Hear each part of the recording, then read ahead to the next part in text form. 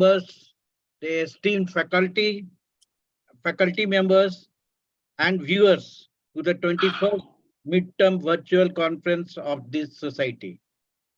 The CSC, the Chairman Scientific Committee, has meticulously planned a very innovative program.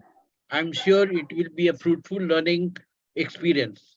It is on the virtual platform, which can be accessed anytime you like. So, as the already most of the good things that the chairman has already spoken, so I'll not take time. I'll just state that our just Jharkhand Ophthalmology Society is a small society and is making its presence felt at the national level. And all the achievements have already been stated. And now I inaugurate the 21st midterm conference of the Jharkhand Ophthalmological Society. Welcome, everybody. Thank you, sir. Thank you so much. And now I request Professor Rajiv Gupta, sir, who has joined, and he is the Dean and Director of the most prestigious teaching institution of Jharkhand, that is Regional Institute of Ophthalmology, RIMS Ranchi. So, Professor Rajiv Gupta address the viewers and all the guest faculties. Hello, good morning, everyone. Good morning, Am I sir. audible? Yes, morning, sir. Yes, sir. Yes, sir. Good morning to everyone. And I wish all the success for the 21st midterm conference organized by Jharkhand Ophthalmical Society, Dr. Bharti Kashyap and Dr. S.K. Mitra under the guidance. Dr. Raj Mohan has done a very hard work for this conference. Hope everyone will get benefit from this CME. They'll get their knowledge enhanced by this CME. Sir,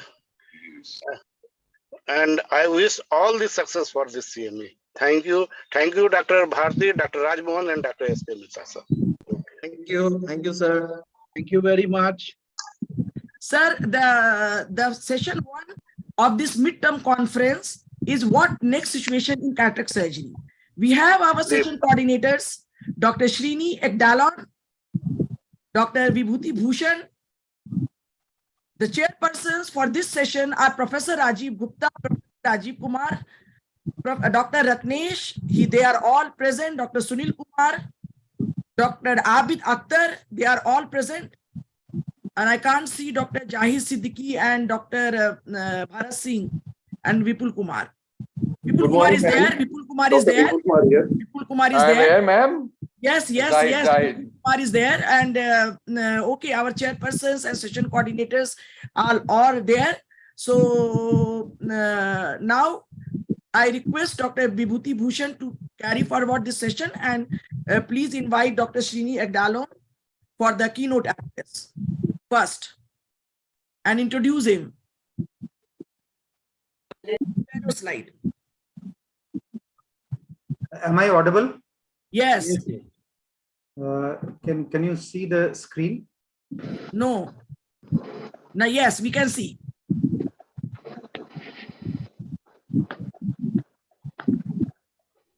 Make it full screen, please. Yes. Yes. Now, can you see the screen? Yes, also? yes. Please go Yes. It is my privilege to introduce Dr. Srini Ekdalon, although he doesn't need any introduction. He was trained in RPC and he did his anterior segment fellowship from Shankara Eye Hospital, Coimbatore. He is the chief surgeon and medical director and chief cataract and glaucoma services or at Comtrust Charitable Trust Eye Hospital, Thalassery, and Mamtrust Eye Hospital, Kanjangarh. He does a whopping 750 to 850 phacoemulsifications every month in these hospitals. He's the chairman scientific committee of Kerala Society of Ophthalmic Surgeons, and he's the managing editor of Kerala Journal of Ophthalmology. He was a managing editor from 2021. And we just now have seen his organizational skill during recently concluded AIOC at Kochi 2023. So welcome, Dr. Srini Ekdalon, and we are really privileged to have you here. Thank you, Dr. Vibhuti. Welcome, Dr. Srini. Thank you, ma'am. Thank you. We have decided that we will show the entire biodata which has been sent to us, but we will read just to save the time. Dude, should I introduce the other guest faculties also right now? No, before they talk, you have to. Right. And the discussion will be in the last. The discussion will be in the last. So I'll stop sharing my Yes. screen. So I'll just share my presentation.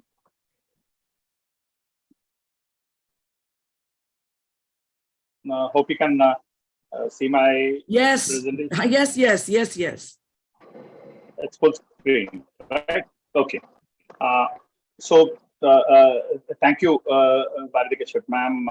Thank you, Dr. Bibhuti, for that kind introduction. And it's a great privilege to be part of, to be the opening batsman for the midterm conference of Jharkhand Ophthalmic Society. I had the privilege of being a part of the conference this year, and it's a really wonderful, well organized conference of Jhos at Kushalpalli, and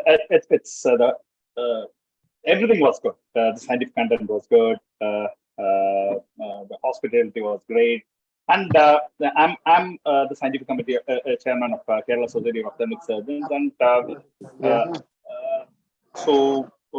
this is there have been many situations where I have actually faced uncooperative patients during cataract surgery, and see, it's what basically happens is that even if use enough amount of topical anesthetic, the patient sometimes perceives pain, and as you touch the eye, they keep moving, and the patient is not actually able to keep looking at the light, and so keeps moving. So you're not very comfortable with the surgery, and just during the surgery itself, as you proceed, I mean, as soon as you put the drape, the patient just doesn't allow you to do the surgery. So, or midway through the surgery. Midway through the surgery, I faced it a few times. Like midway through the surgery, that the patient really becomes uncooperative. The patient starts coughing and all, and the patient is not really able to cooperate. So we'll just go through each situation one by one. And this is one patient. Like from the beginning, the patient was not really very cooperative. But it's not very uncooperative also, because you can see that the patient is not really squeezing, but the patient is not really able to keep the eye steady. But still, thought maybe I'll be able to proceed with the surgery. So the incision was put. So there was no much of struggle. Probably because I use two instruments. It stabilizes the globe. So entry made, side port made. So then again, the patient is not able to keep looking at the light, and so this is probably the most crucial part in a topical cataract surgery, the capsulorhexis. So if the patient is like this, it's a very good idea. If there is very good glow, it's a good idea to stay in the capsule, because you might keep losing the glow or whatever. And I use Oculan in all these cases. No financial interest there. But even after using Oculan and not able to really comfortably start the capsulorhexis, so I decided. See, there are two options: either go for peribubble anesthesia in this case, or go for subtenance anesthesia. And so that is what I decided to do in this case. A nick is made in the infranasal quadrant, and using that peribulbar cannula, give the peribulbar anesthesia. So the advantage with peribulbar anesthesia is that the analgesia sets in almost immediately, and see, once that sets in, even if the patient is not really able to really focus on the light, the level of cooperation improves quite a bit, and that's what you can see in this case. The patient is moving, but still with this degree of movement, it's doing a capsule which is not that difficult, and so I could complete the exercise properly. And once you start the PICO, that is easy. You have two instruments there. You can easily stabilize the globe and complete the surgery. So this subtenance anesthesia is given in that subtenance space, which is the potential space between sclera and the capsule. And the anesthesia, the nick, you make a nick in the conjunctiva tenons, something like that, give the anesthetic agent there. It's better to give it in the intranasal limbus. That's where I'm most comfortable with. That's where it's mostly done, and go 5 to 10 millimeter from the limbus. And so there are a lot of cannulas, a lot of different designs of cannulas available. But the one that I've used all of them, and different gauges are there. So 19G cannula is there, 21G cannula is there, 23G cannula is there. See, all of them work, but that 23G cannula looks a bit more like a needle. But if that's what my nurse gives, I use it. But I prefer to go for that 90G cannula. And all these different types of cannulas are there in my OTs. There is an end opening one with opening on one side, and another cannula is opening on both sides. All of them work. What is most important is the shape of the cannula, which will actually hug the sclera and take that curvature of the sclera to reach that space where you want to actually inject it. So as I said, I prefer that infero-nasal area, and I don't go very much into the fornix. See, the reason I don't actually really go very much into the fornix is because I've tried. One of the problems, or probably the only problem in these subtenance anesthesia is that subconjunctival hemorrhage that is seen. So we feel that, okay, you go more into the fornix, that the hemorrhage won't be seen. I've tried that, but many times I end up in the subconjunctival space when I go more towards fornix. And this is my personal experience, and so I just go more closer to the limbus, but about 5 millimeter to the limbus. And in these situations, I'm mostly able to get into the subtenance space. And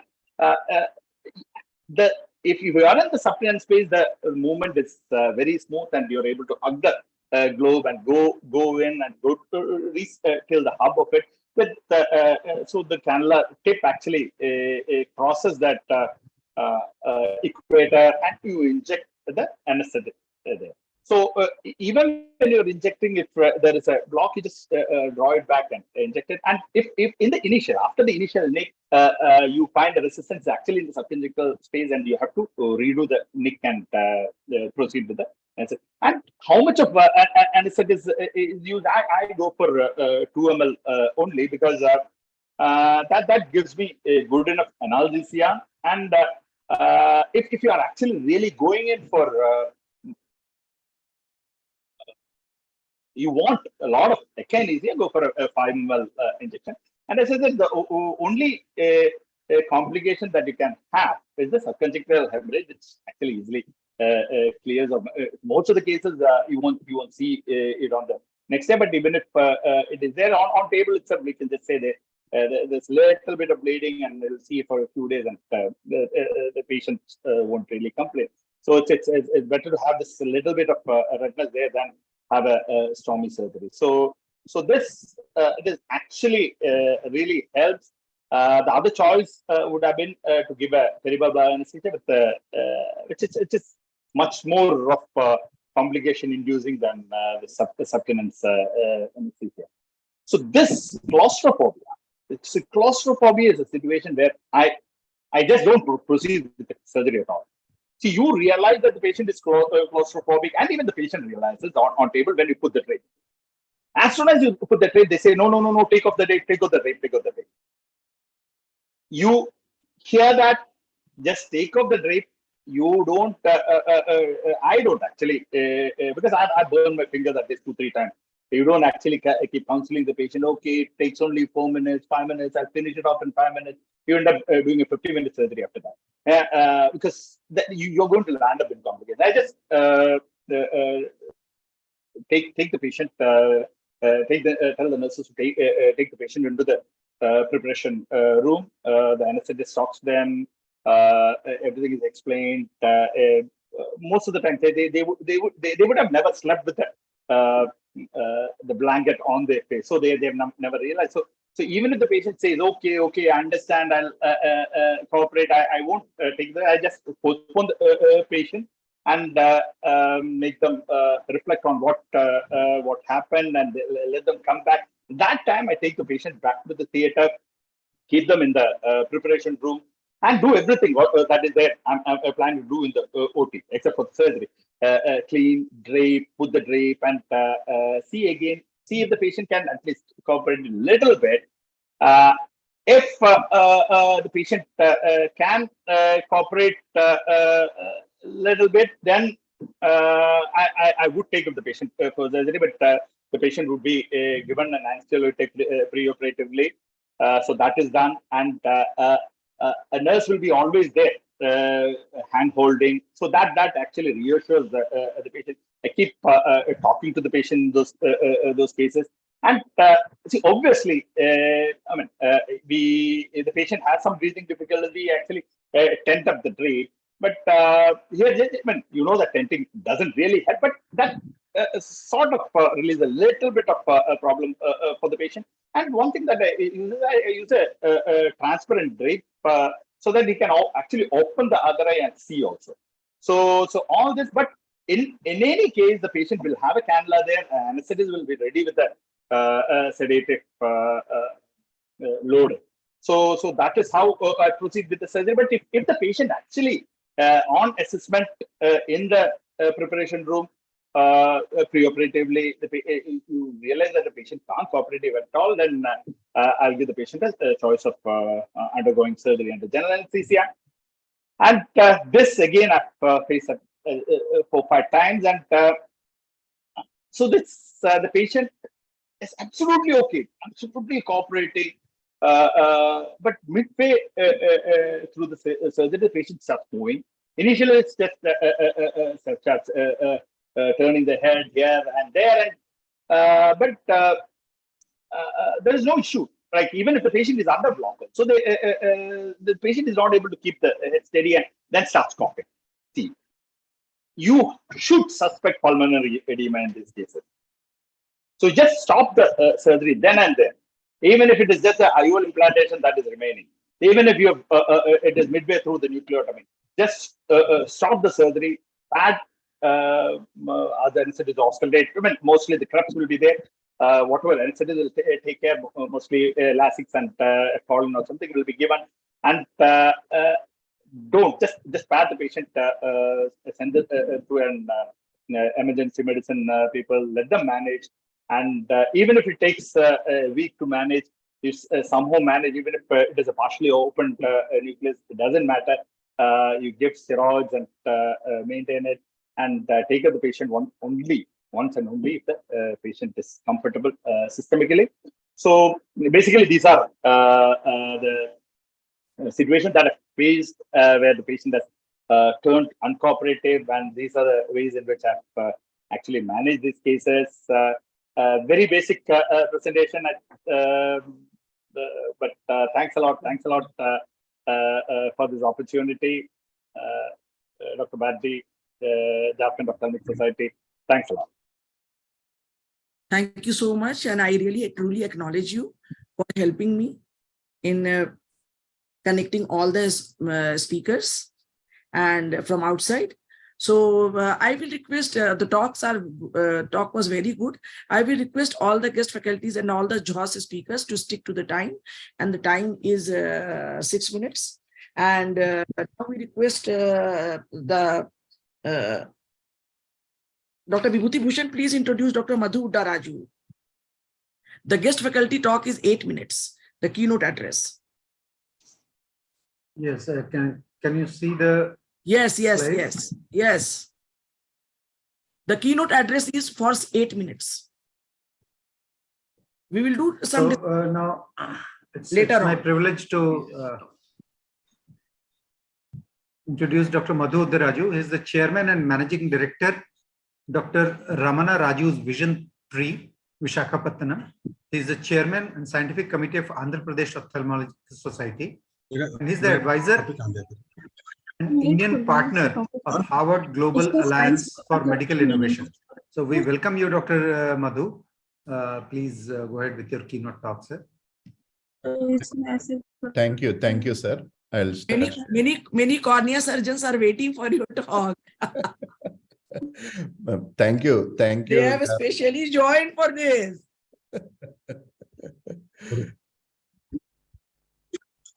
Is my screen visible, sir? Full screen? Yes, it is visible. Thank you, sir. Thank you for the kind introduction. And I thank Bharti ma'am and Jhos for this wonderful opportunity. The memories of Kushalpalli are still fresh, and we were so happy with the way we were there and the scientific content and everything. I congratulate Jhos for winning the Best State Society once again. And without much delay, this would be the scope of my talk. So the topic given to me was intraoperative DM detachment. What would be doing next? So first, in order to see this, we need to know which patients are at risk and what is the timing of DM detachment. Because if the DM detachment is before capsular opening, the management would be different, and if it's after capsular opening, it would be different. What are the intraoperative tips to manage this post-op care and follow-up?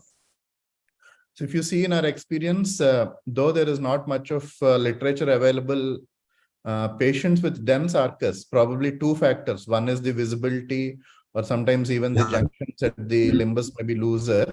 We tend to have more DM detachments in cases with the patients with dense arcus. So in these cases, we have to be very careful while doing the incisions.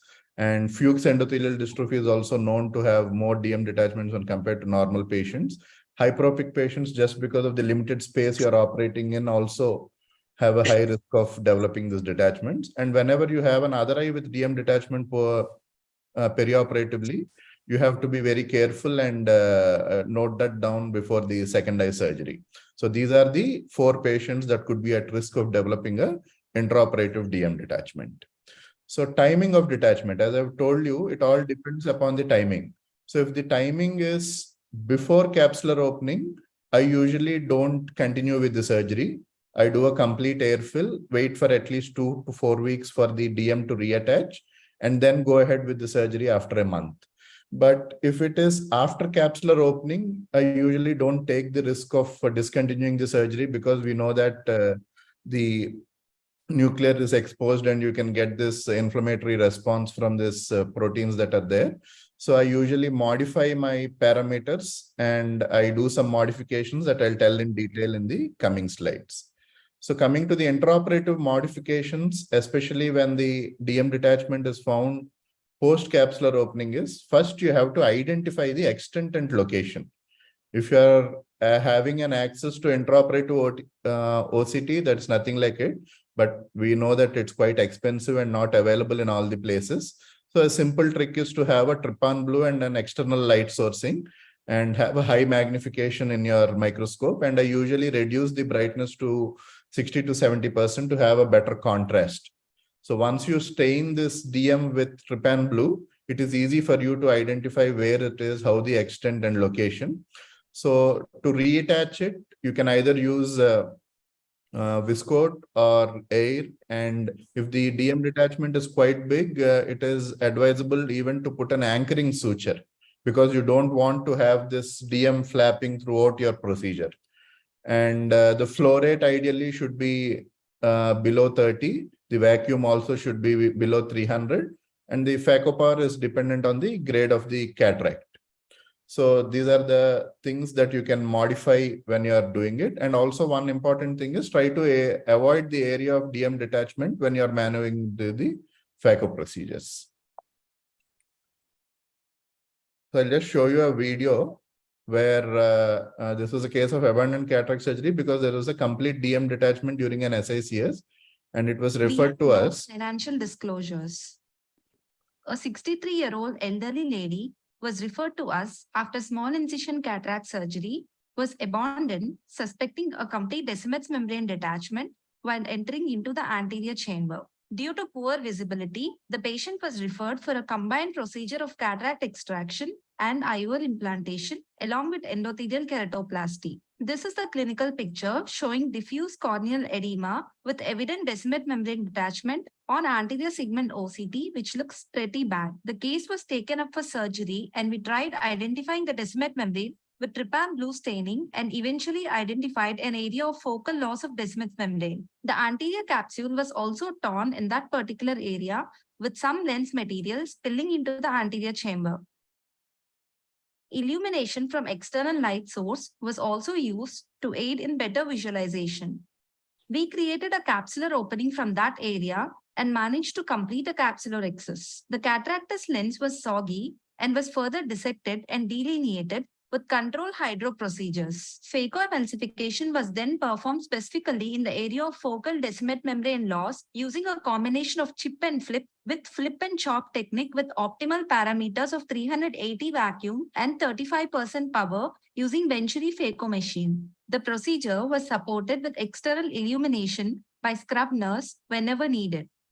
Care was taken not to engage the remnant Descemet membrane fracts into the phaco probe by holding them with a blunt dialer. The phacoemulsification was done with controlled pace cracking the nucleus small piece at a time. Cortex aspiration was done using a Simcoe cannula. IOL was implanted into the bag.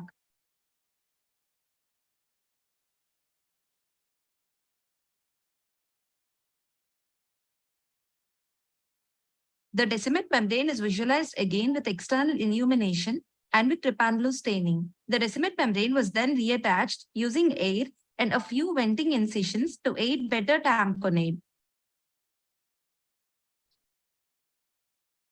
Postoperatively, the Descemet membrane attached well as evident on anterior segment OCT. After 6 weeks, the patient's vision improved to 20/40 with spectacles and with regular postoperative medications. Staining of Descemet membrane with trypan blue and external illumination play a vital role in managing cases with compromised corneal clarity.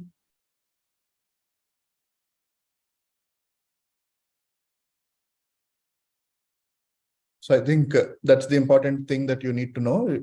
And the tips regarding desmetopexy or air filler, always try to use pilocarpine intracamerally so that you can get a good airfill and the air bubble will not escape posteriorly. And try to put this airfill with a 5cc or 10cc syringe tangentially to the area of DM loss. And if you are seeing that the air is being escaping from any of the ports, you can direct with a direct needle, like 5cc needle. You need not use a cannula. You can go with the needle directly and then inject the air bubble. This will stop any escape of air. And what I usually do is I do a full air fill for 20 minutes. That is when 70%, most of the DM reattaches. And after 20 minutes, I decompress the air bubble to 70 or 80%. And I do venting incisions only when I suspect there is a visco in the interface. So in post-op, if it is not clearing in 48 hours, you can debride the epithelium and see whether the DM has attached properly, repeat an ASOCT, and if required, do a repeat air fill. And hypertonic agents and steroids should be used prolonged in these cases for at least 6 to 8 weeks. Thank you. Thank you for your kind attention. I welcome you all to the second AOS midterm in Vizag, and I would like to see you there. You can take my contact number from Bharti ma'am. For any local help, you can call me directly. Thank you once again, Jhos, for this wonderful opportunity. Thank you so much, Dr. Madhu. And I request all the speakers of this session to remain joined till the last, because if anybody has to ask question, they will. Ma'am, can I ask Madhu? Madhu, have you really found that these real brown black cataracts, they have more of a loose distance membrane? Because when we were in Shankara, when we were doing a lot of SICS, Yes, sir. so that was these brown nuclei, in addition to being brown, tends to have more of a loose distance membrane, and so that's have you actually noticed it? Yes, sir. I think what you told is quite relevant, sir, especially when we were doing more of SACSs in brown. More DM detachments were there. Probably that was because of the bulky nucleus that was there, that we were prolapsing into the AC. That could be no. Actually, during see, the entry itself, you'll see a small this thing there. See, that is one, and as you said, the bulky one, it gets stuck in the wound. You push it back. You Yes, are 100% Yes, in those sir. cases, you're going to get a distal membrane detachment. Yes, And sir. one more query, like whenever when I manage the distal membrane detachment, that's postoperatively what I see. I actually, I mean, it's good that you say only 20 minutes it's needed. I actually keep it for about 2 hours, 3 hours. I inject air, send the patient out, and then call the patient back after 2-3 hours, and then I actually release it. So you feel that 20 minutes is good enough? Yes, sir. Actually, when we make the patient get up, you mean full air fill for 2 hours? Full air fill, full. Okay. But like for even DSEC, sir, what the Basak sir does is only 20 to 25 minutes. Most of them reattach, sir. Okay. I don't take the risk of making the patient stand up again. That's the only thing. No, it's a full air fill. And one more comment regarding with directly going in with the needle and injecting air.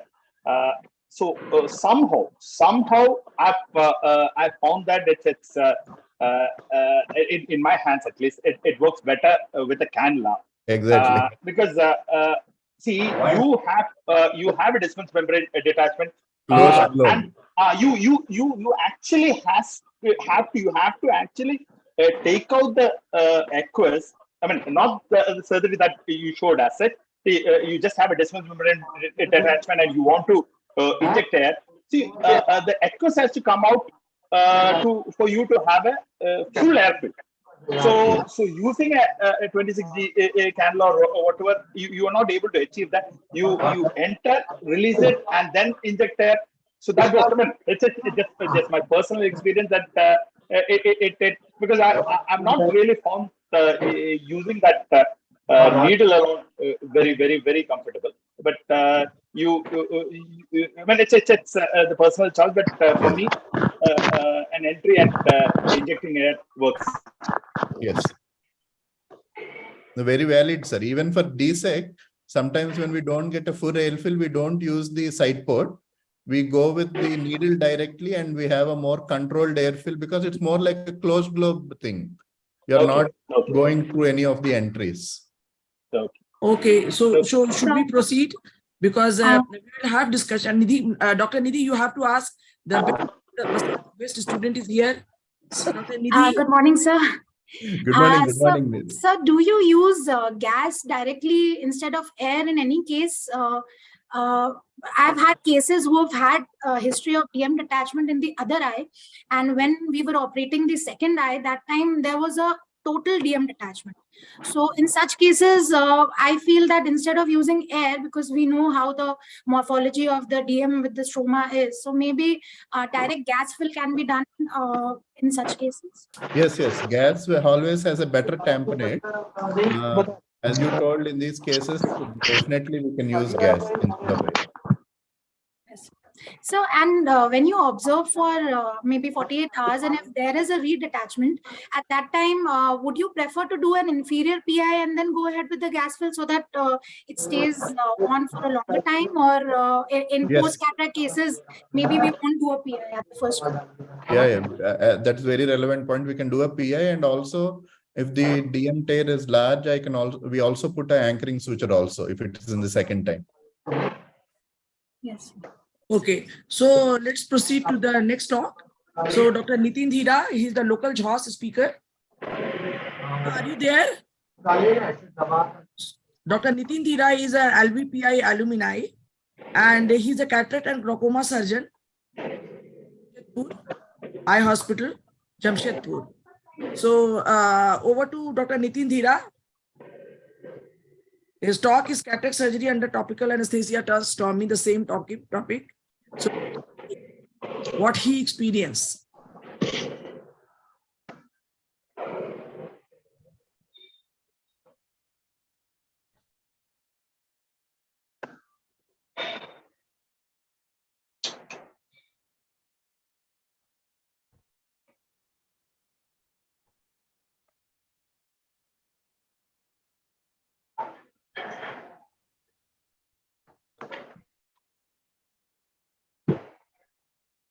If you take time, then can you invite Dr. Samaresh Srivastava, Dr. Vibhuti Bhushan? Dr. Vibhuti Bhushan? Go to the first slide, please. His slides are not coming. That's me. It's coming, but Nitin the is last sharing. slide is You are on on the last slide. You need to go on the first slide. Go on to the first slide. It's not Use arrow key. Use arrow key. Just go to the first slide and just be the full screen. Sir, I think you should stop screen share and come to the first slide on PowerPoint and then again screen share. Yeah.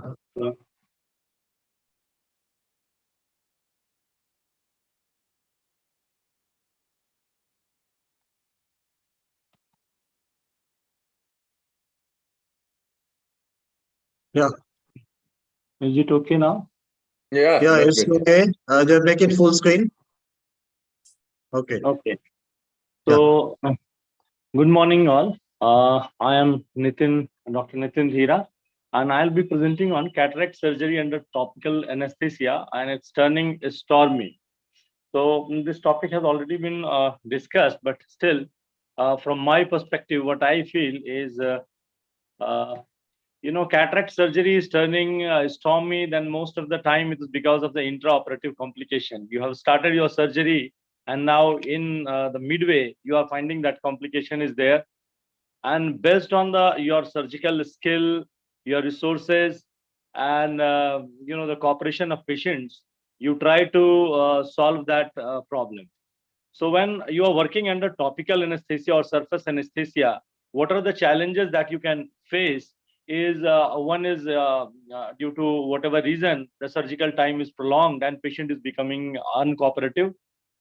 Your pre-operative workup, or for the ocular perspective, you have missed something, and some surprise thing is coming, like floppy iris. You forget the taking the history of BPH in male patients and taking medication like alpha antagonist, and the patient's iris is behaving rudely intraoperatively, and you are working on topical anesthesia under topical anesthesia. This is the real challenging situation, wherein you require to have a good surgical skill, a cool mind, and probably you need to switch to some other mode of anesthesia, like regional anesthesia in the form of subtenon either, or peribulbar or retrobulbar anesthesia to complete the surgery. So in high myop, again, the surface anesthesia most of the time is not sufficient because of the movement of lens iris diaphragm. You need to put either intracameral anesthesia in the form of preservative-free lignocaine, or again, you need to block the patient with the regional anesthesia mode. Sometimes the patient turns unexpectedly uncooperative. This is also a real situation where you need to, intervene, and you try to calm down your patient. You try to communicate thoroughly with the patient sometimes, And if the patient is still uncooperative, then again the situation, again the solution is none other than switching the topical anesthesia to regional anesthesia. So we all know that in phacoemulsification, most common mode of anesthesia is around 90-95% of the times it is topical one, with or without intracameral lignocaine.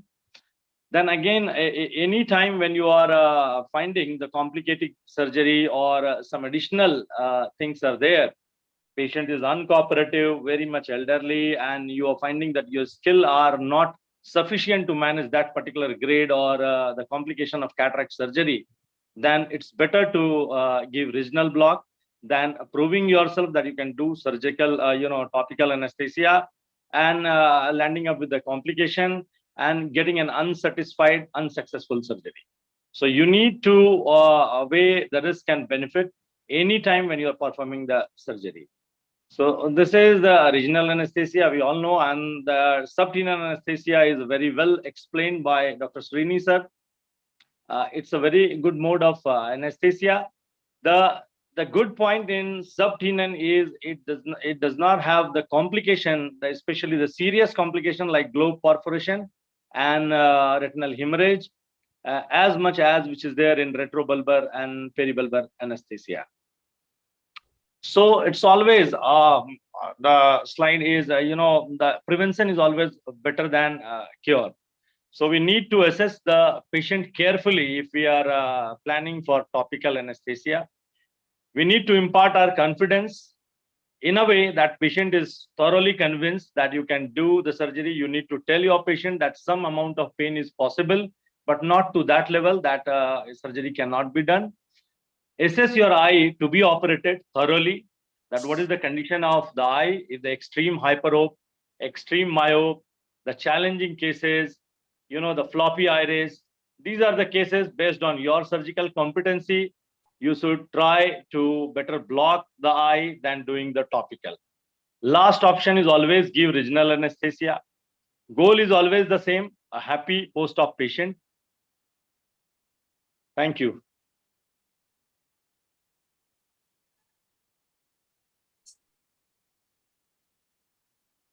Thank you, Dr. Nitin.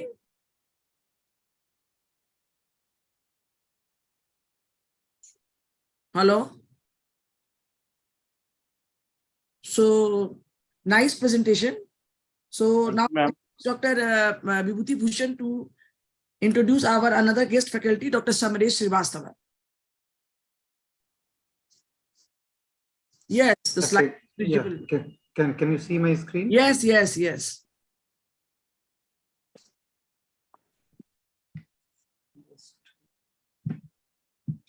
Yeah, Dr. Samaresh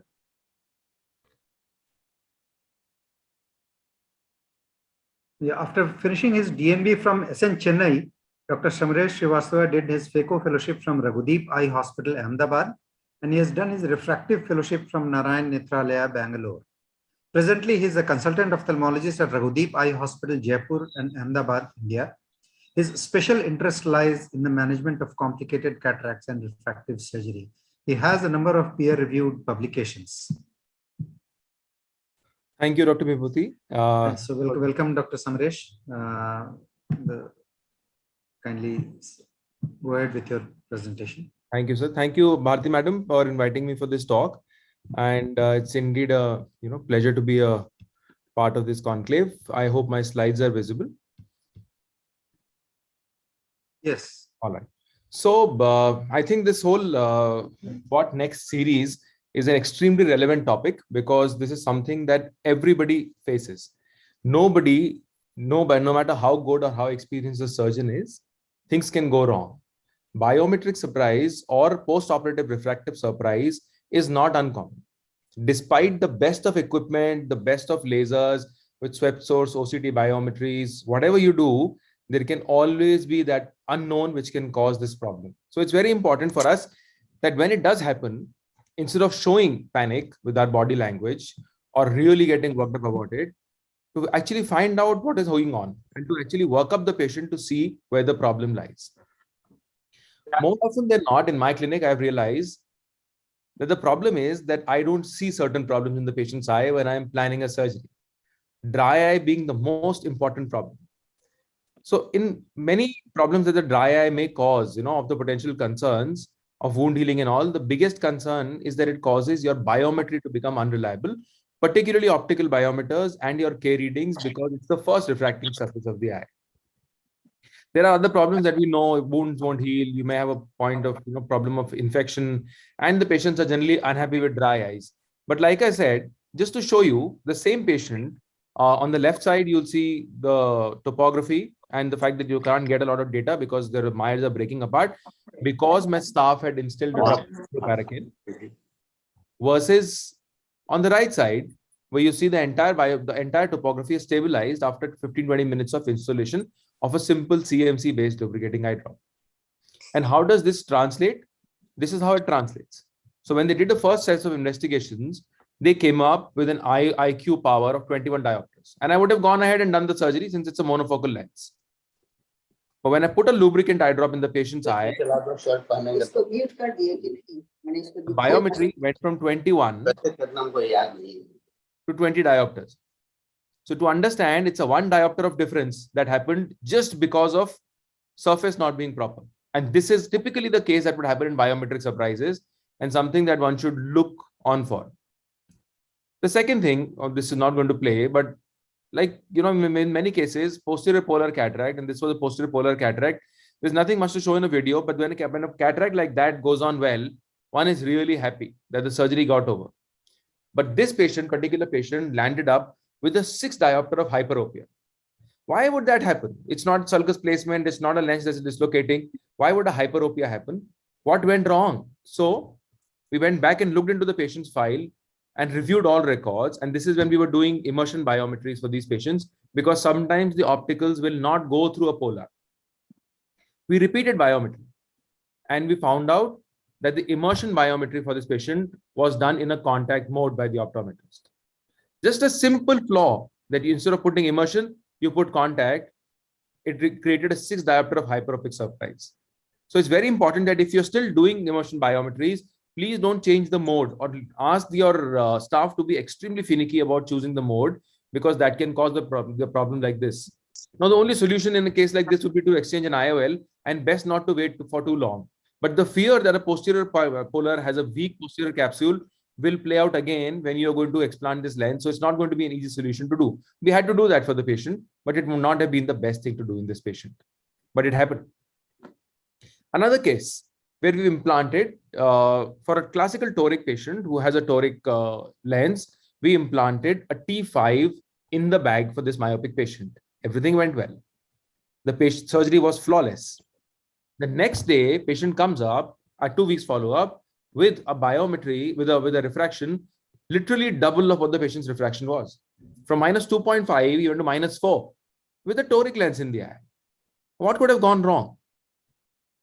We saw that the IOL is well placed in the axis that the printout had given us, 64 degrees and 65 degrees. You can't get better than this in surgery. The problem was, this was the topography. The topography was 150 degrees. So when my fellow was entering data into a manual toric calculator, they flipped the axis. So 50 went to 160, 60 went to 150, 150 went to 60, and the IOL placed in the exact opposite direction, adding on to the previous astigmatism, making it double. And that was a data entry error. So for a long time, because our biometers now have toric calculators incorporated, it hasn't happened, but it doesn't mean it cannot happen. So it's very important that simple things like data entry and immersion mode errors can lead to significant surprises. And these things are doable. You can rotate these lenses. I'm not sure if the video is playing. It does playing. But when you have to rotate the lens or you have to explant the lens, there's no rush to do it on day one. But there's no point in delaying it beyond a certain level, because the adhesions, the capsular adhesions, should not be forming.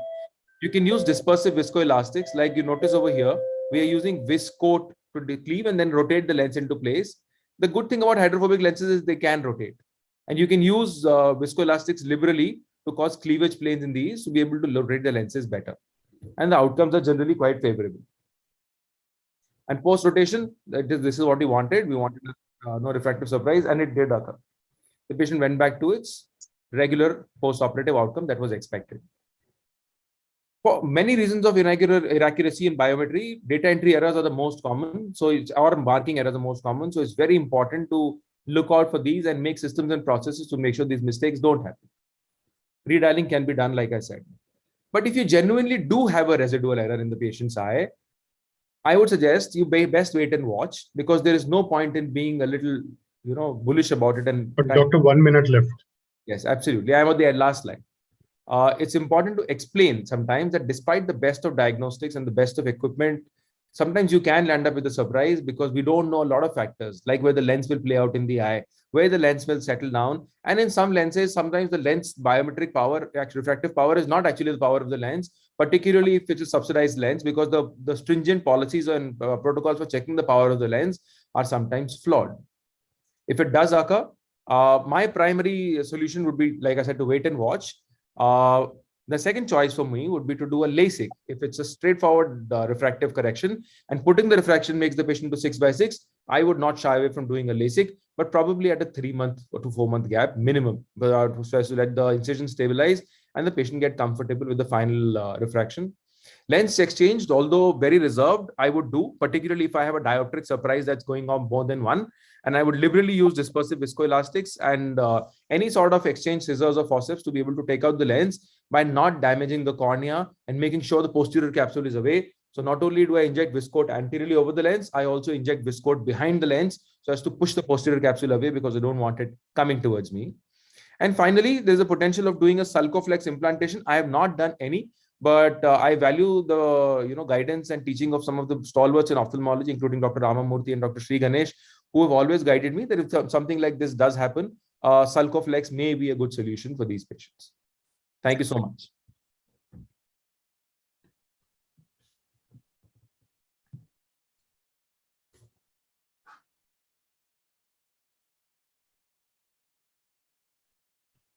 Thank you, Dr. Samresh, for a wonderful presentation. So next, we have Dr. Harish Kumar. Dr. Harish Kumar? Yes, sir. Yes, sir. Yeah. Good morning, please sir. Please share your screen. Dr. Harish will be talking about severe post-operative dysphotopsia and photic phenomena. Is it visible, sir? Yes. Dr. Harish, actually, there's something wrong had happened.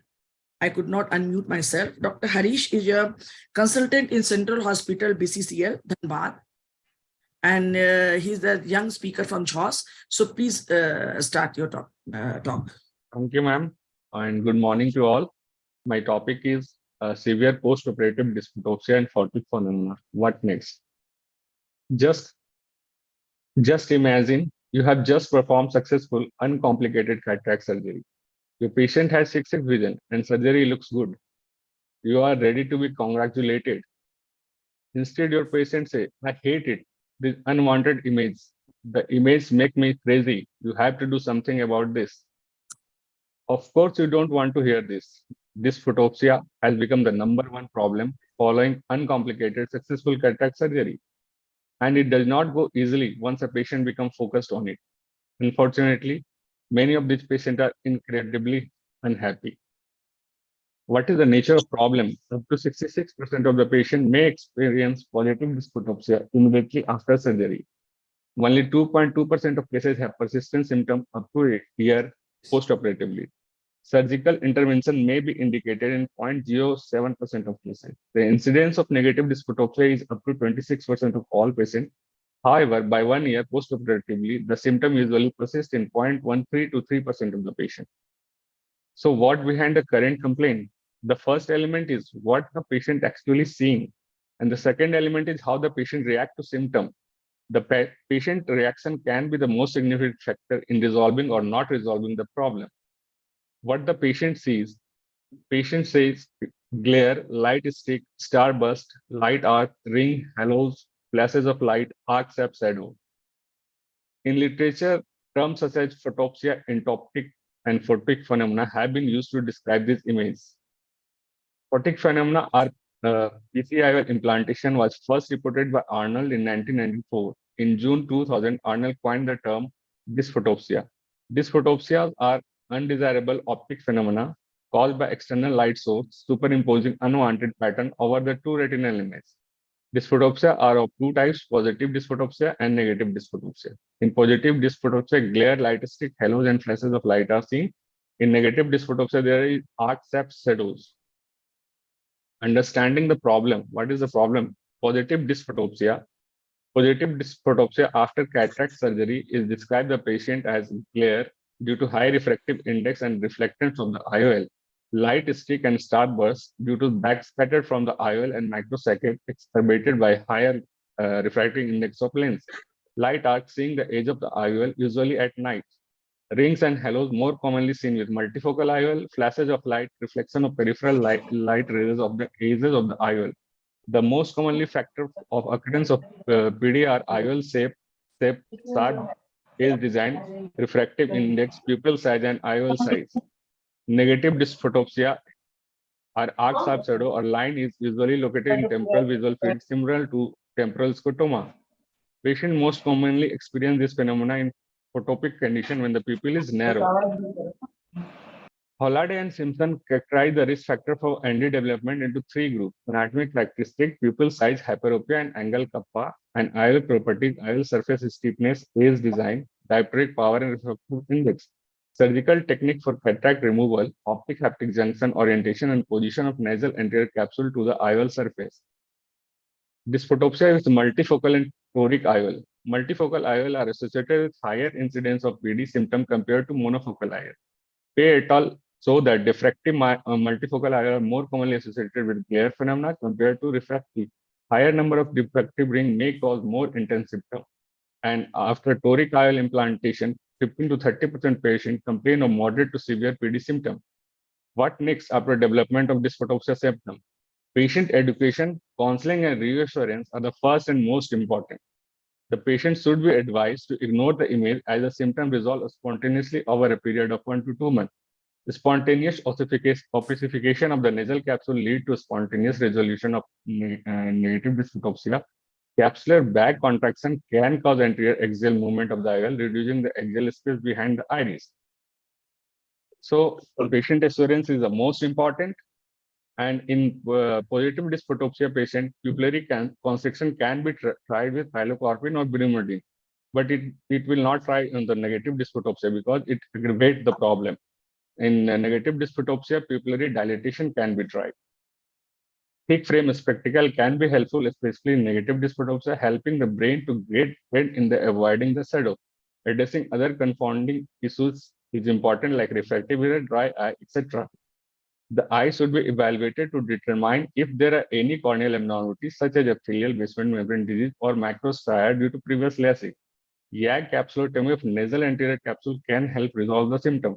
When the patient's symptoms did not resolve by 6 months on conservative management, then surgical approach are tried. IOL exchange is the main in surgical management. Fabry et al. Advocate that IOL with a smaller optic and high refractive index with sharp edges should be replaced with IOL with at least 6 meter optic size of low refractive index and rounded edge. IOL exchange have been performed to change sharp edge acrylic to round edge silicon, shiny to frosted sharp edge optics, and reverse shape optics. Reverse optic capture technique. Optic of the IOL is brought into the sulcus while the haptic remain in the bag, so that capsular axis does not overlap the haptic and be helpful. Bag in the lens technique introduced by Belgian ophthalmologist Mary Jhos. Bag in lens procedure feature a round edged IOL that has 5 meter optic surrounded by a peripheral group and electrical haptic to receive anterior and posterior capsular flake. Piggyback IOL in the sulcus reduce or eliminate the space behind the iris. However, it must be less than 0.6 mm. And this is the flow chart for management of dysphotopsia. Thank you.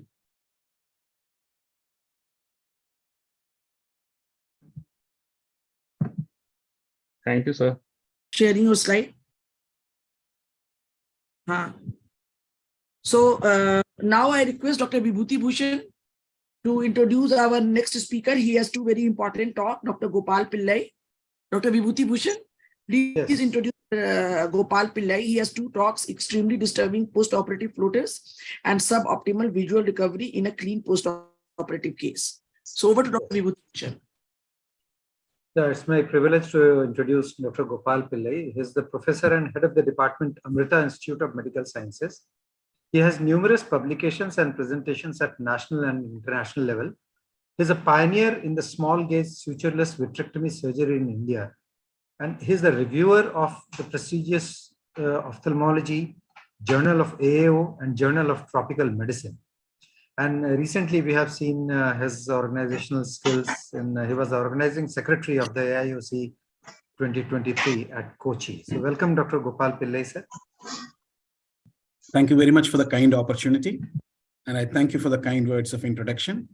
I'm indeed honored to be part of this platform. And with under the able guidance of the Scientific Committee Chair, Dr. Bharati Kashyap, I think Jharkhand Ophthalmological Society has bagged the best state award. Congratulations for that once again. Thank you. I know when it was the souvenir we handed over to Professor Lalit Verma, you were pleasantly surprised. Yeah. I remember that day, and you only carried it to Kushalpalli. Yeah, vivid memories about Kushalpalli also, ma'am. Yes. Yeah. So let me just go to the talk. I'll keep my time. I promise you that. Yes, so thank you so much. We would talk about troublesome filters. All right, cataract surgery is no longer a rehabilitative procedure. It's a refractive procedure where you need to give the best vision to the patient. So the patient expectations are also very, very high. So vitreous floaters are caused either by the degenerative or the pathological alterations in the vitreous ultrastructure, and they're perceived as shadows or fly-like obscurations in the front of vision. And some are self-limiting because we adapt to those, but some are persistent as well. Symptomatic vitreous opacities do not alter the visual acuity. Basically, it acts as a menace, but it doesn't actually reduce the visual acuity a lot. But it is an important cause for patient dissatisfaction after cataract surgery. There's no well-defined consensus onto the management because some people will take floaters without a problem, and some people are so much disturbed by floaters. And so let's look at the etiology of the preoperative, postoperative floaters. One is pre-existing floaters itself. They tend to become more visible because now after cataract surgery, everything is more visible. Everything is more clearer to the patient. So the pre-existing floaters will also become much more clearer to the patient. And then there is a secondary floaters, like intraoperative, if there is any leakage of the lens matter or OVD into the vitreous because there is a small PC rent or something like that, then a troublesome floaters can come. Post-operative PVD, if pre-operatively there is no PVD, then post-operatively a PVD will occur in about 70 to 90% of patients, and that can be a reason of floaters. Degenerative vitreous syndromes and any retinal breaks or tears can also be there. Now, which are the patients who actually have a lot of problems with floaters? They're the type A, detail-oriented person who will always look for, he's a highly dissatisfied person who will always look for reasons to be unhappy and unsatisfied. Those are the type of patients who will get a lot of floaters. This finding that contrast sensitivity is diminished and glare increases because of scattering of light rays, and patient unhappiness with vision despite very, very well done cataract surgery and good visual acuity. And there's a strong positive correlation between quality of life and this quantitative ultrasonography, which shows the floaters. So how do you image floaters? Visibly, sometimes, in a clinical examination, you may not pick it up, but ultrasound A and B scan, quantitative analysis, and we can identify the PVD. OCT also shows floaters, there may be, if it is just a few, just in front of the macula or in the retina, you can see. Otherwise, if it is completely away from the retina, you cannot see. SLO, so you can see the umbra and the penumbra. Okay, these are some of the imaging mechanisms. So you can see the ultrasound as well as the SLO, umbra, and umbra, the dark spots, and the penumbra, the surrounding grayish halo. So how do you approach these patients? We have to take a family history also, retinal detachment. All those are very important because if there's family history of retinal detachment, if you've got floaters post-cataract surgery, then you have to actively search for a tear, all right? And pre-existing floaters, we have to ask the patient. Complicated cataract surgery, we have to look for the operative nodes, etc. And fundoscopic examination should rule out any vitreous base problems, pars planitis, inflammation, tear, lattices, all those things, apart from obvious causes of floaters like asteroid hyalosis or vitreous hemorrhage or PVD, etc. Rule out peripheral breaks definitely in any case of floaters because post-cataract surgery, now the cataract surgery age has also come down, And so many people do not have a PVD while going for cataracts, and please rule out any peripheral breaks. You have to spend time and effort to do that. So quality of life questionnaire throws light on disability. If there's a good visual acuity, explain about possible complications, and then possibly you can either observe or interventions. What are the interventions? Phlebotomy or vitrectomy can be done. There can be Nd:YAG laser vitriolysis, and vitrectomy has a very good result, but it has its own complication rate, like retinal detachment and off. Laser vitriolysis acts only on the collagen component and lysis of fibers aggregates, and complications can arise with laser when used very close to the retina, etc. So there are some studies which shows vitriolysis through pharmacological agents as well, but not approved currently, theoretically feasible and conservative approach. Right. So these are again other published articles on 476 patients. Overall satisfaction was seen in about 92% of patients post floaters study. All right. So to conclude, there is absolutely no consensus as of now for the floaters post cataract surgery, but we should rule out secondary causes like a tear or something like that. Case selection is important and assess the amount of handicap despite good visual acuity.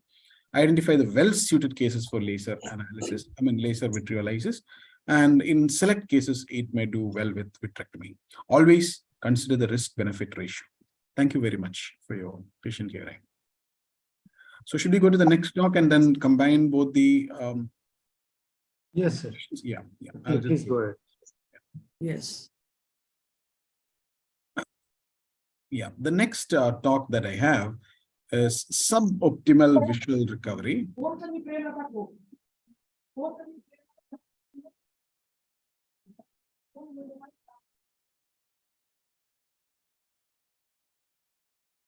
Okay, suboptimal visual recovery after a clean case of cataract. All right. So postoperative surprises.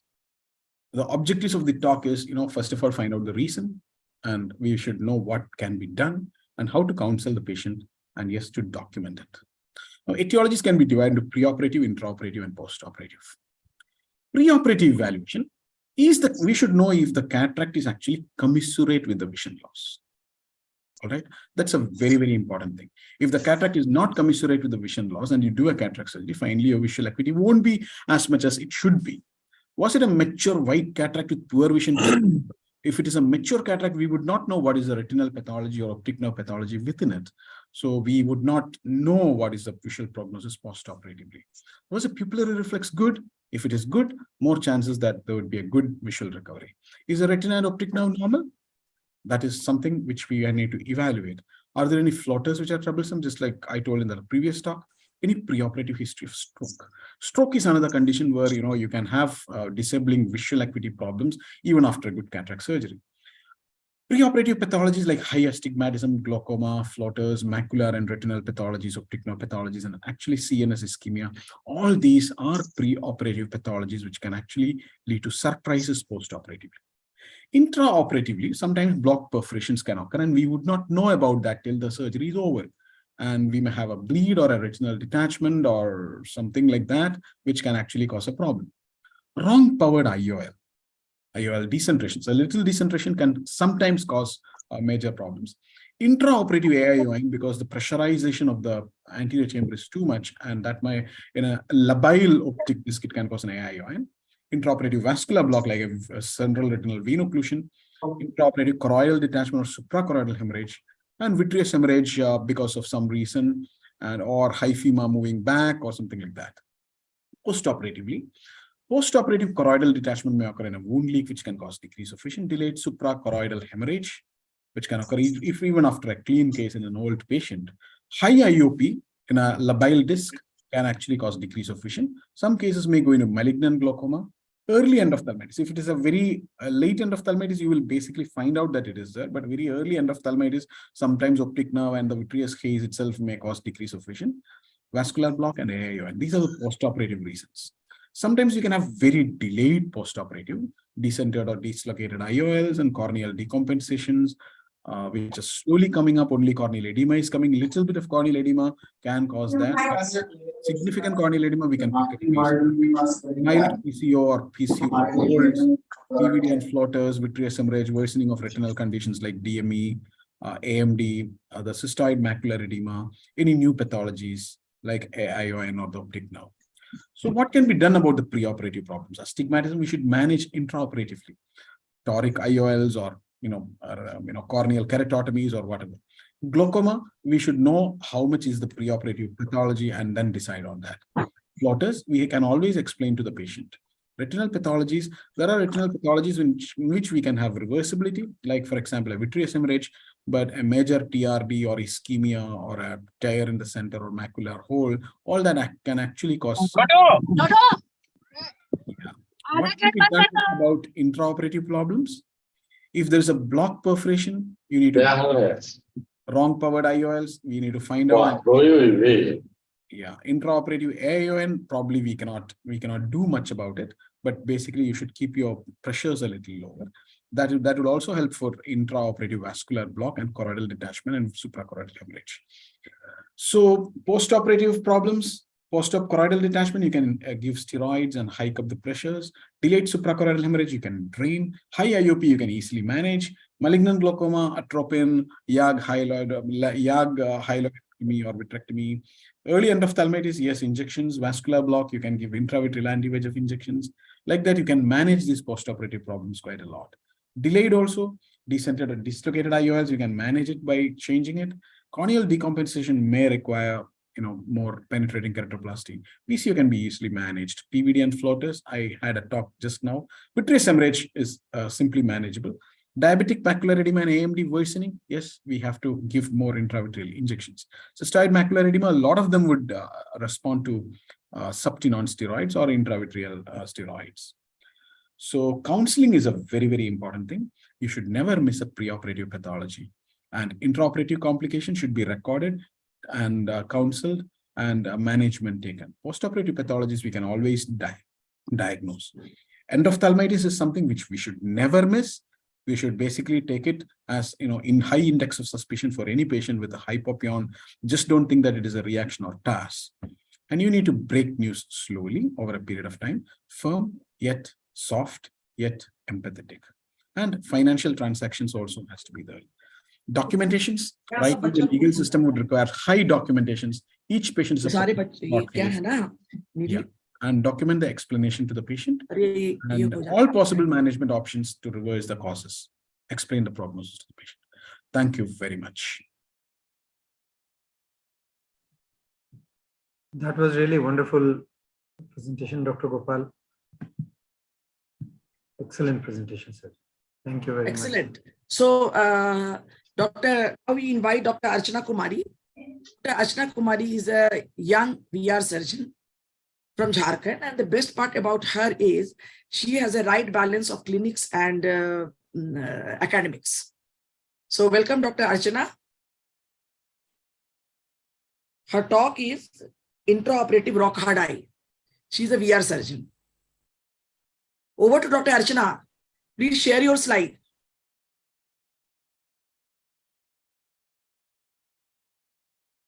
Thank you, ma'am, for those kind words, and happy morning to all of you. Am I audible, ma'am? Yes, very much. Yeah, so intraoperative rocky hard eye. Rocky hard eye in phaco surgery. हमको बड़ी tension हो रहा है. Yeah. What is it? It is an acute intraoperative of infusion fluid or fluid deviation into the posterior segment leading to marked posterior pressure, and literature calls it by good name of acute intraoperative rock hard eye syndrome or ARIS. So the key features are subcapsular infusion fluid anterior displacement of iris lens diaphragm, which results in sudden rock hard eye. It occurs during uneventful phacoemulsification surgery, and retrobulbar hemorrhage as well as suprachoroidal hemorrhage or effusion must be excluded for the diagnosis. The risk factors are any kind of zonular dehiscence like traumatic or surgical, abnormal zonules like large eye in patient pseudo-exfoliation collapse, the only modifiable risk factor is high IOP or bottle height. So when can rocky heart eye syndrome occur? Complicated phacoemulsification surgery and even a large amount of viscoelastic injected into the sulcus for sulcus IOL placement can result in misdirection of viscoelastic into the posterior segment. So this is a very informative video, and I would like to acknowledge and thank Dr. Padvardhan for allowing me and sharing this with me. So during phaco surgery, the phaco probe infusion maintains the anterior segment for a safe and comfortable surgery without complications. However, if there is predisposing factors like zonular weakness or high bottle height, as we have discussed, there is seeping of these infusion fluids into the Berger space. That is this. So once this happens, the fluid misdirection keeps on happening. This is intraoperative fluid deviation, and because of fluid on either side of the posterior capsule, there is clinically we can see undulating posterior capsule and particulate material in the Berger space. So this is the point when the anterior segment surgeon, the phaco surgeon, has to be quick in diagnosing, and once detected here, reduce the IOP and bottle height, reduce the phaco parameters, the vacuum and flow rate, and use protective viscoelastic to form the anterior chamber and perform safe phaco more clearly so that the posterior capsule, which is undulating, is not ruptured. However, if not detected at this stage, we are going to be at trouble. So the fluid misdirection goes on continuing in the Berger space, swells up, it pushes the iris lens diaphragm anteriorly. And once the anterior displacement of the iris lens diaphragm occurs, there is acute intraoperative rocky hard eye, that is ARIS. So the management can be either needle aspiration from the Berger space or pars plana vitrectomy, 1 port or 3 port, or manage it conservatively. Let's go into the detail. For needle aspiration, Oliver et al. In 2014, they published an article in Journal of Cataract and Refractive Surgery, and they showed in a case series that it is very safe to do needle aspiration from the Berger space by the phaco surgeon itself in the same sitting immediately after the diagnosis is made. And even recently, in 2023, article was published in Jhos with very detailed that how it should be done, and they talk that how just like a vitreous tap with a 25 gauge or 26 gauge needle, which is more easily available, we go 3.5 millimeter from the limbus, and with the help of 5 cc syringe, we can pull out 0.5 to 1 cc of fluid from the Berger space. This is how it is, and once the fluid is pulled out, the iris lens diaphragm will fall down, and the surgery can be continued. But like every procedure, as nice it sounds and easy it sounds, there is pros and cons of it. The disadvantage is that needle aspiration is a blind procedure. Though it looks very tempting, there is chances of vitreous traction, and it has inconsistent result. Like vitreous tap, in any case, it may have dry tap. We may have to fiddle with the needle. But what the authors argue about the advantages is that it is the only procedure which can normalize the IOP urgently and save the optic nerve head. No additional setup is needed if you don't have will with it. And definitely they even argue that better than cutter. It is better than cutter to use needle because posterior capsule cutting or vitreous traction would be less. Now the option 2, which is the management, that cutting vitreous with vitrectomy probe through pars plana. Use it 1 port or 3 port. So what we do is that first debulking of the anterior vitreous is done. After anterior vitrectomy, the anterior hyaloid is cut, and then the fluid is aspirated from the Berger space. But as fancy as it sounds, it is not so, because we have to be aware as retina surgeon, because suprachoroidal hemorrhage is quite common, especially if the IOP is very high. So option 3, and the most pertinent, and I think the one I would like to advise, especially to the novice surgeons or the new surgeons, stop the procedure. Manage conservatively. Go for IV mannitol, oral Diamox. Once the IOP is under control, in the same day or the next sitting, we can go for the surgery. So the precautions that, something that we can be careful pre-op is the head positioning, especially in bulky patients. Try to keep it head up in inverted Z shape. Then exclude retrobulbar block. Minimize manipulations during the surgery, elevate speculum, inject viscoelastic before coming out of the eye, be gentle with the inflations in the AC, and intra-op strategies, always avoid prolonged high IOP, and for that use mechanized pole or gravity-based machine, watch for early signs of fluid deviation, because that time the HIP is not high and can be managed very well. Rule out the threatening complications like suprachoroidal hemorrhage or even floppy iris syndrome. Wait and come back, take a breath, take time out, do indirect ophthalmoscope if you want to confirm suprachoroidal hemorrhages, see the red glow is going away or not. And if once diagnosed, go for the managements that we have discussed. And the take-home message would be that avoid prolonged high IOP, diagnose early, always try to diagnose it early, rule out other causes like suprachoroidal hemorrhage and manage it conservatively in the best results. Thank you so much for your attention.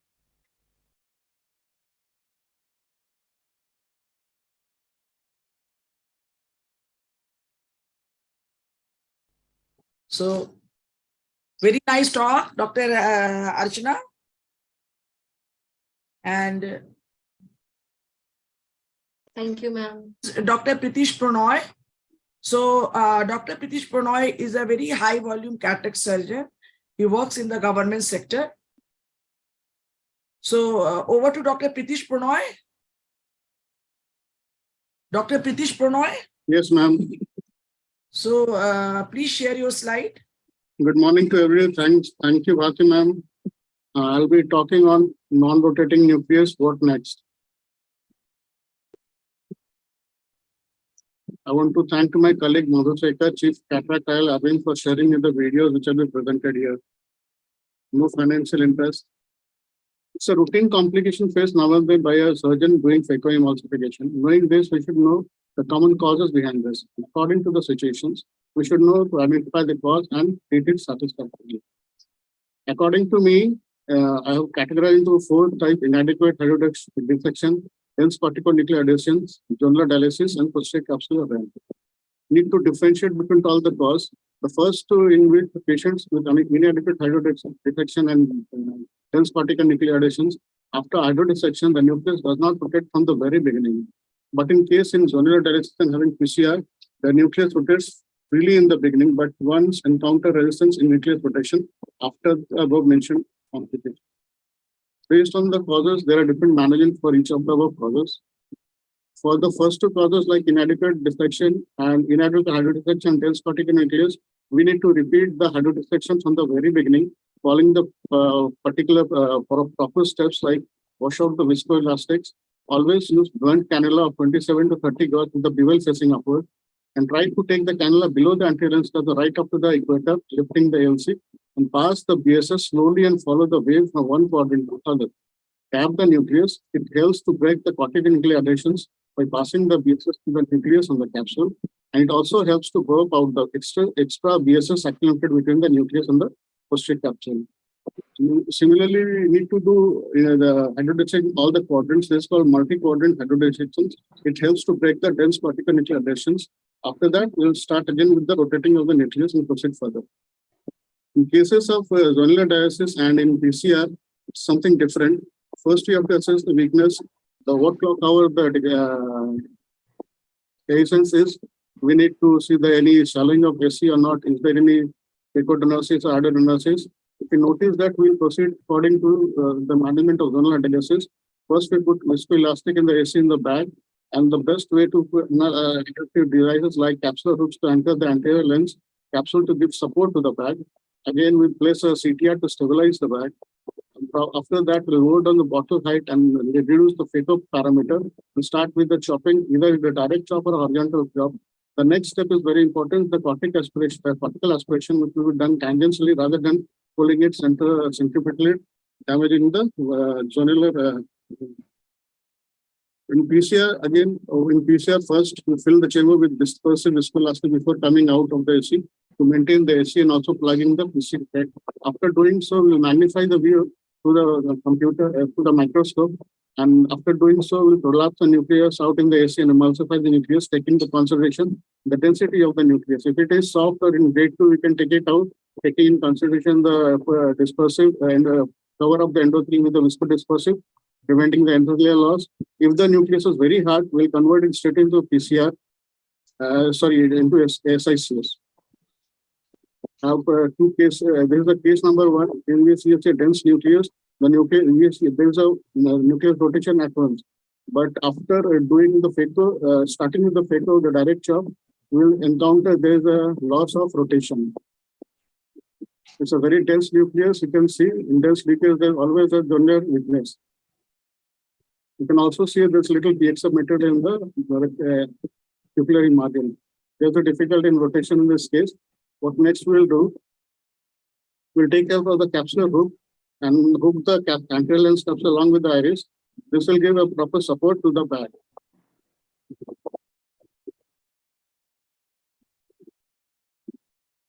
After that, we'll do a routine phaco. See the nucleus starts rotating because it has got a good support.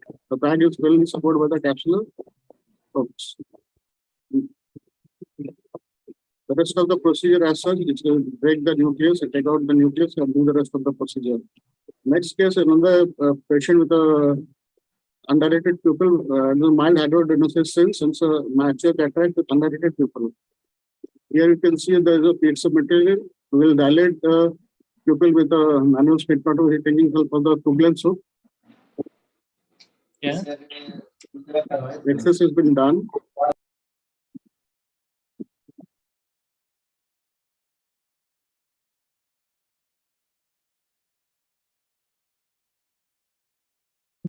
I will see there's a rotation initially. We'll start with the phaco. Again, in this case, we'll see during the carrying of the procedure, there will be difficulty in rotation of the nucleus. There's a proper chop, direct chop and lateral separation. Now the nucleus is difficult. The bag is also rotating with the, if we start go on rotating, it will damage the bag. Again, we'll see that there's a sudden anterior chamber instability.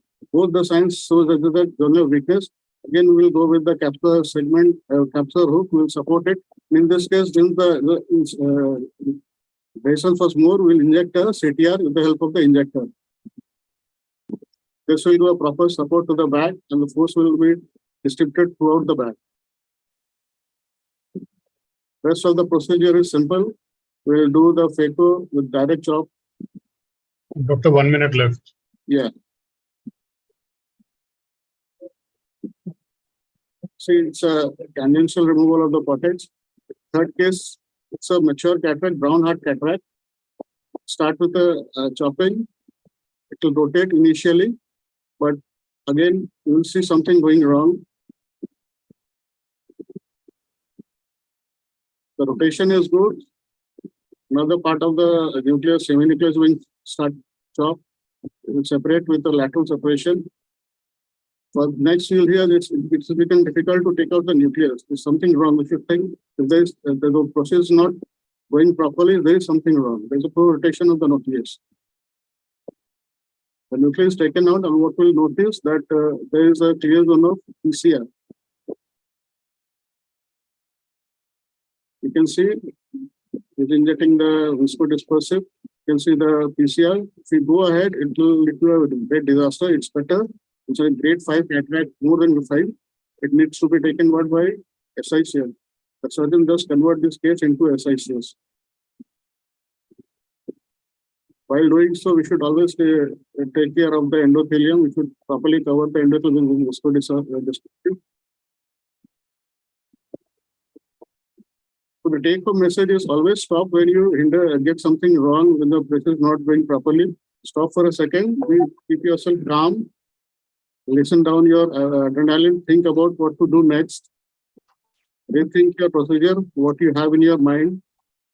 Magnify the view. Identify the defect and be ready with all the armory present in the OT, like what we have done here, CTR, iris soaps and viscot, etc. And take out the, carry on the process nicely and have a very good night. You'll sleep at night. Thank you. Thank you for Nice your presentation, Pratish. Thank you, sir. A very nice presentation, Dr. Pritish. And he's a very, very high volume cataract surgeon. He's trained in Arvind Hospital, Madurai. And now I request Dr. Vibhuti to introduce Dr. Y. Umesh. Dr. Y. Umesh has 2 talks, repeated iris catch by phaco and IOL implantation with mistakes. What next? Yes, Dr. Umesh, after finishing his DO in 2000, He did his DNB in 2005, followed by a specialized training in cataract and refractive surgery from Sankara Eye Center, Coimbatore. And he also did a refractive surgery training. He also got a refractive surgery training at Germany. He's a chief medical officer at Sankara Eye Hospital, Bangalore since March 2008, has an experience of over 50,000 vision restoring surgeries, and regularly conducts short-term phaco training programs at Sankara Eye Hospital, Bangalore. He has trained more than 100 surgeons. So we welcome you, Dr. Umesh. You can start with your presentation, sir. Thank you, Jhos and Dr. Bharti, and for the good introduction. And I have two talks. I'll try to keep up my time. My first talk is repeated iris touch during phaco. What next? I think this is the most common mistake that most of the beginners do. Are you seeing my presentation? Yes, okay. Yes, we can see. Okay. So this is the most.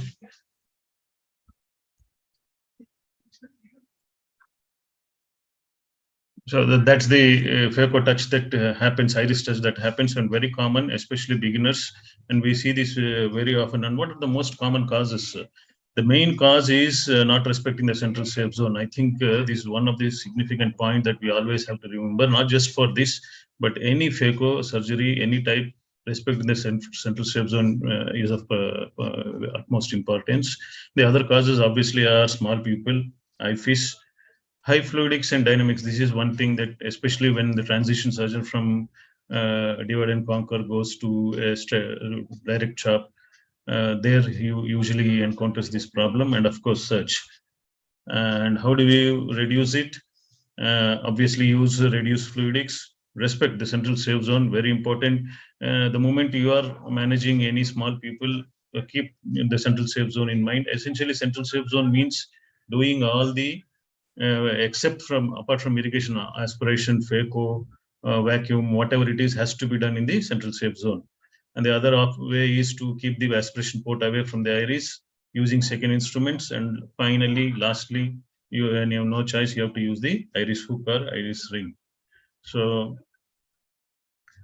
this is one way of respecting, is just be in the central safe zone. See, once you hold this, you be away, you just come towards the side. Now, luckily for me, the iris has given some space here in the side port. So you just be in the central safe zone all the time. You can finish up the surgery without any problem. Just make sure that you are in the central safe zone. So sometimes when there is a repeated touch, especially during the IA also, even with the small port, you do have that. And you use the second, I'm here using the Sinski, just holding the iris and slightly tuck away from the, and try to do the irrigation aspiration. By this way, you can prevent the repeated iris incarceration into the port. And finally, other thing is to not use the aspiration port. Make sure the aspiration port away. If you're towards the side, it keeps on coming. Once it starts coming into the port, it keeps on and makes your life very miserable. So make sure that your port is away from the direction of the initial touch. And if you keep doing the way nearer to the iris, multiple areas of touch can happen. And in that happens, then you have no choice but to go for an iris hook. In this case, I had here, so I'm just going and doing only I just need some space where I can do the surgery and use one or two hooks wherever the iris in aspiration has occurred, and you can completely finish off the surgery without anything. So the take-home message I would suggest is be careful, especially when you're handling small pupils, hard cataracts, high fluidics and dynamics.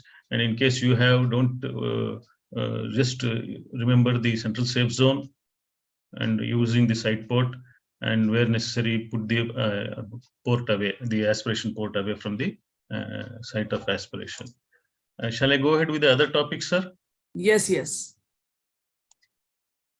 Yes, please go ahead.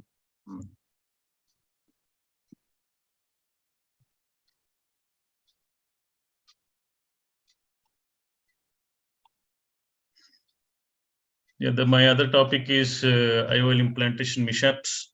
And I'm sure everybody, whoever has been putting my IOL, foldable IOLs have seen. We did see initially when the introduction of the Indian hydrophobics, a lot of IOL mishaps, especially because in improper loading and pushing too much, because the most of the Indian cartridges have no enough lubrication within. So you end up in having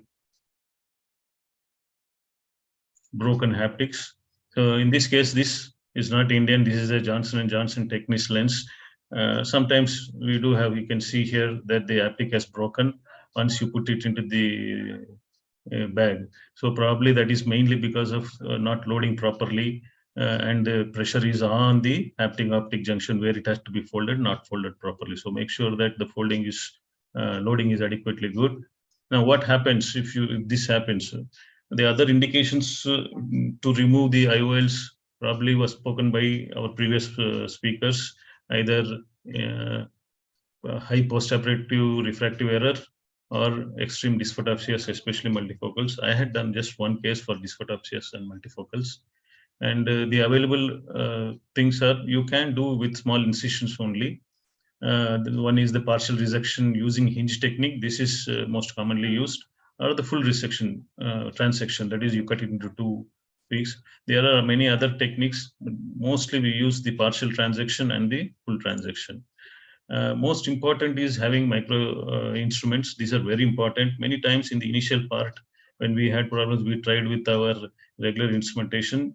Maybe possible if you use Vanas, especially the new one, the fresh ones, but extremely difficult. So special instruments are now available with our Indian manufacturers only.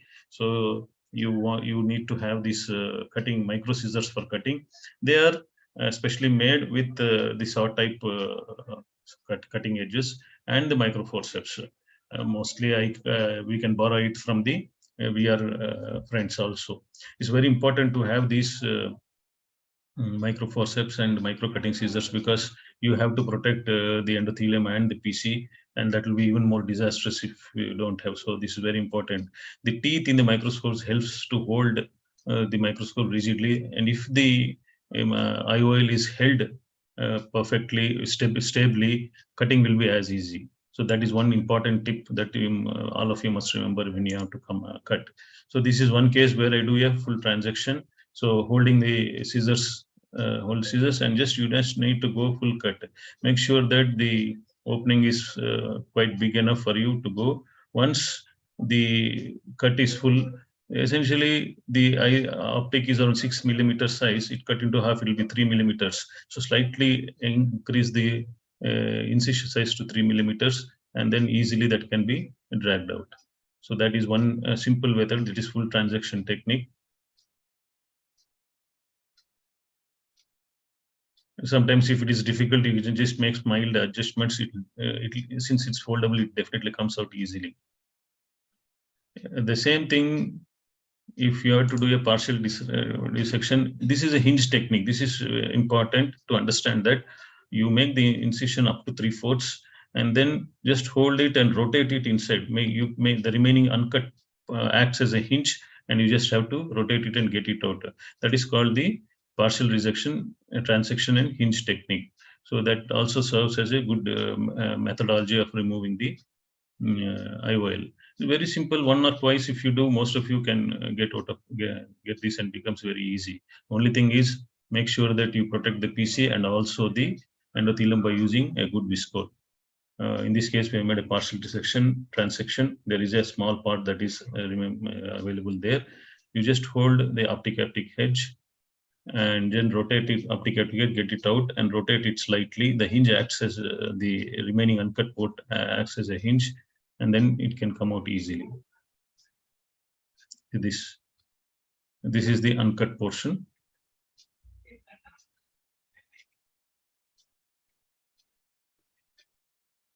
So holding the optic edge is very important. Just rotate it, and as you rotate it here, just have to rotate it. It comes out in one piece.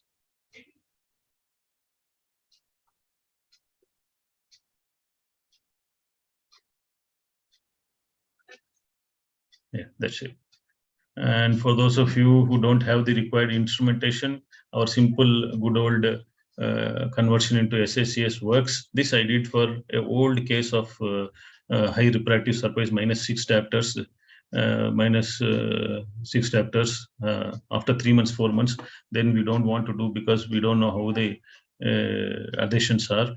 But luckily for me, it was very easy. It just came out, and a good option for people who don't want to take risks to just go make a small SACS and just remove it out.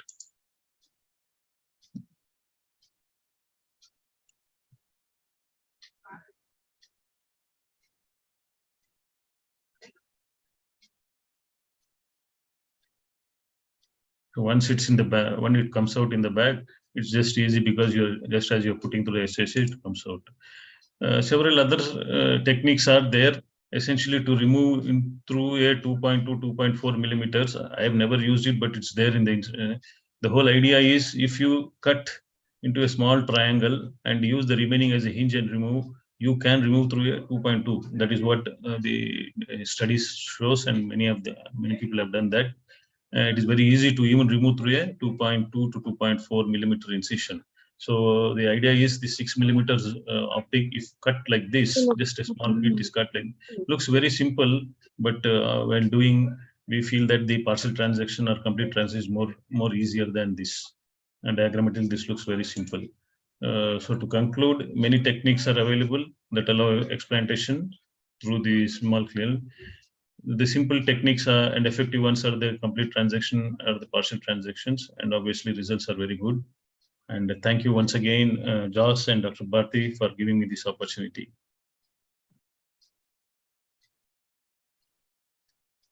And share. Please stop sharing. Thank you so much, Dr. Thank you. You added Thank you, a lot of significance to this session, and topics were very interesting. And please remain till the last, because in the last we will there will be few questions, and yeah, definitely. we should maintain time. And the next speaker is Professor Dr. M. Vanathi from RPC AIIMS. And I request our treasurer. And before that, I would like to introduce to you our secretary and the treasurer. And the secretary and treasurer, they have really helped me a lot in conducting this. So our secretary, Dr. S.K. Mitra, is the anterior segment surgeon. He has served Tata Tin Plate Hospital for decades, 3 decades, chief eye specialist. He has his own setup and is the consultant eye specialist at Drishtidan Peko Center. And our treasurer, Dr. Vibhuti Bhushan, hello. as the secretary in the last term.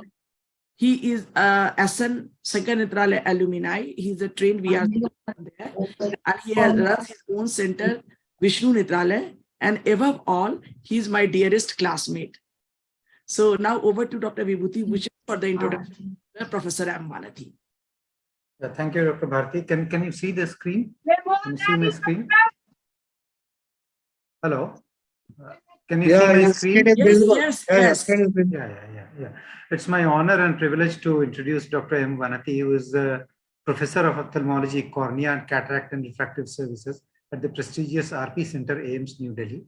And she is presently holding, she is the editor of Indian Journal of Ophthalmology for the session of 23 to 26. She is the reviewer of several indexed international journals. She has more than 150 international indexed publications. She has mentored more than 50 MD, PG thesis, PG guide, principal and co-investigator in intramural and extramural grants. She is the chief author of landmark review articles in Survey Ophthalmology, Surgical Techniques. She has been the invited faculty and speaker in more than 100 international and national conferences. She has been an invited speaker in more than 100 international and national conferences. She is a trainer in surgical training sessions of keratoplasty, and she was awarded the gold medal in IIRSI in 2013. She has also authored more than 50 chapters in national and international books. She has authored 2 popular textbooks in ophthalmology, the postgraduate ophthalmology and the undergraduate ophthalmology. She has a teaching experience of more than 18 years in RP Center, AIIMS, New Delhi. We are honored to have you, Dr. Vanati. So please accept our regards and start with your presentation, ma'am.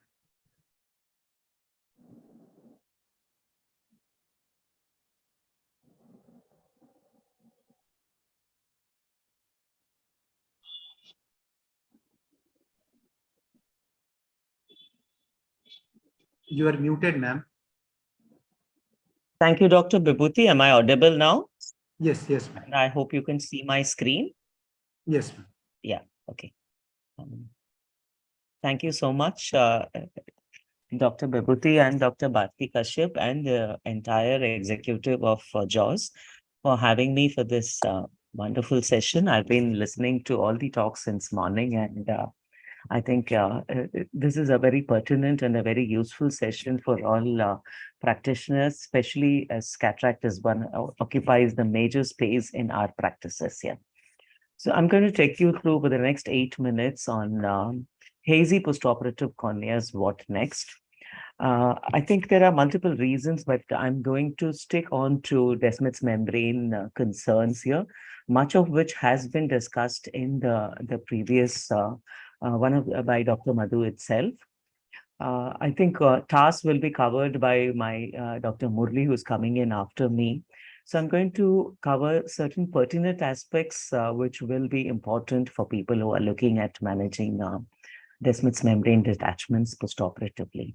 So when you do see a cornea with undue corneal haziness, which is not in coherence with the intraoperative events here, and that's when you suspect an early Descemet's membrane detachment, a postoperative Descemet's membrane detachment. So I'm not touching on the intraoperative factors. So it is important to anticipate such an occurrence. So look at eyes which are at risk factors for development, particularly old patients, pre-existing endothelial disease like Fuchs endothelial dystrophy. The grade of cataracts, hard cataracts, pseudoexfoliation syndromes, you would probably find a higher incidence of postoperative Descemet's membrane detachments, postoperative trauma cases here, and in cases where there are corneal morbidities here. So poor visual gain following surgeries, a translucent appearance of the cornea and the slit lamp usually precludes a good evaluation of the Descemet's here. Sometimes it's a bullous large detachment. You might find a double anterior chamber and undue corneal edema are going to be the salient features in when you're looking at postoperative hazy cornea. So these are some representative clinical pictures of how you could see a focal edema here. And if you go in and look at more closely, you would probably be able to find that the Descemet's detachment has started from the main site of the incision or from the stab incision where the surgery has occurred here. An ASOCT is recommended in these cases when you're not able to delineate it using your slit lamp. And that helps you to understand the configuration or the pattern of Descemet's membrane detachment, which helps you in the appropriate management of the Descemet's detachment here. I think I will skip largely most of the textbookish classifications, but just to be aware, you have the Samuel's classification, the McCool's and Jacob's classification, which is one of the latest, which is sort of akin to a retinal detachments. You can have regmatogenous, fractional detachments, bullous detachments, or complex detachments here. And testing whether it is planar or non-planar, depending upon whether it's less than 1 millimeter or more than 1 millimeter area, will help you to guide on the kind of management you need to adopt when you're looking at these postoperative detachments here. This is another excellent literature. These are two excellent literatures which are well quoted and proud to say that they come from India here.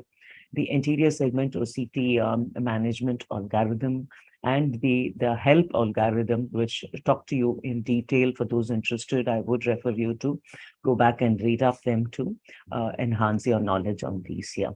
The help algorithm based on the height of the detachment, the extent of the detachment, the length of the detachment, and the pupil and the relationship to the pupil also helps you to guide on what would be the optimal modality for managing Descemet's membrane detachments. So what largely would help is to look at whether the placement of your detachment is superior or inferior, looking at whether it's planar or non-planar. Planar when it is less than 1 millimeter, non-planar when it's larger than 1 millimeter. Looking at the configuration of the detachments, whether they are simple detachments without any scrolling of the edges, and if they are more complex detachments with tears and scrolling of the edges. These are going to be primary factors which you would take into consideration when you are looking at managing the desmoid membrane detachments here. Again, this is an excellent paper, again coming from India by Dr. Sinha and Dr. Dua et al. And this talks about the configuration or the pattern or emerging pattern of desmoids, long-standing desmoids detachments, especially in cases which have been, which need desmoids endothelial keratoplasty for these here. And this really helps you to decide on the management required when you're planning DSEC and DMEX for these cases here. How do you go about managing this hazy corneas due to desmoids detachments postoperatively? Conservative management for smaller detachments, which are more focal and localized, which are planar, do not have scrawled edges here. So manage the inflammation, give supportive therapy with antibiotics, hyperosmotic agents here, take care of the glaucoma, and that would largely help to settle small detachments.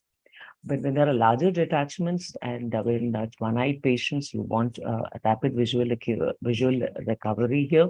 Detachments greater than 2 millimeters, detachments tending to involve the central part of the cornea here, and detachments are non-resolving to conservative medical management, you would want to approach by surgically here.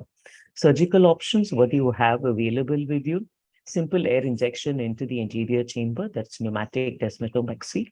Mechanical tamponade can be aided with transcorneal suture fixations here. You can do desmototomies in when refractory cases and large detachments here. And again, stromal vent incisions for interface drainage would also be helpful. In long-standing chronic detachments, then you would need to consider endothelial keratoplasties here. I'll just quickly run you through two representative videos here. Here you have a desmoid membrane detachment, postoperative hazy cornea, which you could see here. Go again 180 degrees diagonal to the region of desmoid detachment here. And it's desirable to inject through a cannula here. And a single bubble injection is more desirable than causing multiple bubbles or fish egging, as you can see in this video here. So Dr. early Minakla. yeah, I think I'm overshooting my time, so I'll just rush you through the second aspect of here, where you can partially do in place transcorneal suture fixation, especially if you have scrawled edges. And that will really help you to manage or help you the detachment to settle and without any postoperative concerns here. Can I stop here, or would you want me to continue to the next one as well? Yes, yes. Yeah. So Let's this is continue with why, the next yeah. one. This is one other scenario here when you have this patient had come to us with a vision of 2/60 and multiple air injections done earlier here.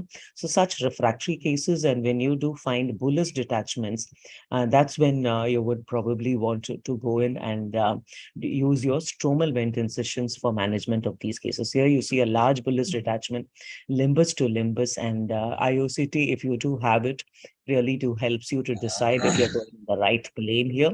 So here you do have you can place stromal vent incisions, but be careful that you do not cause epithelial seeding and do not have infections in your stromal vent incisions. So this helps to drain the fluid collection between the detached desmoids and the rest of the cornea here, and really helps the desmoids to settle down here. I'll quickly take you through wound burns here with the next minute or so. I think most of us do not have wound burns right now because of the various evolutions of both technology and the surgical techniques as well. But if you're doing in hard cataracts, high phaco powers with higher frictional movements of your phaco needles, one other common cause is obstruction by ocular viscoelastic devices here. Tight kinking of your sleeve with a very tight wound. These are going to be common risk factors here. So vary, look at the amount of ultrasonic energy you're using and always tighter it to the severity or the density of the nucleus which is being dealt with. Choose the right phaco tip here. Effective fluidic cooling by the phaco tip mechanism you are using here, and always do remove the phaco, do a little irrigation before you dig into your needle to remove off or take away any clogging ocular viscoelastic, which can lead to an increased wound heat generation of your cases. What do you do when you have them? And then if it causes a wound gape, you probably would need to suture here. You would probably need to suture your wound, secure your wound with the glue application and bandage contact lenses. You would not need AMG in most of your cases here. Control IOP, give antibiotics and anti-glaucoma agents, and very extensive burns which lead on to MELS will need scleral patch grafts. Yeah, these are representative pictures which I did borrow from the net here.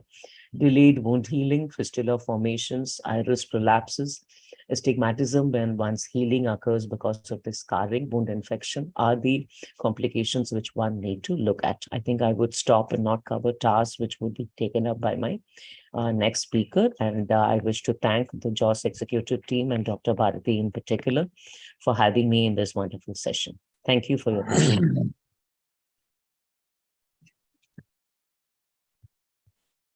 Thank you, ma'am.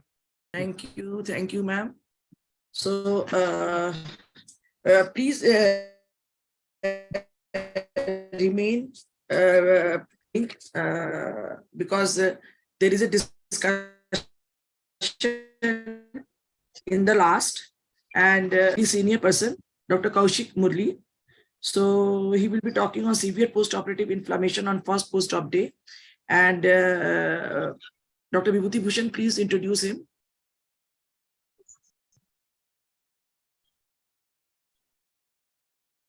Dr. Vibhuti Bhushan, please introduce Dr. Kaushik Murli. He is the chief of Sankara Group of chain of eye hospitals. The Sankara Group is the largest group of eye Dr. hospitals. Bharti, can you go ahead and introduce him? I have some technical issue here. Please share, Dr. Kaushik. I have to introduce him. You have.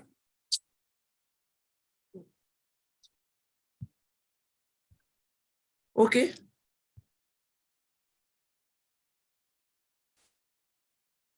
Can I start now? No, I have to introduce you. Okay. So Dr. Vibhuti Bhushan had to introduce you. There is some problem. So I am connecting.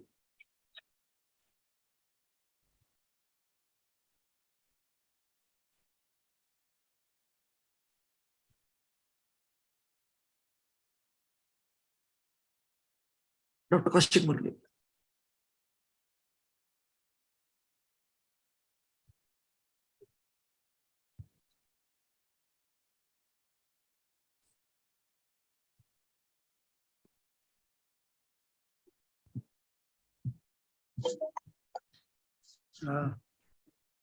Can you see? No. Yeah. Can you see? Yes. Yes. Yeah, we can see. I cannot see the fully. Cannot see fully. Make it full screen. Oh, it's make it full screen. So I'm going to read a few lines. Dr. Kaushik Murli is the president, Medical Administration, Sankara Eye Foundation, India, and a pediatric ophthalmologist. The Sankara Group has 13 specialty eye hospitals across India and is one of the world's largest community eye care provider. And they have collaborated with institutions like the Harvard School of Public Health, University of Bonn, the London School of Hygiene and Tropical Health, and Microsoft Research on various public health research projects. He is currently Chair Scientific Committee of the Vision 2020 India, 25 publications in ophthalmology and various awards and national and international platforms. Part of the core committee organizing the G20 Young Entrepreneur Alliance meet in India.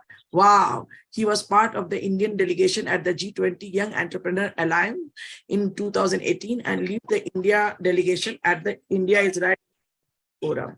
So welcome. Welcome, Dr. Kaushik Murli. Welcome, Dr. Kaushik. Yeah.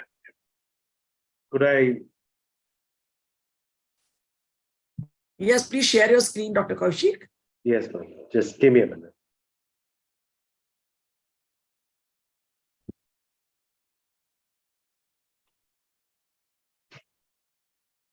So thank you so much to the executive of Jhos for inviting me to be a part of this midterm conference. I'm going to be talking about severe postoperative inflammation in the first postoperative day. What next? I would like to acknowledge my colleagues, Dr. Simran and Dr. Minija, who helped me with some of the content and the videos that I would be sharing as a part of this presentation. So for most of us, just before we operate, our big dream is we want to be sure that we don't have any complications. We want to make sure that the IOL is in the bag. We probably don't want to have a wound burn like Dr. Vanati has just shared. We want a crystal clear cornea, and we are hoping that the patient manages to see an uncorrected 6/6 the next postoperative day. But that unfortunately is never the reality. The next morning you wake up, you go do your postoperative rounds, and you see a variety of these conditions that just scares you, right? From a little blood clot in the eye to fibrin membrane to maybe some retained cortex. And then you see a hypopyon where the cornea is hazy and you're completely confused as to how you're going to manage about it. So this is something that you cannot wish away. With the number of surgeries that you do, you will end up with inflammation, because inflammation management becomes a part of the eye surgeon's postoperative recovery plan. So we do, as a part of most of our regimens, include some kind of an anti-inflammatory medication, anticipating this to happen. And the mechanism has been shown to be a break in the blood-aqueous barrier, and typically inflammation does resolve within 2 to 4 weeks in a majority of cases. But it's not just enough for us to wait for those 4 weeks, but to see if we can do something a little more proactively on the first postoperative day itself. The various risk factors that are there for postoperative inflammation include a long operative time. Any patient who's had a prior surgery, if you've had an intraoperative complication, then definitely, yes, we will see complications. And then if you're going to be handling other structures within the eye as a part of your cataract, then again, there is a high risk of postoperative inflammation being seen. But first thing first, even before when you're seeing on the first postoperative day, sometimes in a busy practice, you may not have paid much attention to the history that the patient has.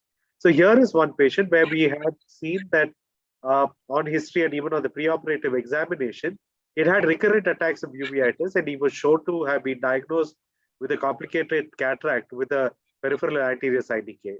So these are quite common for all of us that we get to handle. And we need to again be sure that we're managing these quite appropriately. So you need to give adequate time, control the inflammation preoperatively, not be in a hurry. You use perioperative steroids again to reduce the postoperative inflammation and the cystoid macular edema that you do anticipate in these patients. Most modern IOLs come with very good uveal compatibility, so you are quite good there. And where you've done this good perioperative kind of a planning, patients do get a very good visual outcome. So it is very important for us to look back as we look ahead to in some of these cases. So where you know that you're going to end up with inflammation, there is no real protocol per se, or there are no guidelines, but this is something that we have evolved across our organization over the last few years. In mild to moderate inflammation with grade 2, 3 cells, we use topical steroids, typically prednisolone acetate 6 to 8 times a day with a tapering regimen.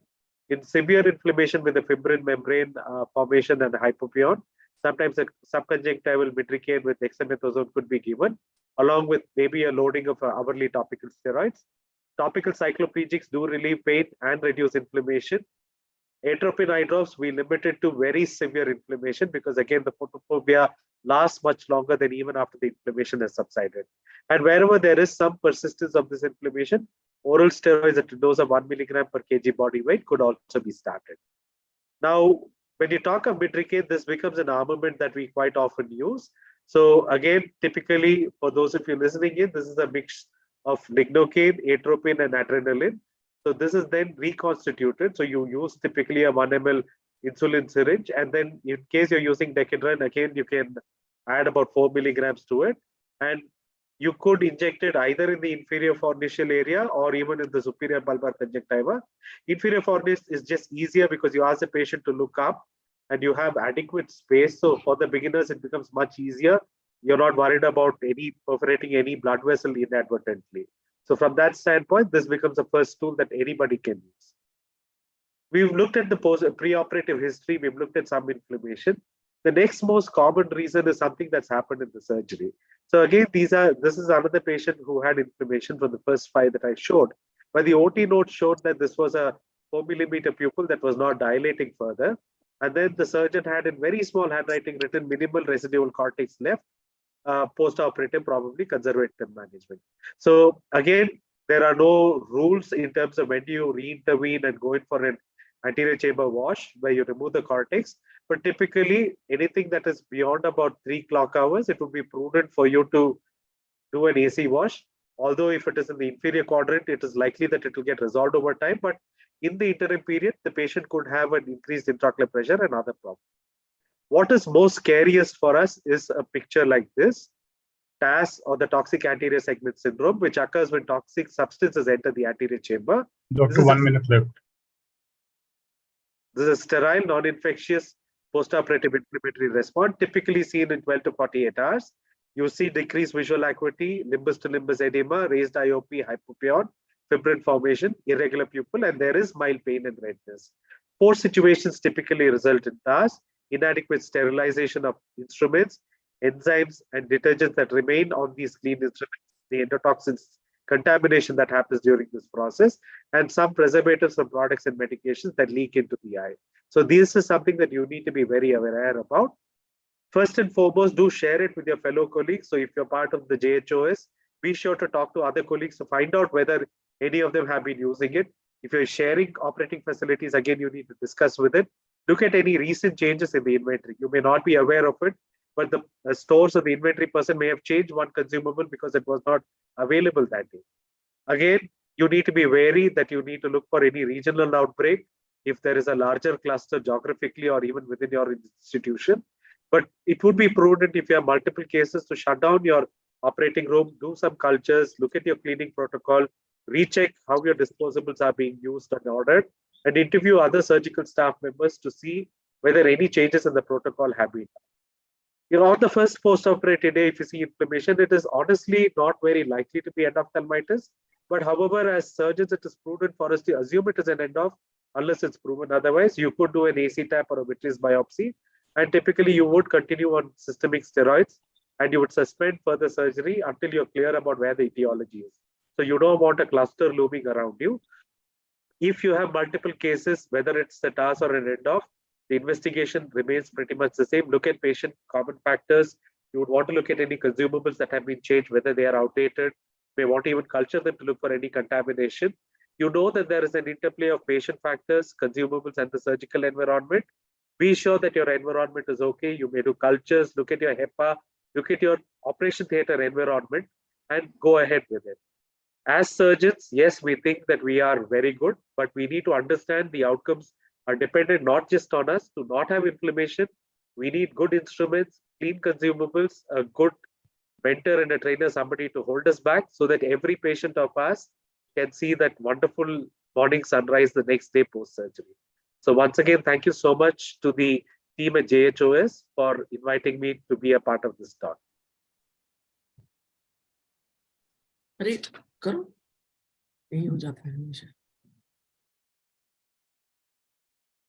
Dr. Kaushik, can I ask you a very small question, quick one? Yes, yes. Yes, sir. When did this term TAS was coined and recognized? Because this has been happening. I'm not offhand able to recollect a particular date, sir. But I think it has become very fashionable for us to blame everything as TAS now. Because we don't want to sometimes take onus on what is happening. Because it's very easy for us to deflect blame on a consumable. So although TAS is something that we do see, I will need to go back probably when the question answer comes, I'll revert back with a more specific answer. Probably 2013, 14 or even earlier. The term coined.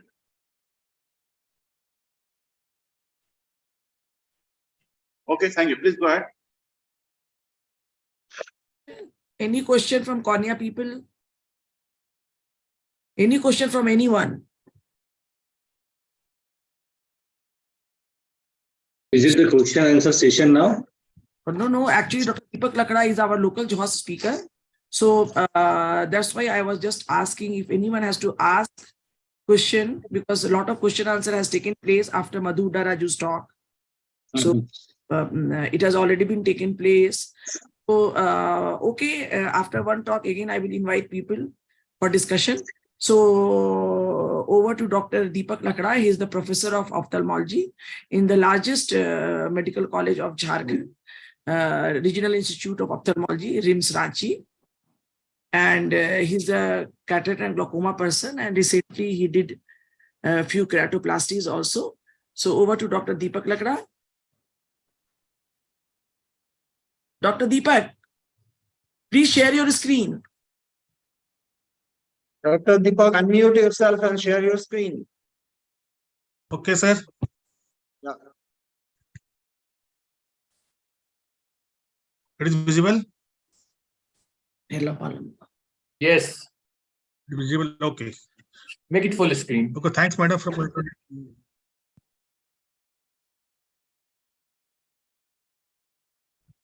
okay. My topic is extremely disturbing post-operative floaters. Already it is discussed by Dr. Pillai very nicely. So what is the floaters? Floaters are the tiny bit of protein or cells that float in the vitreous cavity. That may be APS, black, gray, white, yellowish, greenish spot, which is moving with the changes of gaze. Everyone got the floater at some times, and many people ignore them, and many may notice them when they look to the blind. American Society of Retina Specialists recommended that the person who noticed sudden symptom of floaters within a few months should check any sign of more serious disease. Cause of floaters, one is first is the age due to the posterior detachment, then bleeding due to the injury. There may be infection or inflammation, and there is a blood cells which is due to the retina tear or detachment, or there is a pigments which is also due to the retinal tear or detachment. Post-operative floaters most commonly are due to the pre-existing posterior vitreous detachment, or the posterior vitreous detachment occurs after the surgery. Then inflammation or infection and the retinal tear or detachment.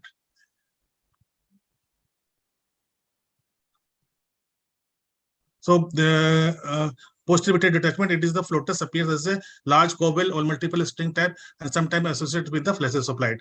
Translucent string or spider web-like images that are more prominent noticed during the hand or eye movement. These floaters usually disappear within the 6 months of the time. The problem occurs when the floater does not become translucent or doesn't settle down. The bleeding may be occur when the vitreous spills of the optic nerve or causing the retinal tear. These blood stain the translucent vitreous and make them more opaque. The PVD is due to the weakening of the posterior vitreous cortex and the inner limiting membrane of the retina. So detached vitreous move towards the center of the retina, and with the movement of the creating a moving shadow that is perceived by the patient as a floaters. Axial myopia and post-menopausal women are more predisposed to the PVD. Inflammation of the evil tissue or intraocular part of the eye. The inflammatory cells causing the floaters. We treat these with a steroid or NSAID to reduce the inflammation, and these floaters can be disappear. Retinal tear detachment. During the process of PVD, there is the chances of retinal tear or detachment which leads to the liberation of protein or the bloods. So during the clinical evaluation, thorough examination with indirect ophthalmoscopy with scleral indentation to rule out the peripheral degeneration, retinal tear or detachment. When we have to worry about the floaters, mild eye floaters are accepted after the cataract surgery, which are asymptomatic in 95% of cases. However, when the floater first appear, ophthalmic evaluation is required. If the floaters is appear suddenly, or there is multiple in number, or if they impair the vision, needs to see the eye specialist to rule out the PVD, which can be retinal tear or the tear of the blood vessel. If the floaters contain blood, in 85% of times it associated with the retinal tear. If the patient develop floaters or already have latex degeneration or the family history of retinal detachment, urgent consultation are needed. Where we have to treat or not. Mainly floaters are two groups, the posterior vitreous detachment and the myopic vitreopathy. Most of the time patient can cope with them, and because the brain is neuroadept. Many of the patients are ignored by the medical profession because the complaint is not fit into the diagnostic box, but this doesn't mean that they don't have any problem. Floaters due to the dense vitreous cortex, the patient doesn't able to adapt these floaters, and these needs to the surgical intervention. How to document the floaters? First, the contrast sensitive testing. It is the best way to decide whether vitrectomy we go for vitrectomy or not. If the patient have decreased contrast sensitivity, cloudy floaters, especially when the posterior vitreous face is thickened or partially opacity, these are usually not resolved, and this requires the surgery. Ultrasound, if the bothersome symptoms or discrete floaters which describe the daily life, it is better to do ultrasound of the eye, which can be seen as a vitreous floaters, as you can see in the picture, and this is called the Weiss ring. Now, how to manage? The first is the observation. Most of the floaters are resolved within the 6 week to 6 months of time. If the vitreous floaters persist, they can be neuroadapt by the patient and ask the patient to ignore them. Even the floaters is persist and disturbing the daily life of the patient, then further evaluation is needed. The second is the vitrectomy with the ND-YAG laser. If the patient not willing for the vitrectomy, those cases we can do the vitrectomy with the ND-YAG laser. But there is side effect as a glaucoma, retinal detachment, retinal tear, hemorrhage. But the advantage is there is no risk of infection, low risk of raised intraocular pressure, low risk of worsening of the floaters. The efficacy of vitrectomy is controversy. The ND-YAG laser is ineffective and potentially unsafe for the treatment of posterior located vitreous opacity. Limitations are these vitrectomy with the ND-YAG laser is used only for ND-YAG laser or for PCO and iridotomy. The light is oblique, so you can't see behind the capsule, and the energy delivery system is not optimized. Then pars plana vitrectomy, for this, the preoperative contrast sensitivity function testing and ultrasound of the eye is needed for assessment. And the visual acuity, when decreased by two lines with the floaters, these patients can be taken for the vitrectomy. The complete ophthalmic examination should be done, including the in-depth ophthalmoscopy with scalene indentation to rule out the retinal tear. The pars plana vitrectomy provides the definitive cure to the floaters, although the surgery is not without risks. There may be risk is endophthalmitis, retinal tear, retinal detachment, glaucoma, and vitreous hemorrhage.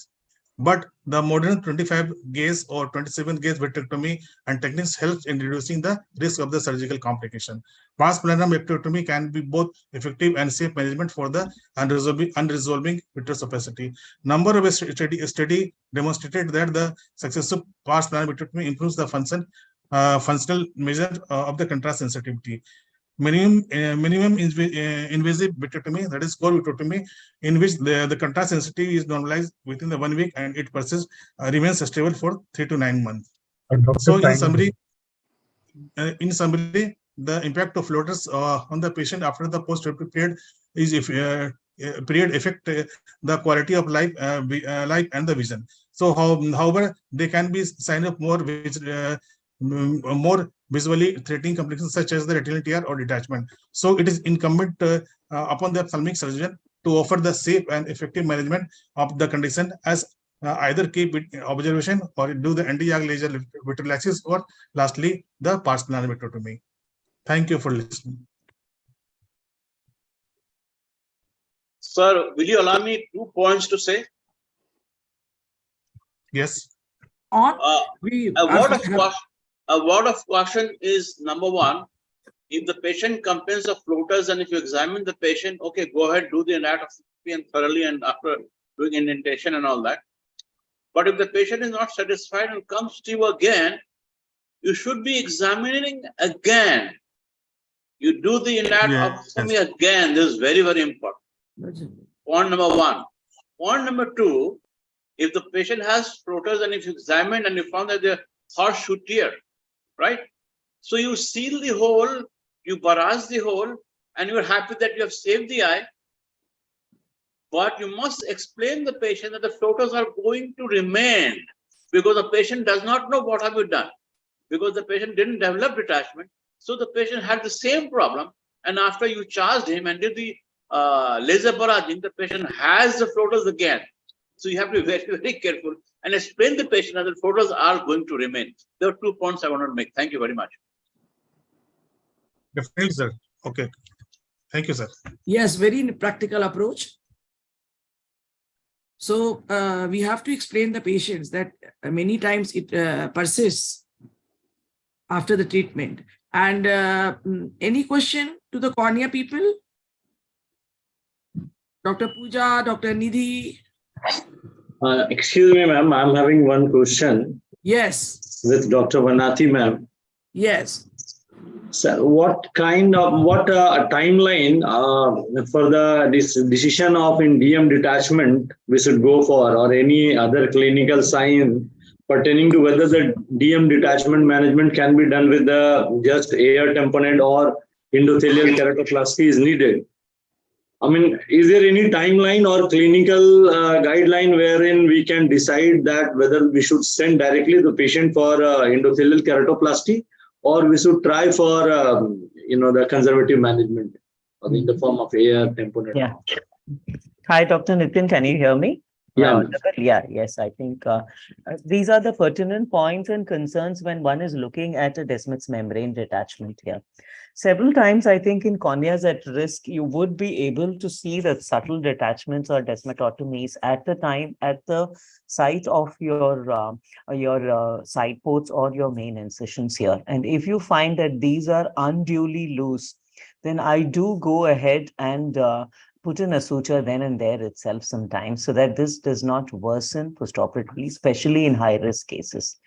That said, it's not required in most, but those in which you want to avoid a postoperative intervention, and those in which you feel it's going to increase, or in those where you have had a higher manipulation. I think the simplest way of managing is preventing. The way you go in and out with your equipments, the orientation of your needles, and the frequency of entry and exit to be kept to as minimal as possible. That works a lot in preventing, and the sharpness of the instruments which you're using. That also helps. When you're looking at interventions, if they are small ones, shallow detachments, focal, then most of them settle with just medical management over a week or two. But if they're going to stay on for beyond about a week to 10 days, they are threatening involvement of the central cornea, they are one-eyed patients, and they are eyes at risk, then I would go in for an earlier management in these patients. Whether you want to just put in a air filling of the anterior chamber, whether you want to aid it with a transscleral fixation, will depend upon the configuration of the Descemet's department you're dealing with here. If you're having more complex detachments, meaning they are involving superior cornea, they are larger tears here, they are folded, they are scrawled, that's when you probably conventional management is not going to help, and you would go in for an earlier management. Again, I have handled detachments which have lasted for more than 2 to 4 weeks with multiple detachments. That particular one which I showed you was on for 3 weeks here, where I had used interstromal vent incisions. But that's when looking at the configuration with an ASOCT, and that one particularly had a large fluid collection between the detached descemet's and the stroma, and that's why every time the bubbling was done, it was not helping. So the fluid had to be let out by stromal vent incisions, and that is what helped in its settling. And the patient gained 618 post-op in about 3 to 4 days here. So again, it depends largely by your clinical findings here, by the configuration of your Descemet's detachments. But by and large, if you've had it for more than 4 weeks, complex detachments, multiple bubblings, they are rolled configurations and with tears, these are not very successful in getting managed by simple air injections or by adjuvant procedures. And these are cases which better you would send over to your corneal colleague. A simple guide is look at the ASOCT, look at the corneal edema, and if the edema is not resolving, if it is worsening, if your haze is increasing, then An early endothelial keratoplasty gives you fantastic outcomes as it prevents haziness, subepithelial scarring, bullae formation, which all will give you a better prognosis, and you will land up with a 6-9 post-op when you take them for an early DMEC and a DSEC. Thank you very much, ma'am. One last question, ma'am. When you are giving air tamponade, you find that next day that DM detachment is there and manageable with air tamponade. Is there any particular timeline that you follow, that 1 hour, 2 hour, 3 hour, any? I largely avoid giving a limbus to limbus airfill in these patients here. And especially avoid in eyes which are, have compromised optic nerves, as you have glaucomatous optic atrophies, or you have anterior ischemic optic neuropathies, operated VR patients, and pre-existing posterior segment pathologies here. So here, a full fill is usually not possible in these cases, and that's where you would probably want to add on a suture as well, especially if it's an operated VR. You've done a scleral fixated IOL, there have been multiple manipulations. These are eyes which are going to be at risk over here. And if you're looking at the duration of pathology for a small tear, then I would leave a suboptimal fill, meaning 2/3 or less than 2/3, or I would leave a small part of the pupil which is free of air. That would prevent a pupillary block glaucoma here. But if you're anticipating a pupillary block glaucoma, if it is a large bullous detachment, if you feel you need to give a full gas, a full limbus to limbus air fill, in such patients, dilate the patients on your table itself. So that helps you. And I do give them, I review them, say 6 hours later. And if you want to give a postoperative mannitol, then that's something which you can resort to here. That said and done, I do not adopt it. And again, as it was pointed out earlier by Dr. Madhu as well, when we do DSECs and we are doing DMECs here, DSECs, especially if you're attaching a larger tissue here, the airfill which we keep is only not more than 8 minutes, and a supine posture. So these two are more imperative. So I do emphasize on the patient that they do not lie down onto their sides, and they avoid getting up and stay supine except for the time they have to go to the restroom, at least for 24 hours. This works well in most of the cases. Thank you so much, ma'am. One question, ma'am. Hello.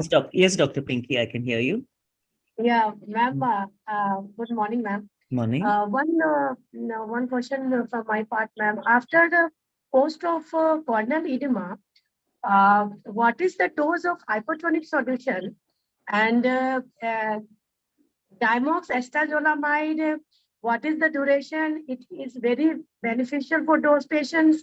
And if we give any hypertonic solution to the patient, so how much we can decide the duration, ma'am?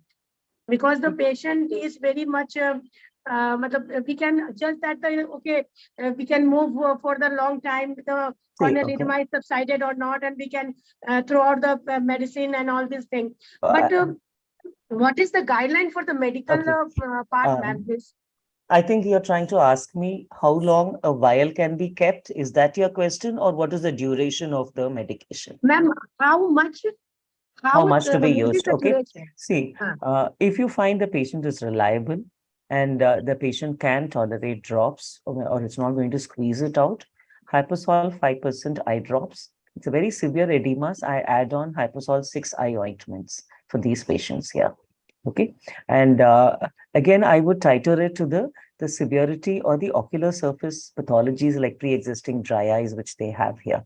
And when you're dealing with compromised corneas, please do remember a dosage of 5 days of antibiotics and surface potent steroids or low potency steroids will help in the rapid clearing of the edema. Watch the edema in terms of the corneal thickness, and you can have a clinical impression on your slit lamp, or you can do an ASOCT to document the progress. And this will help you to decide if your treatment is actually bringing out an outcome or not. I also add on anti-glaucoma medications, but when the surface is more inflamed, you are using a lot of topical drops. I give in oral acetazolamide for these patients here. But if your surface is reasonably good here and the patient is compliant and can tolerate the number of medications you're giving, then you can decide on adding on 1 or 2 anti-glaucoma medications here. I would roughly keep the duration as much as is required and as much can be tolerated by the patient. So that's going to be your duration. And if you know the pathology is bad, then it is not going to help for a long period of time. So you cannot give acetazolamide indefinitely for a patient. You will have to look at the systemic side effects before you take on. For some patients, systemic side effects come within 2 to 3 days. For some patients, they tolerate more even for 2 to 3 weeks. So that's going to be a patient-to-patient approach for these things, for these scenarios. Ma'am, what is the pro-kinase inhibitor like Ripatech in the market? How they helpful for the those type of patients? Use of netarsudil and its type in the scenario of an edematous cornea and raised pressures will lead on to the very classical reticular epithelial cell edema, which is reticular pattern of edema. So these are the two scenarios. If you want to give these Rho kinase inhibitors in a scenario of corneal edema and raised pressures, you will get reticular epithelial pattern of edema, which will only resolve on stopping these medications. So ideally, I don't use them when they are going to be used on. But again, if the pressure is so high, your glaucoma colleague usually does step in these here. So I don't use so much of Rho kinase in a scenario of edematous cornea with very high pressures. Okay, ma'am. So Thank you, ma'am. now let us move to Dr. Nidhi. Yeah. Good afternoon, ma'am. Hi, Nidhi. Hi. Hello, ma'am. Ma'am, I wanted to ask what would be the difference in approach in treating a taut DMD versus one with rolled edges? Because as you said, even in rolled edges, after 3-4 weeks, there might not be a good outcome post-operative. Yes. But in few cases, I have done them even at 6 weeks and they have responded well. While in taut DM detachments, I don't know what is the cutoff when we would maybe attempt a decimatotomy and do a tamponade or directly move on to an EK. Okay. See, in a taut Descemet's membrane, there are two factors. So one is that it is probably limbus to limbus sometimes. And two is there is a fluid collection between the detached Descemet's and you have the stroma here. So simple air fills will not allow your Descemet's to settle back because there is no way of the fluid to get drained. That's when you're probably going to go in and do a descematotomy here. So your positioning of descematotomy, it should be such that it's not going to cross a scrolling here. So that's when your good visualization and your planning of how and where you're going to enter from is going to be important in these cases. Otherwise, you might land up, you might feel you would have bubbled, but you would have actually crossed a scroll or tear and it would have complicated. And such cases generally come to you when they are bad cases. They are hard cataracts or pseudo exfoliation, multiple bubblings done by the surgeons themselves. And when they come to you, you will find this scenario here. And I will agree that the success rate in managing these is not good. And you would probably have to plan on an early DMEC or a DSEC. When you're already seeing a significant amount of stromal haze, which is setting in, when your Descemet's has remained detached for more than 3 to 4 weeks, that's when I am going to consider alternatives here.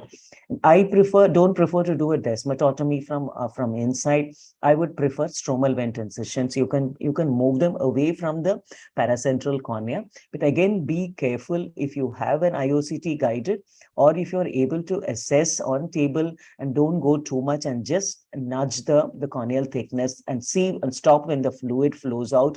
That itself helps in a lot of settling. Yes. Thank you. Thank you so much for having me on. And we are getting delayed. We are half an hour delayed. Thank you so much, madam, because there is a lot of discussion went on your topic. So we are moving to the next, the prestigious R.P. Tandon extramural oration. And this time the oration recipient is Dr. Somashila Murthy from LVPI. So the session coordinators are Dr. Dolly Tandon, Dr. Vibhuti Bhushan, chairpersons our president, Dr. Rajmohan, our past president, Dr. Surendra Singh. They all have joined. Our past president, Dr. Lalit Jain, our past president and current managing committee member, Dr. BP Kashyap, our immediate past president, Dr. Anand Thakur, our president-elect, Dr. Rajnikant Sinha, our secretary, Dr. S.K. Mitra, and myself, and Dr. Dolly Tandon, who is going to introduce our oration awardee. Dr. Dolly Tandon is the worthy daughter of worthy father, Dr. R.P. Tandon, and she has done, she is an SN alumni, and she is a prolific cataract and glaucoma surgeon.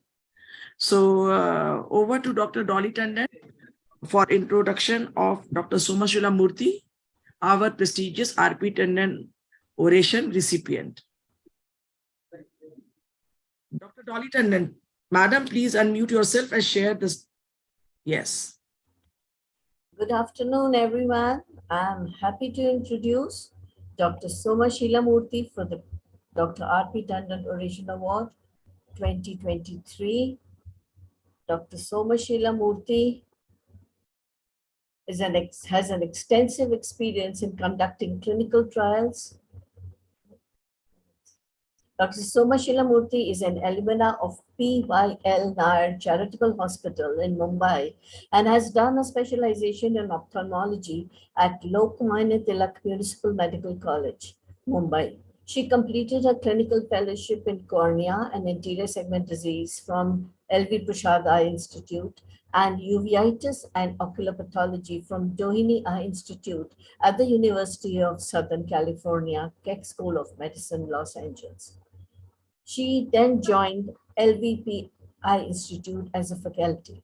After completing a successful 22 years, of which she served as the head of cornea for the last 10 years, she currently is on deputation and works as medical director of Shantilal Sanghvi Eye Institute. Her areas of clinical and research expertise include diseases of the cornea and anterior segment, uveitis, and ocular inflammation. And surgical expertise includes corneal transplant surgery, corneal trauma, refractive surgery, and cataract surgery, especially complicated and uveitic cataract. She has extensive experience in conducting clinical trials as principal and co-investigator and has participated in over 20 clinical trials. She has to her credit over 150 publications in peer-reviewed international ophthalmology journals. She is an acclaimed speaker and has 200 talks at various national forums and regularly presents scientific papers at international ophthalmology meetings. As an acknowledgement of her achievement, she was awarded the Achievement Award from the American Academy of Ophthalmology in 2015. She has also won several national awards, such as the Best Free Paper Award in Cataract and Uveitis session at the All India Ophthalmology Society Congress, apart from Best Paper and Best Poster Awards at the national and international meetings. Apart from her work at LVP, she is passionate about mentoring women entrepreneurs and participating in team building activities. She is currently part of the All India Ophthalmology Society governing body as a member of the scientific committee for the second term. Her motto is, "Be the difference that you want to see." Thank you so much, Dr. Somashila Murthy. Over to you now. A very good morning to everyone, and thank you so much, Dr. Bharti, and for having me here, and thank you, Dr. Tandon, for a very, very nice introduction. I just like to say that my name is Somashila Murthy, and I like cornea and uvea.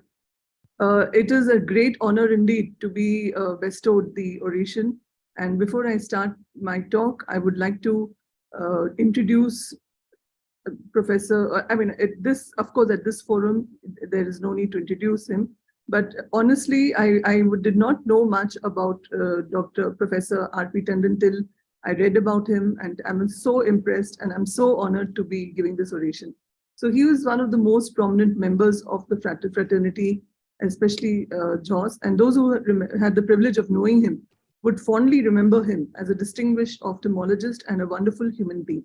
He was very knowledgeable and he had immense wisdom. If there was one trait that defined him, it was his quest for knowledge, is what all his contemporaries and his juniors would say. He was a voracious reader and he imbibed everything that he read, and he could talk on any subject from ophthalmology to oceanology, from philosophy to politics, from to economics, and from history to the latest gossip. He was a great communicator, and once he got onto a topic, you could not but be charmed by his clarity of vision and oratory skill, and he had a natural gleam in his eyes and a mesmerizing smile, as you could see in the photograph. Coming to his education, he did his early education in a prestigious school, St. Michael's School in Patna. He did his MBBS from the prestigious Prince of Wales Medical College in Patna in 1954 and his MS Ophthalmology in 1957 from the same college. He first started his career as joining the Bihar Health Services, where he was first posted at the historic Bodh Gaya. He then went overseas for training. He did his DO, he did his FRCS in 1959, and in 1964 he completed his FRCS. And then he came back to India and he joined the Rajendra Medical College in Ranchi, and he was there for the next 10 years. Ultimately, he left government service in 1975, and then he went on to full-time private practice at Ranchi. At the same time, there was liberalization of the economy, and he was a first mover. He was able to grab the opportunity and upgraded his clinic with the latest equipment and technology. And he was very popular amongst his colleagues. To them, he was just Tandon. Coming to his clinical and surgical skills, he was a clinician par excellence. Surgically, he was gifted. His clinical knowledge and wisdom was immense. And most of the who's who of Ranchi really went to him for advice and treatment. And he had patients coming in all over from the areas in and around Ranchi. Coming to his professional activities, he was a founding member of the Academic Medical Forum. With being its founding secretary, he wrote the constitution of the forum and later on became its president as well. He was president of the Bihar Ophthalmological Society, and he also received the Lifetime Achievement Award in 2006 from the Jhos Society. His other achievements included receiving the Most Outstanding Ophthalmology Award of Ranchi in 2000 for his leadership and above all for his being a fine model of a cultured human being. And as I mentioned, his culmination was a Lifetime Achievement Award from the Jharkhand Ophthalmological Society. That was not all that he had to his personality. He had so many facets. He was a voracious reader as well as a writer, book author, and he wrote several books during his lifetime. And apart from just the academic fora and societies, he was also a member of the Sri Satya Sai Seva Trust and the Sri Satya organization. So with that, he left behind a legacy, a great legacy, and I'm sure that the vacuum that he has created cannot be filled. He's left behind his wife and his 4 daughters, of which Dr. Dolly Tandon, we just heard from her, is an active member of the Jharkhand Ophthalmological Society. So I am extremely humble reading about him and seeing about his life, and I'm deeply honored to be presenting the Dean oration in his name for the Jharkhand Ophthalmological Society meeting. So when I was thinking of what topic to choose, I thought that I should choose a topic which is relevant to everyone, which is what we commonly see in practice. And I thought I would take you through infectious keratitis, 10 tips to guide your practice. Dr. Bharti, am I audible? You are audible. All right. And the slides the slides are visible, right? The slides we can't see your slides. Not yet. Not yet. Okay. Can you see the slides now? No. Okay.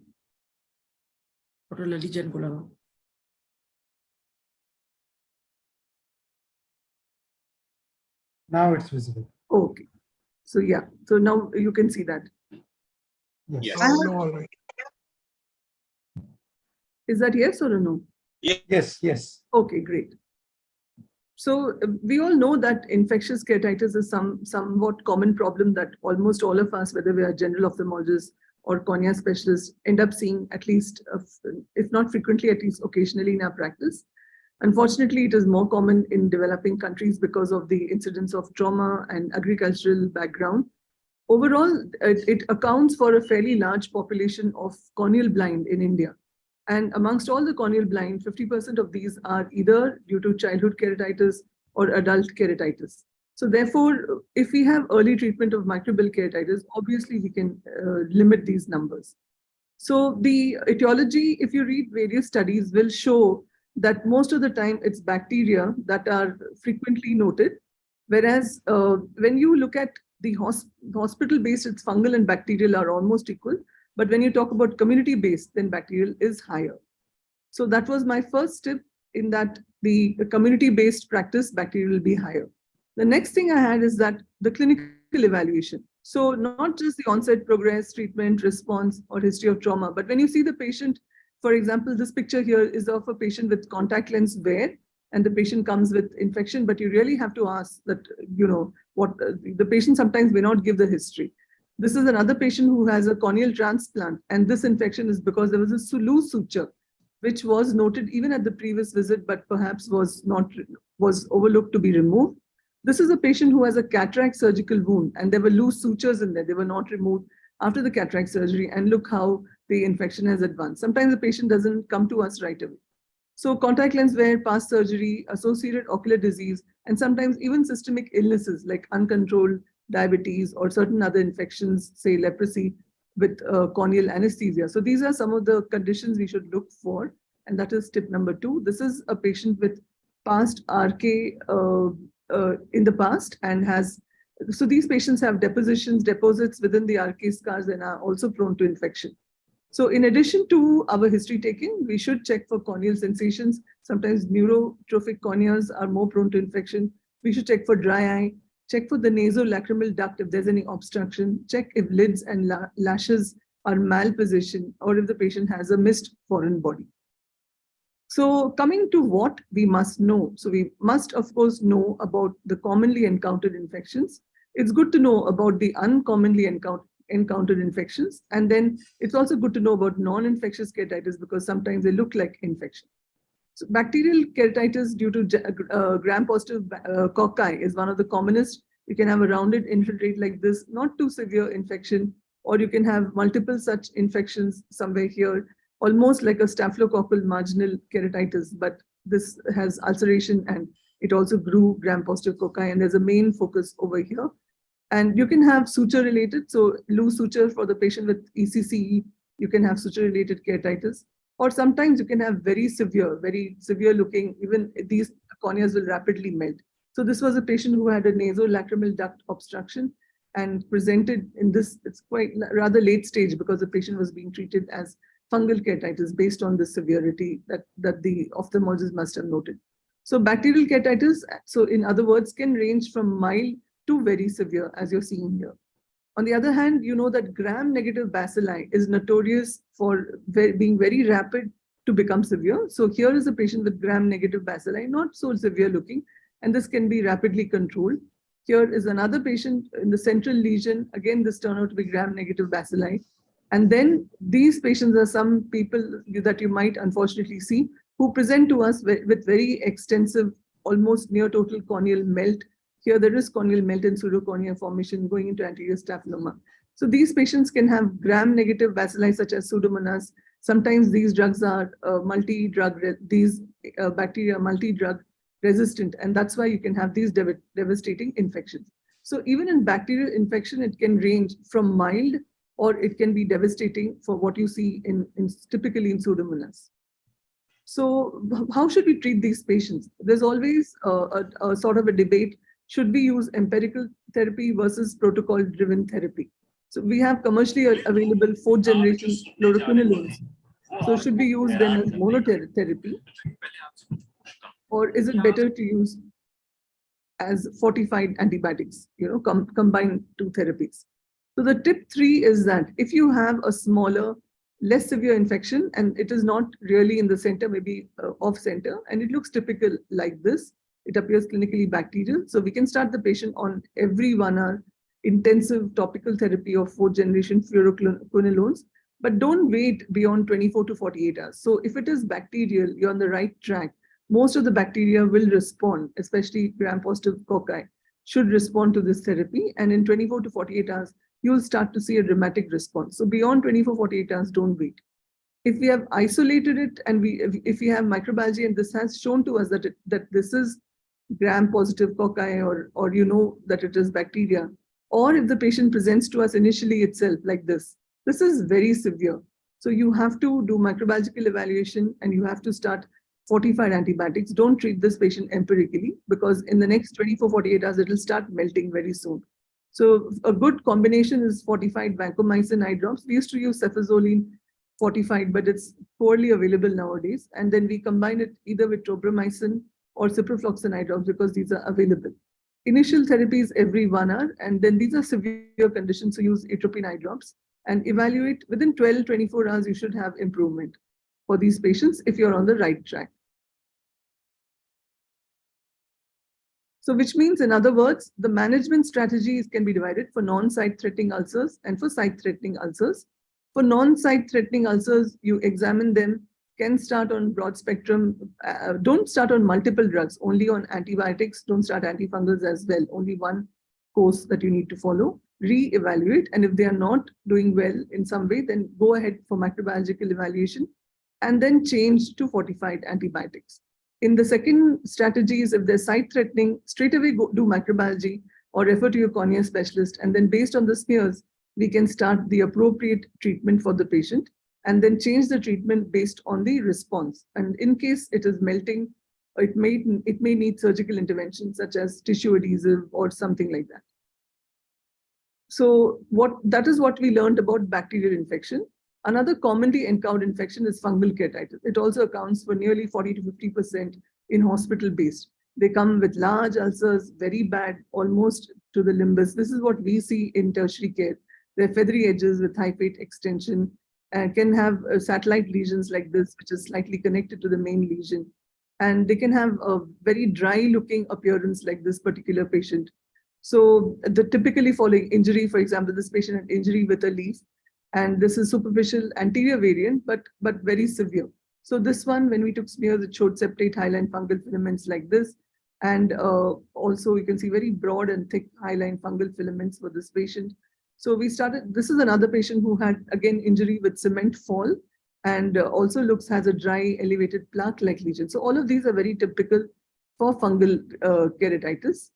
So what we must know is that though we say fungal keratitis, there's another uncommon infection which closely resembles fungal. What is that? So if you look at it on a cursory glance, you can see that this is feathery looking, not so yellow looking infiltrate, and it has edges. So I don't know why. All right. So this has spread like this, and you might think that this is fungal, but there are some differences for this patient. This patient turned out to be Pythium keratitis because of the corneal scraping. So we also initially diagnosed as fungal, but when we took scrapings from the ulcer, what we could see is a slight difference. They were broad and aseptate. So the microbiologist should be able to tell us that. Pythium keratitis is a newer variant. It's not a fungus.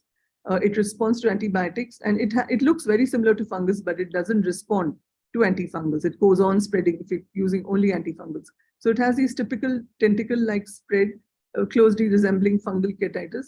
But nowadays, when we see this typical spread around the main lesion, so we are more likely to consider that this is Pythium keratitis. This is a tip 4. So when you manage fungal keratitis, you can use natamycin eye drops, or you can use, which is the drug of choice, or you can use voriconazole eye drops. And then you can use oral itraconazole when the ulcers are large. But then when you see Pythium keratitis, what you need to use is linezolid, which is an antibiotic eye drops, and combined with topical azithromycin as well as with oral azithromycin. And it takes a long time, but these patients will resolve medically. So we talked about commonly encountered infections, and we looked at Pythium, which is an uncommonly encountered infection, but can resemble fungus. Another uncommonly encountered infection is acanthamoeba keratitis. in the Indian population, we don't have history of typical contact lens wear and then keratitis. In fact, many of the contact lens wearers, they actually come to us with bacterial infection. Only very few of them do have acanthamoeba keratitis. Most of the time, patients who are having history of trauma or agricultural background or some soil or mud going to the eye, this is the history you have for acanthamoeba keratitis. You have a typical ring-like ulcer in these patients, like for example here. And look at the infiltrate. It looks as if it doesn't look like infiltrate infection. It looks like it's scarring, but there's a central plaque. Typically, history would be for several weeks. And this is very classical for acanthamoeba keratitis. How will you diagnose it? Really, you can't diagnose based on only clinical. You will have to do microbiology, or if you have confocal, you can do that as well. And the treatment, so this is the active part. From here, you're likely to get the acanthamoeba cysts. But from the rest of it, you may or may not get that. But mind you, all of this is active infection.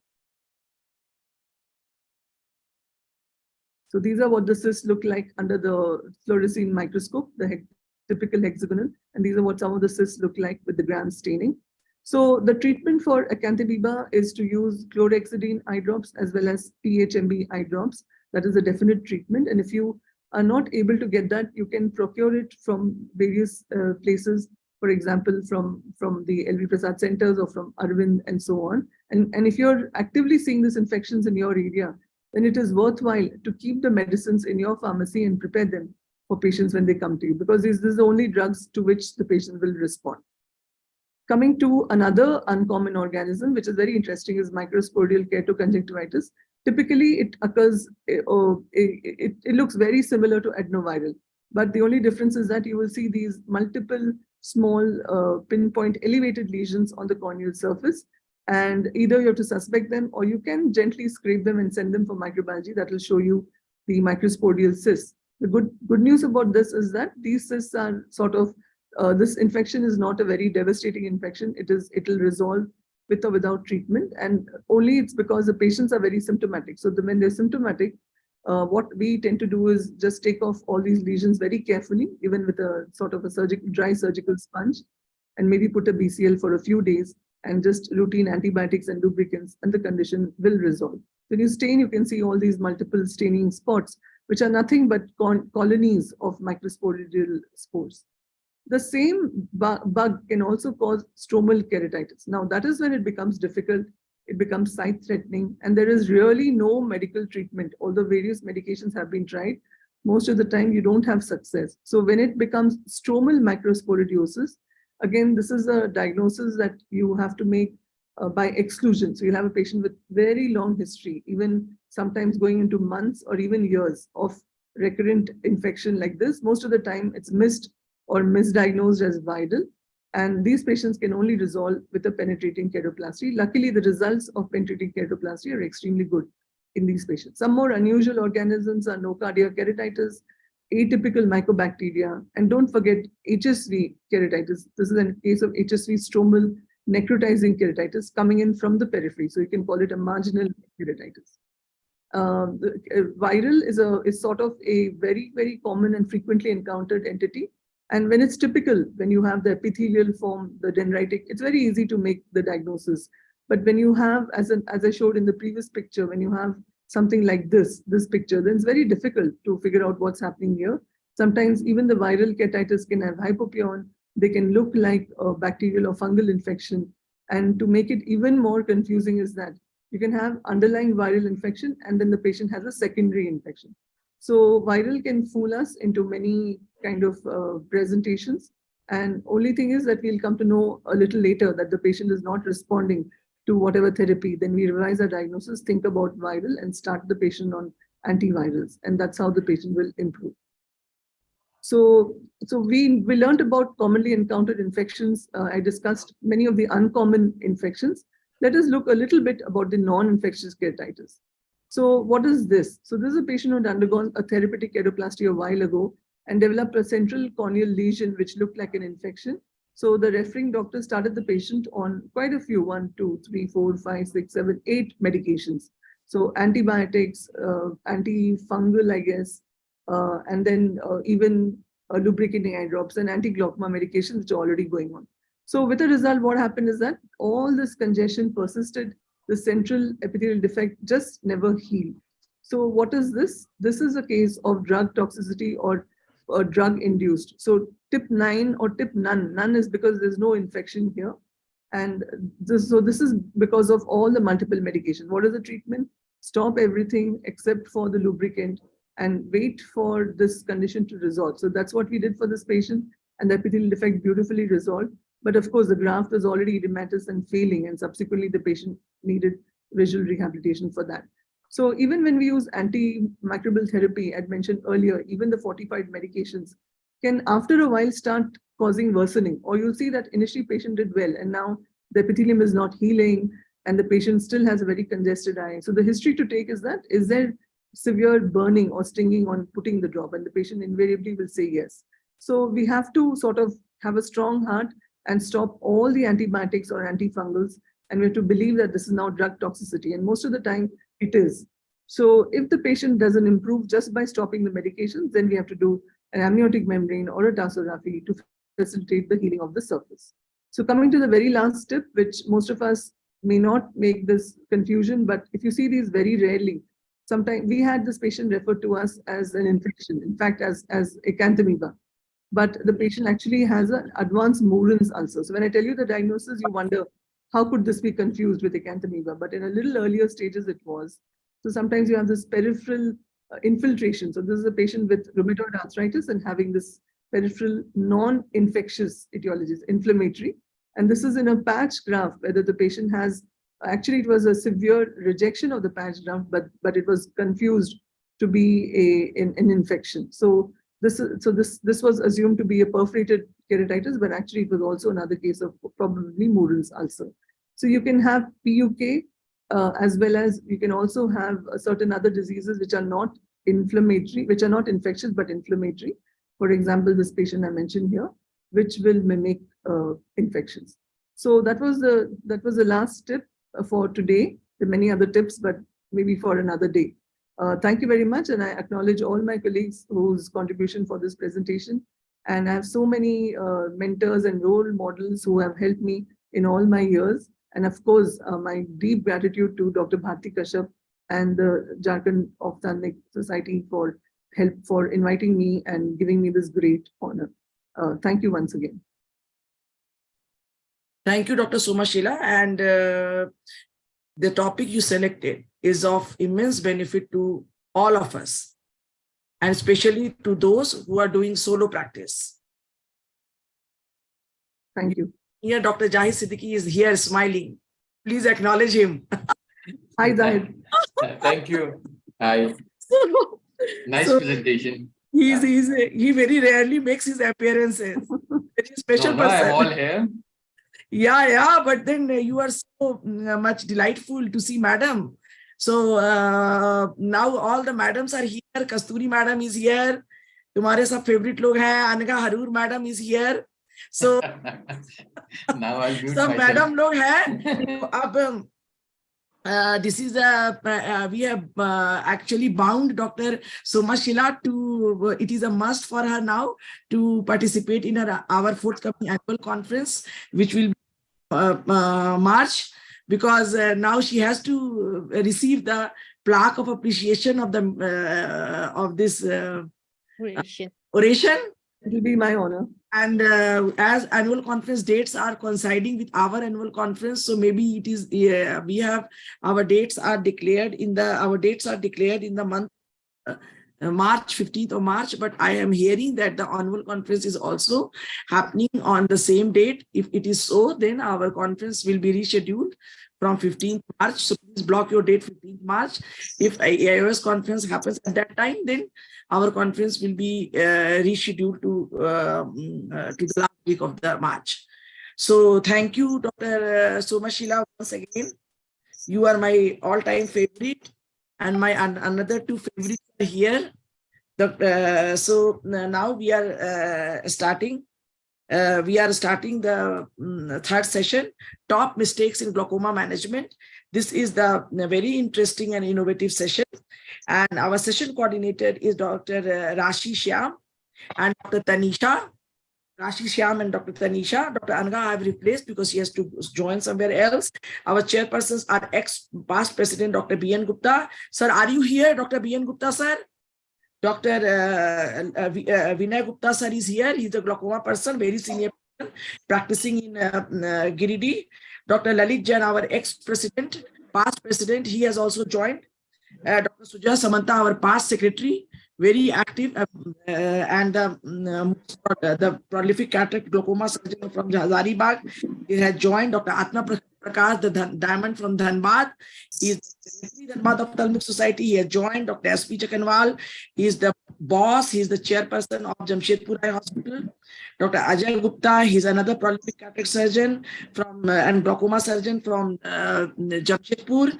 Dr. Anuj Pathak, he's from Ranchi. He's the prolific cataract surgeon. So all high-profile people have joined for this top mistake glaucoma management. So now I request Dr. Rashi Shyam to take forward this session and please introduce our guest faculties. Dr. Kasturi Bhattacharya first, and then Dr. Anaga Harun. The first talk will be there, then you introduce Dr. Anaga, and then she will deliver her keynote address. Keynote address is 8 minutes. Audio visual is monitoring time. So I am trying to share my screen. Can you see it now? Yes. You are audible and you are visible. Okay. So I welcome all our guest speakers to this session 3 and welcome Dr. Kasturi.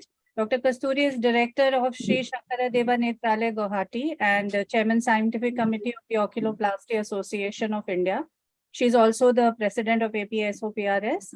She is winner of multiple awards and 109 publications and more in peer-reviewed journals, and more than 500 orations and presentations in national and international journals all over. We were very happy to have her at Kushalpalli, and she is an extremely good speaker with very interesting presentations.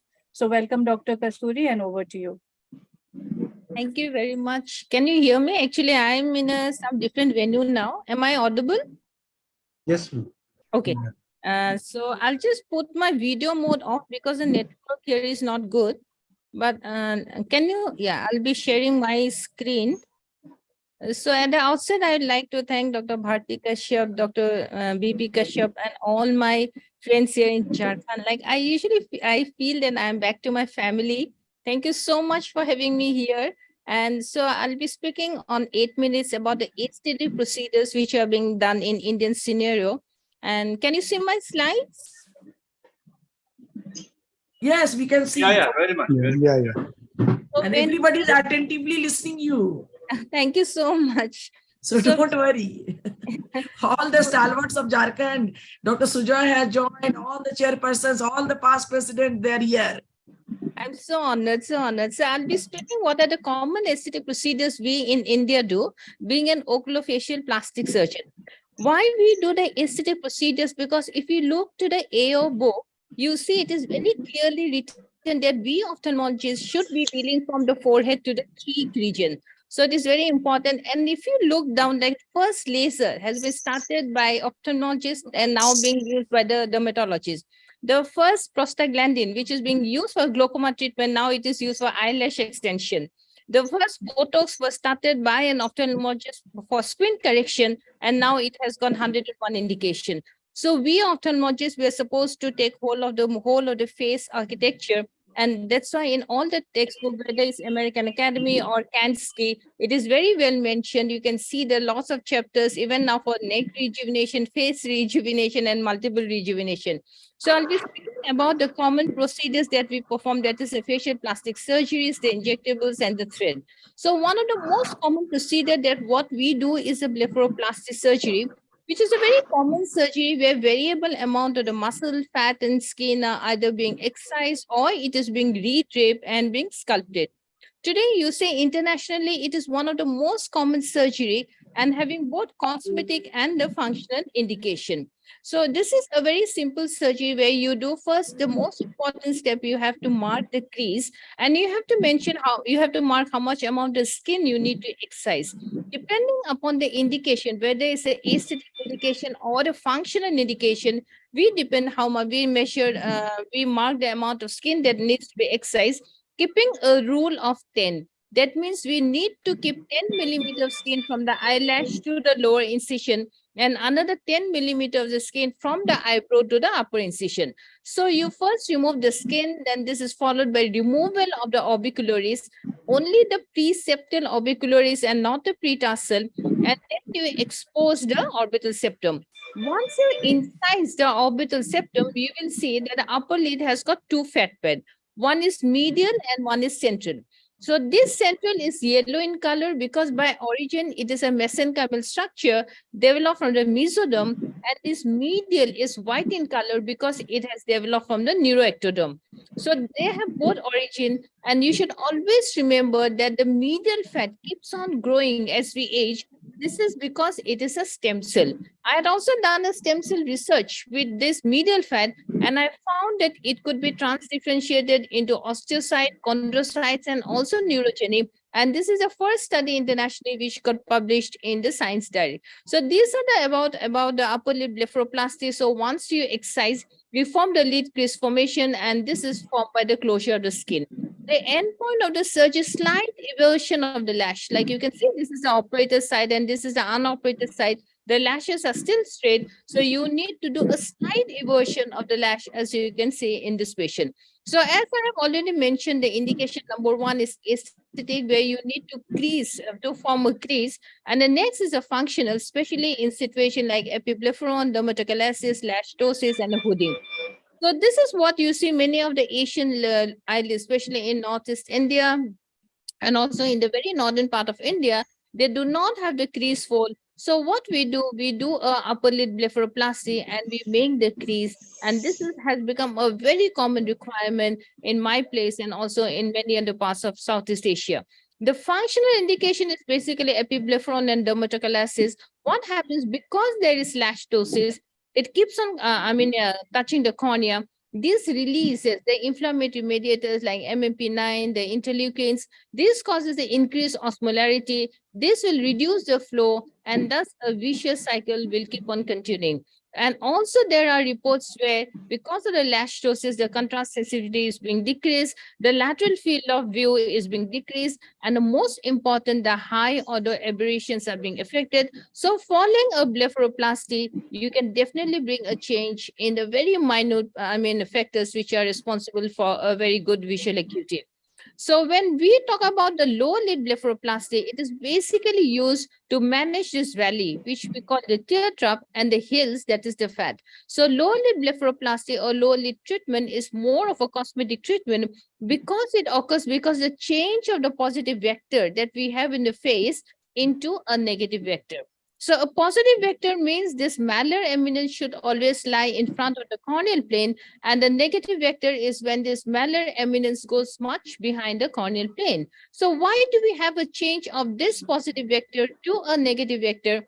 This is because of the topographic changes, the uneven differential site-specific changes in the bone, where the pyramid of the orbit becomes more of a square. And the second most important, the soft tissue changes, which leads to multiple periocular changes, which can be in the form of a dermatochalasis that you can see here. It can be in the form of the eyelid bags. It can in the form of a fistule. And this gives to a double convex deformity that we see in many of our patients.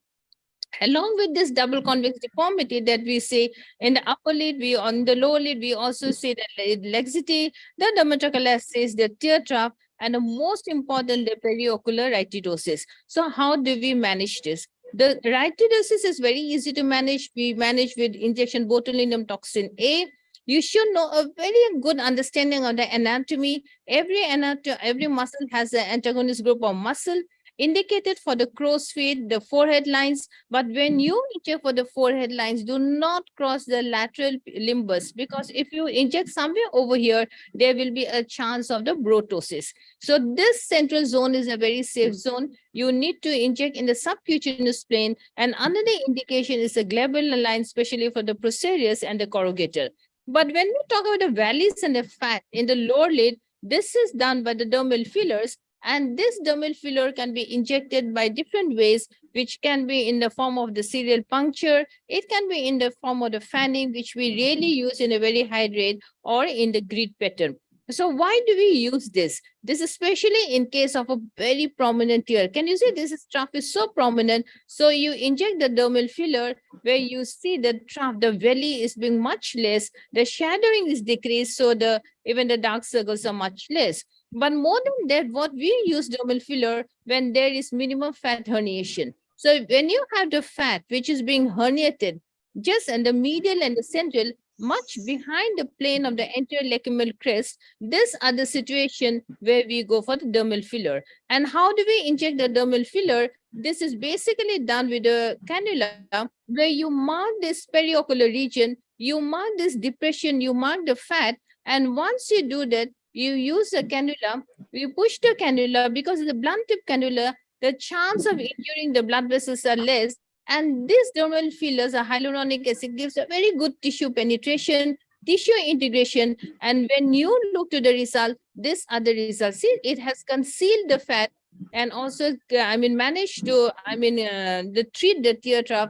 And the results are just after the surgical procedures. And not only this, when you look to the patient from the side profile, you will see the change in this negative vector to a positive vector. So a non-surgical way also you can manage by concealing the fat and correcting the tear trough by using the dermal filler. And the results are just immediate. If you look to the patient out here, this lady comes with this fat bag and with the tear trough, and this is a marking. This is on the table, you can see a much better correction of a lower lid.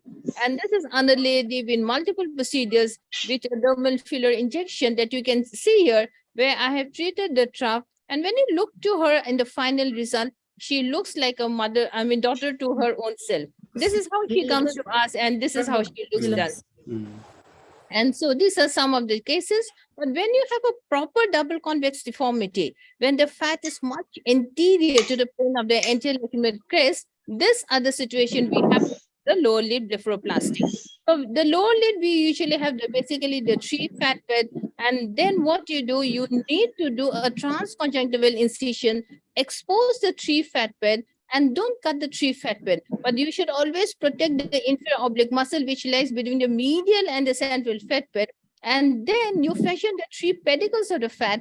This fat will now use as a filler. What you need to do, you release the osteocutaneous ligament and transpose this orbital fat down into the cheek region by creating this three fat pedicle. And then what you see, the result, you will see a very good effacement of the lid cheek junction. You can see the fat pads are not there. They look so much rejuvenated. And the most important thing is the conversion of this negative vector into a positive vector. So these are few of the patients that I'll be showing before and after the surgical procedures, which I have also reported in few of the journals. And you can see the conversion of this negative vector into a positive vector. So I'll just be concluding with my last types of procedure that we do. These are some of the patients following blepharoplasty upper and lower lid. And you can see the very common procedure with what we do is the thread. This thread is a PDO thread, which is like, accepts it, the body accepts it very well, very inert. And you can do a very good lifting of the eyebrow. You can see this lady just before and after injecting thread, that she has got very droopy thread. And this is how we push the thread. Advantage of this, these are known as cock thread. You need directional. So once you put the thread, you need to lift it. And this is how you lift the eyebrow. And this is once you are done with the lifting, you do the other side. And this is how you see following the surgical procedures. And you can see a very good correction. You can see done a non-surgically also, you can do a very good, brow lift. And this says sometimes there are different types of thread. The best is the cock thread, which I have shown you, where you can pull the eyebrow, you can lift it up very well. Sometimes in a heavy person like this, we give something like a twin thread also. We try to push it further. Advantage of this twin thread is the synthesis of collagen. The skin becomes better, the aging changes is much reduced, and you can see a good correction. So these are some of the patients where the different types of threads are being used. This lady who has come to me for a blepharoplasty, along with the blepharoplasty, I'm using the different types of thread. This thread will not only help in the lifting of the eyebrow, but also will give a very good correction to her skin changes. So this is some of the facial aesthetic procedure that we as the oculoplastic facial surgeons perform. Thank you very much for your patient hearing. Wonderful, wonderful. You are so wonderful. Beautiful presentation. You should be the next chairman scientific committee. Nice presentation. Thank you so much. I You are tried. far above the post you currently hold. You are so brilliant. much. And the Thank kind of surgeries you have done, the kind of aesthetic procedure you have done, even people in Bombay, the aesthetic people don't do. The ophthalmologist is doing. Yes. But Dermal injection is not very easy. Had it been that easy, the heroine Rekha would not have been such depressed under eyes. You know, I'll tell you good news now. One of the old Miss India, now she is coming to ophthalmologists like us to do all her procedure. So that is also good news for all of us. What's her name? No, I cannot say. This is very Sushmita said. No. Okay, but still, I feel the face belongs to the ophthalmologist. Why? Because all the muscles of the eye and all the muscles of the face are connected. So this is the main modulus. So all the muscles of the forehead, muscles of the nose, muscle of the face is connected. So it is very important that we should know the full anatomy and work on the face. और दुनिया was today. The दुनिया का present बोलना. Thank you so much and really honored. And I always say that Jharkhand Society is like my own home. I consider myself to a family of Jharkhand Ophthalmological Society. Thank you so much. Jharkhand Ophthalmological Society.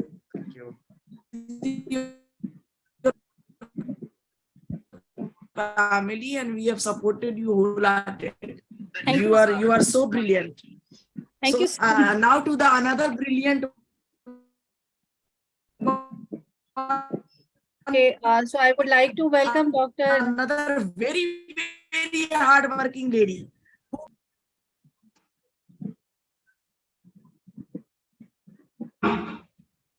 Yeah, I hope you can see the screen. Thank you so much. Hello. Yes. Dr. Anagha, we welcome you and thank you for making time when you are multitasking between two CMEs at the moment.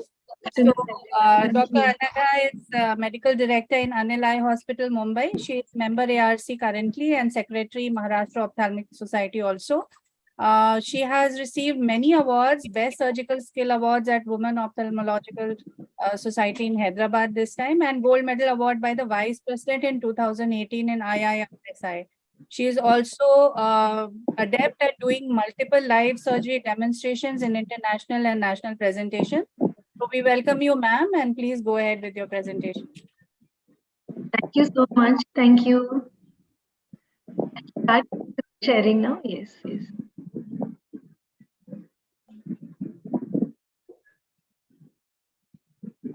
I hope you can see my screen. Yes, is my screen visible? Please go ahead. Yeah, thank you so much. At the outset, I'd like to thank from the depths of my heart, Dr. Bharti Kashyap ma'am, Dr. BP Kashyap sir, and the entire team of Jharkhand Ophthalmic Society for having me here. Thank you so much, everyone. And today, I'm really honored and privileged to give the keynote address for Flags the Way Forward. So friends, no financial interest in any of the things shown here. The role of femtolaser assisted cataract surgery today is on the rise. And the reason is because cataract surgery today is more of a refractive procedure than just treating cataract. We have a lot of demanding patients where surgery demands greater precision, greater accuracy, and greater safety. So let us see whether really and truly femtolaser assisted cataract surgery is truly the way forward. So if you look at all the procedures, what can be done with the femtolaser, we have four important things. And one is the capsulorhexis, the lens fragmentation, incisions, and also the arcuate incisions to treat low power astigmatism. So this is an actual video of how we need a separate operation theater, a separate machine. So first the docking is done, and then you have an integral guidance system of the OCT where you can find out the layers of the anterior lens capsule, the pupillary edge, And you have the capsulotomy, the lens fragmentation being done, as well as the arcuate incisions and the incision, and it is done in 2 minutes. Now we have different kinds of docking which is done, and today we are using the liquid optic interface. I'm using the Catalyst system, and if you compare it with the applanating surface that was being used, and it's still being used in some other profiles, here you have corneal posterior folds, as you can see in the top here, which can cause laser beam aberrations leading to incomplete cuts. So a water immersion helps to avoid any of these corneal folds, and then you can have a postage stamp perforation and a complete cut. What is the advantage of the capsulotomy with the flak system? We all know and we all will agree that even though we have been doing cataract surgeries for the past so many years, it is the consistency and the reproducibility which may or may not be there in the hundreds of cases that we do. So what we need today is perfect centration. You need a good circular with a good edge strength consistently in all our cases, with little or no risk of radial anterior capsular tear. So here we have a capsulotomy that is performed, typically a 4.8 to 5 or 5.25 millimeters. And you can see that we are now raising the capsulotomy flap with a viscoelastic, and it is gently then brought out of the incision. So you can see a comparison of how a femtosecond laser capsulotomy is there compared to a manual one. Sometimes you may have a perfectly circular capsular X is done manually, but it may not be centered perfectly to the lens, especially with premium lenses like toric lens. Recently, I had a patient where a toric lens had got a slightly misaligned, rotated, as well as slightly tilted because one of the edge of the capsulotomy capsular axis was just beyond the edge of the toric lens, and that had caused a residual astigmatism. A lot of literature and studies have shown and proved that greater efficacy and safety of the femtosecond laser system, making it more precise, accurate, and reproducible in all our cases. We all know that the elasticity, the thickness, and there could be fibrotic changes in the capsule, and in all our patients, getting a reproducible result may or may not be always possible. So the greater reliability of these capsulotomies, and the time taken is less than 1.5 seconds. One of the major advantages is you can actually center these either on the pupil or on the limbus or on the scanned capsule, especially in cases of subluxated cataract, or you can custom center it depending on the condition present. Also, if you look at the nuclear fragmentation, one of the biggest advantages is you have a pre-cut nucleus, which reduces the phaco power by almost 43%. In effect, it reduces the phaco time by almost 51%, especially in very high dense cataracts. And if you have especially corneal guttate changes or few endothelial dystrophy, then the kind of trauma that is caused is significantly reduced. Also, you have the reduced inflammation and reduced corneal edema postoperatively in these cases.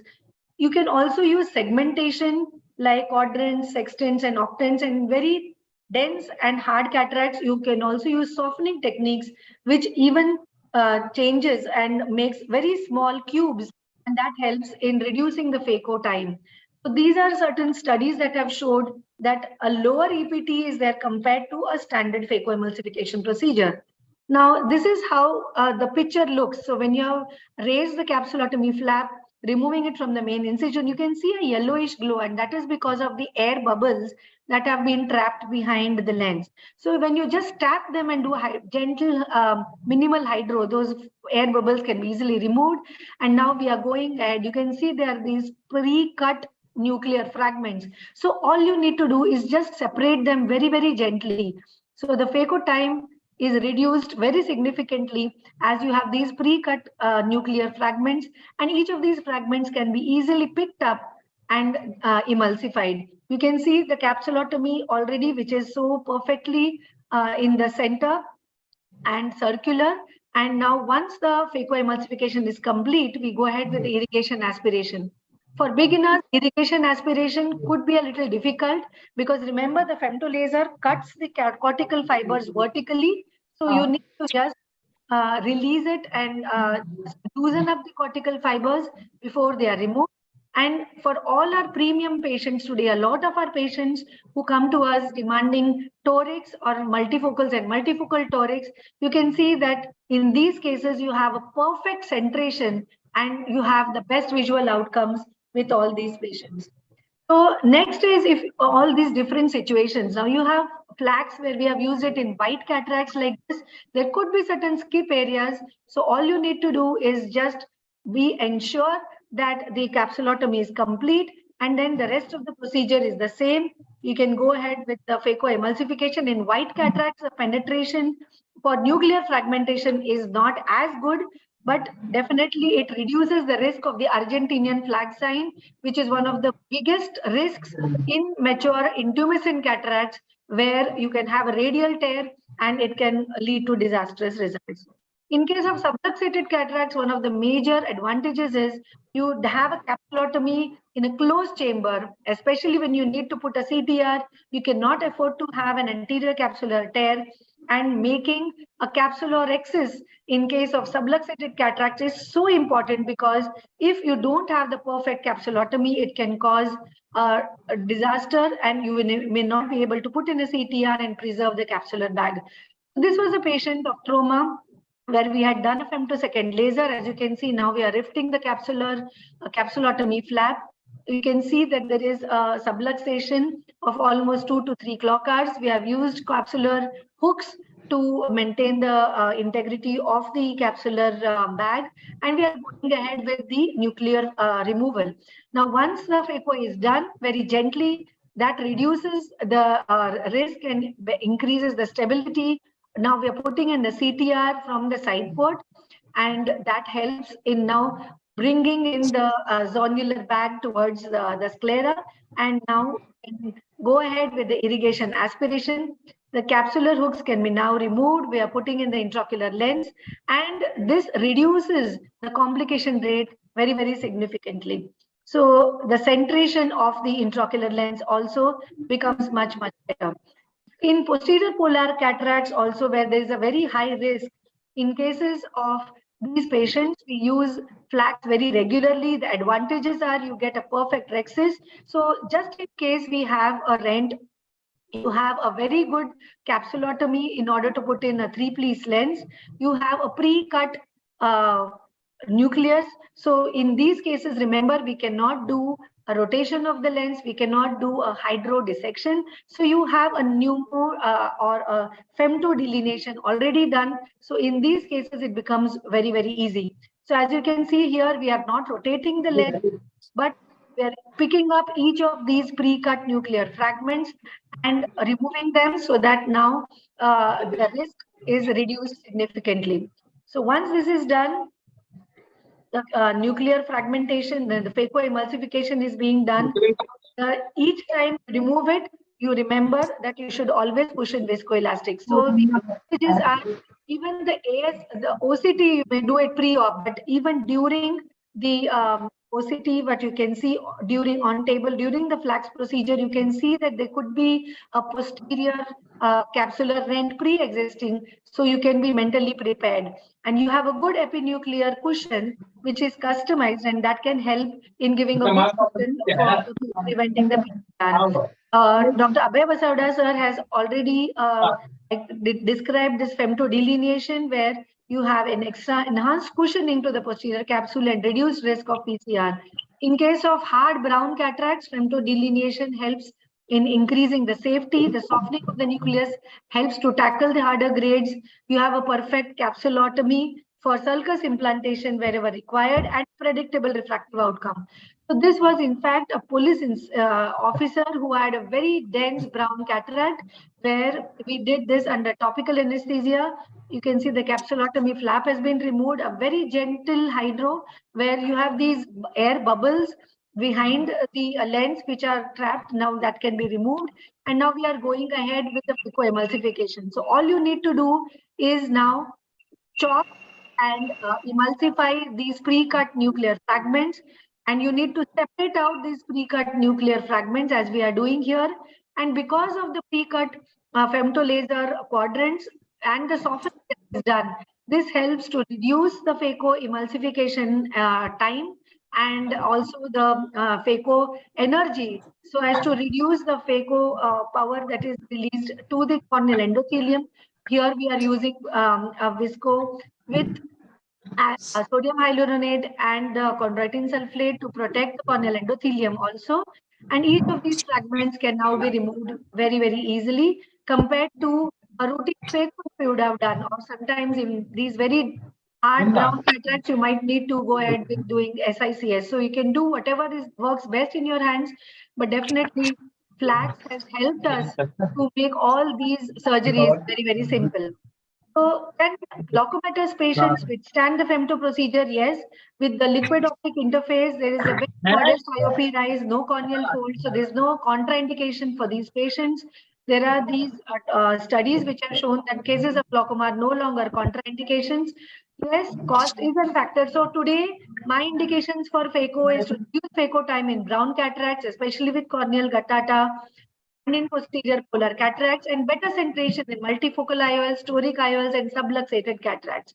You may have special situations like this was a patient where you had an IPCL surgery done, already came to us with nuclear cataracts.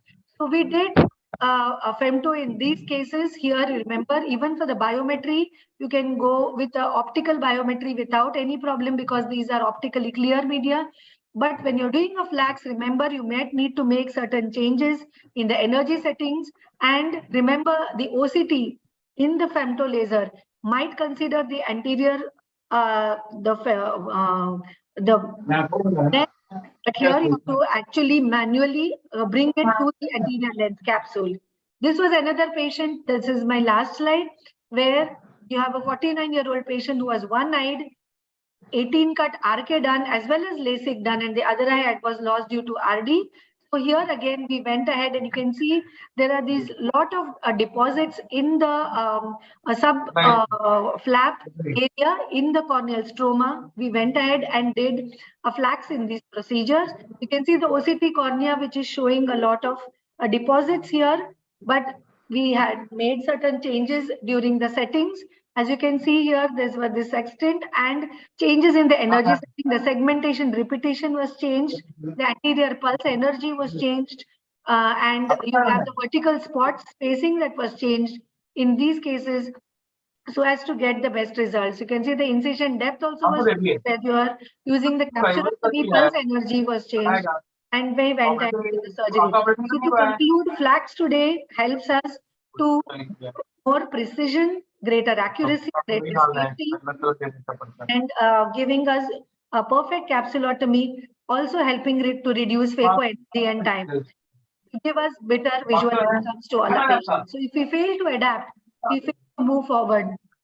So today, compared to what we started when I did my residency to today, I think we have a great way forward. So femto laser can be considered as probably a way forward, especially in special situations. Thank you so much for your kind attention.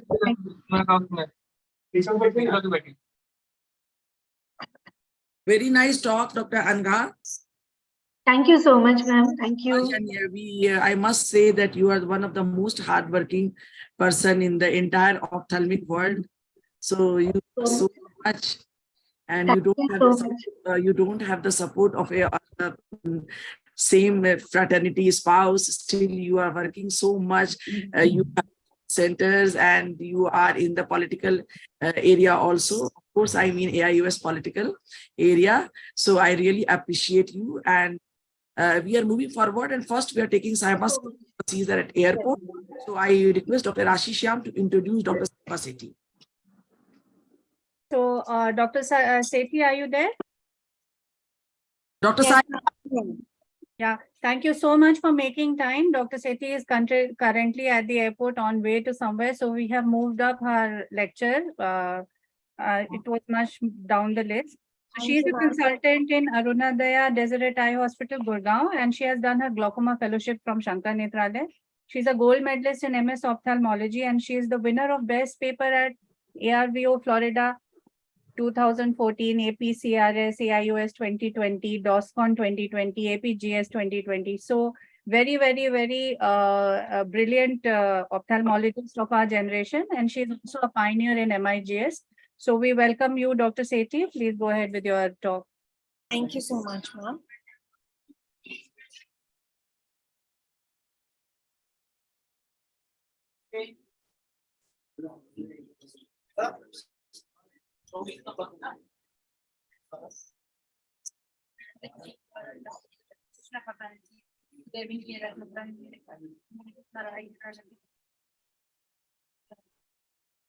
Are my slides visible, ma'am?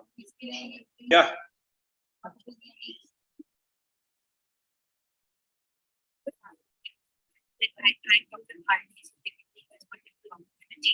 My topic is top mistakes in Doctor, audio can be a little better if you can. The audio is not connected. The audio is not okay, sir. The audio is not okay. It's not clear. And can you please make it on a PowerPoint show with all the slides? Sure, sir. I had actually recorded this because Yes, it's okay, but you can put it on a slide show. I'll present from a slideshow. So thank you so much, Bharti ma'am, at the outset for giving me this wonderful opportunity. So my topic is going to be top mistakes in MIGS. And according to me, I think the biggest mistake one makes is in choosing the right patient. So we should know that these patients that MIGS applies to are going to be primary open-angle glaucomas, pseudo-exfoliative or primary glaucomas. These patients who need a target IOP of not more than or not less than mid or high teens, and the ones who are actually having problem in taking their medications or having side effects due to it. All other sorts of glaucomas like juvenile open-angle, secondary glaucomas, even primary angle closure glaucoma, application of MIGS is questionable. The second mistake we commonly make is in doing an inadequate pre-op assessment. And MIGS is applicable only to mild to moderate glaucomas, which can only be ascertained on the basis of visual fields and not on the basis of how high the IOP is or how many anti-glaucoma medications the person is on. So whenever there is a need for very low intraocular pressures like advanced glaucomas or normal tension glaucomas, MIGS is probably not the best fit. Also doing a thorough gonioscopy pre-operative, certain that you have a good view of the angle, there's no corneal opacity or degenerations, also there is no in the angle is of utmost importance. So this is basically a mistake I made in one of my own patients wherein there was a hard cataract, and this was a patient wherein the cataract surgery was combined with a mixed procedure. So after doing the cataract surgery, the cornea was edematous, and after taking the first nick of the trabecular meshwork, the reflux heme completely obscured my view, and in this case, the MIGS had to be abandoned. So in such cases where you anticipate that you may have complications or an eventful surgery or maybe a hard cataract or low endothelial cell count, maybe doing MIGS before your cataract surgery is a better option. Then next would be incorrect positioning. So the proper positioning of a patient for MIGS is when the surgeon sits temporally, the patient's head is tilted 35 to 45 degrees away from the surgeon, and the microscope is tilted 35 to 45 degrees towards the surgeon. So when this sort of a positioning is maintained, you get an on-fast view of the angle, which means that there are distinct structures, trabecular meshwork, scleral spur, and ciliary body band that you can see very distinctly. But if the positioning is incorrect, you see all these structures very close to each other and indistinguishable from each other. So this is where the view of the angle is there, but then you can't see the angle structures very well. But when the patient's head is tilted further away, that is how you correct this wrong positioning. You can see that there you can get a beautiful view of the angle, and this brown line is a distinct trabecular meshwork that you can see. The second mistake we make is in having a poor understanding of the angle structures before embarking on MIGS. So over here, this is a video of a surgeon who wishes to be anonymous. The orange line we know is pointing towards the trabecular meshwork. The black line is actually the root of the iris. And over here, a bang procedure is being performed from the level of the root of the iris. So improper understanding of the level of your different structures can also lead to situations like these, wherein you can have bleeding or cyclodialysis. The next mistake we make is not making very clear corneal incisions. Now, the problem in making more limbal incisions in MIGS is that you can have a bloody field, and if the blood enters your anterior chamber or obscures the angle, you may have to abandon your MIGS procedure.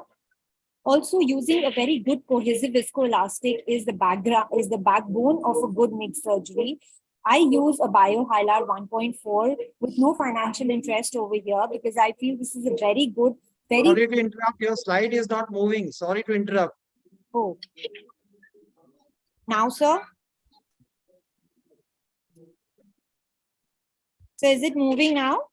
No, still not. Not yet. Your slides are not moving, Sahiba. Oh. So should I redo it, ma'am? No, no. We have listened. Doctor, you need to put it on slideshow. You start from the slide where you are now. You have to go to the third slide. Third slide you have not seen actually. The cohesive viscoelastic slide? Yeah, third slide. Mistakes of choosing next, the third one. You get out of the screen, share, again share it. Okay, sir.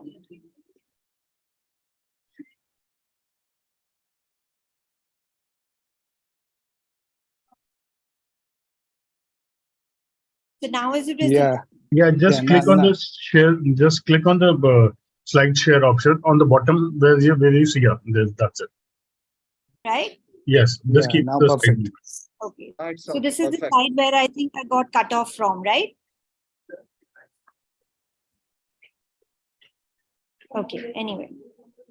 So using a good cohesive viscoelastic is also very important. And over here, I use a biohylar 1.4. Why? Because it's a very good cohesive viscoelastic which maintains the anterior chamber very well, irrespective of how many times you go in and out of the anterior chamber. You can also see that how thick it is and it sits very well. It doesn't flow off anywhere. When you put the lens on top of it, you have a brilliant view of the angle and it maintains the anterior chamber, makes it deep and maintains it very well. Next mistake that we often make is overfilling the anterior chamber with viscoelastic. Now, what this can do is, because these are cohesive viscoelastics, it can cause iris prolapse and a messy surgery thereafter. In the end, I think the most important tip from me would be an adequate pre-op counseling.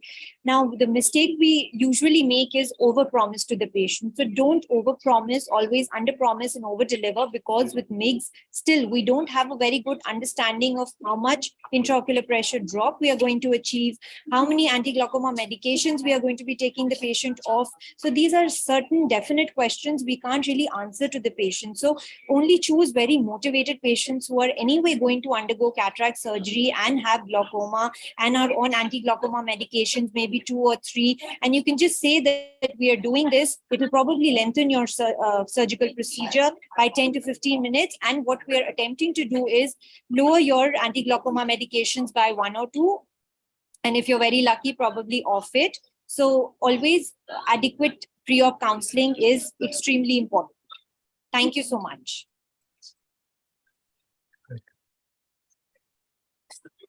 Thank you so much, Dr. Sethi. I would like to now invite Dr. Harshita. She's a young ophthalmologist in Ranchi practicing glaucoma, and she'll be presenting on mistakes in IOP measurement. Thank you very much, ma'am.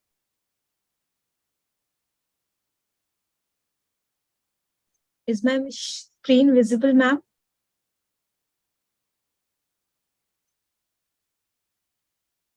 You are visible and audible both, Harshita. Go on.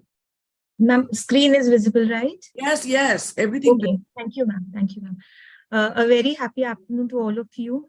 Myself, a glaucoma specialist. Deep gratitude to Bharti Kashyap ma'am for giving me the opportunity to speak and listen to the renowned speakers from around India. My topic is mistakes in recording intraocular pressure. So intraocular pressure is the main modifiable risk factor for the development of glaucoma and a fundamental tool in the already diagnosed ocular hypertensives and glaucoma.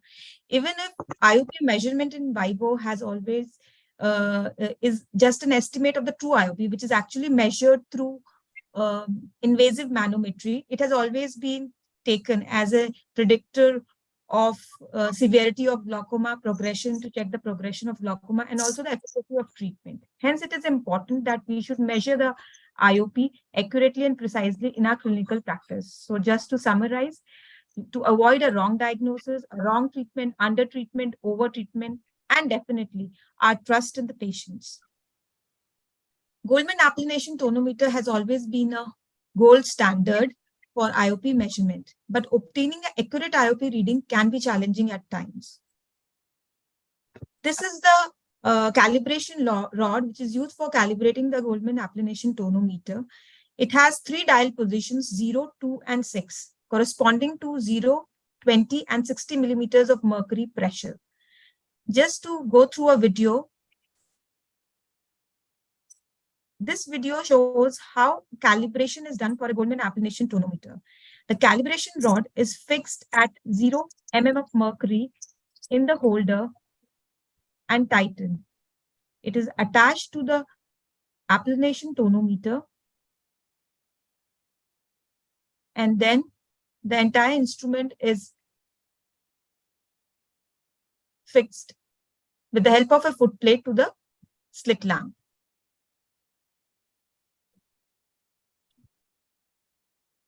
The dial at the 0 position, the feeler arm at the dial position 0 should move freely anteriorly and posteriorly with the movement. When the dial position is moved backwards, the feeler arm should move towards examiner, and when it is moved forward, it should move towards the patient. Similarly, at position 2 and 6 also, the feeler arm should move in the above set form. If the feeler arm does not move in the way explained, the IOP reading is inaccurate and calibration need to be done.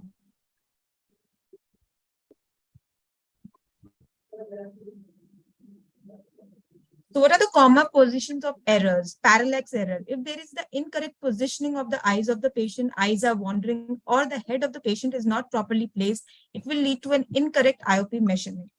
Calibration error, we've already seen. Wrong eyepiece. So Kubota and Nagata have observed that the type of slit lamp also affects the IOP measurement. For example, hat stripe slit lamp, the prism of the tonometer is aligned with the right part of the slit lamp optics. Hence, the pressure measured with the left is higher as compared to that with the right and the binocular. Similarly, Rodenstock slit lamp, the pressure measured with the right is more as compared to the left, as the prism is aligned with the left. Apart from this, any pressure to the globe, eyelids while measuring the intraocular pressure will increase the pressure on veins, and it will increase IOP. If the patient is squeezing the eye, you are about to touch the lids of the patient, there is the Valsalva maneuver by the patient, or lid retraction is there. All these things, they affect the IOP readings. The amount of fluorescein which is used to stain the cornea will also affect the IOP measurement, like absent or minimal staining. Less staining will cause underestimation and vice versa. Accountable corneal astigmatism, irregular corneas, thin corneas, thick corneas. We all know that central corneal thickness is important, and a thinner cornea will lead to an underestimation and vice versa. A number of nomograms are available to we do the CCT corrected IOP. Patient positioning. In the supine position, the IOP is higher than in sitting because of the increased episcleral pressure. Apart from this, inter and intra-observer variability. To address these issues associated with Goldman applanation tonometry, multiple new modalities have come, like tonopen, eye care, which are used in different situations. Like tonopen has been found more accurate in corneal surface abnormalities. Eye care is also one of the widely used reliable measurement for IOP, but it is affected by the measurement angle and the positioning of the probe. Subramaniam et al. Has compared the eye care tonometer with the Goldman applanation tonometer around 1,000 eyes with more than 22 millimeters of mercury and patients of glaucoma treatment. And he has found there is large differences in the values. So the take-home message is that there are multiple methods of IOP measurements which are available with advantages in different situations. However, they do exist the limitations, which should be considered while we are interpreting the observed IOP results. For correct measurement, calibration is must and should be done once or twice a year. Thank you for a patient hearing.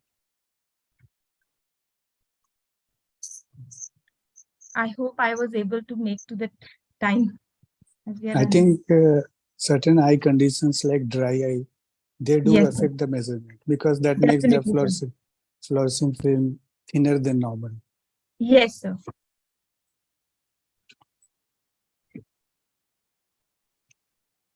Just a comment on Dr. Harshita. If you were measuring with the tono pen, I think each and every time you have to, every day at least, you have to calibrate. That is much more important. Yes, sir. What we don't used to forget actually. Yes, sir. So even the silicon cap, just to that has also to be changed, and it also gives a 10 readings, like the aggregate of 10 readings. That is how it gives the final reading. Yes. Some of the instruments are fixed at 9, some of the instruments are fixed at 10. Yes, and sir, they give an average. But if you are not changing the cap in each and every patient, it is very difficult. I mean, to get that. True, sir. True. How much practical it is actually? Yes, that's my question. Sir, tono pen, because obviously, sir, it depends, because it becomes expensive in a setup where we are dealing with patients who are not socioeconomically so well off, because if we are changing the cap every now and then, that is what I feel, sir. Because every time you have to change the cap for the tono pen. But in cases where the patient cannot sit upright, in those cases, tono pen and eye care, all these instruments becomes a handful of we get an idea. Tono pen is very handy for the screening purpose, actually, for Yes, obedience sir. screening purpose. Yes, sir. Yes. Very, very handy. Thank you. Thank you. Nice presentation. Thank you, Even sir. the DCT, dynamic contour tonometry, you have to change the plastic cover. Yes, sir. Sir, a good option is Perkins handheld. It is pretty accurate and it is portable and it suffices doing the same things, and it is not so costly also. Rashi, we are not talking about you because you are so experienced. Even your fingers don't tell you what is the pressure. Yes, sir. So, but I really want to know about why DCT, dynamic contour tonometry, failed, because we have done, I have also done, and it is very good. And learning curve is not that much. Better than applanation. Dynamic contour tonometry has not become very successful. I want to know why. It is successful. It is successful, but it is costly because of the plastic cover, number one. Number two, it is almost comparable to your applanation tonometry, except for the dynamic contour DCT. In that, you don't have to take the thickness of the cornea. Yeah. Sir, I have a question, sir. As you have used dynamic contour tonometry, sir. Yes, so, sir, we have.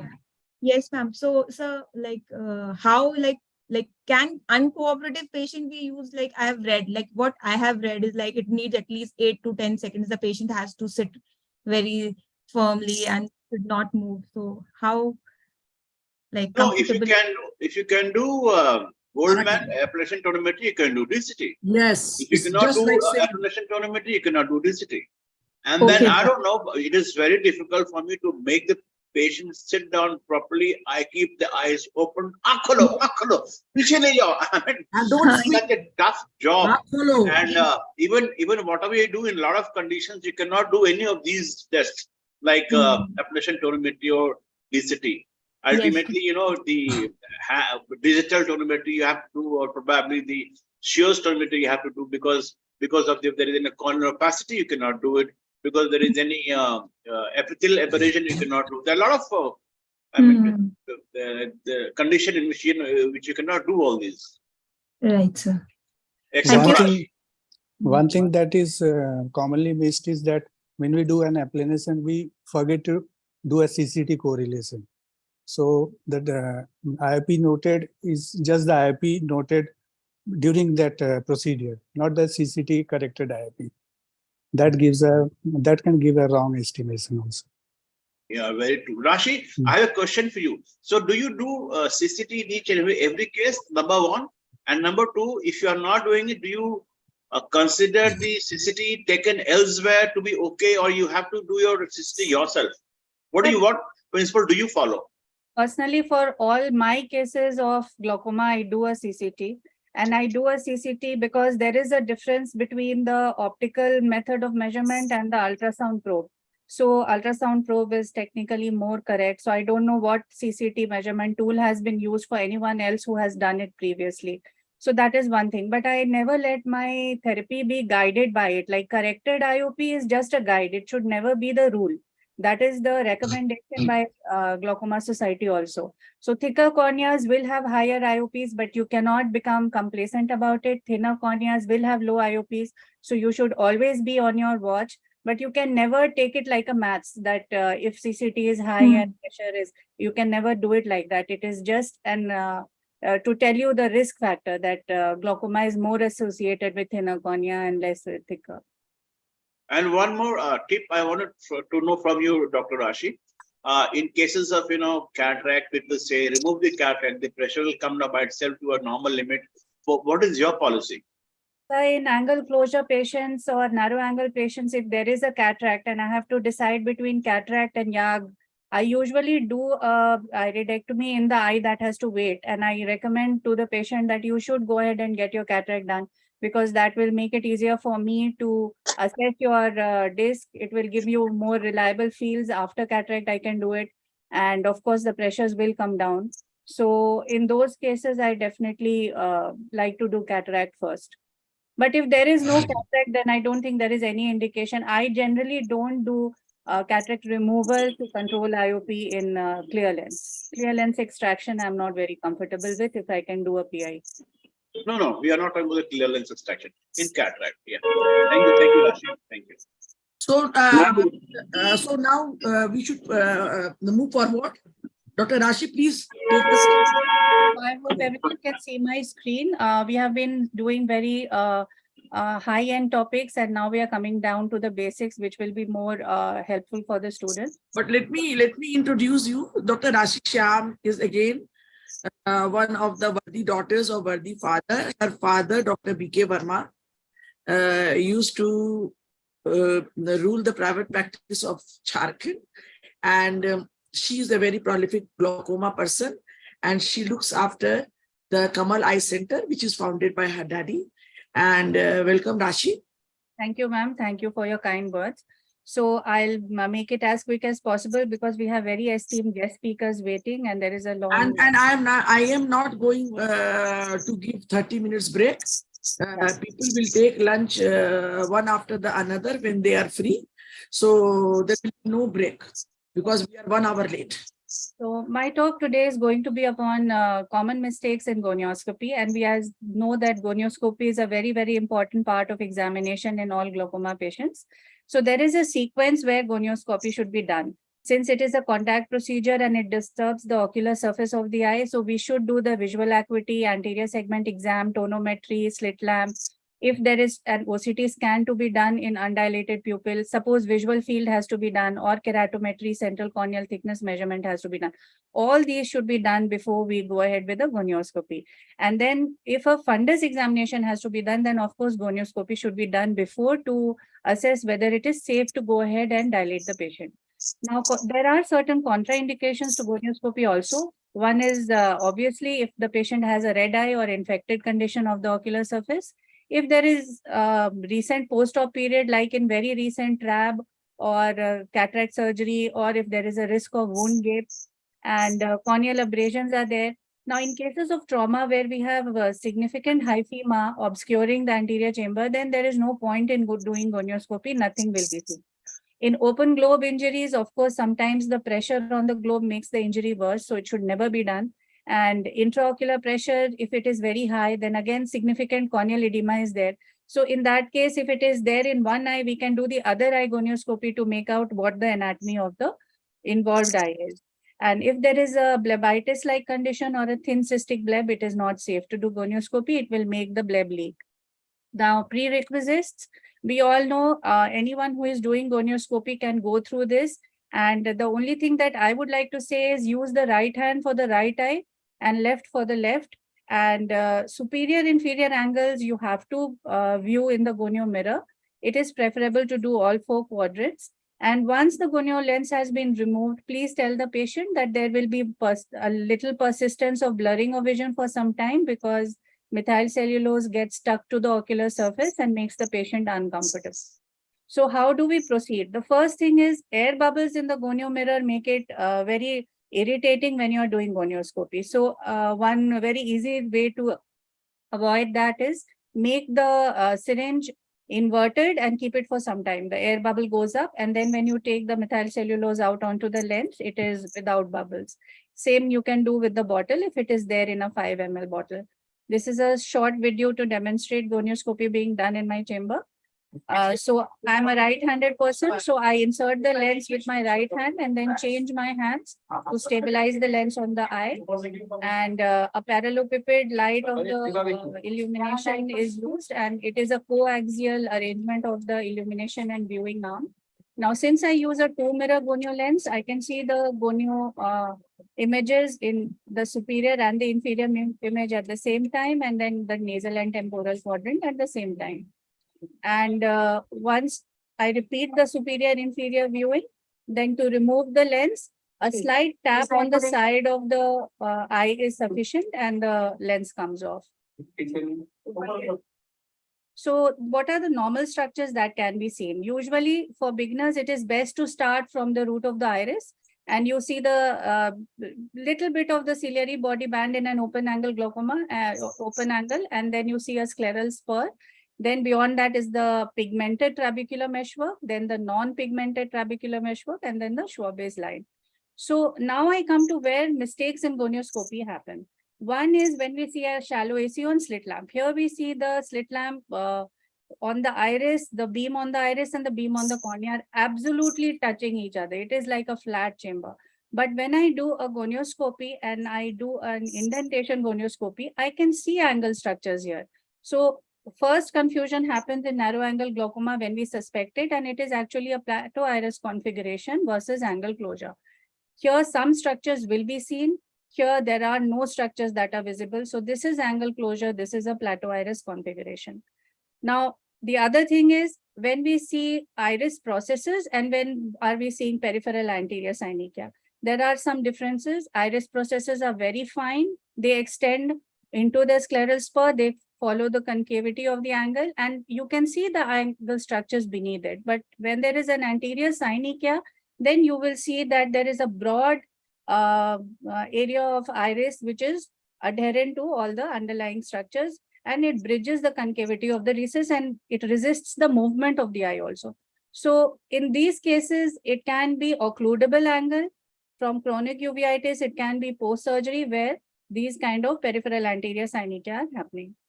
Now, the other thing is I find many clinicians confused when they see a pigmented trabecular meshwork and whether it is a Sampolizi line or a pigmentation that is there, which is normal. So in this figure, we can see that all the angle structures are there and there is a pale pigmentation of the trabecular meshwork in the posterior part. Here, the pigmentation is uniform and it is stretching across the whole angle. Here, the pigmentation is heavy. It can be called 4+. It can be there in any inflammatory condition. It can be then normally also in Indian eyes. But Sampolizi line, it shows as wavy lines of pigmentation, which are a little beyond the trabecular meshwork. Now, neovascularization and blood in Schlemm's canal. This is also where commonly mistakes can be made. So neovascularization, the first thing is sometimes it is aggressive and you will first see the neovascularization on the iris itself. But if you're looking at the angle and you see only a very small area where you have these small pale blood-like vessels which are seen present in an open angle, then you know that this is neovascularization of the angle. However, if there is a blood in Schlemm canal, it is not a normal condition. It usually happens when there is raised episcleral venous pressure or when you kind of press onto the cornea a little more, which makes the blood reflux into the Schlemm's canal. That is usually a whole band of pale red color, which will be seen where the TM is. So it is actually not seen normally. It will be seen in certain conditions, and then you know it is blood in the Schlemm's canal, not NV angles. So these are the few things that I could find where mistakes can be made on gonioscopy. Before I conclude, I would like to continue on to my second presentation, which is there on optic nerve head assessment. Okay, go ahead. So I hope the screen is visible. Yeah. So this is the, I think, the key point in assessing glaucoma. We have to have a good idea on how to assess the disc, and where we go ahead and mistake assessing an optic nerve head, calling it glaucomatous, where it is something else. So first, how do we do the method of clinical examination? What is the best method to see the disc? There are many methods. You can do direct ophthalmoscopy, indirect ophthalmoscopy, you can do stereoscopic photography. And but the best method is to do a slit lamp biomicroscopy using a 78 to 90D lens. If the pupil is not dilated, then it should be a dark room or a mesopic light condition, and then you must repeat it in a dilated pupil if narrow angle is not suspected or gonioscopy is all right. So Slides not visible. is the slide not visible? No, I can't see the slides. Oh, it's visible. Yeah, No, visible to me no, also. ma'am. Nothing is visible. Okay, let me share Not it. visible to us.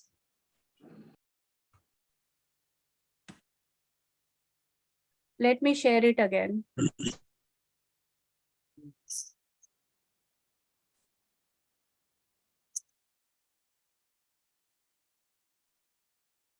Why don't we use 4-mirror gonioscopy, Rashi? It's pretty bulky and heavy, sir. Gotcha. Otherwise, no problem. Otherwise, no problem. Because if you use 4-mirror, you don't need a thick viscoelastic substance. I normally in the OPD, I use a Zeiss 4-mirror, which is handheld. Is it visible now? No, it is not.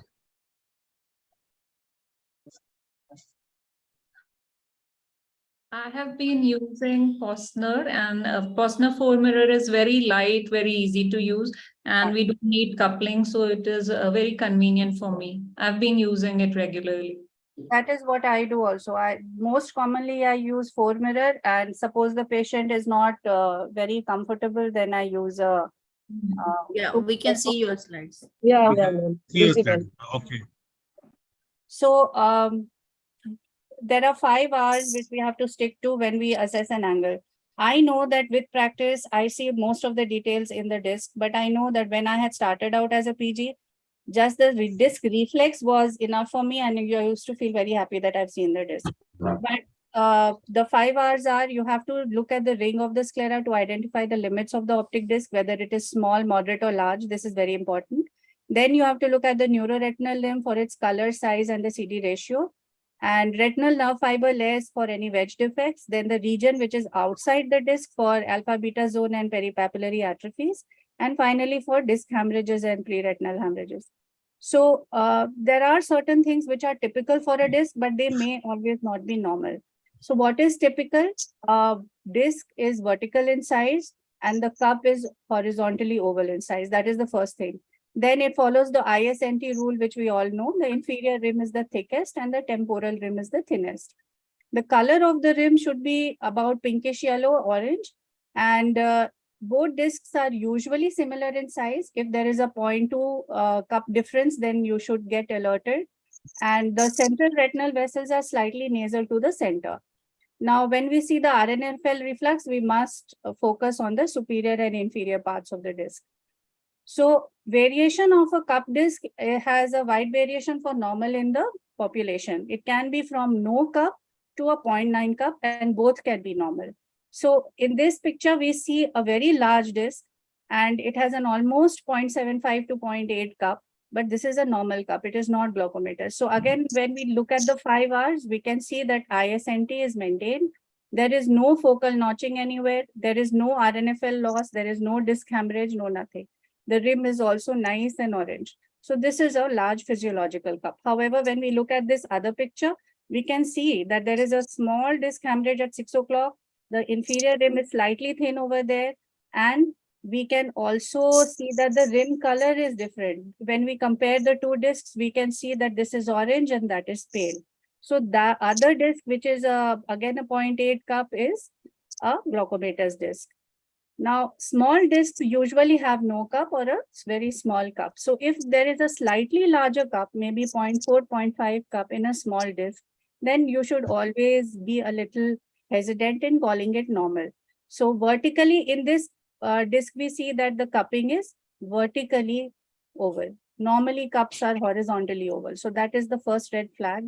Again, ISNT is not maintained here. We can see that the rim is a little thin. We can see there is a wedge defect at 5 o'clock and the rim on this side is also pale. And so we go ahead and label it suspicious glaucomatous cupping, and then our field will be done and it will probably come with a superior defect. Now, sometimes the disc looks pale, but it is a neuropathy which is not glaucomatous. This is very important here. We can see that the cup is smaller, like a 0.45 to 5 cup.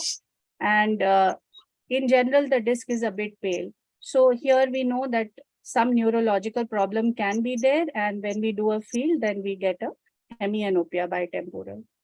Now, tilted discs are very difficult to identify because they have an atypical topography. And in myopes, it always becomes very difficult to assess whether the disc is glaucomatous or it is a normal myopic disc. So in this, if only the reflex is taken, this whole thing will be taken to be a disc. But when you do a good dilated 90D examination, you will see that this whole area is actually a temporal crescent. And then the disc is there. Now this disc, we might think is normal. However, when you look at it carefully, we see that though it is tilted, it has a large cup, which can be normal for myopia. You can see that here the rim has become thin. And there is a bending of the vessel when it is coming out of the cup. So this is highly suspicious for glaucoma. Myopes in general are predisposed to glaucoma also. So we go ahead with the glaucoma investigation in this patient. Now, optic disc drusen, again, the disc reflex is whitish, but when we look at it closely, we see we can hardly make out where the scleral ring is. We can hardly make out where the cup is. And overall, the disc has a bumpy, convoluted look with vessels going on top like this. And the best way to find out whether we are looking at optic disc drusen is we look at a ultrasound and clearly a drusen can be seen. Now, myelinated nerve fibers. Here again, this is very prominent and we immediately term it as a myelinated nerve fiber. This, if we don't look at carefully, the whole posterior pole looks whitish and then you get confused where the rim is, where the cup is. However, between the two pictures, I would say this is more normal because it is pink. There is no deep cupping, there is no shallow cupping, and mostly ISNT is maintained. However, in this, we can see that it is slightly thin here, it is slightly thin here, and this part of the rim is a little pale. So I would like to go ahead and do a glaucoma investigation for this patient, not just see the myelinated nerve fiber. And of course, myelinated nerve fibers also give rise to certain field effects. So we have to correlate whether the field effect is because of this or because of the rim thinning. Optic disc pits, I think Kashyap sir will be better able to tell us more about this, but optic disc pits also give us a large cup look. And we can see a serous maculopathy in this patient. And when we suspect optic disc pit in such a patient, then again, if we do a field, they will come positive for some field effect because macula is involved as well as part of the nerve fiber layer. So then the diagnosis based would be the summation of what the other eye is like, what the pressures are, what is the corneal thickness. And then we can decide whether actually this patient needs any glaucoma medication or not. Finally, I come to disc coloboma. If the child is seen early, then we know that disc coloboma is present because in a young child with low pressure, this kind of disc is usually not seen unless it is a big coloboma. On careful examination, we can see very large cup. We can see neuroretinal rim missing in one area. And these discs don't usually progress to anything more beyond, but the child should be followed for other problems. So disc colobomas and morning glories are another type of disc which look very different. And I think that about covers all the type of atypical discs which we can confuse with glaucoma. Thank you so much. Dr. Rasi, once in a while we get a hyperopic disc with a very small cup, but when you go for a glaucoma investigation, we get a frank glaucomatous scotoma. Rashi, please stop sharing the slides. Absolutely, sir. We should be very careful with small hyperemic discs. And as I said, cup, small discs don't have any cup. So if they have a cup and any focal thinning anywhere, then we must investigate. Thank you.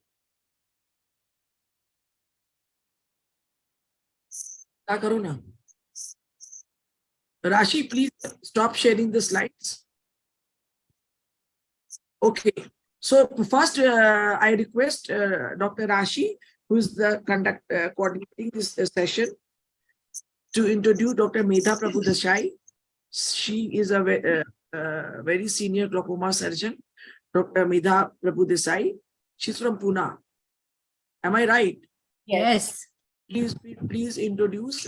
So our guest faculties are really from all over India, and they are all leading their subspecialty.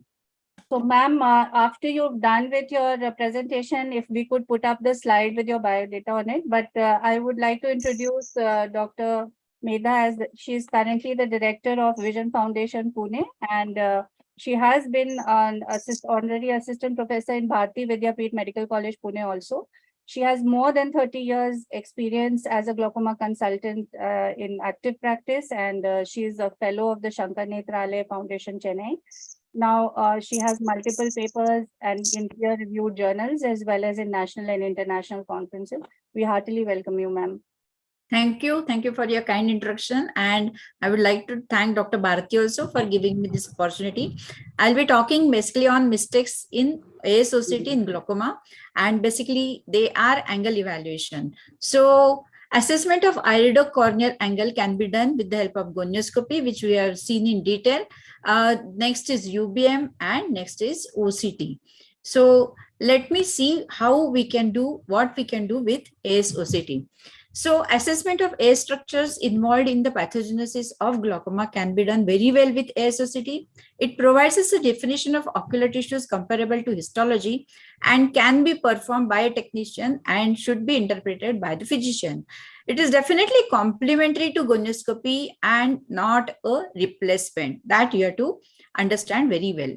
So the top mistake in identifying is relying only on ASOCT without doing any gonioscopy.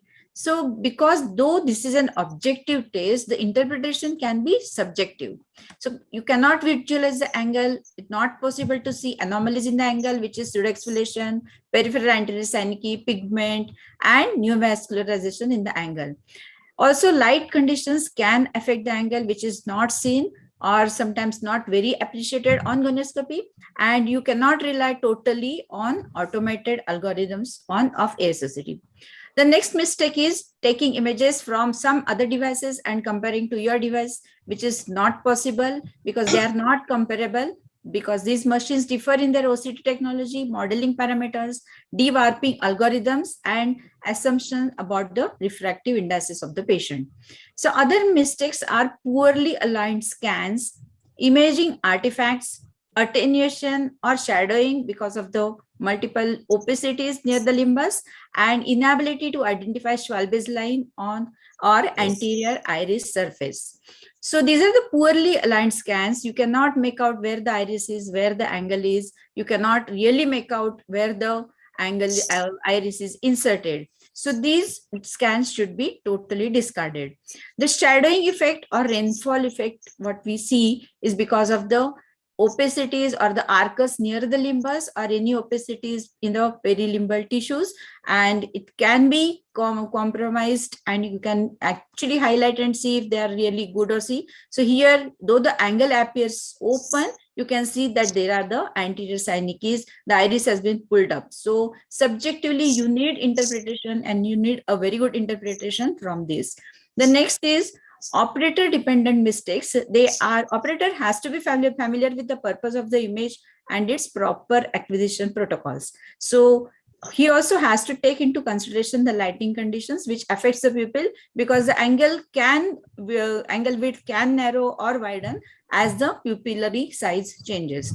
So this is a scan of ASOCT in a photopic pupil with the light conditions on. When the pupil is small, you can see how the eye angle is behaving, and here immediately in a scotopic condition where the pupil is slightly dilated, and it can appear that the angle is totally narrow or oppositional angle closure is there. So this has to be taken into consideration.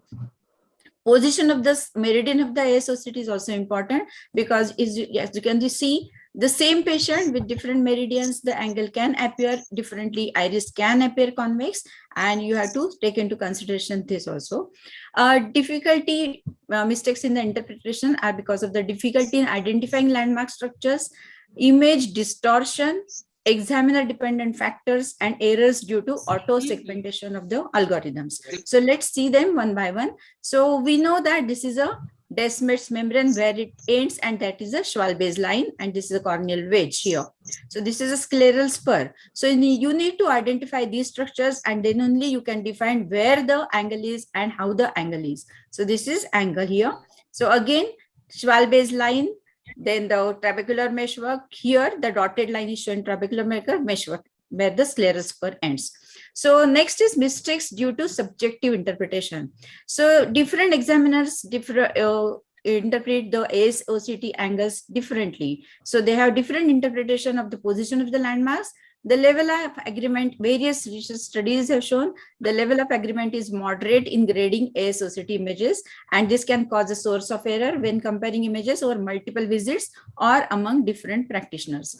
Image distortion can be there because these images are acquired are not perpendicular to the ocular surface, and there is a risk of diffraction phenomenon, and this gives rise to distorted images. As you can see here, the iris is totally inverted here, and it's difficult to make out how the angle is here.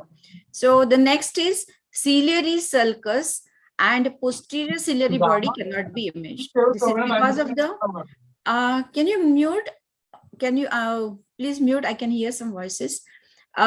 Next is poor penetration of the iris pigment epithelium, and here obviously the ciliary sulcus and ciliary body cannot be imagined, and this can greatly impact interpretation, especially the auto algorithms of the scans. You cannot rely only on the angle configuration and the angle measurement, because if you see here, the iris is pulled upward, and this is a patient of chronic angle closure. Okay. Next is again angle recession cannot be seen very well, though you can make out, but still it is not possible to see how much angle recession is there and what exactly you are seeing, because the angle visualization is not there in the ASOCT. So there are multiple static factors like lens vault, anterior volume, the relative length of the vault, then iris area, iris thickness, angle opening distance. I will not go into details of this because this is a very vast topic. TISA is also there, either 500 or 750. So all these static measurements are there, but the algorithms are based sometimes in some machines on subjective inputs. So and for AOD and TISA, you have to locate the scleral spur manually. So this may induce error, and the specificity of this is reduced by frequent poor visualization of the SS. Errors occur in automatic segmentation algorithms also, because there is a failure of correct segmentation. It is very commonly seen in images with good quality also, and this can affect anterior chamber volume and iris volume also. They are more frequent in narrow angles, especially angle recess, iris root, posterior surface of the iris, and pupillary margin. Even in wide angles, the anterior surface of the lens cannot be segmented and cannot be located properly. And one study showed that in ASOCT, automated segmentation error resulted in large ACV and smaller iris volumes, which were again associated with anterior chamber depth, anterior chamber width, lens volume, and the CCT also. So again, significant attenuation of the signal occurs when penetrating the lens, and this there can be errors in the segmentation algorithm of posterior surface of the iris, and pupil margin, and also incorrect location of the angle recess can be seen. And one study has shown it is almost as high as 84%. So these static risk factors, various studies disagree whether these association, that is risk factors along with PACD, are statistically significant. And Chang et al. Has shown that irregular iris surface made the AODs not very accurate. So these all these automated segmentation and automated measurement should be taken very carefully. So to summarize, ASOCT is not to replace the conventional gonioscopy and to supplement and augment angle evaluation. We do have major advantages, that is non-contact nature of the examination. We have repeatability and reproducibility. We do have quantitative and qualitative information, but needs very careful evaluation. It may help in screening programs of primary angle closure glaucoma, may improve our understanding of glaucoma surgeries, and invaluable tool for ophthalmic research. I would like to thank all of you for your patient hearing and giving me this opportunity. Thank you.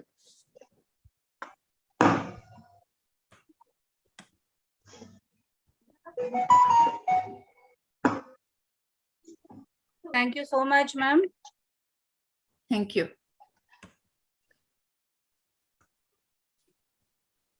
I'm calling Dr. Ajit Hazare to be ready. Dr. Vinay Nangia. In the meantime, Dr. Rashid, please carry forward the session. Thank you, Dr. Medha. Thank you so much. Thank you. Thanks. Madam, what is your experience about the UBM while measuring the angle? No. I don't have any experience with UBM. I've never done UBM, though I send my patients to UBM, but I don't have any personal experience. Okay. Dr. So we had UBM at our center.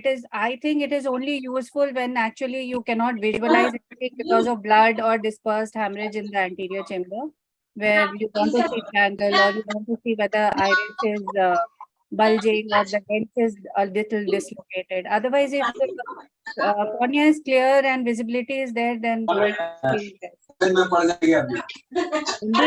you want to visualize structures behind the iris where we cannot visualize with OCT, then it is most useful. Yeah, especially when the media is very hazy in cases of, let's say, corneal opacity, or the media is absolutely hazy, and you want to know what is the condition of the lens, or what is the condition of the IOL, what is the tilt of the IOL or lens, and at the same time, what is the effect of this tilt on the angle. This becomes very, very useful. And while doing ASOCT, it doesn't take everything into account. But then when you do USG,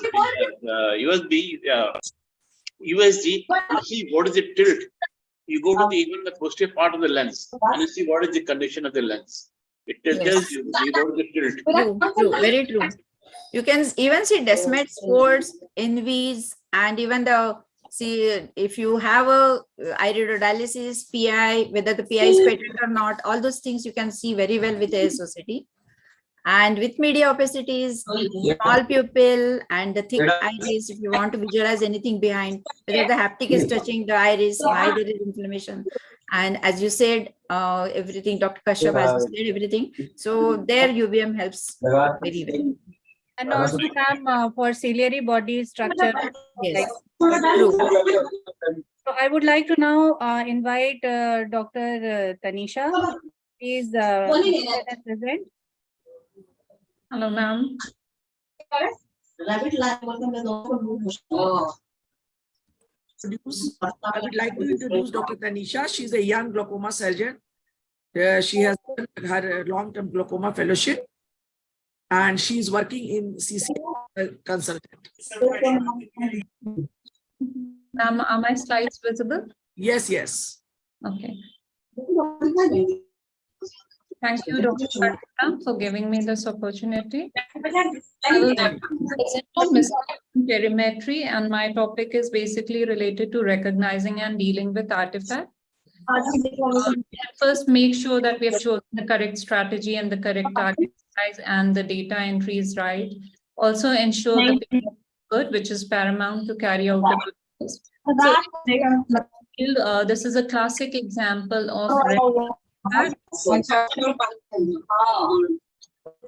suddenly the values are going to 0. So this is very Please mute other. Please mute. So if the patient has drifted back from the machine, or the lens has the carrier has been placed very far away from the patient's eye and not just clearing the lashes, then we can get such artifacts. And this 0 suddenly in the values indicates that this is a REM artifact because it is not going to be following any RNFL pattern.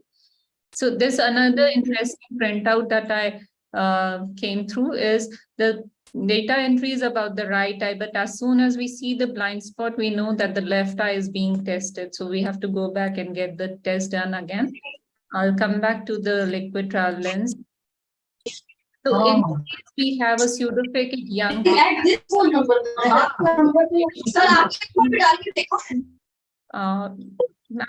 a lot of background noise. Lot of noise, please.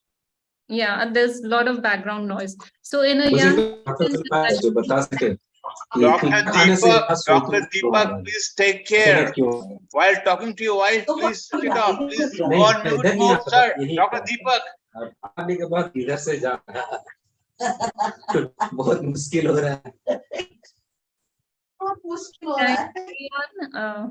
बढ़ाए बाल vacation में नहीं बाल बढ़ाए नहीं बढ़ाने से भी आता है Okay, so I'm back to my slides now. So in a young patient, the machine fails to calculate the detection point. Patient has undergone a surgery. The fields that we get might not be correct. So again, here I'll emphasize how the change in target size from 3 to 5 will drastically improve the parameters. Here you can see the parameters are bad, and on changing the target size to 5, there's a drastic improvement. So if we now know that there's a single paracentral defect in a 24-2 printout, we can switch to a 10-2, which will highlight the defects more substantially. And there's a reasonable balance which can be achieved by a new strategy called the 24-2C, which adds 10 test points extra in the center. So in this patient, which I have been following up for the last 6 months, he came to me in December, then again in June 2023. So when I noted that the patient is showing a VFI 1%, I asked him to undergo a 24-2C where the central points were more highlighted, and I could rule out that any went to the fixation was not there. Very important topic, Tanisha. Hold on. A coordinator from NTOD. Please mute Dr. Deepak for a moment. Yeah, he's muted now. Okay. Thank you. Okay, go ahead. So here again, this is a very interesting artifact which is not commonly noted. As soon as you look at the fields, you can see that the blind spot has shifted much below the horizontal meridian. So what could have gone wrong? This happens when the patient has not shifted back the fixation after the foveal threshold has been tested. So when the patient is still fixating here, the blind spot will shift down from the meridian. The whole field will actually shift down. You can see here.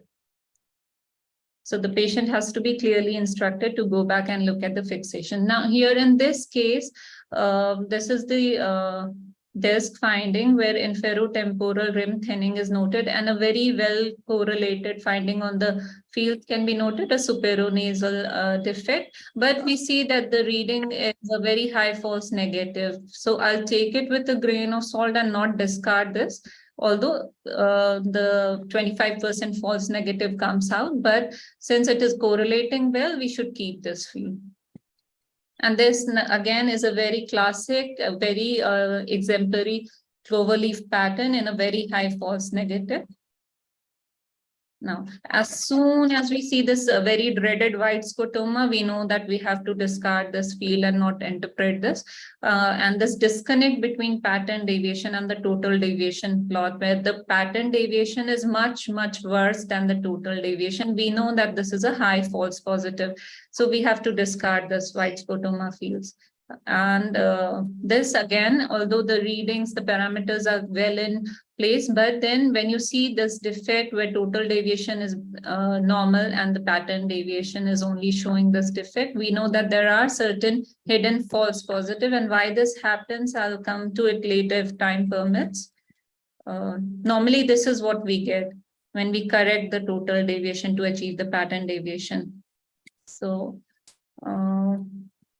yeah, this is interesting because here we see the gaze tracker showing such a reading where the patient seems to be looking at a tennis match, but the fixation losses recorded by the machine is very, very low. So what do? We go back and look at the disc. So disc is having a very large peripapillary atrophy. So when the machine goes and projects stimuli on this, the fixation losses cannot be pointed out, but the patient is actually moving the eye a lot. The reverse is true in this case where there's a very tiny disc, although the patient is maintaining gaze totally. If you see the gaze tracker, it's awfully stable, but the fixation losses here are very, very prominent because the disc of the patient is small. So whenever the light is being projected, it is probably falling on the adjacent retina, and the blind spot is not being mapped correctly. This is another interesting case where the patient underwent a LASIK surgery and failed to inform the technician who was doing the fields. So in the repeat field, the machine already gave this -4 and the fields were very bad. But when this was removed, the fields drastically improved in this young myope. Now, by looking at this, we can know that this is not following any pattern of the RNFL distribution. So this this was a case of a dermatocollosis, and when we tape the lid, we can see that this defect goes away. So now mistakes while labeling progression. Progression can be either darkening of the existing scotoma or enlargement of the existing scotoma. So if we look at points which are within or adjacent to an existing scotoma, they are more likely to represent true changes than the points which are far away and have no special relation to the existing defect. Also, the cluster of points are more likely to be true progression rather than random points which are scattered. So this is the GPA printout.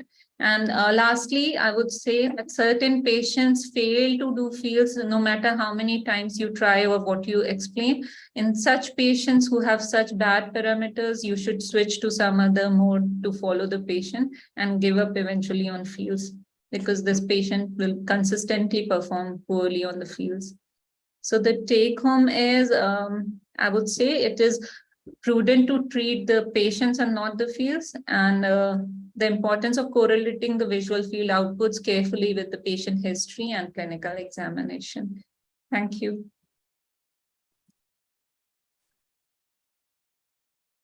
Thank you so much, Dr. Tanisha. I would like to welcome Dr. Ajit Hazare for his presentation now. Thank you so much for inviting me for the midterm conference. Thank you, Dr. Bharti.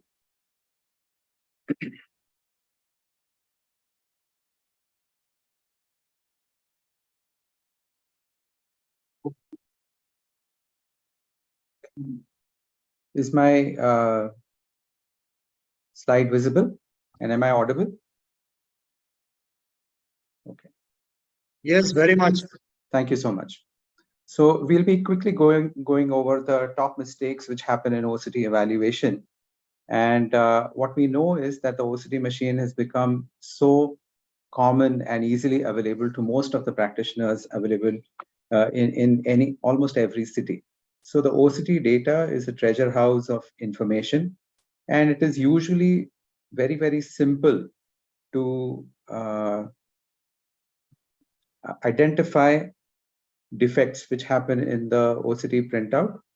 But the challenge is when we are looking at glaucoma suspects, when we are looking at early disease, and when we are looking at progression analysis, especially in an advanced glaucoma. So if we look at the common sources of mistakes which happen when we are using OCT, just a minute. Yeah. So the most common mistakes are because of operator errors, patient errors, that patient is not seated properly or other things. Patient pathology, that's the eye is not really in a good condition to do a correct OCT, or there are software errors and there are clinical interpretation errors. And what are the most common mistakes that happen during OCT and its evaluation is that we base our clinical decisions on poor OCT scans. So the image quality is poor and that gives rise to a bad decision. Or we are looking at a single OCT scan because only the printout is available to us, and that scan has not gone through the area of interest. So it's not giving us useful information. And the other common mistake is that we have multiple printouts from different machines and we try to correlate the results from one machine to the other, which makes analysis quite difficult. The other thing is that sometimes in healthy eyes, we come across RNFL and GCA defects, and these show up as red areas on the OCT scan, and this is called red disease, while actually the eye is normal. And the opposite of that is the green disease, where there is glaucomatous defect already happening, glaucomatous damage already happening in the patient's eye, but the OCT is unable to pick it up. When we're looking at progression for glaucoma, especially in early progression, then we have the OCT printouts generally tend to give us quadrantic maps for progression, but we need to look at the clock hour maps, and failure to look at the clock hour maps on the printout is an important source of error when we are looking for progression. Here's an example of poor image quality. This can happen due to wrong data entry, so the comparative database is wrong, or there's a misalignment of the scan circle around the disc, as you can see in this scan on the right side, where when we center the scan properly, the inferior RNFL defect completely disappears. So this can happen due to poor patient positioning, or it can happen due to dry eye and other things. So what are the other causes of poor image quality? Dry ocular surface is the common reason. Then very small myotic pupil can give rise to scotomas, or it can give rise to black areas on the scan. Media opacities, blink artifacts, then vitreoretinal interface abnormalities, typically VMT or ERM, where ganglion cell layer analysis cannot be done accurately. Motion artifacts, because the patient is not able to fixate properly, or the OCT machine itself is in a poor condition with a lot of dust inside, and this gives rise to low signal strength for the OCT. When we are looking at vitreoretinal, when a patient has ERM or VMT or interface abnormalities, then you have to avoid looking at the ganglion cell layer analysis, because that's going to give confusing picture. Instead, you can rely more on the analysis of the RNFL data over a long period of time. For example, on the screen, you can see on the left-hand side, you have the RNFL, which shows gradual progression over a few years. And on the right-hand side, you see the ganglion cell layer analysis with the ERM, and that is not showing any useful data, while the RNFL analysis is correlating with the progression on the visual field. In certain, let's say 5% of the normals, you can get red areas on the scan. And how do you rule this out? So you rule this out by correlating the RNFL and the GCA. If it's happening in both the scans, then it's likely to be abnormal. But at the same time, you need to look at the scan quality and the details of the scan. For example, here in this patient, this is a patient with stable RNFL and GCA over 7 years. And if you look at the IOP is also stable between 11 to 20 and has stabilized over the last 3-4 years.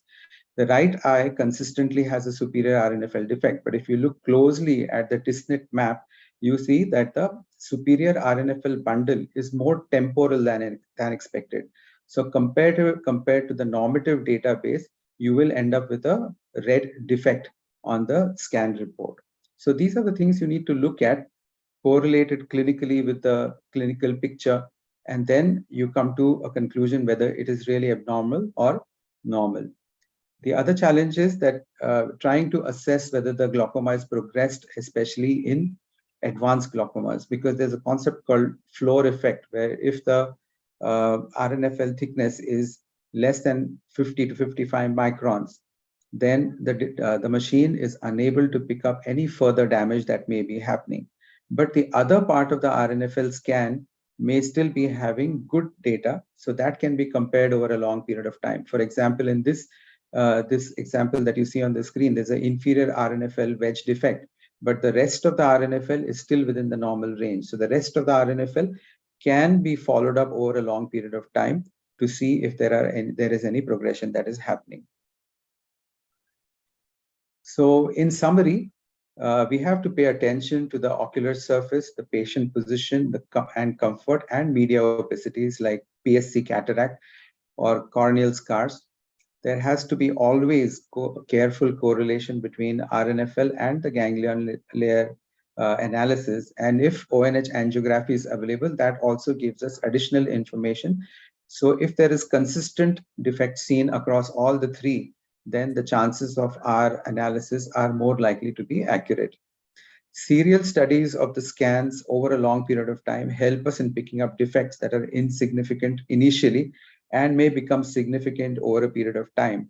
And this can guide us to detecting early progression. Thank you. Thank you so much, sir. A very, very well presented, clear-cut take on OCTs in glaucoma. I would now like to invite Dr. Tanisha with her next presentation, please. Thank you, ma'am. So next presentation is about mistakes in initiating glaucoma therapy. So before we subject a patient to a lifelong glaucoma therapy, the diagnosis of glaucoma should be reasonably established. And a complete examination of angles is a must, as already has been emphasized by Dr. Rashi in earlier slides, because we tend to miss out patients of angle closure, and we have come across cases who have been put on topical anti-glaucoma, and all they need is a laser, but laser has not been done. So the patient continues to progress. So gonioscopy is a must. All they need is a laser iridotomy to prevent the progression from happening. Again, a lot of prescriptions come in where based on a single IOP reading, patient has been subjected to anti-glaucoma therapy for life, and DVT has not been carried out. So all this has to be taken into account. According to the recommendations of early manifest glaucoma treatment, recording of the baseline IOP, how the patient is presenting, is a must, because at least a 25% decrease of IOP from the baseline is needed to reduce the risk of progression. Again, the target IOP range has to be very individualized and has to be repeated and checked and reset with time. And it also tells you and guides you which the initial drug treatment should be. Central corneal thickness, which has already been pointed out by other speakers, that we should not be using these nomograms to achieve a correction factor, but it should be kept in mind that thicker corneas will have an artificially elevated IOP and thinner corneas will have decreased IOP than the true IOP. And also the thinner corneas are an individual risk factors for glaucoma. So we'll start with monotherapy, and accordingly, if the drug achieves target IOP, we can continue. And if we have given a unilateral drug trial in the second eye, we can start. If the drug fails to reduce IOP by at least 15%, then we can consider switching class. If the drug has reduced IOP, but not up to 15% and not reaching the target IOP, then we can consider adding or switching and keeping this one in reserve. So that is what we'll follow. Intra-class switching is only possible with prostaglandin analog. Suppose bimatoprost is not working, we can give a trial of latanoprost and or travoprost, but otherwise it is not possible in other classes of drug. So the prescription should not be too complex. Efficacy, compliance, safety profile, and affordability should be kept in mind while prescribing the drugs.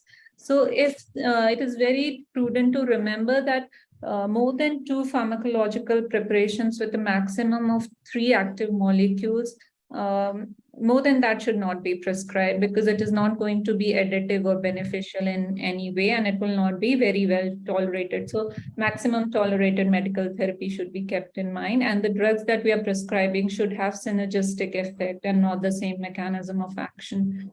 So if the patient is already on systemic beta blockers, the topical beta blocker will not be very significantly helping in reducing the IOPs. Also, if the patient is a hypertensive and taking drugs which are lowering the perfusion pressure because of the nocturnal hypotension, that may also lead to progression of glaucoma. So that should be kept in mind.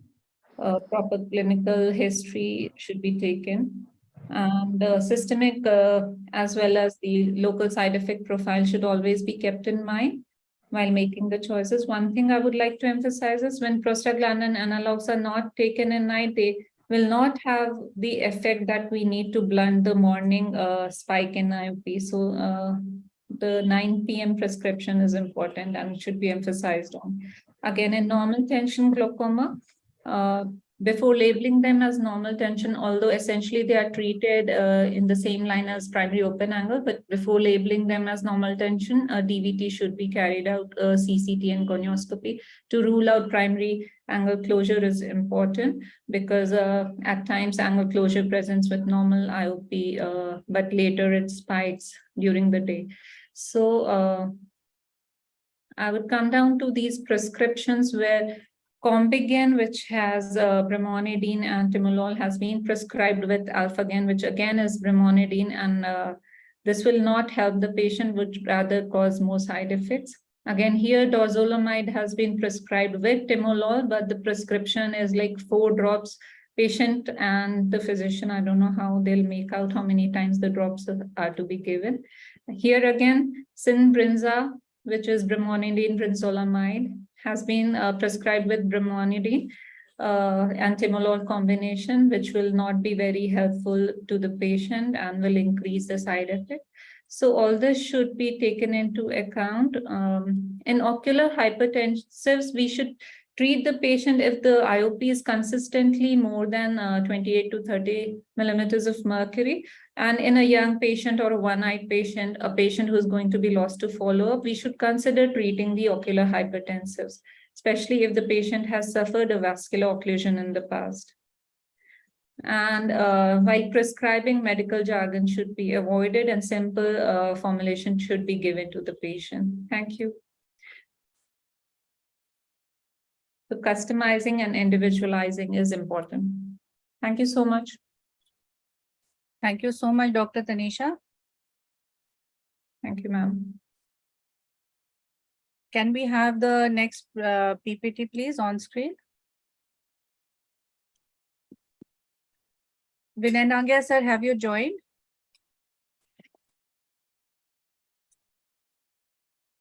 So I would like to invite and introduce Dr. Vinay Nangia. He is the director of Suraj Eye Institute, Nagpur. He has been a former president for Glaucoma Society of India. He is also an alumni of Shankar Nethralaya, Chennai, and has also trained in UK and the Harvard University in Boston. He has more than 170 publications in peer-reviewed journals, and we welcome you, sir. Yes.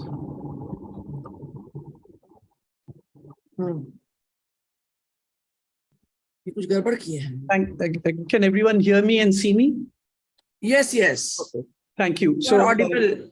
Thank you. Thank you very much for having me here today. And I'm going to take you through a short talk on mistakes while assessing the progression with the retinal nerve fiber layer.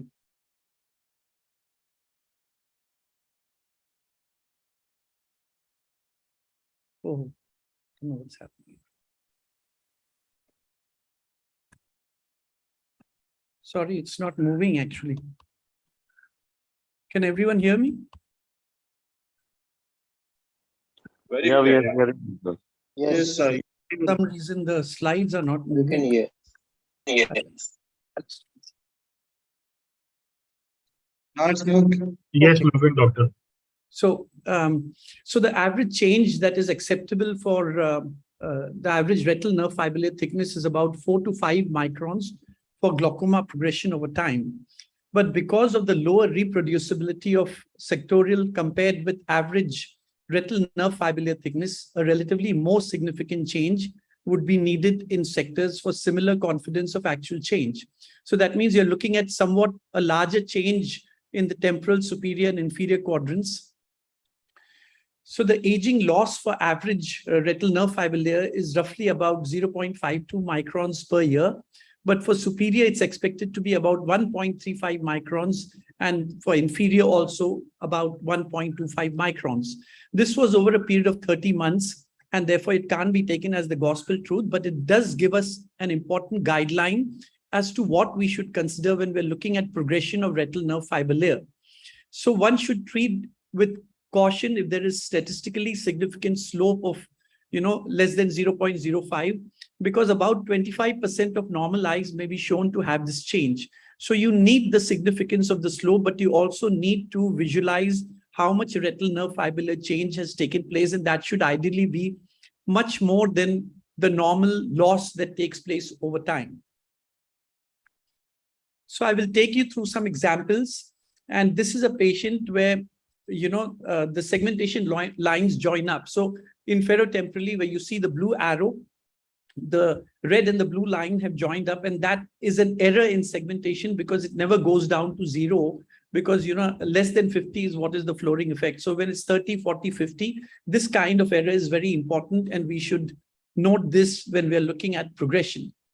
This is another error that you can see where if you take a look at the blue arrow, you can see that's a superotemporal hump, and there is a segmentation error there from 2015.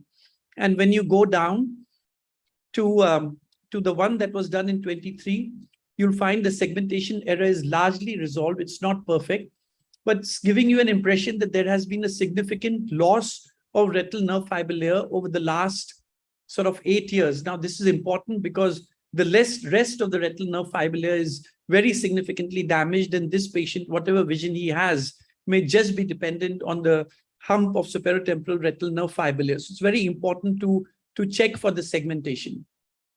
Now, this is an epiretinal membrane that you can see. The blue arrow on the top right tells you the epiretinal membrane, and when you go to the image just below that, you'll see that the red line covers the epiretinal membrane actually. Therefore, you're getting a falsely high retinal nerve fiber layer thickness in this region. Of course, this region is not very important because it's in the nasal side, but that is an example. And you will see in the next slide that I show you.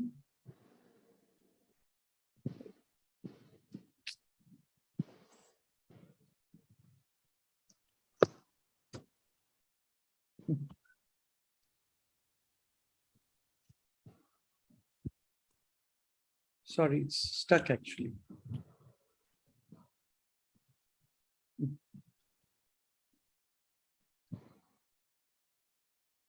So maybe you can stop sharing and then start sharing again. That's what I'm doing, but somehow the computer is not allowing me to do anything more. I'm not able to. There you go. I've stopped it. You can share again. Is it better now? Can you see it if I just? No, sir. You have to share again, sir. I've stopped it from my end. You can share again. Okay. Is it all right now? Yeah.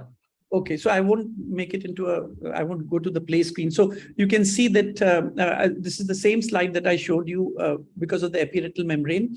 And you can see here, there is a significant epiretinal membrane here. And the top right slide where you have the blue arrow, you'll see that the red line is segmenting the RNFL below the epiretinal membrane. And when you go to the slide below that, you'll see that the blue arrow here shows you that the red line has gone above the epiretinal membrane actually. And this is of 2022 and this is of 2023. So these kind of errors, especially with epiretinal membrane, you should be very aware of, especially when the error takes place in the temporal retinal nerve fiber layer, because that's the most important part of the retinal nerve fiber layer, and the membranes are all temporal actually. So that is a very important thing to just keep in mind. So segmentation also is a challenge because of the blood vessels, and sometimes it cuts the blood vessels. So if you see in 2015, there's a part of the blood vessel that is below this blue line. And when you come here, you'll see that the blue line is encompassing the edge of the blood vessel very nicely, giving you an impression as if the retinal nerve fiber layer thickness has increased. This is also much more common when there is significant retinal nerve fiber layer loss. This is a case of retinoschisis, and you can see here that there is significant retinoschisis. And fortunately, over a period of 3 years, the retinoschisis resolved. That is well known, and you can see that there was significant thinning. So when you get thickening with retinoschisis, you may not be able to assess the degree of glaucomatous damage, as you can see from this area here below right. And this is a very classical early retinal nerve fibrillary progression. If you take a look at the green line going here, and you come down here, you'll find that there is a significant loss here. There's a significant loss of almost 22 microns. And you can see here the light gray line is from previous scan that was done in just a few months before. That was in February, and the second is in September. So between February and September, 22 microns loss has taken place. So when you do get accurate segmentation, then I think, the retinal nerve fibrillary really helps you identify pinpoint locations where something like that is taking place. So significant optic disc cupping will often lead to segmentation errors because of the flooring effect. It bottoms out. But you may still wish to assess the OCT to follow up on, especially for the macular retinal nerve fibrillary, which tends to, it doesn't undergo damage very quickly. And that's why we continue to have central vision till the very end. Epiretinal membranes and retinoschisis are the major causes of errors, and myelination of RNFL can also cause significant segmentation errors. We always think that we should look at different images and images without the segmentation to get a clinical impression of the accuracy of segmentation and health of the retinal nerve fibrillary. That is not merely depending on the numbers and not merely depending on the segmentation. Thank you very much for this opportunity. Bye. Thank you. Thank you so much, sir. So our next presenter is going to be Dr. Abhishek Onkar. Sir, are you there? Yes, ma'am. Let me introduce Dr. Abhishek Onkar. Dr. Abhishek Onkar is running the Devghar AIMS. He is the HOD and he is a prolific cataract and glaucoma surgeon. He has keen interest in glaucoma, and every time he is a faculty also for glaucoma. Every time we have a conference, he always participates and presents in glaucoma session. So welcome, Dr. Abhishek. Are the slides available? We can see. Okay. चलो बेटा दूसरा करते हैं. दूसरा करते हैं.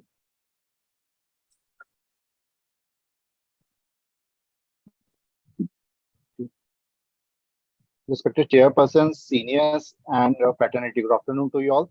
Thank you to the Jhos Scientific Committee and Bharti ma'am for providing me this opportunity on a topic which is like not well addressed, rather than it is taken for granted most of the times. That is mistakes in managing drug intolerance. Why is it so? Is because we have been exposed to drug intolerance to anti-glaucoma medications right from our undergraduate education from second prop itself. So it has been like ingrained in our studies, and we take it for granted rather than address it. So just coming to why this topic is important again is because all these chronic diseases, adherence is the key to achieving a good success to the treatment. And it has been reported that non-adherence ranges from 16% to 30%, and in glaucoma even up to half of the patients, up to 50% of the patients develop ocular intolerance.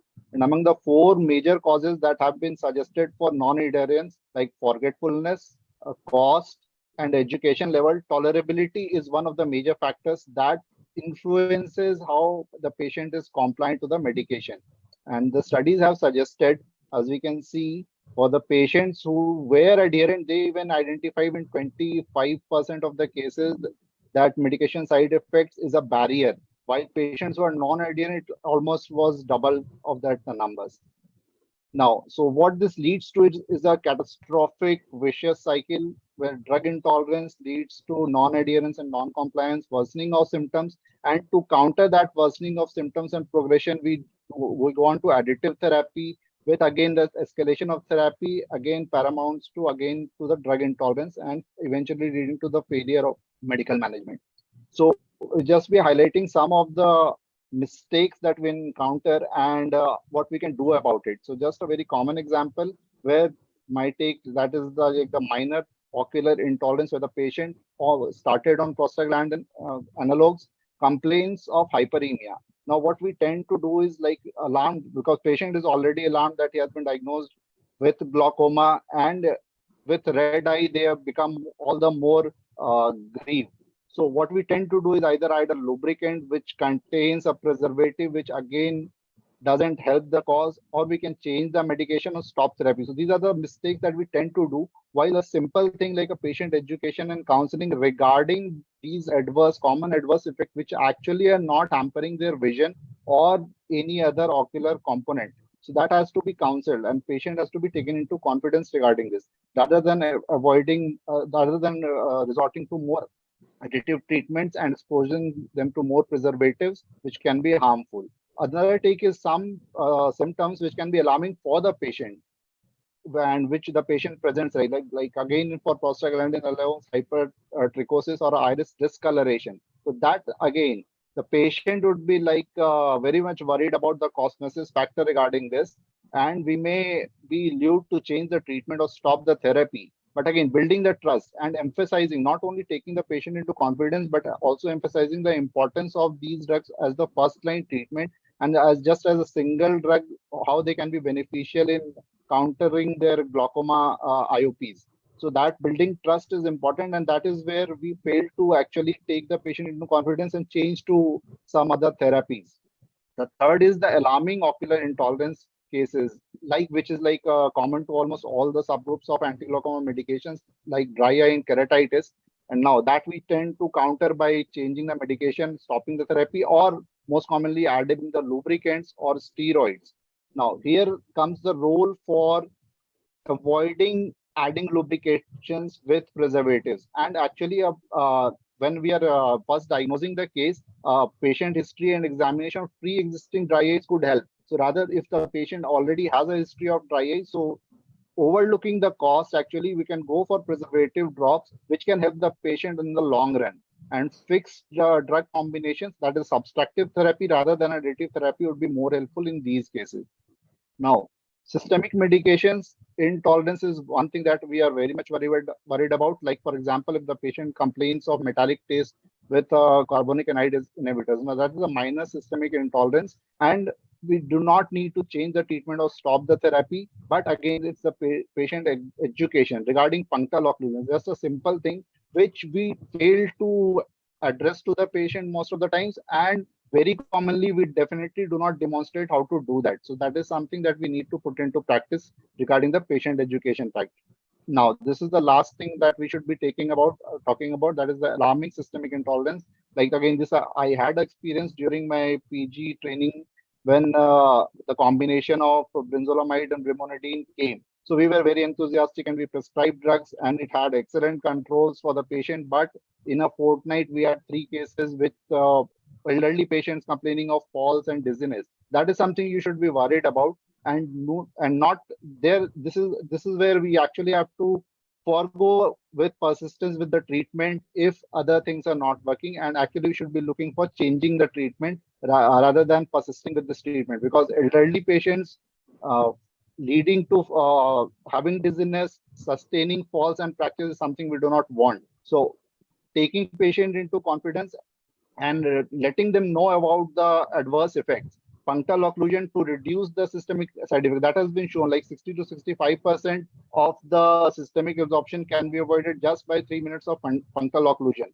And that is something we have to stress upon, because if you do not perform a punctal occlusion, that is like almost like intravenous administration of any drug as compared to oral administration. It just bypasses the first pass liver bypass function. And definitely some home support can be provided, or telemonitoring can be helpful in these cases. And changing medication is something that you should definitely be looking forward in these cases. And yes, novel medication delivery systems like the corneal contact lenses or the pumps can be of use in these cases.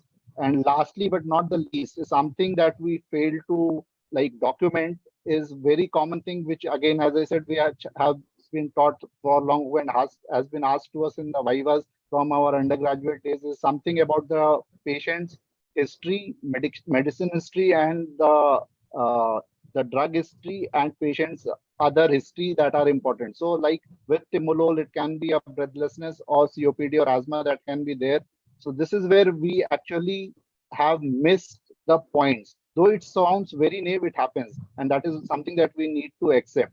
So proper history and examination are a key to it. And just to highlight what we already know is like the alpha adrenergic agonists, we should be careful about prescribing them with TCAs or the MOIs.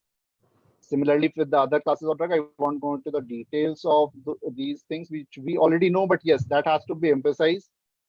And yes, so just I will be ending with this presentation by saying that appropriate and early detection is definitely important to adjust the management strategies, and formal education sessions have been shown to be very effective in alleviating patients' fears and their concerns about it, and educating the patient regarding the disease. Once they start comprehending the disease, they try to appreciate it, and once you address their concerns and beliefs, that helps in making those adverse intolerances more acceptable and better treated.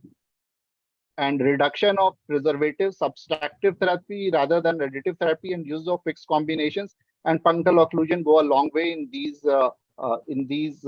conditions. And lastly, I would say that we are treating the patient. So what we should be prescribing is what drug is best for the patient rather than what is best in the literature. We are treating the patient as already outlined by the previous speakers and not the disease itself. So that is something we have to take into consideration. So I thank you for this talk. Thank you.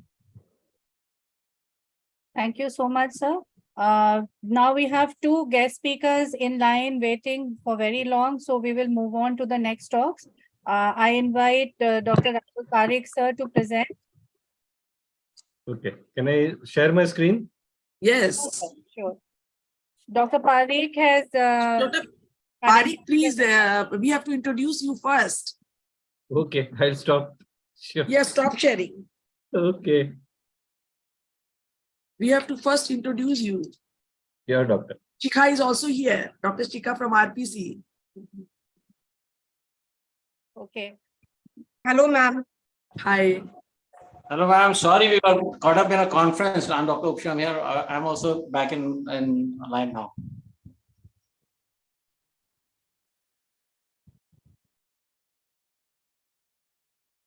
Can you see the slide, sir?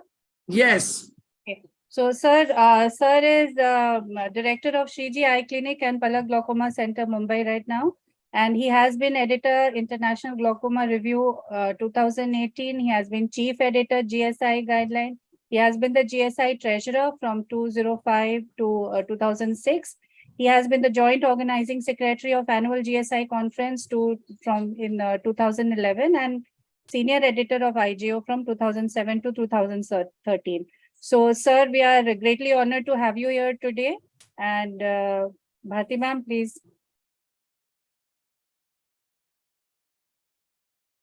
Yeah, please share your slides. Yeah, thanks, doctor. Thanks for inviting. So in next 6 minutes, I'll try to cover the basics, few important points in trabeculectomy. Can you see my slides? Yes. Okay. So we know the trabeculectomy is gold standard for glaucoma surgery, even with lots of newer update in MIGS and lots of other surgeries. Trabeculectomy is gold standard, and the perfect depth is where there is diffuse, translucent, microcystic, and relatively avascular. Now, to make that, we have to make certain adjustment during the surgery depending upon the patients and what mistakes we make. I just try to cover in next 5 to 6 minutes. Now, this is Penco's technique, and most of the glaucoma specialists have adopted or modified little bit. And Penco's technique is really revolutionary because it has reduced the complication as it improved the success of trabeculectomy. So I'm not going to talk about his technique or modification. I'll just talk about few important mistakes we make. So the first thing, pre-operative. Now, glaucoma, the surgery preparations has to be start pre-operatively. So planning, of course, counseling is important.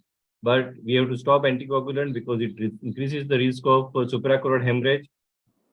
Certain anti-glaucoma medication we must stop, like pilocarpine, prostaglandin, or any drug which is causing the hyperemia, because it increases the fibroblast proliferation and reduces the success rate. And I would very strongly recommend that at least start, if the patient is hyperemic on long-term anti-glaucoma medications, if eyes are red, then start low-dose topical steroid a week before to increase the success of surgery. So this is preoperative. Now, intraoperatively, the most important thing, when we do the conjunctival dissection, you can see my blade is going more than 10 millimeter. A wide surface dissection, 10 to 15 millimeter, posteriorly, laterally, is very important because it gives the huge surface for the mitomycin application and for the diffuse flap formation. So this is one important thing. If you are not doing it, start doing it, because that will increase the success of trabeculectomy very clearly. The second mistakes we make, either we underuse or overuse mitomycin. Now, antifibrotic agents are very important in success of surgery, but certain patients may not be suitable. So if the patient is high myope, thin conjunctiva, fragile conjunctiva, maybe you should stop, not use mitomycin. On other end, if patient is on multiple medications, having very high pressure or high risk of failure, the use of antimetabolite is very important. 0.02, 0.04, I use both. But when you use mitomycin, don't use single sponge, use multiple sponge, use much away from the conjunctival edge. So your conjunctival edge should not get damaged with use of mitomycin. So away from edge, and also use subscleral application. So I make a subscleral flap and I use one sponge under the sclera also. So reduce the subscleral fibrosis. And make sure that you remove all the sponge after whatever time, 1 to 3 minutes you are doing it.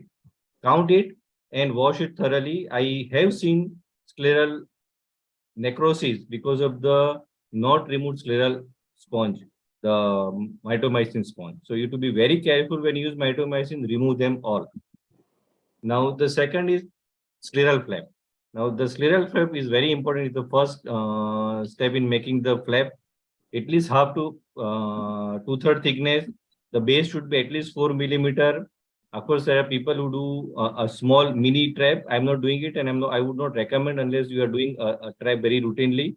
A 4 millimeter base is very good. If you are making contractular 4x4 in single dissection, you can see my dissection. It is clean. If you have ragged edges, then it increases the risk of fibrosis. Now, if you are making thin and thick flap, unfortunately, I don't have, because I started recording for last 10 years and I never had, because I'm doing glaucoma surgery for more than 2 decades. But if you are having a thin flap, start dissecting at a deeper level. If you are having a thick flap, start dissecting at superficial level. Because if the flap is too thin, it increases the risk of overfiltration. If the flap is too thick, it increases the risk of underfiltration, because there will be too much of pressure and the blade failure would be high. Now, the next important thing, window. Now you can do pulse trabeculectomy. I usually do the standard, use the 11th number blade or meringotom, or you can do the vanas. But it should be at least 1 to 1.5 millimeter. And second most important thing is overlap. The overlap should be at least 1.1 to 1.5 millimeter. If the overlap is less, the risk of overfiltration is very high. That is the mistake most of the time we make. Second, if the ostium is too small in relation to your flap, the pressure the flap would exert would be high and it would lead to underfiltration. So the flap size should be in relation to the overall flap size. Closure, if you are doing too tight closure, it will lead to underfiltration. If it's too loose, overfiltration. So that is the mistake we make. It should be mild, moderate, and you can adjust. You can do, I always make paracentesis and look for the filtration. And if it's all filtering, you can always use one more releasable. So this is very important. I always use releasable because it allows me post-operatively to adjust my blade. So you can have more releasable sutures or adjustable sutures and use post-operatively their sutures to adjust your filtration. Check filtration, as I said, some people don't use paracentesis. I routinely use and check for the filtration. So it gives me the idea how many sutures I should put on table and how to adjust post-operatively. Now, post-operatively, as we are running short of the time, I'll just quickly cover the first small leak. We, in a busy practice, sometime if the AC is not shallow, we may miss small leak if we don't look carefully. So small leak has to be looked carefully. So if your pressures are low in relation to a bleb formation, consider there is a small leak. So use, do the Siddle test very carefully. Look for the leak because that has to be treated in an immediate post-operative, not surgical. Sometimes you can just put the contact lens, the large diameter contact lens. So the small leak has to be leaked very carefully. Minimal choroidal effusion. Again, if you don't look diagnose early and don't treat properly, it will cascade a reaction, a complicated chain which leads to the bleb failure. So choroidal effusion need not have a shallow AC. Again, immediate post-operative is too shallow. But if your IOP is too low in relation to your bleb or AC is little shallow, look for the choroidals, because choroidals, even if you can just see the ora serrata without indentation, that also is a sign of already choroidal effusion. You have to look very carefully, diagnose the cause and treat it. So for the long-term success of trabeculectomy, these small things are very important. Early failing bleb is very important. Having too much of vascularization, so even because early failing bleb may have a normal pressure. So if you don't treat, overall trabeculectomy failure would be high. So treat, diagnose, because there can be multiple reasons: internal blockage, tight or subconjunctival. Identify the treatment is very different. There's some people speaking in background. Please. उसमें 10,000 रुपया लिखे थे, लेकिन 10,000 तब लगेगा जब आगे का जरूरत पड़ेगा. Coordinator, Dr. Mukesh sir, please unmute sir. हो जाएगा 2000 में ही हो जाएगा, तो फिर थोड़ा डीप जाएगा तो 5,000 लगेगा ना, 10,000 जैसा जरूरत हो. Dr. Mukesh sir, please mute yourself sir. Someone is murmuring. Okay. So you have to identify the cause. I'm not going to talk about it because it's too long. And the last thing is diagnosing early sign blebitis, because early blebitis, if you miss, it can lead to the endophthalmitis also. So that there are the dreaded complications. You have to diagnose. You can see this is opaque bleb, totally avascular. This was the early blebitis. You diagnose this early and you can save the patient's vision. So these are the things pre-operatively, intraoperatively and post-operatively, some basic things I have tried to cover. As time is running short, thank you. Thank you so much, sir. I would like to invite our next speaker, Dr. Shikha Gupta, to please present.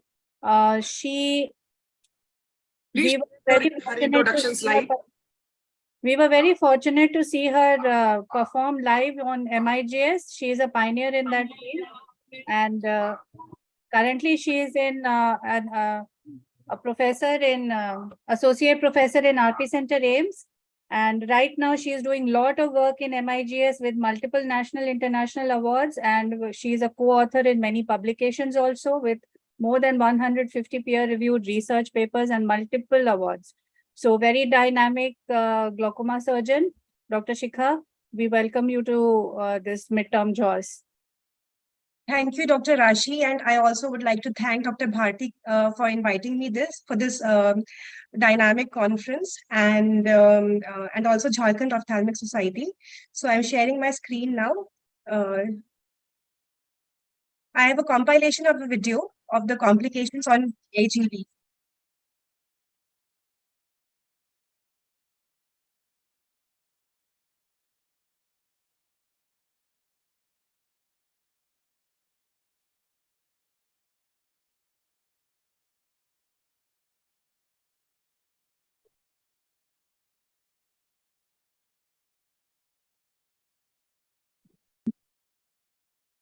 The sound is not enabled. Sound is not audible? Yeah, just on the right hand side, 3 dots. Just click share sound, and you will have a drop down. Or you can I stop can't share. see the three dots. Can you just stop share for a minute, doctor? Yeah. We'll restart. Just stop share. Therefore, it was Audible now? Sorry, yeah, now you can again. Sorry, just click on share once. Left hand side, you should see share sound. Just click that. Ensure that it is checked. Once you do the screen share, the capsule. yeah, perfect. You can start from the beginning, doctor. In many situations, we feel that which takes away all the pleasure from both the patients and the glaucoma surgeon. These certain circumstances, they arrive uncalled for and leaves the surgeon unprepared. But once we know what all things can happen, we can be better prepared and deal with these situations to help our patients immensely. So this is the first case which had high IOPs post AGV surgery. He was a one-night patient, operated VR surgery, and we had implanted a AGV tube some time back. Despite multiple needling attempts, the IOP continued to rise after each episode of needling, and therefore it was decided that because of a thick Tenon's capsule around the plate, a capsulectomy should be performed. So we went ahead and debulked the Tenon's capsule and excised the capsule, followed by primary repair of the overlying conjunctiva and the Tenon's capsule to bring down the pressure. On table, it was found that the IOP had lowered and the conjunctiva was secured. This is the second case. This is a child who had undergone an AGV tube in the intracameral space. The patient is phakic, but it was found to touch the cornea in the postoperative period, and therefore it was decided that we will put in polypropylene anchor suture in front of the tube so that it could pull the tube back along the plane of the iris. This was the desired outcome. So 2 sterile flaps, partial thickness, they were fashioned in 10 o'clock and 2 o'clock position, and a 9-0 double-armed polypropylene suture was used to anchor the tube. So a 26 gauge needle was used to dock the polypropylene needle. For both the needles, it was repeated, and in the end, the sutures were fixed and the tube anchored behind. This was the third case. This was another lady who had undergone an AGV tube. She had operated VR surgery, silicone oil globules were present, and the AGV tube was placed in the sulcus. However, post-operatively, the pressures continued to remain high and we could not visualize the tube within the sulcus, and it was seen on UBM that it was sequestered between the capsulo-iridic adhesions, and therefore a basal iridectomy was created and the tube from the sulcus was taken out in the intracameral space, and also intraocular trimming of the tube was done and it was little longer in size. So a basal iridectomy helped us to change the position of the tube from the sulcus, which was capsulated because of the iridocapsular adhesions, and bring it out in the intracameral space. This was another case which was operated VR surgery and had oil blockade post-operatively. The oil meniscus globules can be seen around the tube. This is the meniscus sign which was seen, and therefore we decided to go ahead with the venting incision within the tube. So these vents have been described, which take away the oil globules and prevent the occlusion of the tube by the oil globules. However, intraoperatively, we could see that despite multiple venting incisions, the oil globule in the form of meniscus still persisted. And we thought that these venting incisions may not be enough for the IOP to get lowered. To deal with such a situation in a non-invasive manner without opening the conjunctiva, we first tried to aspirate the oil from around the tube, but that oil, because it was a silicone tube, it continued to adhere to the tube, and we could see that the oil meniscus was now in the tube and was not going to the plate. And we envisaged that this will take a long time in the post-operative period for reducing the IOP. As a result of which, we went ahead with the intracameral flushing of the tube. We took BSS, and by bending the tube a little bit within the intracameral space, we flushed around 20 ml of BSS inside the tube, and we could see that the oil meniscus was no longer seen. This was a case of AGV which had developed a tenon cyst around the tube, around the tube and the plate, leading to high IOP. So we routinely are doing needling of the AGV plate on the slit lamp because these patients in the hypertensive phase require multiple needlings before they could settle down and IOP remains stable. So by anesthetizing the conjunctiva initially and in the swinging motion of the needle, the IOP can be brought down on the slit lamp only without taking the patient to the OR. This is the case in which we had planned to put this tube in the sulcus, and we had made an entry with the needle, 23 gauge needle, behind the partial thickness scleral flap at around 2.5 millimeter from the limbus. But as we directed the tube through this opening, it went on to settle in the pars plana space.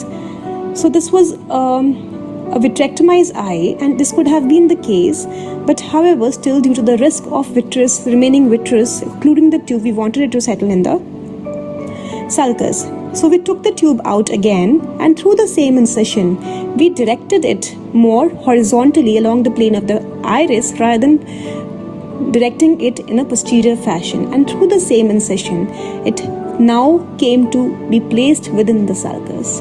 So sometimes, because of the tube being directed posteriorly, the same incision can actually cause misplacement of the tube, which can be easily redirected on table, and these small things should be taken care of immediately at the table.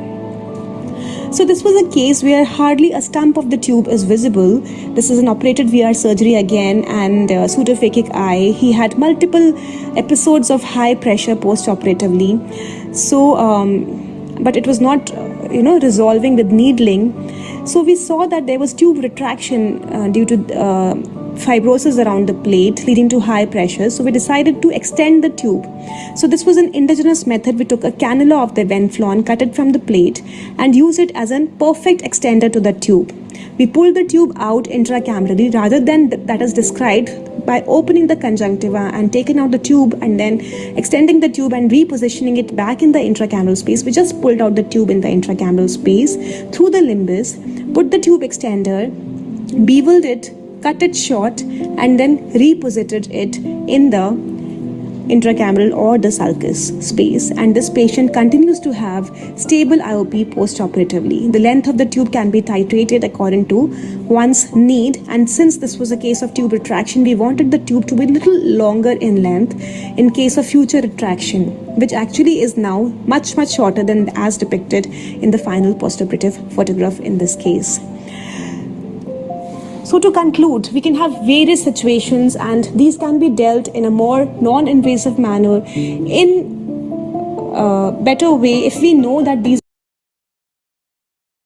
So this is about the AGV and the complications.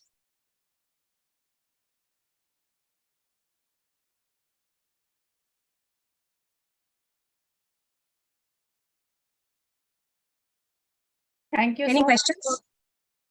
Yeah. I think all the glaucoma's experts must have got benefited by this. She's doing hopefully of these newer procedure. Dr. Rashi, Dr. Tanisha. Definitely, ma'am. And the tube extension video was awesome. Like we have always thought how the tube could be extended, like in. Yeah, we have sent it for publication. It's not yet published, but it is an indigenous method. Otherwise, you need to open the conjunctiva and then lengthen the tube, then reposit it. It requires a lot of conjunctival dissection. Especially we are doing these kind of cases in operated vitrectomized eyes. So there's a lot of conjunctival scarring also. So to close the conjunctiva again is also difficult. So we always aim that we do it in a more conservative manner, any re-surgeries for the operated eyes. So that is our goal. Approach was the perfect. And that the protruded tube and touching the cornea was also very nice management. Thank you, ma'am. Okay, please keep you involved in future also. Dr. Shikha, thank you so much. Thank you so much, ma'am, for inviting me. Thank you. You are always welcome, Shikha. So now we are proceeding to the fourth session. What is ideal, but what's practical? This is the session we are conducting first time. across India. इसके पहले ये session कभी conduct नहीं हुआ है. This is a very innovative session, and this invites a lot of discussion. And Dr. Tejas Shah will be the chief coordinator of this session, along with Dr. BP Kashyap and Dr. Pritish Pranoy. The chairpersons are Dr. Sharma. Has she logged in? Dr. Bharti Sharma? Dr. Yes, ma'am, I am there. Okay. Dr. Ravi Daulat, Dr. Bharti Sharma is chief of Tata Hospital, Cornea, and overall head of the department of ophthalmology. Dr. Ravi Daulat Barbhaya, has he joined? Dr. Ravi? I think after 2 times confirmation, if people don't join, what can I do? Nitin Dhira, he was here only. Dr. Indranath Prasad. Yes, ma'am. Okay. Dr. Abhishek Shadev. Dr. Abhishek Shadev. Yes, ma'am. Where is Dr. Abhishek Shadev? Yeah, I'm here, ma'am. ये roll call हो रहा है क्या? Roll call करना ही पड़ेगा ना. Roll call करे नहीं. अभी करना पड़ेगा ना. चेयरपर्सन सब स्कूल का याद दिला रही हैं. कौन डिस्कशन में भाग लेगा? You have to participate in the discussion, because this session is much more a discussion. Yeah.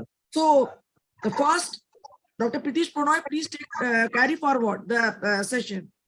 Dr. Pritish Pranoy, please unmute yourself. Good afternoon, everybody. We are about to start the much awaited session, that is what's ideal but what's practical. Yes. And the first speaker is our guest speaker. I'm introducing पहला Dr. तो keynote address है. Yeah. पहला हमारा keynote address है by Dr. Tejas Shah. Yes. So please introduce Dr. Tejas Shah, Dr. Pritish Pranoy. Yes.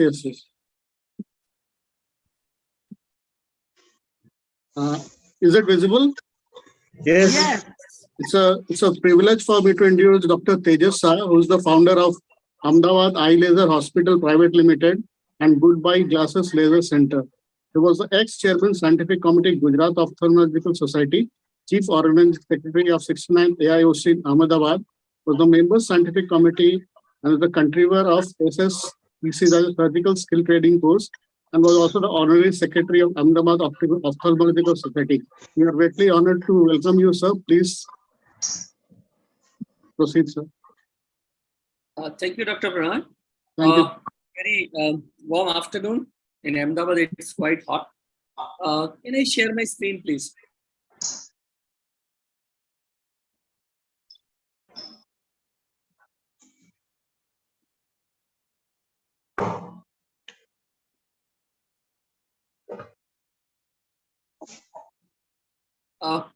Is my video visible now? Yes, sir. Please go ahead. It's visible.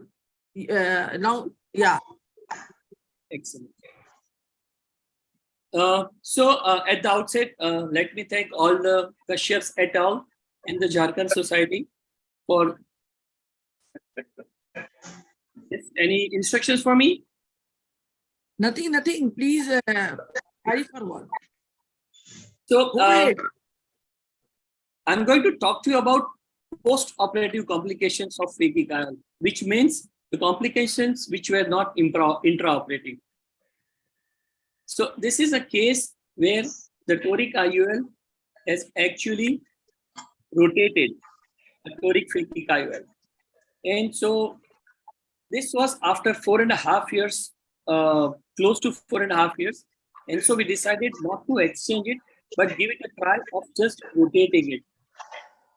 So the fundamental of any phakic IOL is that everything happens inside the chamber, not in the sulcus.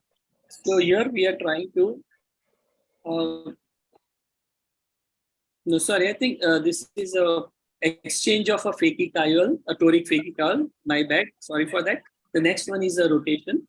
So this is a hand-on-hand technique, which is very simple, and it frankly took us a lot of time to understand this procedure, but it is now a very, it's a gold standard of how to actually try and take out a phakic IOL.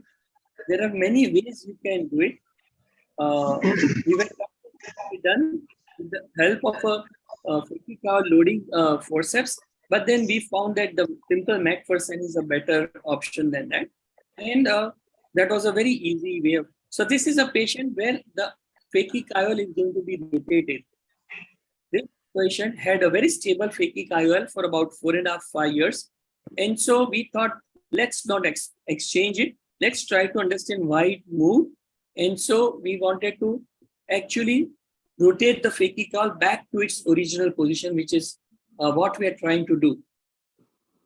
Coming to the principle, like I was saying before, we need to bring the phakic inside the anterior chamber, and then only we can actually maneuver any attempt of movement of this phakic. So our first and primary aim would be to try and bring the haptics out of the anterior chamber into the anterior chamber, and then rotate the phakic and then again put them back in the sulcus. So this is what we are trying to achieve. This is an edited video, but what we have tried to do is we have tried to put some viscoelastic even beneath the phakic to create a space so that we do not harm the lens. The most challenging part of this entire surgery is that you have to make sure that you do not end up having a cataract. Also, sometimes there might be some fibrosis. So luckily, we do not have much over here, and because should not have a fibrosis in the sulcus, but it has been reported. So it is very easy to bring it to the anterior chamber, rotate it to its position, and again bring it back to the sulcus. So here we are able to finish bringing the entire phakic in the anterior chamber, and then we are trying to rotate it to the position which was intended initially. And then we will again go ahead and enclavate the haptics inside the sulcus. As you can see, this was at 180 degrees. So now we have been successful in bringing, and so we'll again let the haptics go behind the sulcus or behind the iris inside the sulcus. So if you can very easily achieve bringing the phakic to the anterior chamber, this becomes a very easy procedure.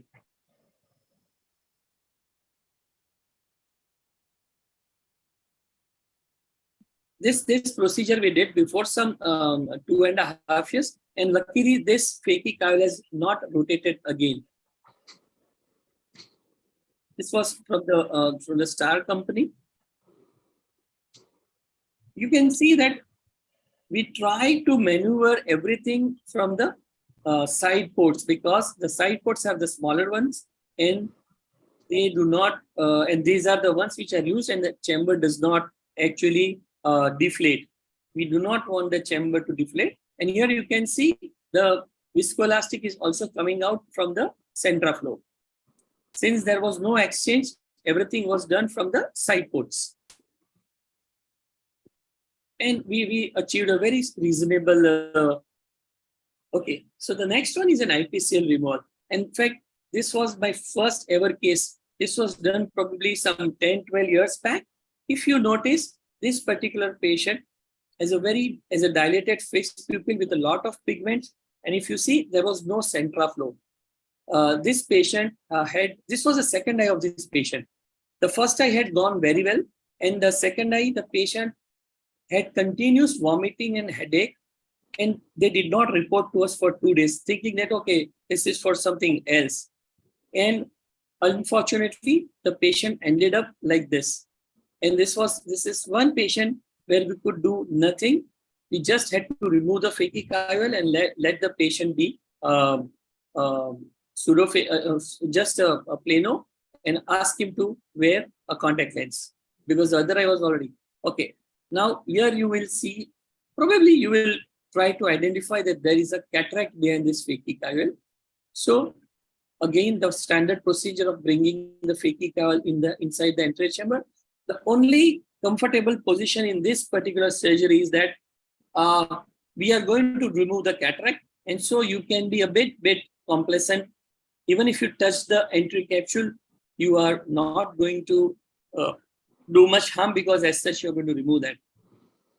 And as you see, we were trying to struggle to bring the phakic IOL inside the chamber, and then actually trying to maneuver it in a position so that we can remove it from the main port. Again, after so many years, we have now zeroed down to this particular technique of trying to grab the phakic IOL with the help of a McPherson and use two hands and keep on pulling and pushing out. And this really works well. If you can see the second hand, it pulls a bit, then again we try and do it with the second. The advantage of this phakic IOLs are that it's so malleable that it can very easily be taken out from a 2.8 millimeter incision. But again, the pupil usually goes down. At this point of time, you can phenocane or something and try and get the pupil to its normal, not to its original size, but you can definitely try and get a big one. And then it was again a routine surgery. You can see we were implanting a 3-piece IOL because this was probably an expand series. The power of this phakic IOL was, I think, -4 or something. And these are no longer, they are not available in single piece IOLs. So we went ahead with the 3-piece intraocular lens. This was probably a very traumatic surgery. We also brought a lot of iris to the wound, and you can see while after implanting the IOL, we had to actually suture the wound. It's very important to go beneath the IOL also and remove all the viscoelastic. And as you can appreciate, a lot of iris was shaved, but well, this was not actually a situation which we wanted to be very happy with.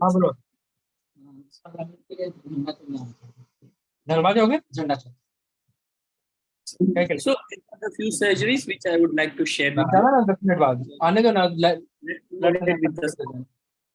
Please mute your audios. Please mute your audios. सब लेके बैठे हो, अभी गया नहीं है, एक ही साथ जाएगा. Mukesh, mute your audio. Yes sir. Mukesh, Oh, sorry. please mute your audio. Great. Any questions for me, or should we move ahead? Dr. Tejas, may I ask you a question? Dr. Kashyap here. Yes, First question is, how are you, sir? I'm doing fine. The second question is, one of your toric IOL moved. Yes. Less after 4 years or so. Yes. Did you try to find out the cause? Why did it happen? No, frankly, no. No. So if one IOL can rotate after 4 years, and you are rotating the same IOL into the original position, sir, it will rotate again? The logic says so? That's what I mentioned.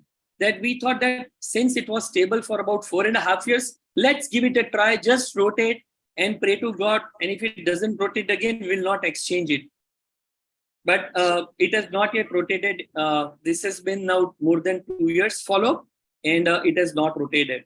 There are so many reasons for this kind of a rotation. This was a late rotation, not something which happened in the first month or 6 months. And the patient was very happy. This was also a very odd, about 6.5 diopters. So we thought rather than spending on a new phakic IOL, this was a star ICL. Let's try and rotate it. It's easier than explanting and then reimplanting. And we have till now succeeded. And that's the reason I shared this particular video here. So my question is, logically, if the lens has rotated, doesn't matter after 1 year or 4 years, so it will rotate again. Because the science says that there is something wrong somewhere. That's why it has rotated. Probably a smaller size of the IOL. So I think it should have been explanted, and you should have put in the new IOL. Ideally, it should have been explanted, but practically, I thought this is a very simple 5 minutes procedure. Let me give the patient a benefit of doubt. It could be many reasons that we have not understood. And so let me just go ahead and implant the same phakic IOL. And God forbid, it has not yet moved. So my decision of not explanting I'll tell you what, sir, whatever you do, explanting a phakic oil is always a very traumatic procedure. And then re-implanting it again. The iris definitely goes down, and there's a lot of iris pigment dispersion also. So we thought, let's do the easy way. And for me, this was the practical way. Sir, I have a question. Point is very valid. Tejas sir, Hi, good Vivek. afternoon. I have a Vivek. question, sir. Please. Sir, you showed that case wherein there was no central flow and the IOP got high and the Yes. patient was vomiting for 2 days. Yeah. I recently had a case like now I'm implanting IPCLs which have central flow, but Yes. till the patient probably ended up with a high IOP because the patient was vomiting for about 1.5 to 2 hours. And I gave Diamox and all, and everything settled. I didn't have the courage to. Vivek, let me interrupt you. Sorry, I really want to make this point across to everybody. Diabox does not work.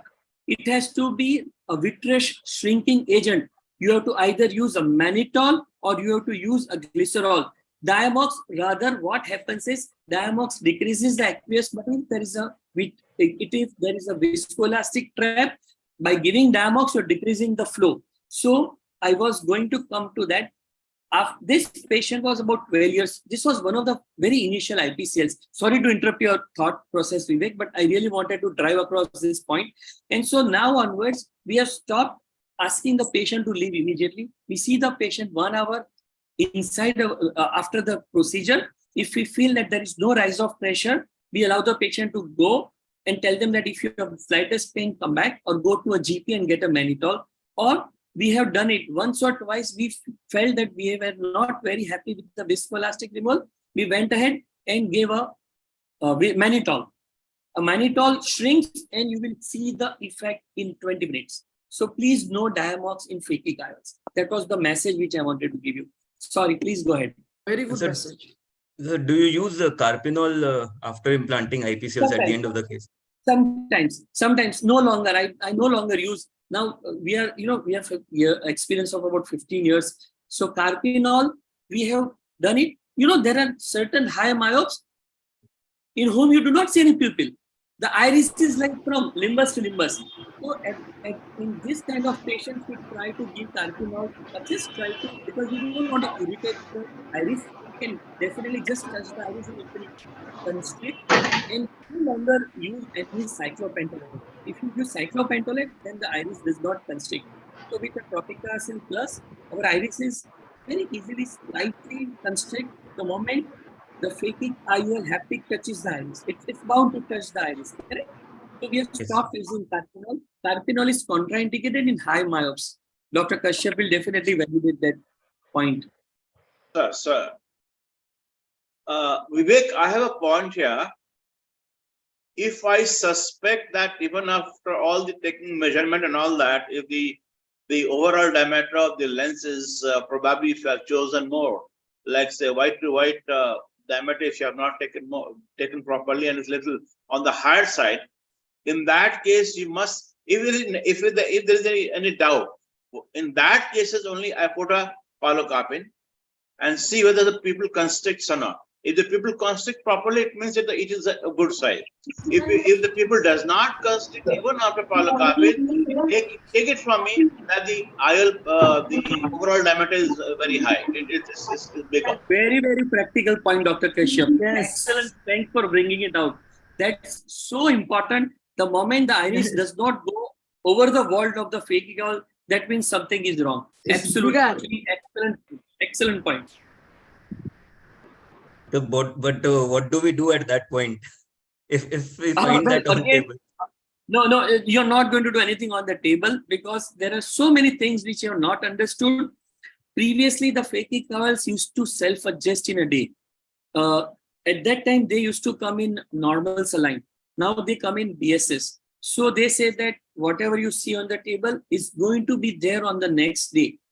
But you still have to wait for a day or so and then take a decision to explant based only on the sign of iris not covering the phakic IOL, the pupil not going down on the phakic IOL. I would not go ahead and explant. I would just still wait for an hour, for 24 hours.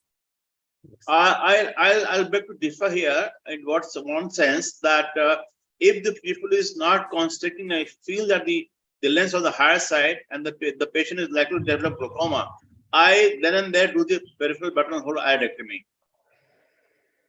But if the vault is high, the iridectomy is not going to be of help, Dr. Kashyap. Then you need a phakic oil of a lesser or a smaller diameter, which obviously you will not have in your operating room. See, they gave you two phakic oils, but they're of the same size. Now, if the vault is high, that means that the phakic oil is longer, right? So you need a 0.3 less vault or a length of the phakic oil, which you are obviously not going to have it. So what you can do is you can tell the company that I feel that the vault was high and I would need a replacement tomorrow or day after tomorrow, which will be 0.3 or 0.5, because you have to actually measure the vault. If the vault is 1000 microns, then you might even have to decrease it by 2 sizes. More than 1000 microns, then you might have to decrease by 2 sizes. That's why we should wait, because we cannot defer and take a decision on the table. We need to actually see after the phakic oil has stabilized and see the vault. If the vault is about 700, 800, you can still wait, depending on the AC depth. So, sir, even if you do a peripheral buttonhole iridectomy, even if the vault is high, so you are taking a chance, and it can work. It works in my cases. So, if the PBHI is done earlier, if you want to exchange the lens, there's no problem. That's no problem. But at least you are giving it a chance, and it may work, and it works. Next time, I think I'll give it a try. Excellent idea. Sure. So I have a question. Can I say? Request the chairpersons to join. Dr. Ravi Daulat Barbhaya, Dr. Nitin Dhira, Dr. Indranath Prasad, Abhishek Shahdev is here. Abhishek, go ahead. Very smart, young surgeon. I have a question. Actually. Is heading the Shrestha Eye Hospital. Is the cataract consultant. Sir, actually, can I speak something? Can you hear me? Dr. Abhishek, are you talking to me, correct? Yeah. Can you hear me, sir? Please go ahead. Please go ahead. Okay. Actually, I just want to ask you, sir, can you combine this surgery with ARS, or you go for the IPCL or ICL? Like, no, I could not get your point. Combine the surgery? Yeah, the surgery with ARS. ARS is a adjustable refractive surgery. Like we do a LASIK before IPCL or ICL. Well, frankly, the companies do not like me because I have stopped using phakic IOLs. Toric phakic IOLs, sorry. See, we are a one-stop solution, so we have an examiner inside our OTP. So what we do is we always make a flap, and we have stopped using toric IOLs. We save about 25,000 rupees because each toric phakic IOL costs about 12,000 rupees more. We make a flap, go ahead and put a monofocal, a non-toric phakic implant, and believe me, 70% of our toric patients do not even turn up to come back for removing the cylinder which was there. They are so happy with just the monofocal toric. So the toric IOL problems of rotation, trying to rely upon the company for their calculations, everything is gone.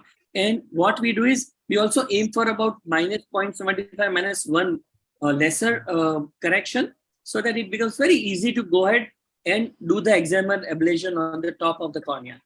We do it every time. Yes, that was my point actually. Making a flap is a good one option actually. Instead of Yes. having Make the flap, do not even lift it. Yes. I just did it yesterday only. Yes. Thank you. It saves money and you become very accurate. You're not going to rely only on the company for the calculations. I'll share with you one of these Indian companies. Instead of right eye, they label the left phakic IOL toric and they gave it. Imagine the surgeon. The surgeon did 2 surgeries simultaneous and both of them were swapped. And imagine the surgeon. Left was right and right was left. If it is a non-toric, it doesn't matter.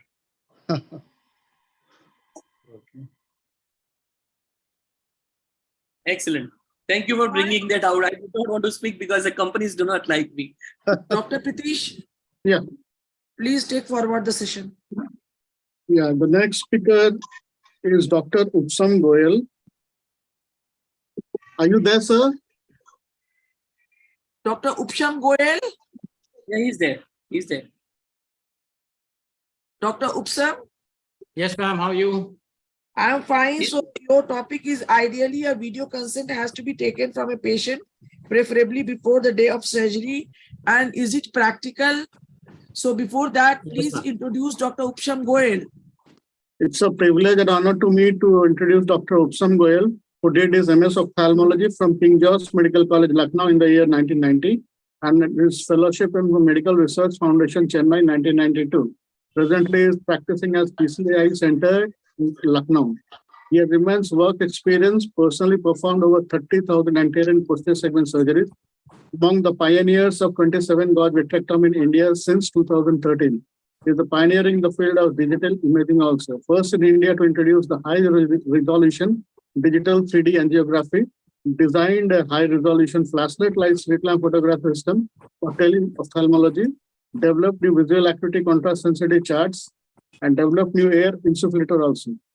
Now I call upon Dr. Upsham to just proceed with the slides and do the honor.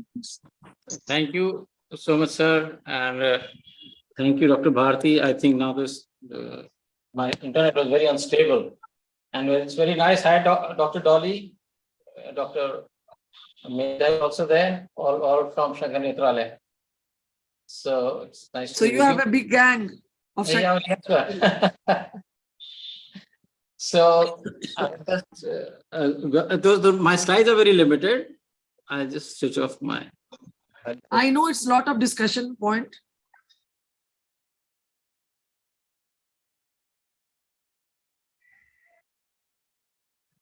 And I would just like to add, all the participants who are not yet a member of this WhatsApp group, you can please message me and I will add you to the group. We are now 1,500 strong. 1,500? That's fantastic. Okay. So I've been heading the IMA, local IMA as the legal, as the head of the legal cell also. And this is one thing I've been telling doctors, that all these rules and regulations that are piling up against you are only because you're not united. If you are united, the only rule, the only law that any country follows is the law of who's got the maximum number of dandas in his hands, to be honest with you. All rules, all regulations have been changed in not only India, all over the world, depending on what people have demanded. So that is one thing. If doctors remain united, then the rules will start coming in your favor. And the moment you are disunited, this is what happens. But anyway, so moving on to what is, I hope you can see my slides. Yes, sir. Now, the question is, a video consent has to be taken from the patient before the day of surgery. That is an ideal situation which people are talking about. Now, what does the law want? I mean, let's try to understand that basically, that what does the law want? The law wants that whatever system is there should be transparent, right? There should be a lack of ambiguity, and there should be a sense of fair play, which is fair for everybody. If I want to buy something from the market, or if I want to get any service from the market, then this is fair. I mean, I have so many of my patients who are the politicians or judges or people in the judiciary, the lawyers, senior lawyers, as well as people in the police. And I always tell them, look, sir, this decision of putting healthcare as a consumer thing is one of the worst decisions ever. And believe me, 90% of the judges agree that yes, that is true, because there's so much of litigation going on, so much of this going on. But they typically say, Doctor, because the fact remains that everybody does not practice in what is expected out of the integrity of the profession. So that is why the law comes in. Now, the legal system is such that 90% litigations occur because after the front end staff, your front end staff is the person who has mismanaged something or the patient is unhappy. The next thing that happens is most patients, if they are unhappy, what they're looking for is some kind of a financial benefit out of it. That's it. I mean, we have been practicing for more than 30 years now. Until now, only, I think one, not even two. Yes. One patient came to me and started threatening me. The DG police was sitting next. This place so beautiful. Actual part. I think there is some people who've got their mics on. Can I request everyone else to switch off the mics unless they are speakers? So Sayanti, I think your mic is on. Okay, thank you. So, and that was it. But Dr. Sayanti, are you listening, please? Your mic is on. Can somebody please mute the mic of speakers who will not participate? Jhos can do it. The support team, you please be very alert. Entered coordinator, please mute her mic. Entered coordinator, please mute her mic. Yeah, thank you. Thank you so much. So basically what was happening? So now this is threatening. Now why was he threatening? Because he thought that we had done a surgery which was an expensive surgery which he couldn't afford.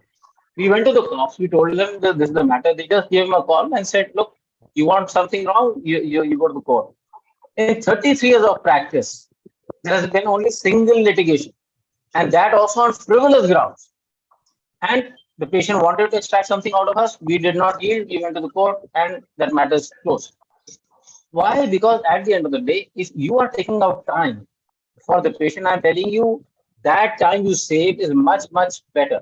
ये जितने rules है ना कि आपको पहले video consent लेनी है नहीं लेनी है, rules, put the rules aside.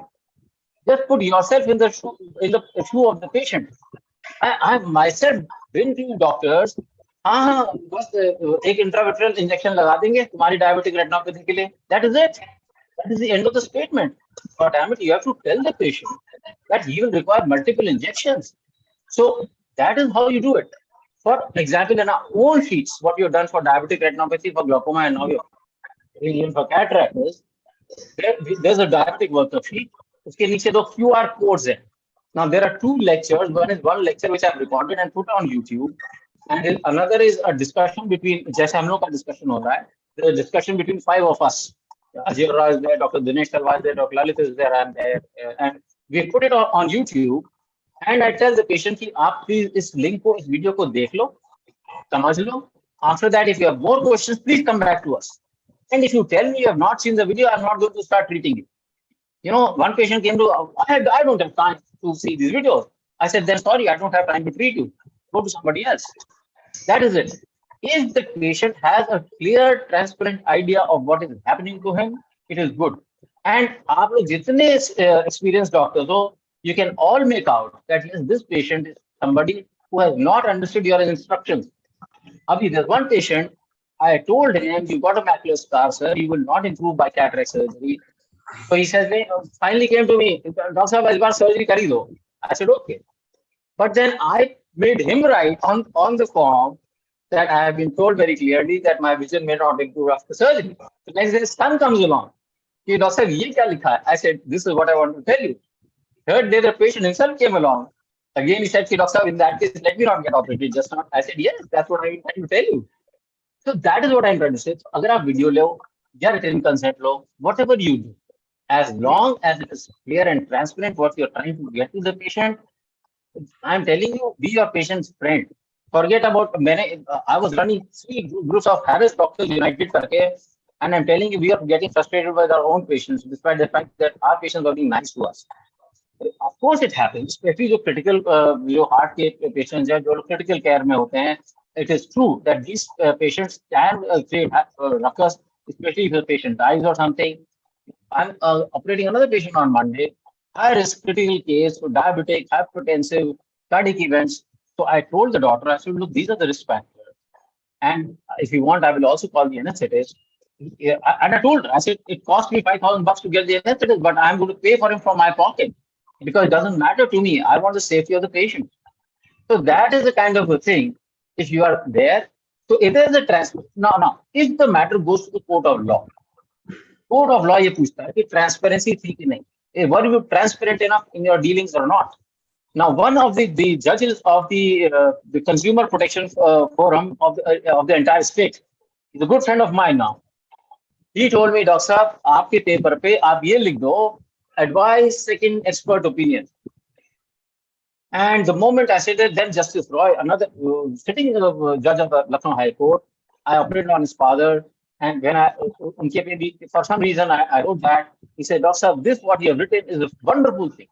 Because if such a paper goes to us in the court of law, we say, okay, this doctor did not say out of greed, mere se ilaj karao. This doctor said that you can go and you can get treated by anybody ever. I mean, get a second opinion by an expert. So that is the kind of a transfer. Lack of ambiguity, that is another thing. भाई क्या होना है? I mean, so many patients come to us. My God, वो एक जो injection लगा के हमारे पास आते हैं कि डॉक्टर साहब उन्होंने तो कहा था इंजेक्शन लगाना, आप तो कह रहे हैं अब कह रहे हैं कि और इंजेक्शन लगेगा. Oh my God, why was not that told beforehand? वो लेजर कर दिया डॉक्टर साहब उन्होंने, आप कह रहे हैं और लेजर होना है. Why was not that told beforehand? So all that information is contained in the lecture, which the patient has to listen. And then at least I tell you, please sit down with me, and I'll spend as much time as you want before we start your treatment. That is the thing. Sense of fair play. That is something I think we all must have it, and all senior doctors. Let me tell you, the most successful doctors I have seen, they all have a sense of fair play. If you feel कि नहीं यार इस patient के साथ जाती हो रही है, चाहे हमारी गलती थी, चाहे उसकी गलती थी, but he is suffering because of something. There's no harm. You can treat the patient. Yeah, you can treat for free if it comes to that. You can do that. So once you have a sense of fair play in action, in place, then I'm telling you, you will be saved from a lot of problems. Documentation is good for everybody. NABH है हम लोगों का, जितनी चीजें ये क्या कहती है, सिर्फ डॉक्यूमेंटेशन ही तो मांगती है कि भाई डॉक्यूमेंटेशन दिखाओ कि तुमने ऑटोक्लेव किया तो वो दिखाओ, उसके अंदर सारा का सारा डॉक्यूमेंटेशन है कि नहीं. So whether it is just a video consent or not, it doesn't matter. Your own documentation should be there. आपने लेंस लगाया, अभी one very senior, very leading center, वहां से patient आया, उसका सॉरी करका 56,000 की सर्जरी हुई है, and there is no mention of what IOL has been used. You know, this is the kind of a thing that is not done. So documentation should be there. That is good for everybody. Documentation and reasonable documentation. Again, I'm trying to. If however you feel that this patient is a very high risk patient, or this patient is something जिसके दिमाग में कुछ नहीं गुजरा, आप video consent जरूर लो. Take a video consent. And in fact, we have 2 international trials for various also going on in our center. There it is mandatory to have a video consent, and the whole thing is recorded. So that is the kind of a thing which is my basic advice. Basically, all common sense things. Use your sense, be fair, and put yourself in the patient. You don't put yourself in your shoes. That is all I'm saying. And like I mentioned, in our own sheet for diabetic retinopathy and glaucoma, we have so similarly glaucoma sheet में there is a glaucoma lecture, which our consultant has recorded. It is on record. So even if it goes to court of law, you will say कि साहब हमने इसको बोला हुआ है और ये है, and this is there. So you cannot change what is there on the YouTube, and therefore this is what we are going to follow. So thank you so much. It was nice being with everyone. And if any question, discussion, we will have to answer. So you mean to say that what situation when the patient is looking very uncooperative, we should take a video consent, or if we are getting them sign the documents, yes, ma'am, sufficient? No, ma'am. What I'm saying is, it's not a matter of cooperation. What I'm saying is that if you feel that this patient is not really understanding your what you're trying to tell him, no, maybe because of lack of education, and you know there are those patients. You've answered one question, the second question is ready before you finish your first answer. Yes. ऐसे patient को मैं डांट भी लगा देता हूँ. अच्छा, shut up and listen to what I'm trying to tell you, because what I'm trying to tell you is important. Tomorrow you will ask me the same question all over again. अब फिर मैं कहता हूँ लिख के दो मेरे को कि तुमने सबको समझ लिया है कि नहीं. वो तो सही है. वो तो सही है. NABH also requires a lot of documentation. Even those hospitals who have done their pre-assessment thing, they also have a lot of documentation.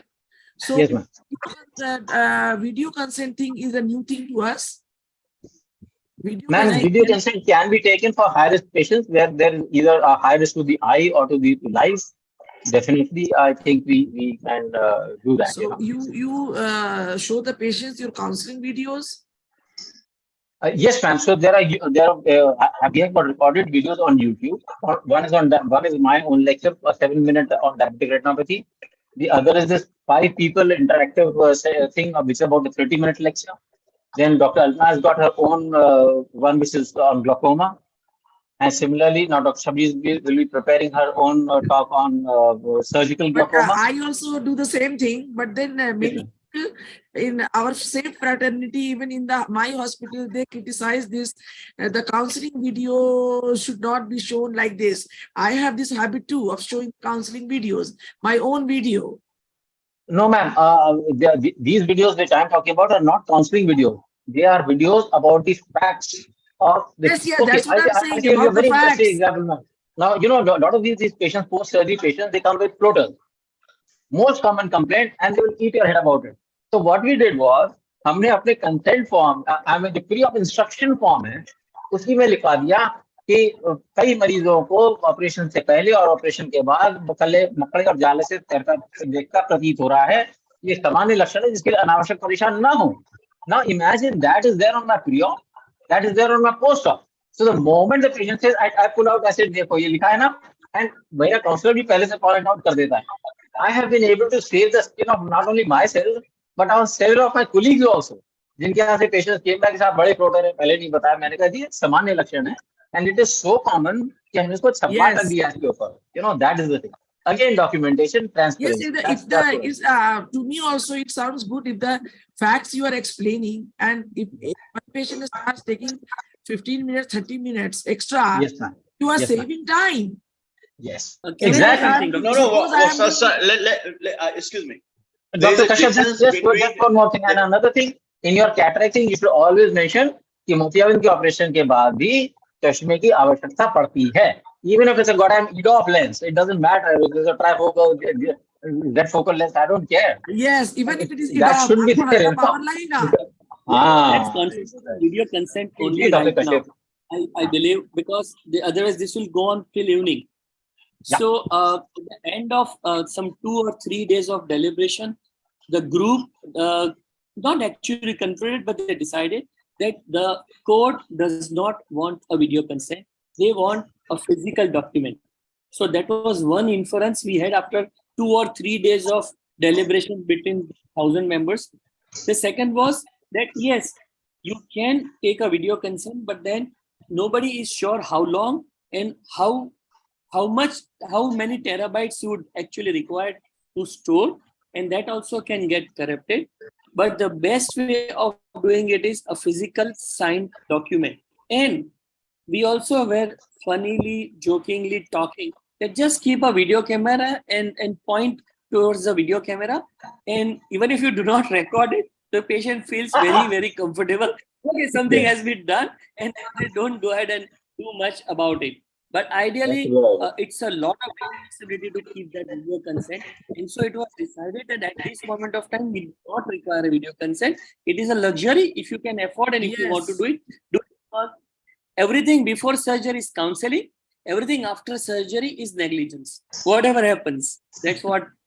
Thank you. So I think we should proceed. Go ahead, and Pritish Pranoy, please take the session forward. Now ideally we should have a 3-piece IOP cup for every cataract surgery, and practically is it? So our own speaker, Jhos, Dr. Vivek is there. He's a very prolific cataract and refractive surgeon, and from Jamshedpur, and he was the very good organizing secretary. Thank you, ma'am. Annual conference of Jhos. Thank you. And I see a lot of potential in Dr. Vivek Kedia. At the outset, I'd like to thank Jhos and the whole Jhos committee, especially our CSC, Dr. Bharti ma'am, and our secretary, Dr. Mitra Boss, for giving me this opportunity to speak in this esteemed forum. I'll just share my screen. Is my screen visible? Yes. Yeah.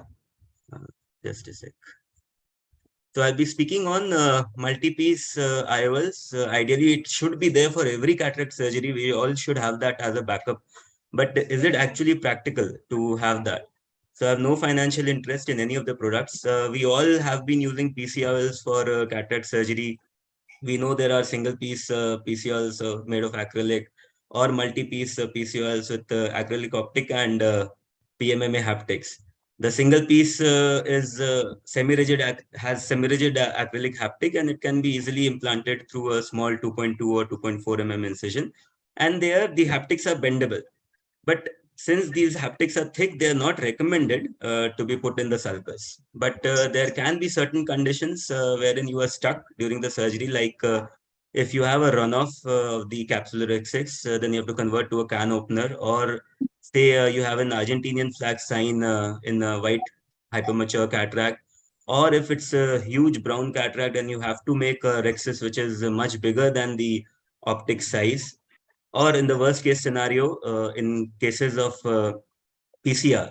So these are the common conditions that we all encounter, and we just pray that if only we had a three-piece IOL to save our day at such situations during the surgery. So before we had a three-piece IOL, there were PMMA IOLs which can be implanted in the sulcus in case you don't have a three-piece IOL and if the capsular access margin is intact. But again, this requires you converting from phaco to a SICS incision and increasing the size of the incision, and that defeats the whole purpose.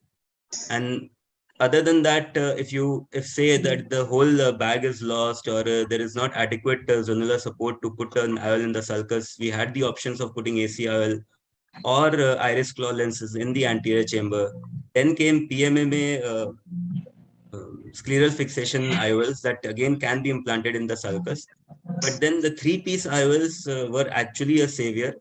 These thin haptics, which are made of PMMA or polypropylene, they can be implanted either in the capsular bag or in the sulcus, and they can also be sutured to the iris or sutured or glued to the sclera. So these were the saviors in most of the complications of cataract surgeries, and that was the purpose for which they were mostly reserved. But so when you have a PC rupture with say there's an ideal capsular access, so you can implant these three-piece IOLs with an optic capture, wherein the haptics are placed in the sulcus and the optic goes behind the capsular access margin. So you get these oval shaped of the anterior capsular access, and that stabilizes the three-piece optic in the center of the eye. You can again use these same three-piece IOLs for scleral fixation or for glued IOL surgeries. But knowing all this also, if you are a good surgeon and you rarely have complications, so you feel that I really don't need this backup, because it's not always easy to have the backup of these lenses. So certain times it happens, like I had this wake-up call, and the wake-up call was this surgery, which was of someone very close to me, probably one of the most important persons in my life. And I didn't want to operate upon her, but then she was adamant that you have to do it. The surgery was going absolutely fine. And I had this small piece of cortex stuck on the endothelium. And I thought that, okay, I'll remove it later on. The cortex came off well. Since this was a VVIP patient for me, I thought, okay, I'll polish the PC. And right at that moment, I felt that, oops, something has gone wrong. So there was a PCR in this case, and I had actually planned a multifocal lens to be implanted in this case, and I didn't have a three-piece backup. So I was in a soup. I did vitrectomy, and I went ahead with the same multifocal lens. Now the idea was that to implant this in the sulcus, and I have seen one of my gurus do this procedure, and I just took that confidence from there and I implanted it in the sulcus. The haptics were in the sulcus, and the optics of this panoptics lens was actually tucked behind the capsular access margin. And I did an optic capture with this panoptics lens. And thankfully, the case went on well. And my mother ended up with just a 0.5 cylinder at 90 degree. Post surgery, she is 6'6" N6 and extremely happy with her vision. So, but this was the surgery that told me that I ideally do need a backup of a multi-piece lenses. And then after a series of negotiations with certain companies, and this was my standard, the common lenses that I use, and this didn't have a multi-piece backup. But then after negotiations with a company, the whole library of multi-piece lenses appeared, and now I have more peace of mind, and I do my surgeries with much more confidence. So the idea is that it's ideally you should have a multi-piece backup, but certain companies don't give you library. They'll ask you to purchase the lenses, at least the common adapters, and then put that in stock. So you are kind of stuck with that stock unless you use it on a regular basis for your regular cases also. So that is one way of moving the three-piece library if you have, or if you can negotiate with the companies to provide you a library, and on the use basis, if they can charge you for the lenses, then it becomes quite comfortable for you, and you have that peace of mind for every surgery that you take up in your OT. Thank you. Very nice presentation, Dr. Nice presentation. What happened with us also. Yeah, so I think we also keep some lenses here, but we mostly decide pre-operatively. Depends upon the case. If the case is tough, where we expect some zonular loss, or a very hard cataract, we expect that the cataract can have extension. There we do always keep a backup on the lens. But we also have backups, but then if you have planned panoptics, VVT, so in such cases, the patient expectation is very high. And if you, tremendous vitreous disturbance has not taken place, you can do with a minimal vitrectomy and the optic capture. So you should go the way Dr. Vivekedia sailed through, because in our hospital also many cases are managed like that. I want to make one point very clear, that we are over promising. Please stop doing that. Absolutely. Anything can happen at any point of time and at any stage of the surgery. Even if you have implanted the lens, that is gone inside the bag, and the moment you come back for IA, you see that there is the PCR. I mean the very true. Very so let us not over promise to the patients. One another comment, we not only keep the three-piece library, but we are also taking a printout of the three-piece IOL to be implanted in the sulcus. That power is also standby with us. So in all the cases, we have always a standby. What power has to be implanted for three-piece if be required for the sulcus? Sir, what difference do you encounter in such readings, like for sulcus? Is there a much difference, or if we have of course, there is a much difference, because the different IOLs has a different A constant. So suppose your IQ lens is 119.1, and then the three piece has a very different 118.2. So huge difference will be there, and the placement is also has a difference. What power will come for in the bag implantation? Try to reduce 0.5. That is justified with that particular A constant. That is not all for the all cases. Depends upon the power also. For the myopic, Yeah. For that particular lens, A constant. Huge difference between both of them. If it is in the sulcus. Correct. So frankly, this situation can be actually divided into pre-operative and post-operatively. Many times it so happens that we have a polar cataract, or we already know that something has gone wrong. And in those cases, we are very vigilant. We have vitrectomy team ready, everything is ready. And in that case, we can also have a three-piece IOL ready. These days, keeping a library of three-piece IOLs is slightly difficult because of the GST issues. Once they are out of their hospital, they have to pay the GST. And we have become very good surgeons. So the reason or the need for a three-piece IOL has also started decreasing. In fact, I do not even remember when I had an emergency or an urgent need of a three-piece IOL. But then if it is a position which is envisaged that, okay, something is going to happen, you can always go ahead and plan and keep a few three-piece IOLs.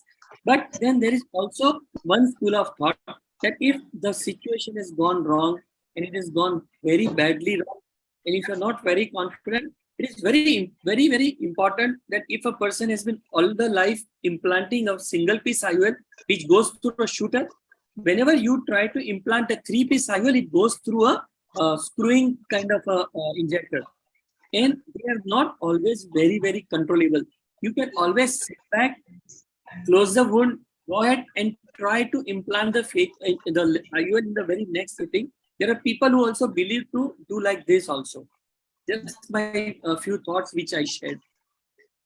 I think just make a point that multifocal and trifocal IOL, whatever we are thinking, they are a little bit of forgiving actually. It's not that trifocal is best or multifocal is best in these situations.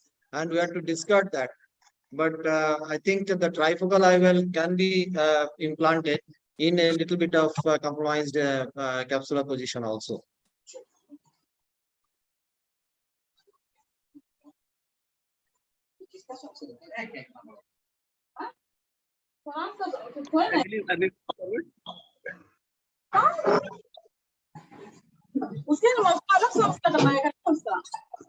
Dr. Sanwari, then your mic is on, please. You switch it off. Next session, Dr. Pritesh, next speaker. Now we can move to the next speaker, our own speaker, Dr. Adini Anuradha. Her paper is on ideally we should only do applanation tonometry for all patients. Practical, is it? Dr. Adini, are you there? Please Hi, share. good afternoon, Dr. Pritesh. Thank you very much for giving this opportunity. Let me first introduce Dr. Anindya Anuradha. Dr. Anindya Anuradha is a prolific glaucoma and cataract surgeon. And one thing I appreciate about her that she, like Dr. Archana, she strikes balance in academics and the clinics. She's not totally lost in academics. She's neither she's lost in academics nor she's lost in clinics. She's in between. So, and she's a young, very hardworking lady, and she runs the ophthalmology department of Medica single-handedly. So, welcome on board, Dr. Anindya. Thank you, ma'am. Thank you very much for giving this opportunity. I'm going to share my slide. Just let me know if it is shared properly. Is it visible now? Yes, yes. Yes. So, yeah. Thank you very much.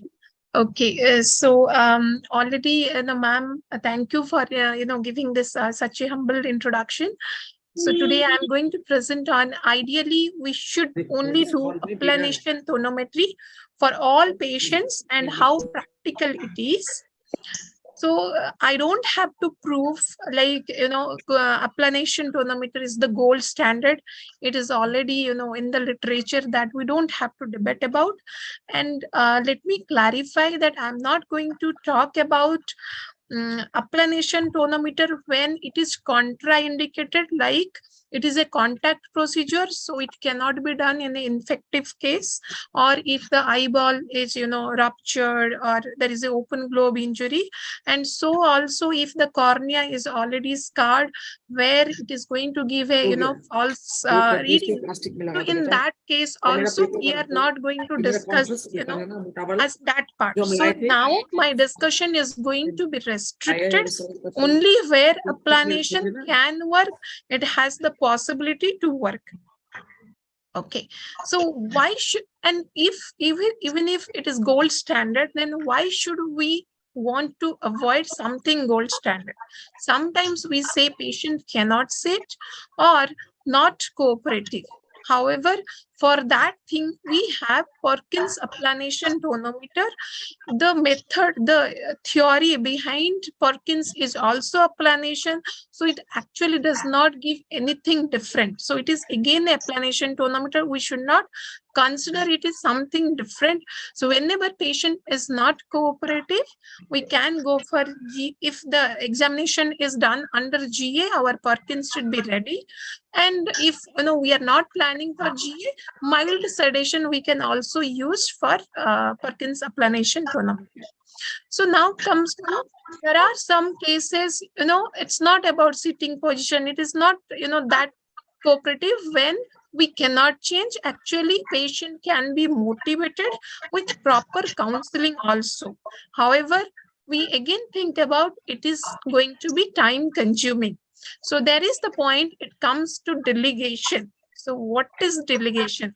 Because right now, we are in Jhos podium. Dr. Bharti Kashyap ma'am is there. So everybody knows Bharti Kashyap ma'am can do best in everything. However, she also understands that she cannot be everywhere. So that is why the team is there. So this is delegation. So leadership is in decentralization of work, but centralization of responsibility. In delegation, the ultimate responsibility and control still remain with delegator. So if anything will go wrong in Jhos, so obviously Bharti ma'am will come forward and take the responsibility. So this is delegation. Okay. So how are we going to use this delegation in how to do it, use it in IOP measurement? Our all vision technician, ophthalmic assistant, optometrist should be trained for applanation tonometer and following concept, like correct method of the procedure, possible errors, possible cause of corneal abrasion, theory behind it. Just think you will be giving your, ATM card to your kid without telling, how to take care for the money and when to use and when not to use. So what will happen? So like that, if we are going to train our assistants regarding the applanation tonometer, we must train them the must needed theory behind it also. So what I can say, to the end, that clarity is power. Okay. So, but on the other hand, I have to clear that trust should not be blind.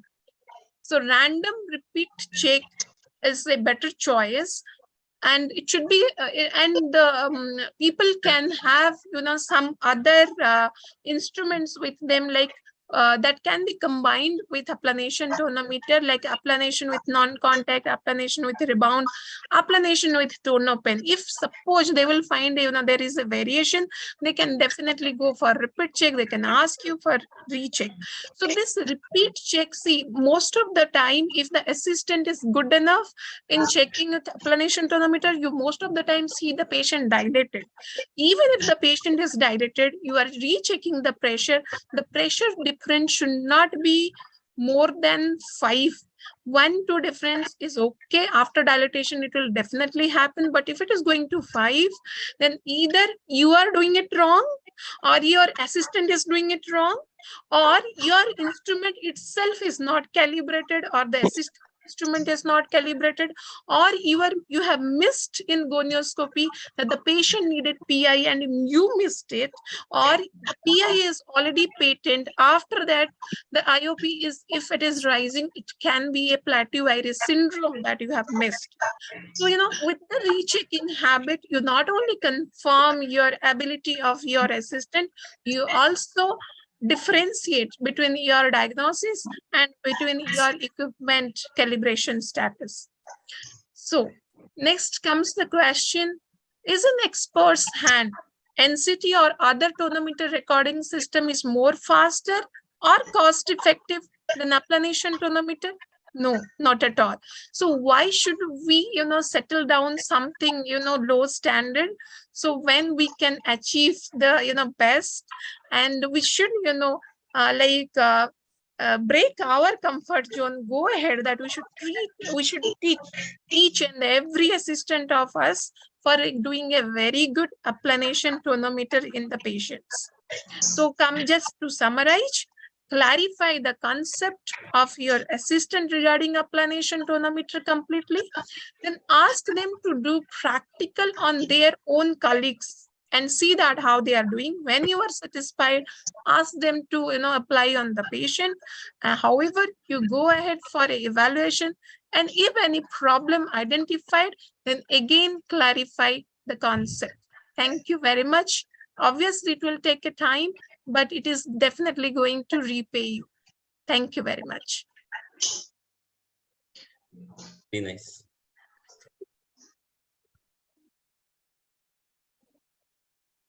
Madam, this method is very good for institutes, but people like us who are running their own clinics, if we start doing 80 for every patient, everyone more than 40-year-old who's coming to us, it becomes very difficult. Because I said that is why your assistant should be very strong enough in applanation tonometer. The technician should be really good. Yes. You need time, but once you develop that team is going to be, excellent. So ideally, we should have an applanation tonometer and do it for all such patients, but practically, and for about 90% of our practitioners, this is not actually possible. Some of the doctors who are PD of 50, 60 patients, most of them have an NCT, and that is how they end up trying to find out, or you can say weed out a patient in whom they might require an applanation.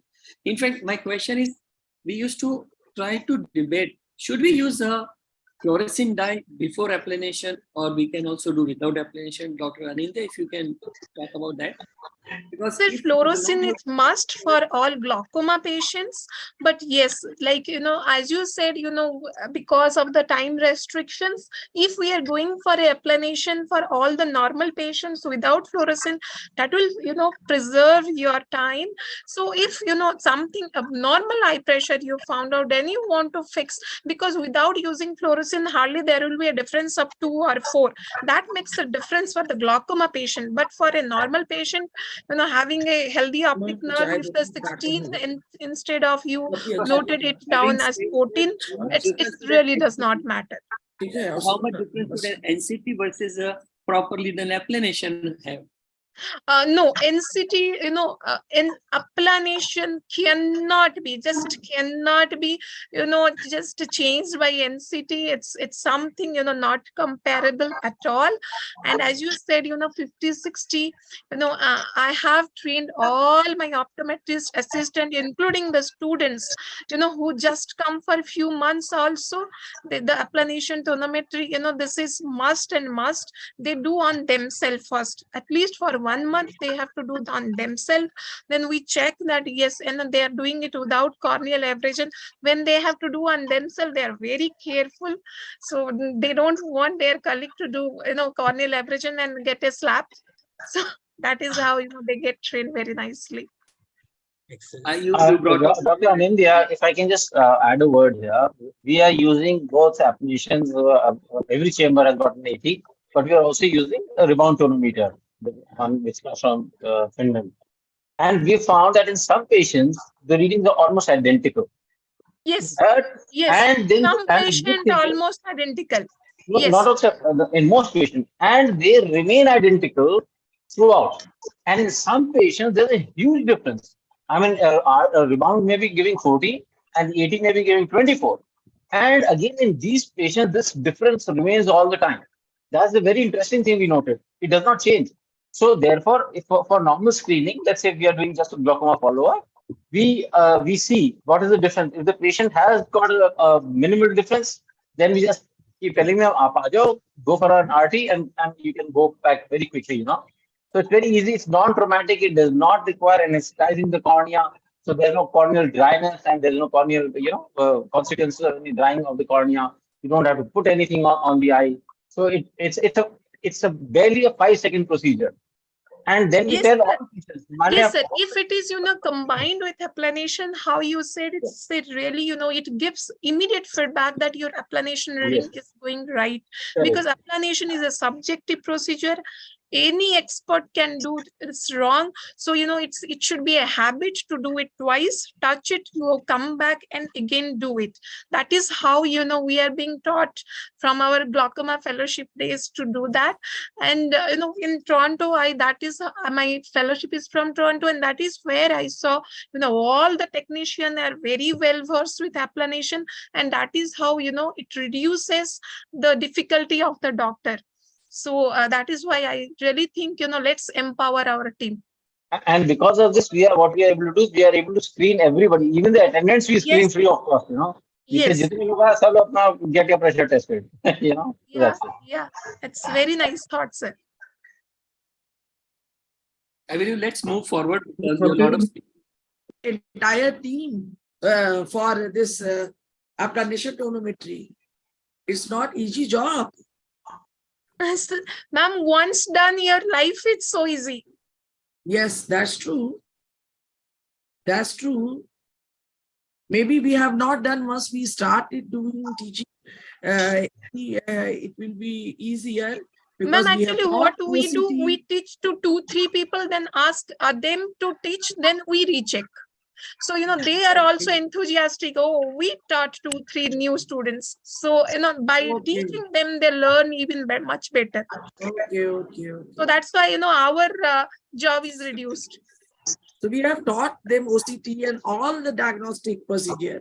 We have taught them the big things, specular, OCT, oculizer, so many things, master, but we have not taught this. We have not taught. We will send 1 or 2% to you, and then they will start teaching everyone. So one of our person is with you, Mamta. Yes, she is doing good explanation. Absolutely correct. Okay. Very nice girls. Mamta is with you. You have trained so nicely, very efficient. She's your right now. She's doing some fellowship with you. Yeah. Yes. Yes. Okay, Dr.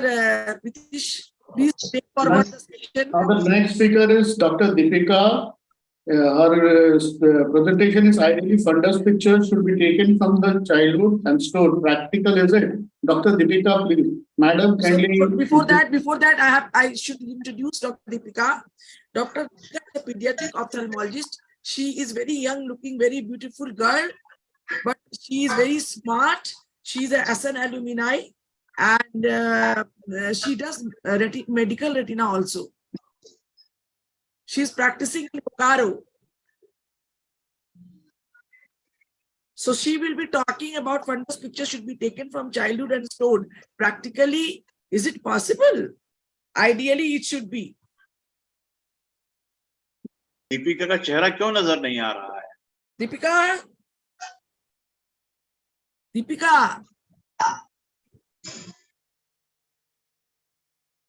are you there?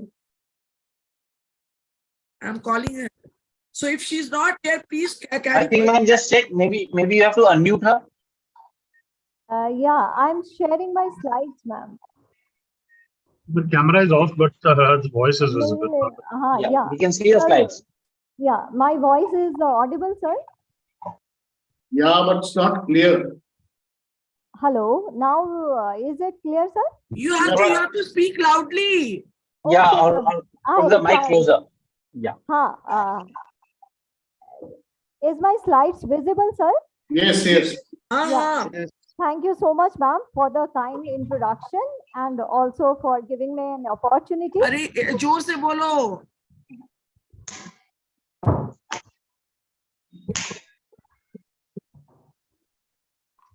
Go nearer to the mic, please. Yeah. Now, is it audible, sir? Yes. Yeah. Thank you so much, ma'am, for the kind introduction and giving me the opportunity. Now, I'll be discussing a few case-based things in order to deal with the topic and justify my topic. The topic is ideally fundus pictures should be taken from the childhood and stored. Practical, is it? When we are dealing with the child, it's very, very difficult even to examine the child. Taking a fundus photo and storing is also quite difficult, right? So, my first case is 5-year-old child who complained of diminution of vision associated with redness and pain. He had a trauma by the wooden stick. So he was having a finger count vision of 1 meter in the right eye. We took fundus picture for that child. That was having RPE trophy. So if we are able to take fundus picture for the child, this can be used for the patient education and further prognosticate the case. Subsequently, we managed the case with the oral steroid and the topical steroids, and the vision improved to 6/80. So this kind of fundus picture can help to educate the child and the parents that we are treating this case and how we are gonna proceed for this. And the second thing, this also can be stored and used for academic or the research purpose. My second case is APROP, especially the atypical APROP, zone half APROP. This was the fundus picture that we take from the fundus photography camera. The slides is showing atypical ROP, especially in the zone 1 with the dilated tortuous vessels near the macula. So we proceeded with the injection anti-VEGF and the laser for the patient. Subsequently, the laser were done and the vascularization reached up to the periphery. So these photographs can be used to show to the parents how severe the disease was and how it was treated well. So this type of fundus photography, if we can keep it in a record, that can be used for academic purpose, patient compliance, and also to deal with the medical legal cases. So this fundus photography is very, very important. Another case was a patient with the vitreous hemorrhage with a zone half APROP. This was also given the injection anti-VEGF, ROP laser was done, and in the subsequent visit, the vitreous hemorrhage resolved. So this kind of fundus photography can be used for patient education. Also, we can like discuss with our colleagues how the vitreous hemorrhage resolves in patients, how long it takes, and we should not panic. Also, we can teach the parents that this was a vitreous hemorrhage and your child is in the developing age. So the child is also having a risk of developing amblyopia. So this type of fundus photography recording is very, very useful. Another case was neuro-ophthalmologist, 10-year-old child complained of diminution of vision in right eye. And there was a history of bone tuberculosis and patient was also having renal disease. The patient was having vision of 660 in the right eye with the disc edema, hemorrhage at the disc margin and macular scar. Otherwise was normal. So we took a fundus photography in this patient. The disc is showing disc edema with the macular scar. So this kind of photography is very, very important, like to document the case, especially in this medical legal era. Subsequently, there was also the RP changes, and we proceeded with the oral steroid and also giving the treatment for TB. And in the follow-up, vision improved to 612, and there was resolving of the macular edema and temporal consecutive time. So the fundus photography in this case is helpful for documentation, prognostication, also for the educational purpose. My other case was optic neuritis, a 12-year-old child who complained of diminution of vision in the right eye since 22 days, and there was no history. There was RAPD in the right eye and vision was hand movement and also the disc edema. In the fundus photography, we can clearly see the disc edema with the macular scarring, macular edema also. So we propose a differential of neuroretinitis in this case and proceeded with the treatment. So in conclusion, the non-mediatric ocular fundus photography can be used as an alternative to the routine ophthalmologist, especially in the clinical setting, including the pediatrics clinic. Also, this technique can help in the photo documentation for the better understanding of the patient and also for the research purpose. But practically, is it? Very definitely not. Even the child, if we touch the child, so some of the children are very, very cranky. They don't even allow us to do any of the examination. So taking the fundus photography in them is beyond safe. But especially if in some patient we can collect the fundus photography and do the examination, so it will be very helpful to us. Thank you so much.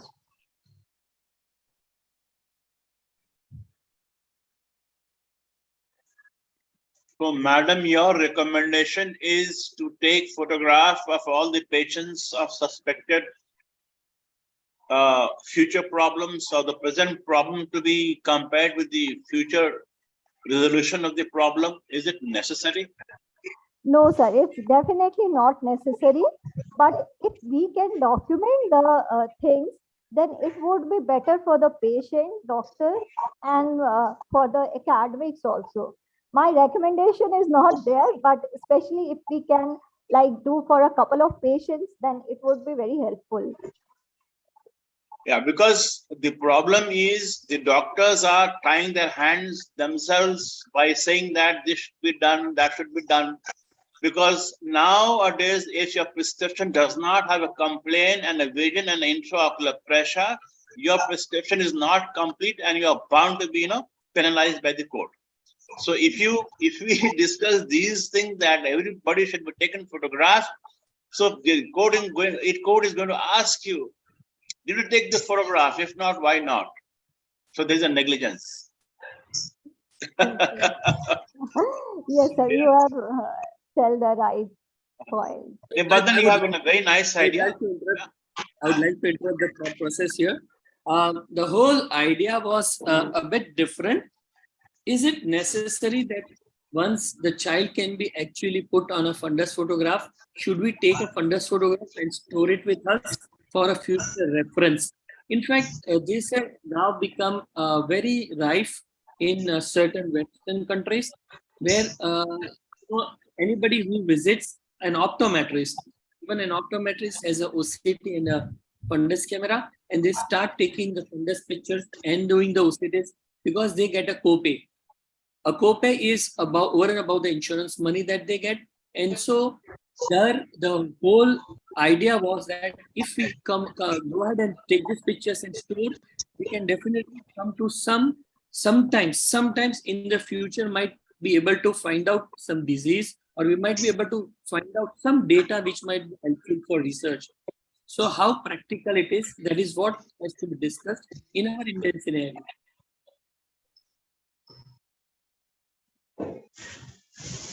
Good, very nice. Now we move on to the next guest speaker, that is Dr. Twinkle sir. I'll be introducing him.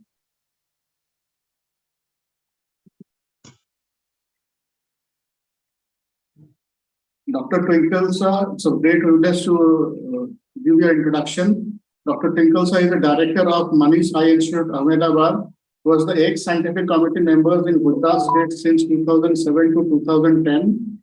Ex-joint organizing secretary for an All India Ophthalmology Conference held at Ahmedabad in 2011. He was an ex-executive secretary of the Ahmedabad Ophthalmological Society from 2009 to 2012, and he has remained a chairman and co-chairman speaker at various state and national level conferences. So we welcome you in this 21st midterm conference. Please go ahead.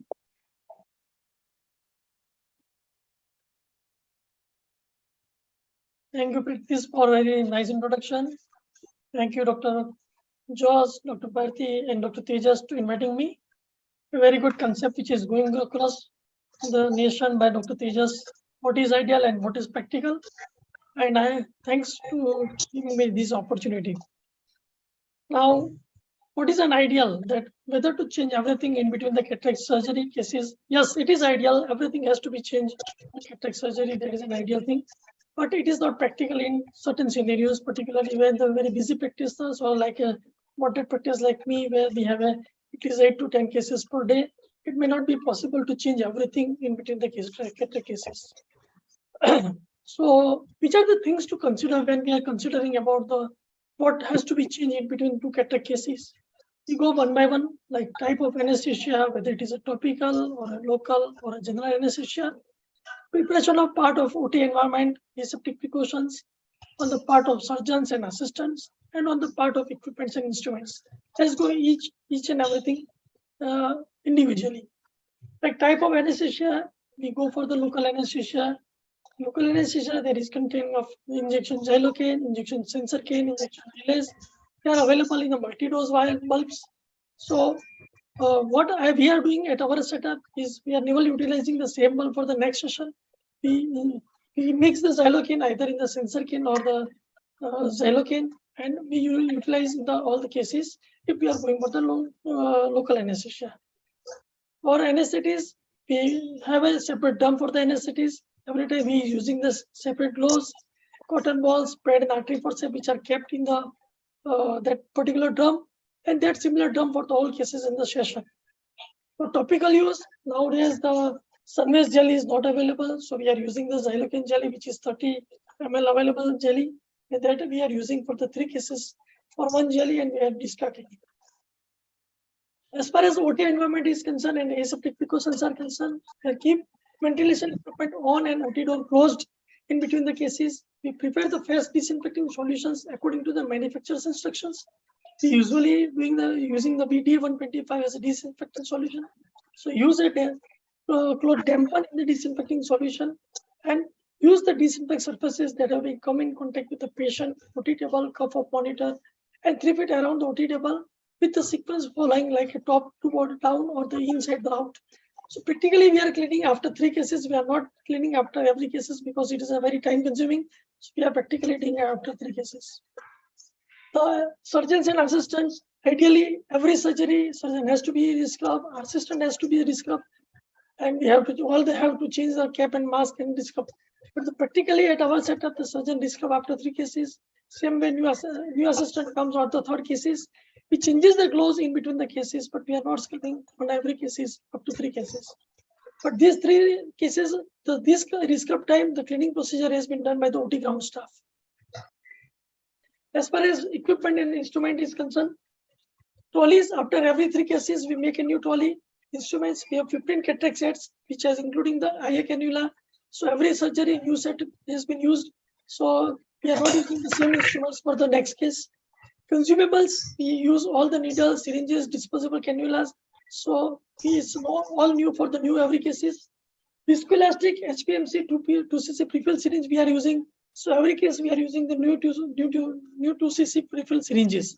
But for sodium iodinate, which is costlier FI for us, so we changed in a new disposable cannula, but left out has been discarded for 3 cases.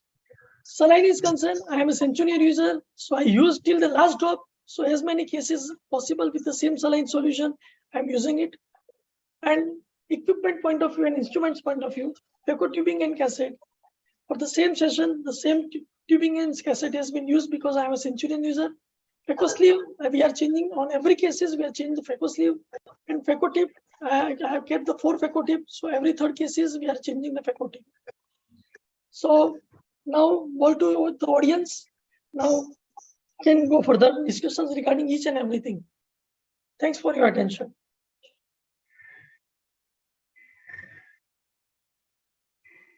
Sir, you said after every 3 cases, the cleaning is done around the OT bed. Is it so, sir? Like, do you hold the OT in between for the cleaning? Yeah, of course. We the surgeon and assistant were going for the scrub at that time.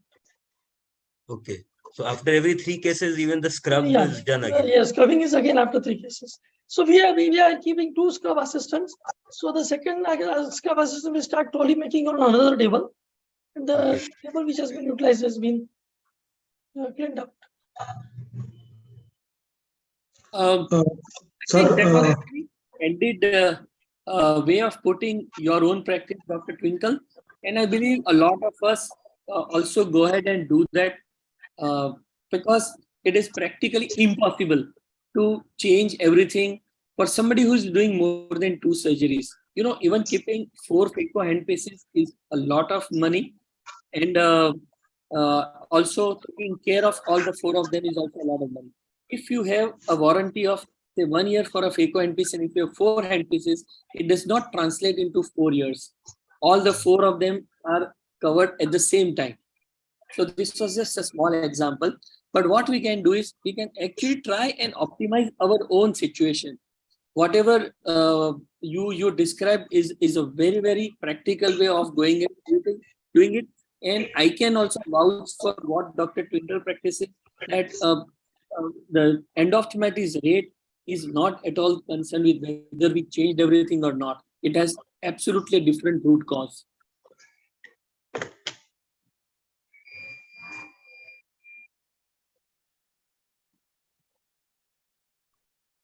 I agree totally with Dr. Tejas, and the result is, you know, what the government says that the Ayushman Bharat is now successful. They are paying around 7,000 to 8,000 rupees per case, or probably a little more if you have certain other criteria. The problem is that all the TPAs, they are also asking you to do the cataract cases for those money only. They said that if you can do cataract surgery in this rate, why not this? And there are many TPAs who are capping the cataract for 24,000 rupees to 30,000 rupees. Now the problem is, if you are going to take all these precautions, will you be able to sustain the cost? I don't think so. Even today, just calculate the cost of your machine and the rent of the your building and the electricity bill and the manpower and the lens and the solutions and all that. If you take all these into consideration, along with that, you have to change your machine after every 5 years. And not only change, you have to pay a little more than what we had to spend 5 years back. If you take all this into consideration, you'll be bound to charge much more than what you are charging at the moment.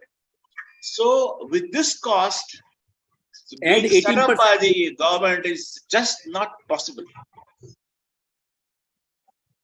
8% inflation and 18% GST. So that it's 26% every year that we should increase. Particularly, I would like to know from the panelists that those who are using the reusable tubings, how they are using for the, how much surgeries they are using for the reusable tubings. On the same Which reusable? Centurion? No, not about the Centurion. Other machines. Sir, we are using Oatly machine and we are using reusable tubings. So usually what we prefer to do, we do 2 to 3 cases and then again we autoclave it. So it is maximum we are again doing, yes. Frankly, what about the phaco tips? Sir, same sir, once we autoclave, tubing and sleeve and tip, all we're using for maximum 3 cases, and then we were taking another set for phaco cases. Something very sensible has come out of the Orolab people. They have conceived a new machine called Humming, but not actually a new machine, but this machine has a 500 rupees sensor come tube. So 500 rupees is peanuts, and we do not change it. We can afford to change it, but we still do not change it because there is very little chance that something will egress back inside the eye from the tubings.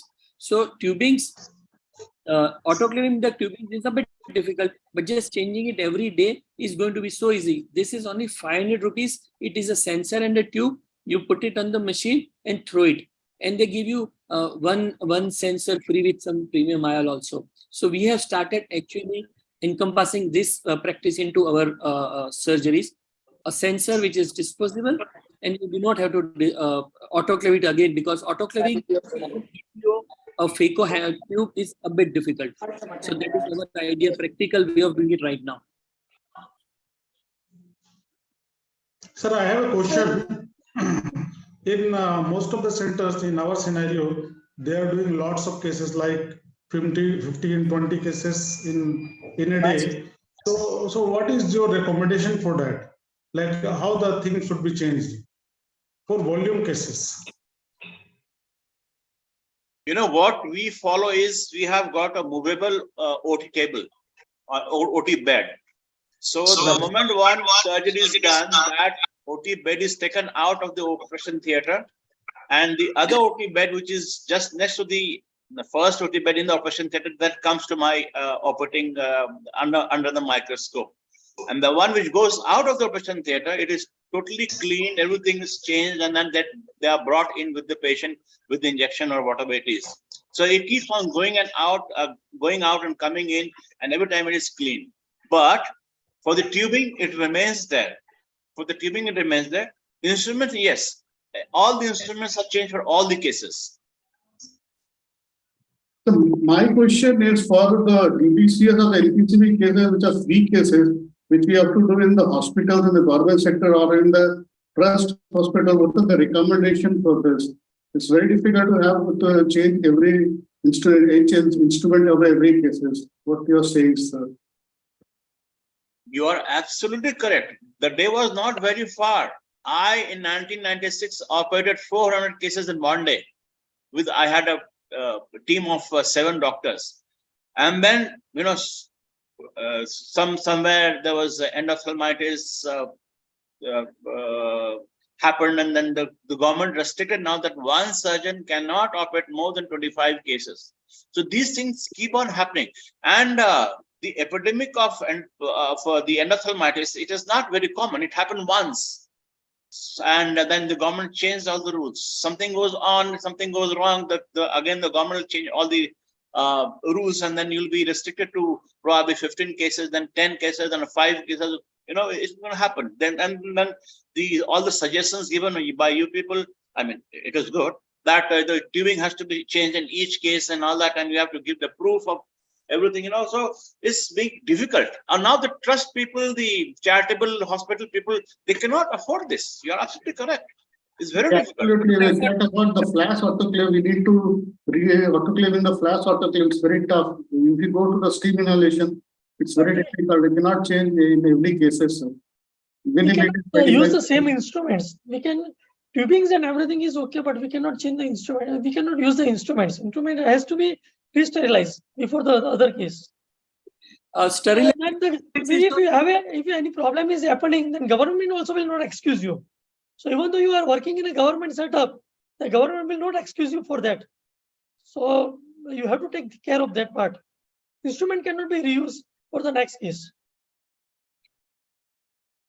What is the take on from the AIOS guidelines? If it is AIOS guidelines for the ethical committee or the AIOS guidelines, is there anything on it? I don't remember actually. There is a Government of India guideline for the protocol of cataract surgery. It is there on the website, I think, also there. Definitely there. Sometime back we had AIOS guideline formulated. Is there anything on that? The guideline also said you to change the instrument after every case.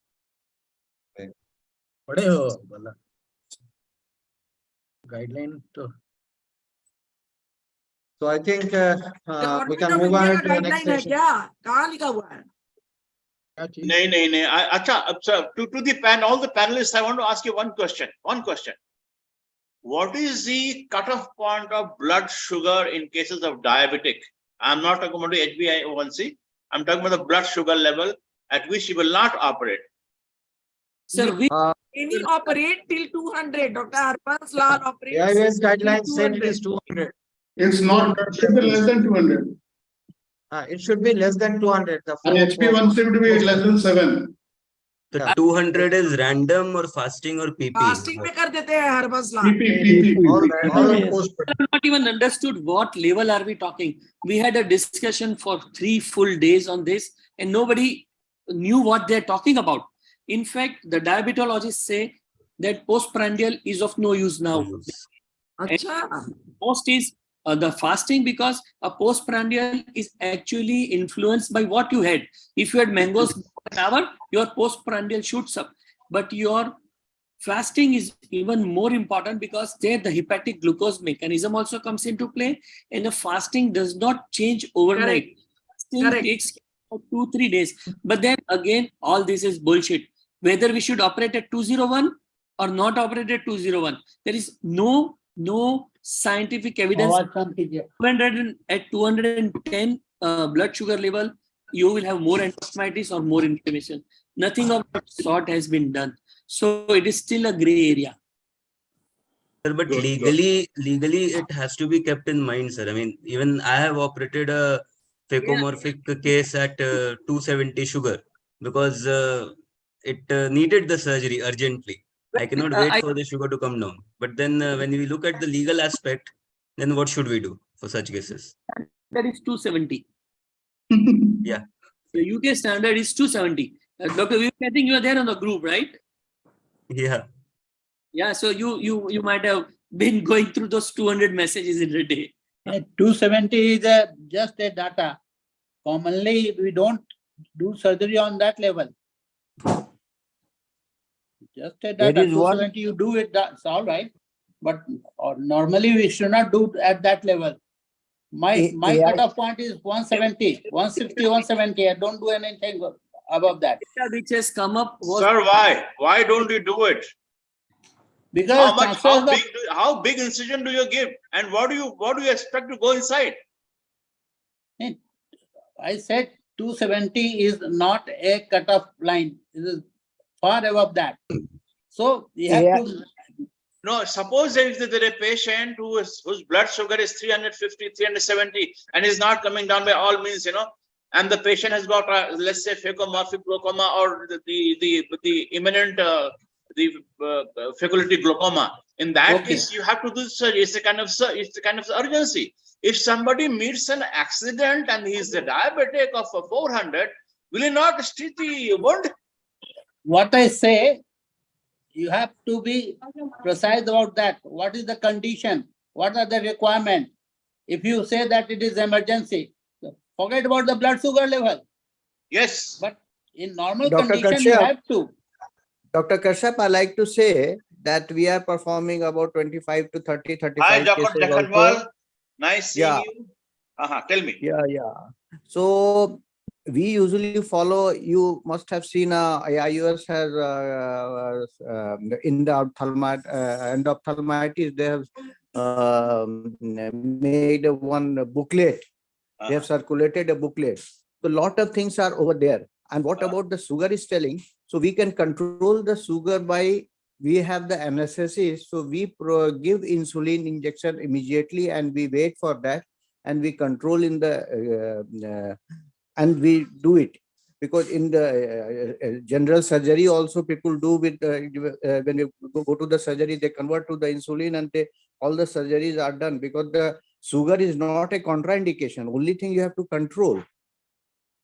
Dr. Jakhanwal, please answer my question. Number one, do you want to control the blood sugar level for 5 hours only? And when the patient goes back home, again, the blood sugar goes up. What is the fun? Yeah, absolutely. You're correct. It has to be, controlled. It has to be controlled throughout. Yeah, you know that blood sugar is, when your condition is inflamed or infected, the blood sugar goes up. So you control the primary condition. You have to control the sugar, operate the patient, and then settle the patient, and then ask to follow it with the physician. Because here we are not talking about the medical emergency. Here we are talking about the surgical emergency. So how you will do the surgical emergency? One is general surgery and ophthalmic surgery. In ophthalmic surgery, we are talking about two things. One is emergency surgery and then one is the regular surgery. In regular surgery, we have to control the blood sugar. Then we go for the surgery. Correct. You rightly pointed out that suppose that you do surgery and leave him, it goes home and the sugar rises. What will happen? So you have why will you? That is what we are having the anesthesis and we control it. And if the surgery is there, we have to do and then we control it and we get it done. Dr. Jakhanwal, you missed out the first sentence. My first sentence was that suppose if the patient is diabetic and he's controlled, right? In this case, we have to take a calculated risk-based surgery, and as Dr. Upsam said, told about that, you have to take the video consent for that. Yeah. Yes. Okay. घर जा करके sugar नहीं बढ़ाना है. Please stop here. Please stop here. Because it's 5 o'clock. Please stop here. कसरत में refer कर देना है. Please stop here. Please. Now we are going to start. Refer करने का मतलब आप शुतुरमुर्ग हैं. रेफर करने का मतलब शुतुरमुर्ग हैं. माथा घुसा दिया मालूम नहीं आ रहा. अरे देखो भाई नहीं सर. ये ऐसा नहीं चलेगा. चलो अब हो गया. अब आगे बढ़े. We are going to start Jhos pot puri session, and session coordinator is Dr. Deepak Lakda. He is the professor of ophthalmology in the largest institution of Jharkhand, RIMS Ranchi. Dr. Pritish Pranoy, he is the high volume cataract surgeon from Dr. Tanisha Oja. She will be carrying forward this session. She's the glaucoma surgeon. Our chairpersons are Dr. Rajnikant Sinha. He is the ex-HOD of the Math Medical College. Dr. Mukesh Kumar, since morning he's here. He's a very high volume surgeon, cataract surgeon from Jaribagh. Dr. Purendra Bimal, he's not joined. Dr. Pinky Pal is since morning, very active lady. She does tremendous public awareness campaign in the government sector. Dr. Rajni Kujur, she is there also since morning. She is the very good cataract surgeon from CCL Ranchi. Dr. Sujit Kumar also I invited, but I don't think he has joined. Dr. Sujit. Dr. Purnendu has joined. Dr. Purnendu. Dr. Purendra, are you here? Dr. Purnendu Bimal. Dr. Purendra Bimal, are you here? Yes, ma'am, I'm present. Okay, Dr. Purendra is present, and they all are discussing the chairpersons. There's a lot of viewers. So till now it is 5 p.m. and there are a lot of viewers on the YouTube, and the faculty link maybe abhi 40 dikh rahe hain. So everybody is waiting for the gene therapy, and before the gene therapy we listen. So please introduce Dr. Purna Chandra. It is great to have this opportunity to welcome eminent vitreoretinal surgeon, Dr. Purna Chandra B. from Narayan Nethralaya, Bangalore. He is consultant in Department of Electrophysiology and Clinical Genetics in Narayan Nethralaya. He has completed his post-graduation from prestigious AFMC and followed by long-term fellowship in vitreoretinal surgery in Narayan Nethralaya. He has undergone additional training in inherited retinal disorders and electrophysiology from Moorfields Eye Hospital, London, and completed preceptorship on age-related eye diseases from SafeSight Institute, Sydney. He has also presented several papers on national and international forums and has published many articles in peer-reviewed journals.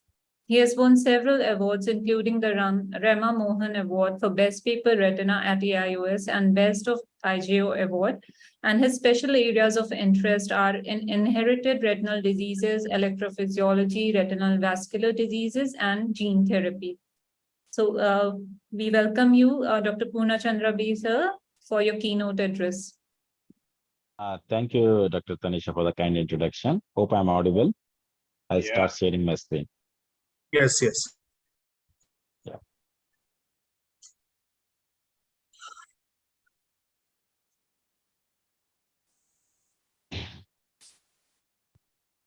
Hope my slides are visible. No, sir.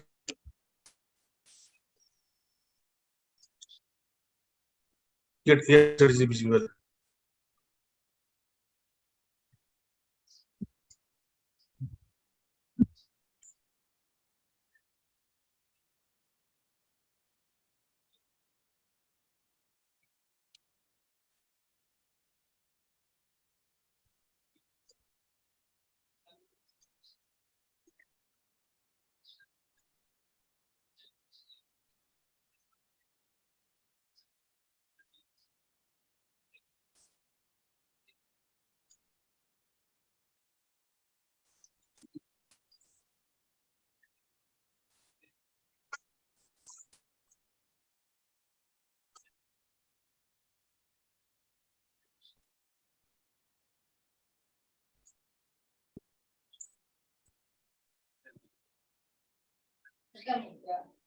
नहीं चल रहा है, chairperson बना दी इसमें भी, chairperson इसमें ही बना दी है.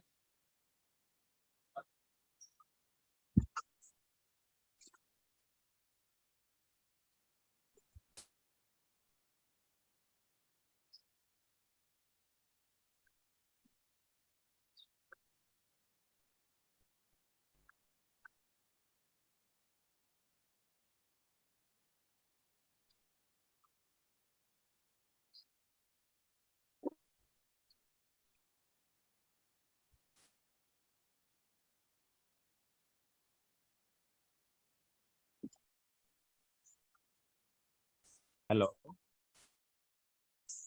Hello, sorry. Hello, can you hear me? Yeah. Sorry, I think suddenly the power went off. I don't know why everything got switched off. I'm extremely sorry Chairperson for that बनेगा जो लोग privilege. तो वो सोच समझ के हाँ करना है, क्योंकि छोड़ेंगे नहीं किसी को. Hello. He has to be present. अगर वो chairperson है तो. Can you see my screen now?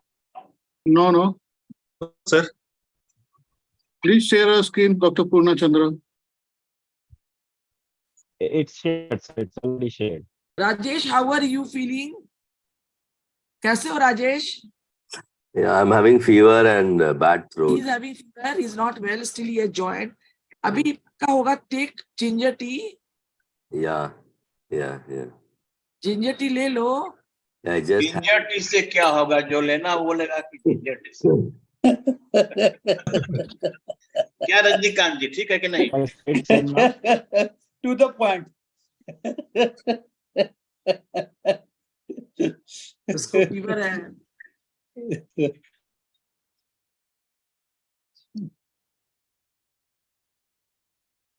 I'm slide seeing now. I will call you, Rajesh, after Purna Chandra finishes. Okay.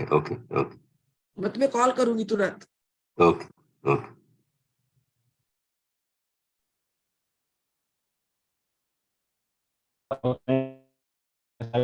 This topic is very important practically.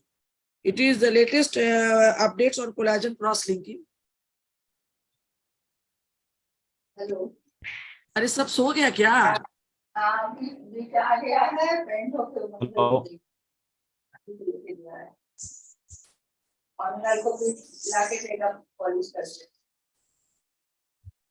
चलो अनिंदिया तो है, पिंकी पाल है, Rajni Kujur, I can't see. She's saying I'm since morning.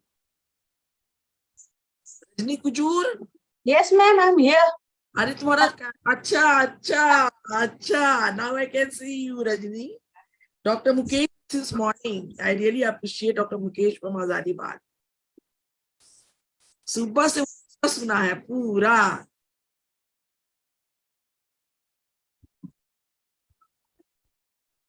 We are not able to see your presentation. It is still, I mean, it is showing it is. I'm just. So I believe your network and bandwidth is not good. That's the reason it is not coming through. तो पहले का करवा दें.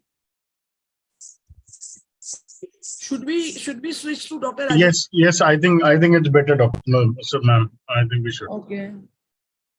Yeah, maybe you can switch it. I mean, I'll just look into my connection. I'll switch into a different Wi-Fi network, maybe. Is it better now? Hello? So you can try once last time. Yeah, because I just changed to a different Wi-Fi system. Can you see my slides now? No, Still not visible. No, I'm sharing it, but I don't know why it's not showing it. Here, for me, it's showing. Are you sharing for the first time, doctor? It's a new laptop. No, I shared it. I shared it. Yeah, it's there. You can start. Yes. You can see, right? Yes, it is visible. Yes. Okay, fine. Thank you so much, and I'm extremely sorry for whatever the technical glitch which has just happened. And thank you so much, Bharti ma'am, Kashyap sir, and Jharkhand Ophthalmic Society for inviting me to give this keynote address. So I'm going to talk on basics of gene therapy. So far we had a very good discussion on the cataract, the how to, begin the instrument maintenance, the blood sugar controls, and many things. So today I'm going to touch upon some topic which is not very often addressed in most of the meetings. And we have many patients for retinal dystrophies in India who always keep asking us what's next, what can be done, and all that. So through my presentation, I'll try to answer some of those queries which will help you to guide your patients. So this is my topic, basics of gene therapy. So, genetics is the study of heredity in general and of the genes in particular. It forms one of the central pillars of biology and overlaps with many other areas such as agriculture, medicine, and also in biotechnology. It's not only in the medical field, it's used in somewhere else also. So why, as an ophthalmologist, we need to understand genetics? Because it's evolving at a very high pace. And it's surprising to know that eye is the second only to the brain as an individual organ in its frequency of involvement in genetic disorders. And almost 50% of pediatric blindness will have some genetic etiology. And clinical pictures can be overlapping sometimes and may not be enough for the proper diagnosis.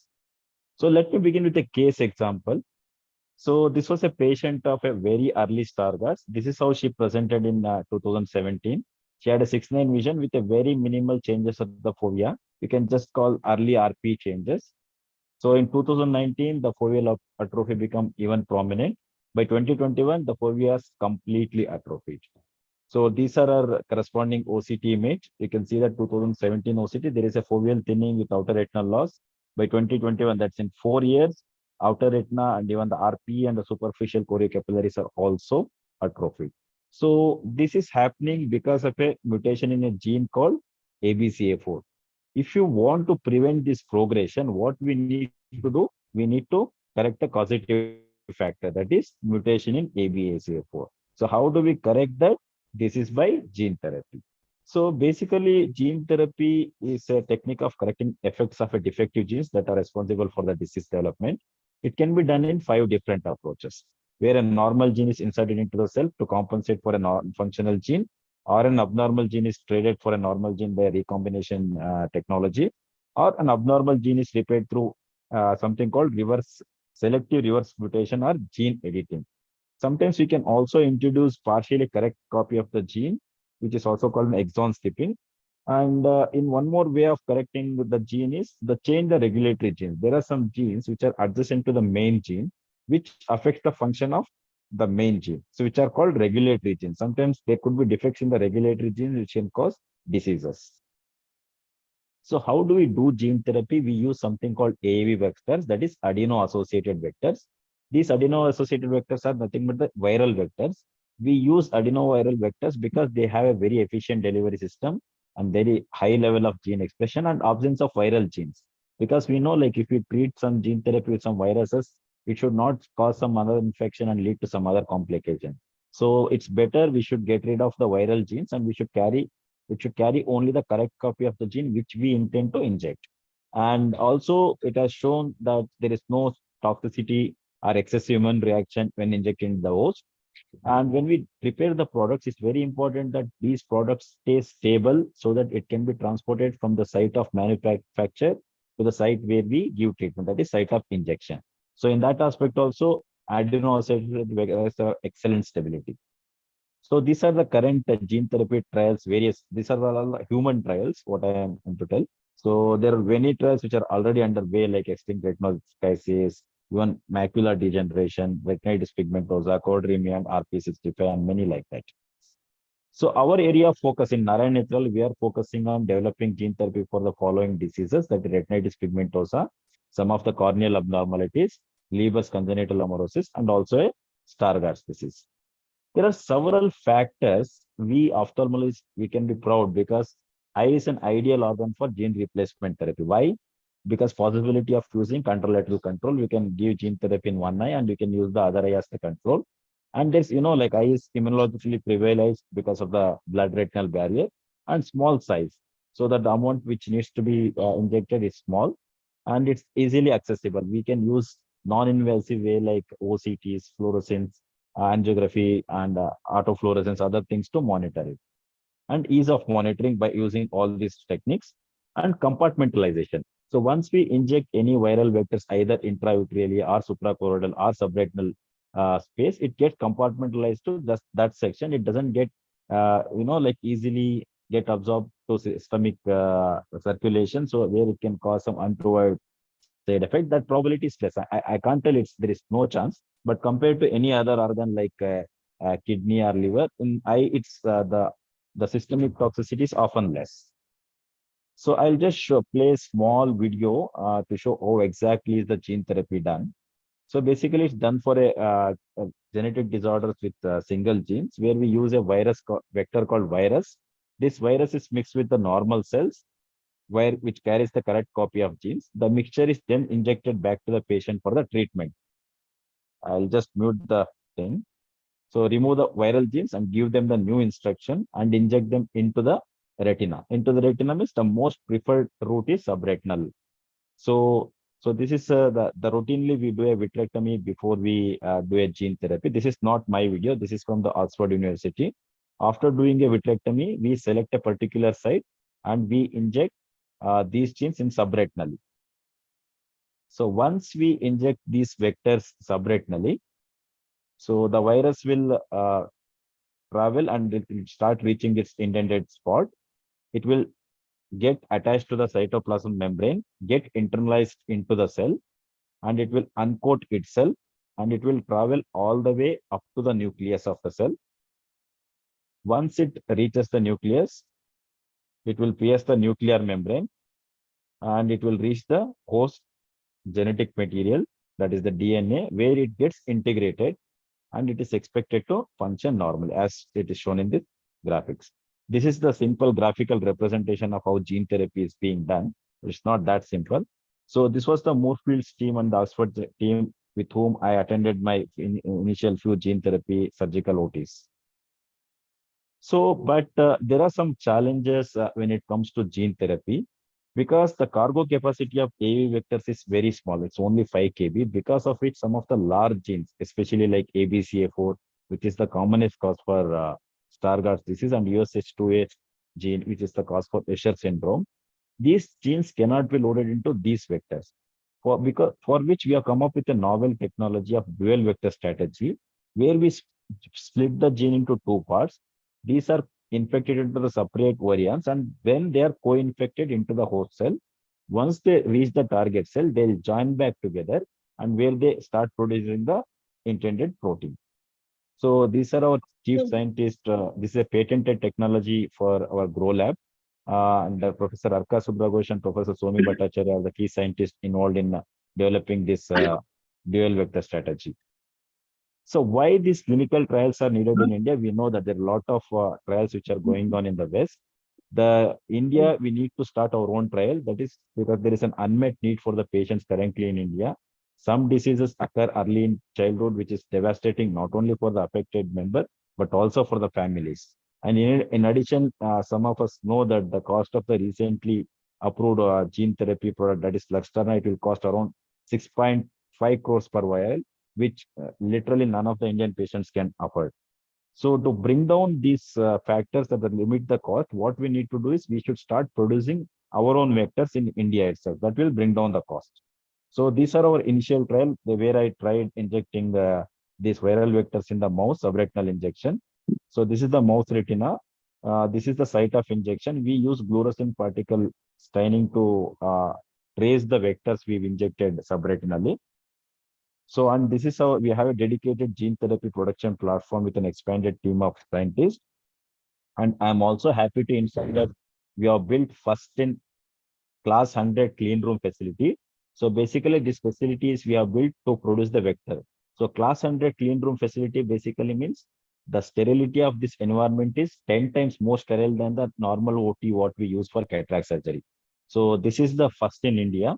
So before we enter this, we need to cross multiple barriers, like you need to take a normal shower, you need to take an air shower, then the proper donning has to be done with the specific gown material, and then you finally reach the vector production area. So this is the first in India where we have built vector production facilities. And national guidelines for gene therapy trial are already out. If any of you are interested in following these trials, you can go to the ICMR websites and you can go download these instructions, because if you want to start any of these trials, you need to comply by these guidelines which are laid down by ICMR. So if you have any doubts, please get in touch. We are happy to help you. So, and thank you so much for the opportunity. Good, Purna. Good. Very nice. Very nice. Thank you, sir. Thank you, sir. Understands many of your points. Like, is this commercially available? Are you treating diseases with gene therapy, or it is in the just research level? Ma'am, this is under the trial phase. So one good thing is, even for the trial, we are using our own vectors. The cost increases when we have to bring the vector from outside, like outside India. So we have used our own vectors in the animal models, which is showing a very good results. And we are doing not only the photograph of the animals, we are also doing ERG in animals to study the functional effect of these genes. So we are ready with our first phase 1 trials. Maybe in next year, if God willing, by next December, we are planning to start human trials. So next year you will plan human trial, means yes, the 2 years your institute will make it commercially available. No, ma'am. It will be a trial. Once it passes through an human trial, once we are convinced that it's working in humans, then we'll make it commercially available. During which the rate will be disproportionately less compared to what they're putting in the West. It is like, as I told you, 6.5 crores. So right now, gene therapy is not available for eye diseases in India. Yes, no, ma'am, it's not available. There are few who are trying. Yes, sir. Can you tell me the difference between stem cell therapy and this gene therapy? So stem cell therapy is something which is used to replace the entire cell. Okay, for example, in gene therapy, what we do, we correct only the defective genetic material inside the cell. We are not altering the cell. Our vectors just go through the cells and bind to the existing functional cell, and they will correct the defective copy of the gene. Whereas in stem cell therapy, will replace the whole tissue is the new things. But stem cell therapy has also been tried in retina, but it was not of a great success. Sir. It has started forming many teratomas, hamartomas, and all that. Compared to stem cell therapy, gene therapy has seen little bit more advancement. Okay, so this gene therapy is only getting developed in your center, or it is getting developed in some other center of India also, like Assam, like Madhur Arvinda? No, vector production facility only we have, ma'am. Only we have, not in And other vector production is other very medical. important. Yes, other medical specialty also it's not there. Across all So- medical specialty and non-medical specialty, we are the only one who have class 100 clean room facility for vector production as of now. So once vector is there, which can carry many genes, so you will be able to treat to some part the Stargardt's, the retinitis pigmentosa, Yes, and LCA, Leber's congenital amaurosis. and the other disease, Leber's congenital amaurosis, LCA, Leber's LCA. congenital amaurosis. So Yes. retinitis pigmentosa patients have some hope in future. Yes, definitely. If you are seeing a patient of retinitis pigmentosa who is in his 20s and 30s, you can safely tell them in his lifetime there will be something, if not for curing, at least to arrest the disease, there will be some treatment. Yeah, Dr. Poonawala, I have some query. Yes, Can sir. we expand this trial to general ophthalmologists also, involving more ophthalmologists? That will more helpful. No, they cannot, because it needs a very big infrastructure. They cannot do it. No, sir. But No, madam. What I wanted to say, suppose that government is willing that the government send us for various training. So something like that to be added in this curriculum also.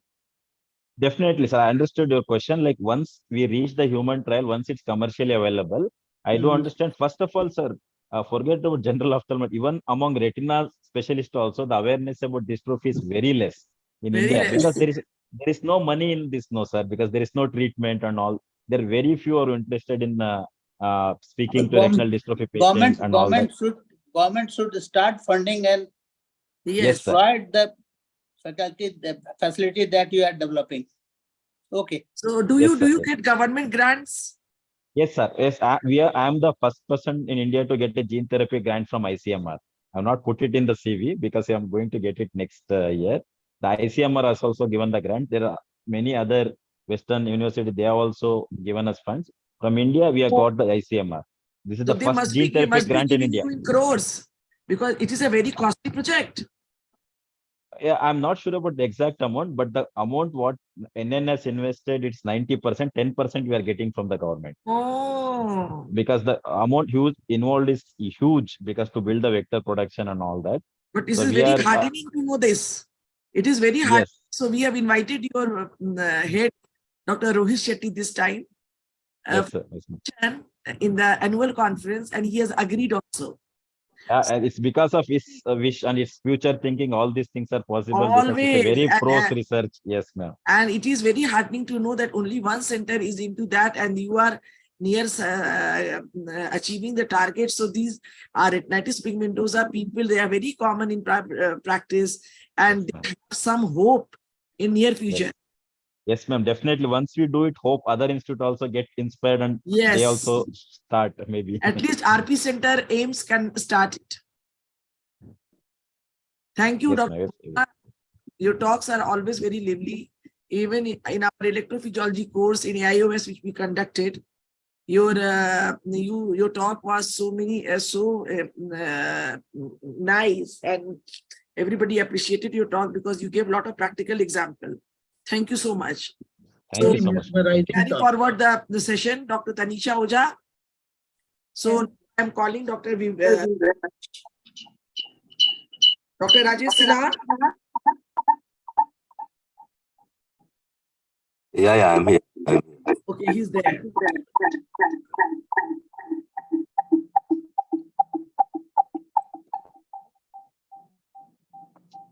It is an Something has happened. Maybe there are two devices open from one. Audio visual.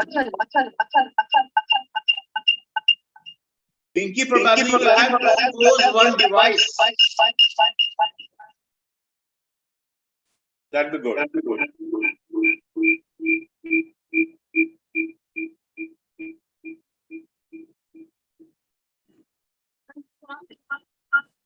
अरे सुनील को phone करो, देखो क्या हो रहा है। नहीं ठीक है। मैम दो जनों ने किसी ने ज्वाइन किया हुआ है एक साथ। दोनों ज्वाइन किया हुआ है। Hello.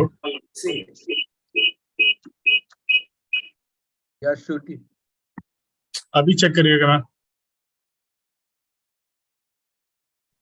Yeah, it sounds good now. Okay. Okay, Tanisha, please start.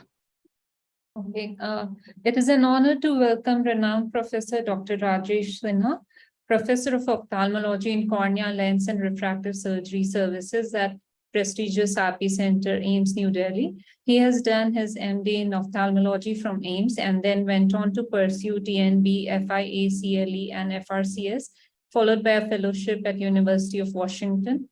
He has several publications to his credit, along with 4 textbooks and 5 educational manuals. He has been a part of 3 multicentric FDA clinical trials and has received various accolades, notable among which are achievement awards of AAO, APAO, and SARC Academy of Ophthalmology, and has been appointed the professor of the Asia Pacific Academy of Professors in Ophthalmology, and is the recipient of many notable orations in the country. Currently, he is the treasurer of AIOS, treasurer of SARC Academy of Ophthalmology, general secretary of Indian Society of Cornea and Keratorefractive Surgeons, and treasurer of Eye Bank Association of India. We welcome you, sir. We are eager to hear from you, your keynote address on the latest updates on collagen cross-linking. Thank you, Dr. Bharti and the whole team of Jhos for inviting me. I'm sorry for my voice. I'm having a bad throat and fever. That's why.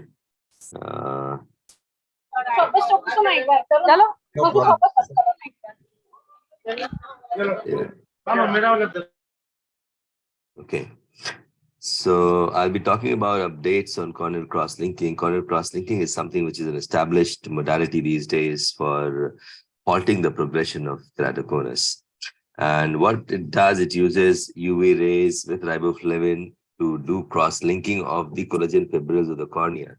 And that's how it strengthens the cornea and makes it compact and strong. And it is mainly indicated for progressive keratoconus. And I'll be mainly dealing with indications in keratoconus only in my talk. So it is used mainly in progressive keratoconus to halt the progression. So there's so many factors that are there that will give us the idea that keratoconus is progressing. So which one to select? So there was a global consensus that was done in the year 2015, and wherein they finally made a statement that if there is change in at least 2 of the following parameters, then it will be a progressive keratoconus. That is progressive steepening of the anterior corneal surface, progressive steepening of posterior surface, and progressive thinning. And the standard method of corneal cross-linking is the usual resident protocol, wherein I think the video is not running.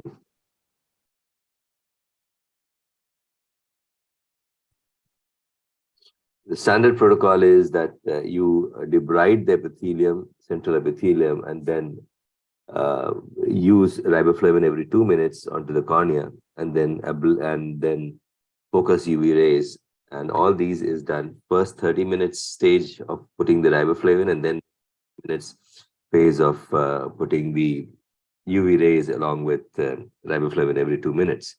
And it is now an established modality, and most of the studies have shown that cross-linking works in halting the progression of keratoconus, and that is detected by this presence of demarcation line that is usually seen in anterior 2/3 of the cornea.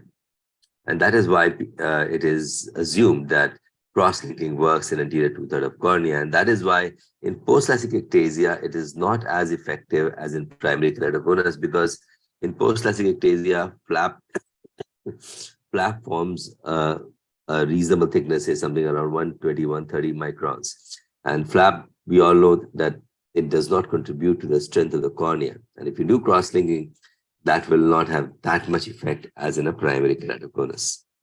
Now, cross-linking has been combined with all these modalities like PRK, intracorneal ring segment, toric ICLs. There are various protocols, Ethan's and Cretan's protocol, wherein PRK is done to smoothen the surface, and then cross-linking is done to stiffen it, so that you reduce the irregularity. You don't correct the refractive error, you just reduce the irregularity. It's a topo-guided custom ablation, which reduces the irregularity of the cornea, and then you do cross-linking and stiffen it. Then I think there is something wrong with the system. Anyways, video is not running because I may have to restart, and that will take time. Please restart. We want to see Rajesh. Shall I restart? Yes. Okay. I'm sorry that I'll just restart, and then sometimes it happens that if nothing is working in computer, then you have to restart it. I'm sorry for. Not at all, not at all. I think you are so sick, still you have taken your time out and keeping the promise.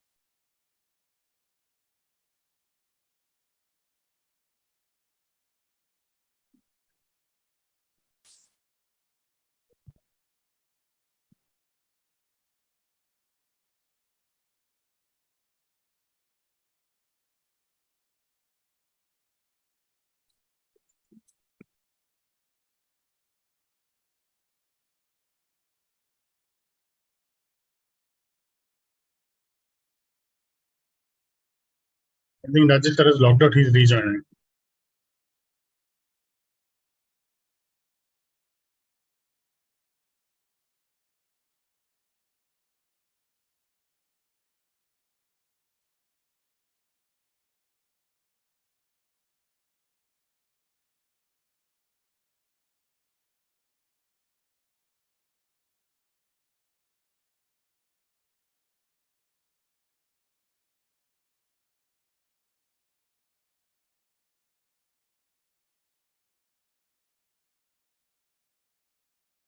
Dr. Rajnikant,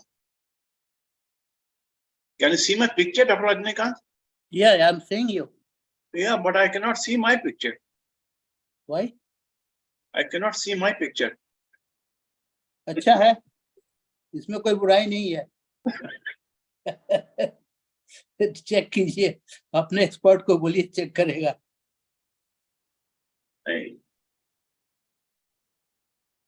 restart your system. आप login फिर से कीजिए. नहीं, it is mister x इन रांची. आप, मैं बोल रहा हूँ फिर से लॉग आउट कीजिए, फिर से लॉग इन कीजिए, हो जाएगा. उधर स्क्रीन को शेयर करने के लिए मैं रेडी करके रखा हूँ. If something goes wrong, the problem will be there. इसलिए बोल रहा ना, उसको फिर से लॉग इन कीजिए नया से. हाँ, लॉग आउट कीजिए और लॉग इन कीजिए. एक सेकंड तो लगेगा. करिए लेते हैं.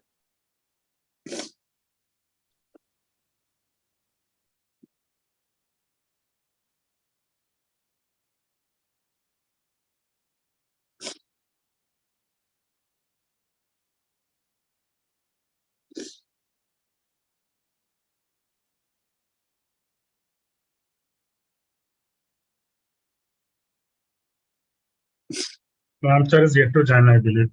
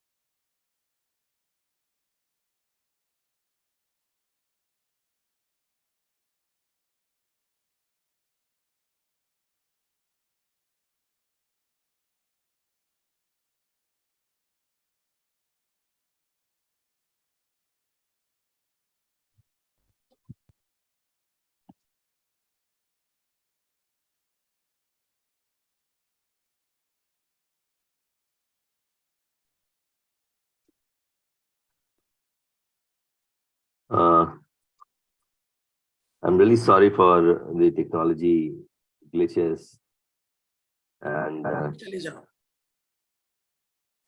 I'll just move on to the. Okay. So,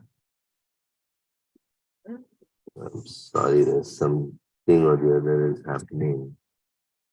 Okay, fine. So cross-linking has been combined with various things. As I said, that topographic assisted custom ablation can be done to remove the irregularity of the cornea. Similarly, intracorneal ring segment can be put to reduce the astigmatism, to reduce the irregularity in cases of keratoconus, and then you can do cross-linking. So so this is how femtosecond laser has been used to create the track for the intracorneal ring segment. You just open it first with the help of a mechanical separator on both sides, and then you use these PMMA rings to introduce into these tracks.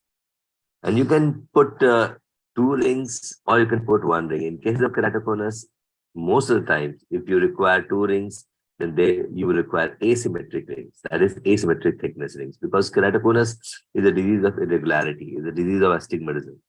Or if at all, if you require a single ring, then many times a single ring helps in order to, that's how you reduce the astigmatism. And once you have done it, then you can put a suture.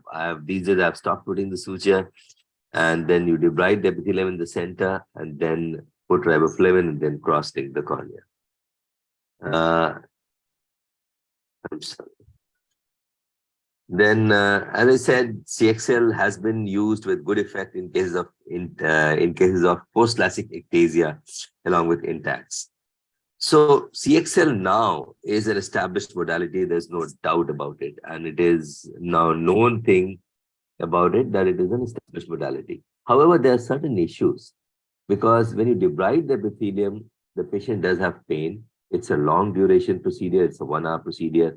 And if the cornea is thinner than 400 microns, then there's risk of damage to the endothelium. And that is why the updates keep coming in order to have a better outcome in case of cross-linking. So in order to reduce pain, transepithelial CXL has been attempted. Various methods. They've used drugs that increase epithelial permeability, but it doesn't work.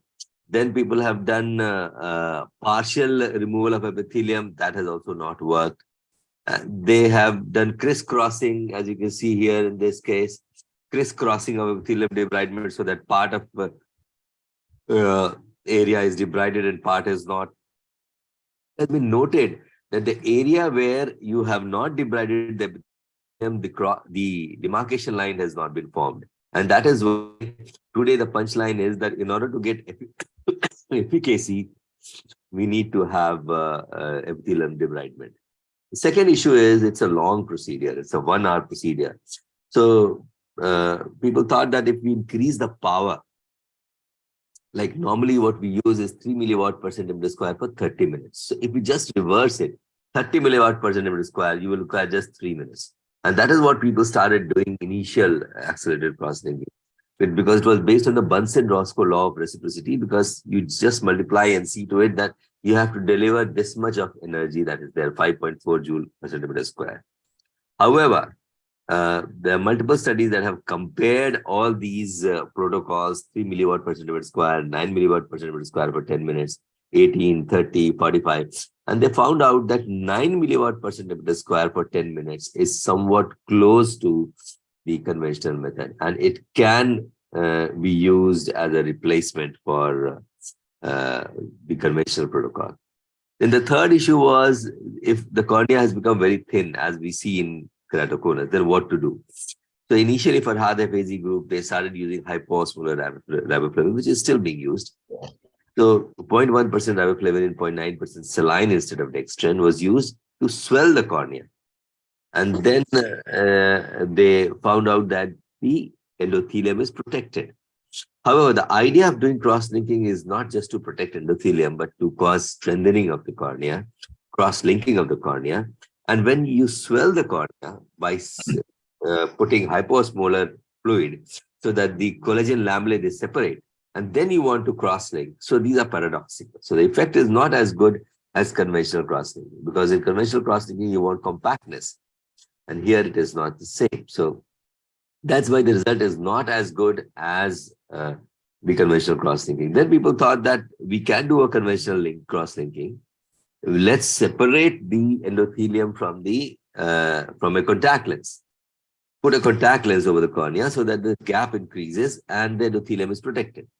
However, as we know that cross-linking works only in the anterior two-thirds of cornea, and part of it is occupied with a contact lens, which is thrown away.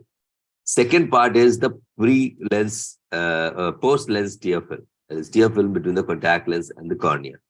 And that prevents passage of UV rays, and that was one issue. That's why the result is not as great. So people have used refractive stromal lenticule also. They have used the smile lenticule to put over the cornea so that it protects the endothelium, but the result is not as good as conventional cross-linking. We in RP Center, we thought that the idea is this, that if you put a stromal tissue on the cornea and then protect the endothelium, why not incorporate that stromal tissue into the cornea and then protect the endothelium and have an effect on that? And that is what we started doing here in RPC. This was a thesis, two theses we have done. Under my guidance, two students have done it. One with a 7 millimeter pocket, 7 millimeter of lenticule was used, and in another 8.5 millimeter was used. So this is how, with the help of a second laser, we create a pocket. And once the pocket is created, you dissect it. After dissecting, you infuse riboflavin into the pocket. So when you infuse riboflavin into the pocket, it disseminates very nicely, both superficially as well as interiorly.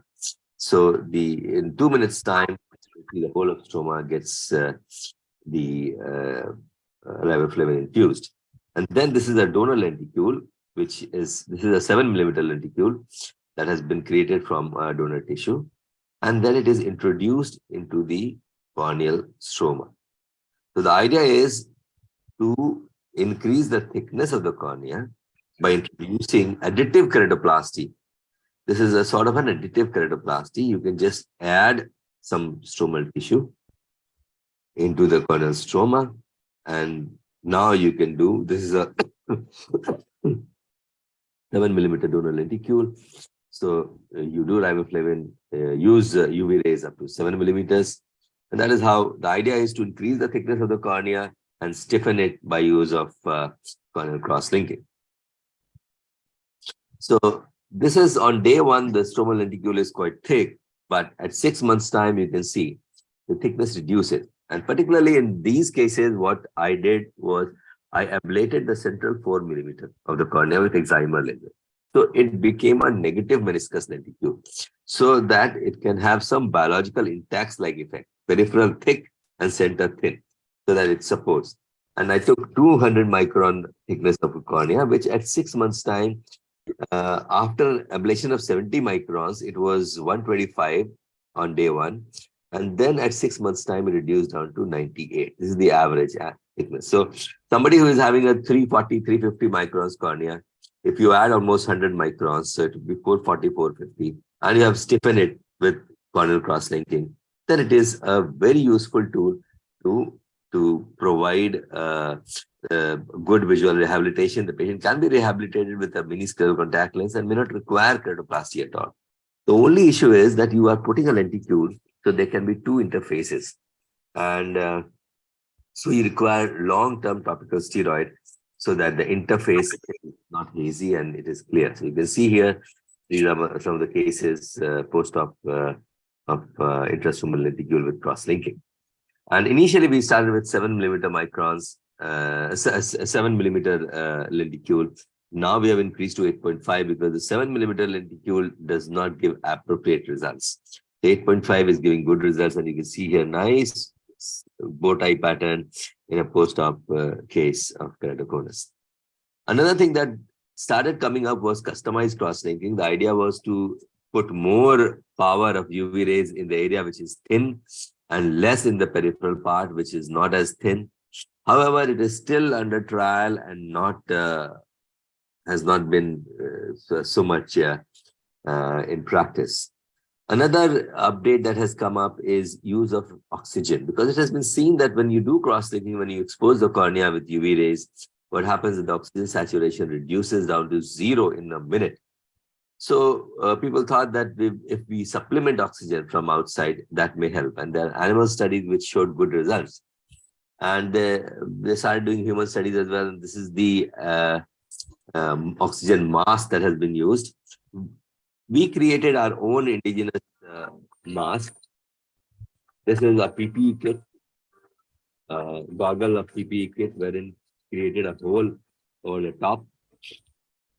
From the side, oxygen was infused. So this is the area from where oxygen was infused. And this, through this cannula, we will measure the oxygen saturation in the periocular area. And this is the anesthesia machine with which it is connected. And the UV rays are focused through the opening in the goggle. And riboflavin is also instilled to the opening on the top. And the same goggle can be used for the left eye, for the right eye. You can just close one side and then you can use it. And the oxygen saturation mostly measured was 84%. And we use 5 liters per minute of rate of oxygen. And the cost of this goggle is just 300 rupees, while the cost of the commercially available oxygen goggle is 3,000 euros. So this is what this was published in the European Journal of Ophthalmology. This was published in the European Journal of Ophthalmology. But we found out that we had thought that with use of high oxygen, the effect will be very grossly high, will be much more than the controls. But we found out that the result was not as great as we had thought of. Perhaps there is something missing. So there are some queries raised with this study. That is oxygen concentration directly related to efficacy of CXL, or is there some other factor responsible?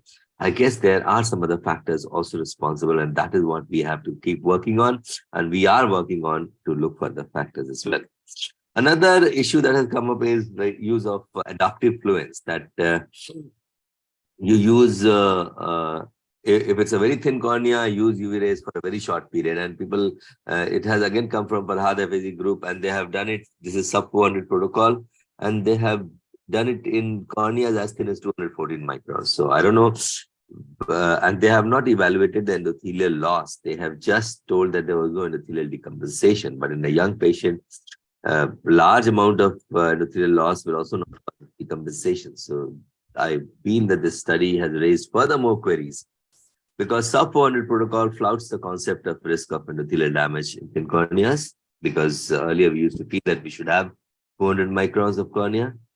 And the study has not evaluated specular count and endothelial morphology.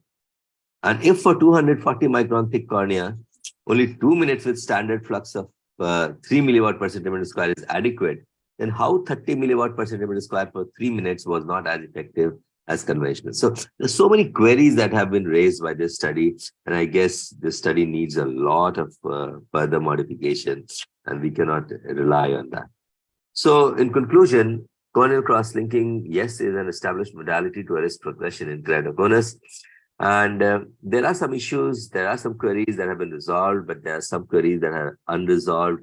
In order to improve efficacy, safety, and convenience, modifications are being done. And some newer indications of CXL have also emerged, but are yet to be established. So with this, I would like to stop here and I thank you all for allowing me to speak, and also to bear with me during the technical glitches, and apologize for that. Thank you.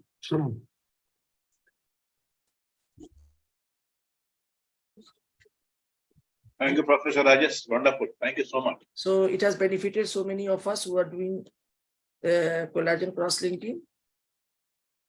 Thank you. So you took time out despite your sickness. So we are double grateful to you. No. Now you can relax. Thank you so much, Dr. Rajesh. Thank you. Thank you. Get well soon. So now we are having local presentations. Hello. Am I audible? Yeah, you're audible. You're audible. Yes, ma'am. The first presentation is mine. The flap striae, it's not what happens, it's how you handle it. So I have made a video recently. I came across two cases. One was the early first post-op flap striae, and the second was the late post-op striae.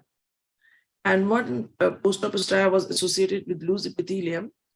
So I have made a nice video of that, and I have borrowed the sweet voice of Dr. Nidhi. So I'm going to show that video, how I manage the post-op plastic flap striae. So I'm just sharing the video.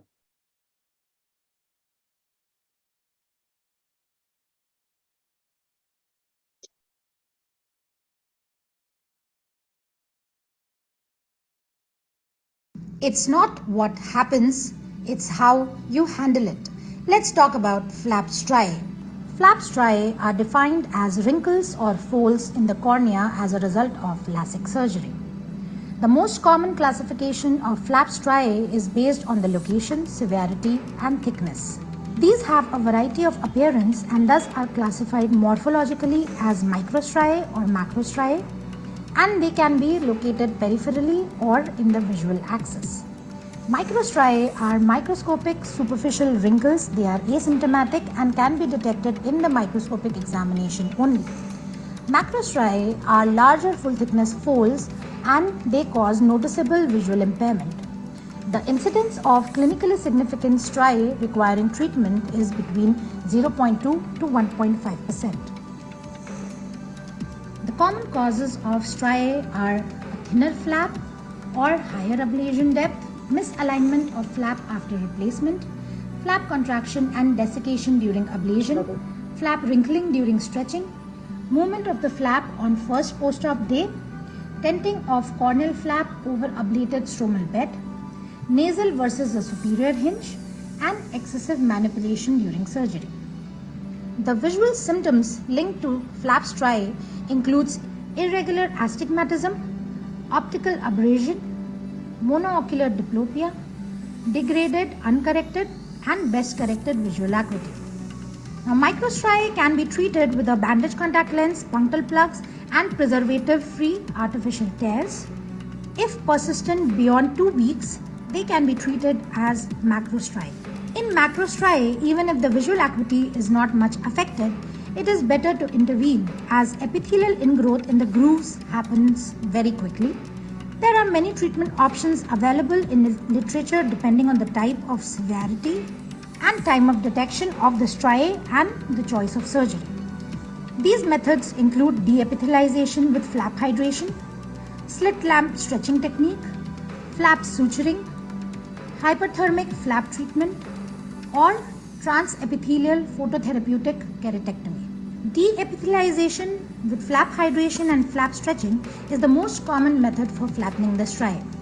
Flap suturing is the technique used for regular striae that have been present for more than 1 month or longer. This technique requires expertise, and failure to apply equal tension results in an irregular astigmatism. The sutures can be removed after 1 to 2 weeks.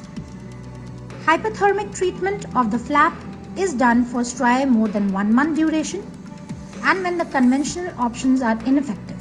It is based on collagen relaxation and denaturation at different heat levels. Transepithelial phototherapeutic keratectomy is an option for long-standing striae cases. The ablation of the peaks of the fold is done. Goal here is to achieve reduction but not elimination of all the striae. Now sharing few cases of flap striae. This is a case which presented with flap slippage and flap striae on the first postoperative day. Here, the superior stromal bed is exposed with epithelial ingrowth. 20% alcohol was applied to the exposed epithelium and it was removed thoroughly before lifting the flap to prevent epithelial ingrowth. The folds can be well addressed only by the removal of the epithelium of the surface. So here the epithelium has been removed from the flap surface as well. The epithelium is removed beyond the edges to prevent future epithelial ingrowth, which is common after flap relifting. The flap was refloated and the stromal bed and undersurface of the flap was irrigated well to remove any epithelial cell nests. Flap was hydrated well with hypotonic saline solution. The undersurface of the flap was stretched with a blunt instrument while anchoring the hinge with another blunt instrument.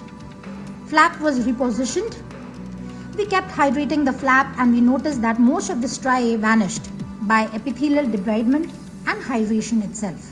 We can stretch the flap with a blunt rod and also with 2 Meroseal sponges, and then a bandage contact lens was applied. At 7 days post-op, slit lamp examination showed no flap striae.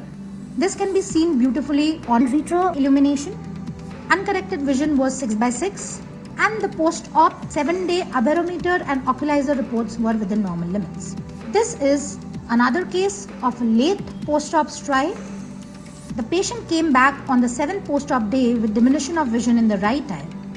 When we examined it on slit lamp, we found that the vision had dropped to 6/24. The patient was taken to the OR. 20% ethyl alcohol was applied to the flap and epithelium was removed from the flap surface and also beyond the edges of the flap to prevent future epithelial ingrowth, which is common after flap lifting. The flap was floated and stromal bed and undersurface of the flap were irrigated well to remove any epithelial cell nests. Flap was hydrated well with hypotonic saline solution. Undersurface of the flap was stretched with a blunt instrument while anchoring the hinge with another blunt instrument.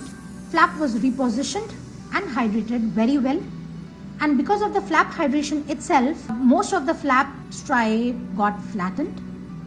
We kept stretching the flap with 2 blunt rods, one used for anchoring and the other used for stretching, and a bandage contact lens was placed. Thus, with proper handling of the situation, one can have a very good outcome in a case of flap striae. Thank you.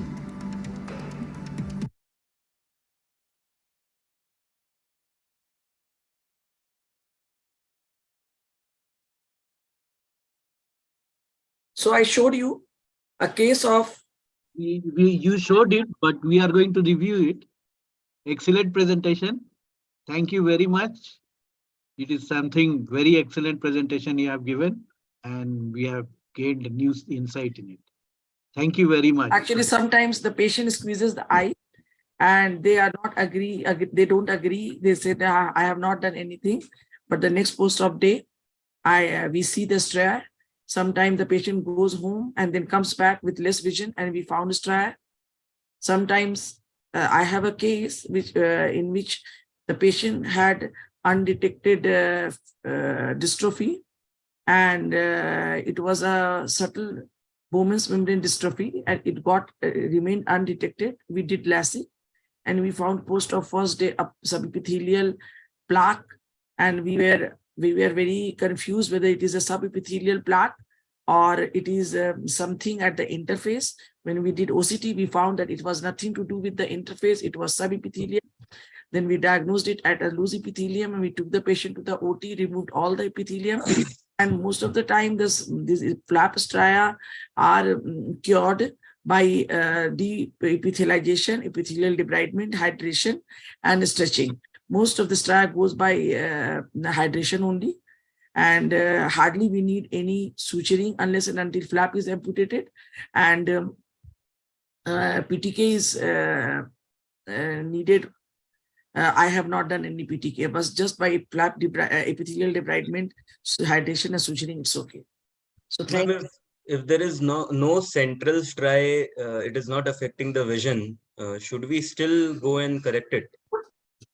If it is not affecting the vision, that means it is a microstria. So microstria you can wait, but because if it is not affecting the vision, you should not touch it. But if it is affecting the vision, the patient is complaining, that means it is you have to intervene. And as early as you intervene, the result is better. Okay. Ma'am, can I ask a question? Yes. Yeah, sir, is Dr. Rajesh sir here? नहीं वो तो चला गया. I'm here. Yeah, it was a Sir, fantastic presentation and very good voiceover, Nidhi. It was very impressive. thank you, sir. Sir, I wanted to ask. We 8 minutes. I'm thankful to Rajesh also.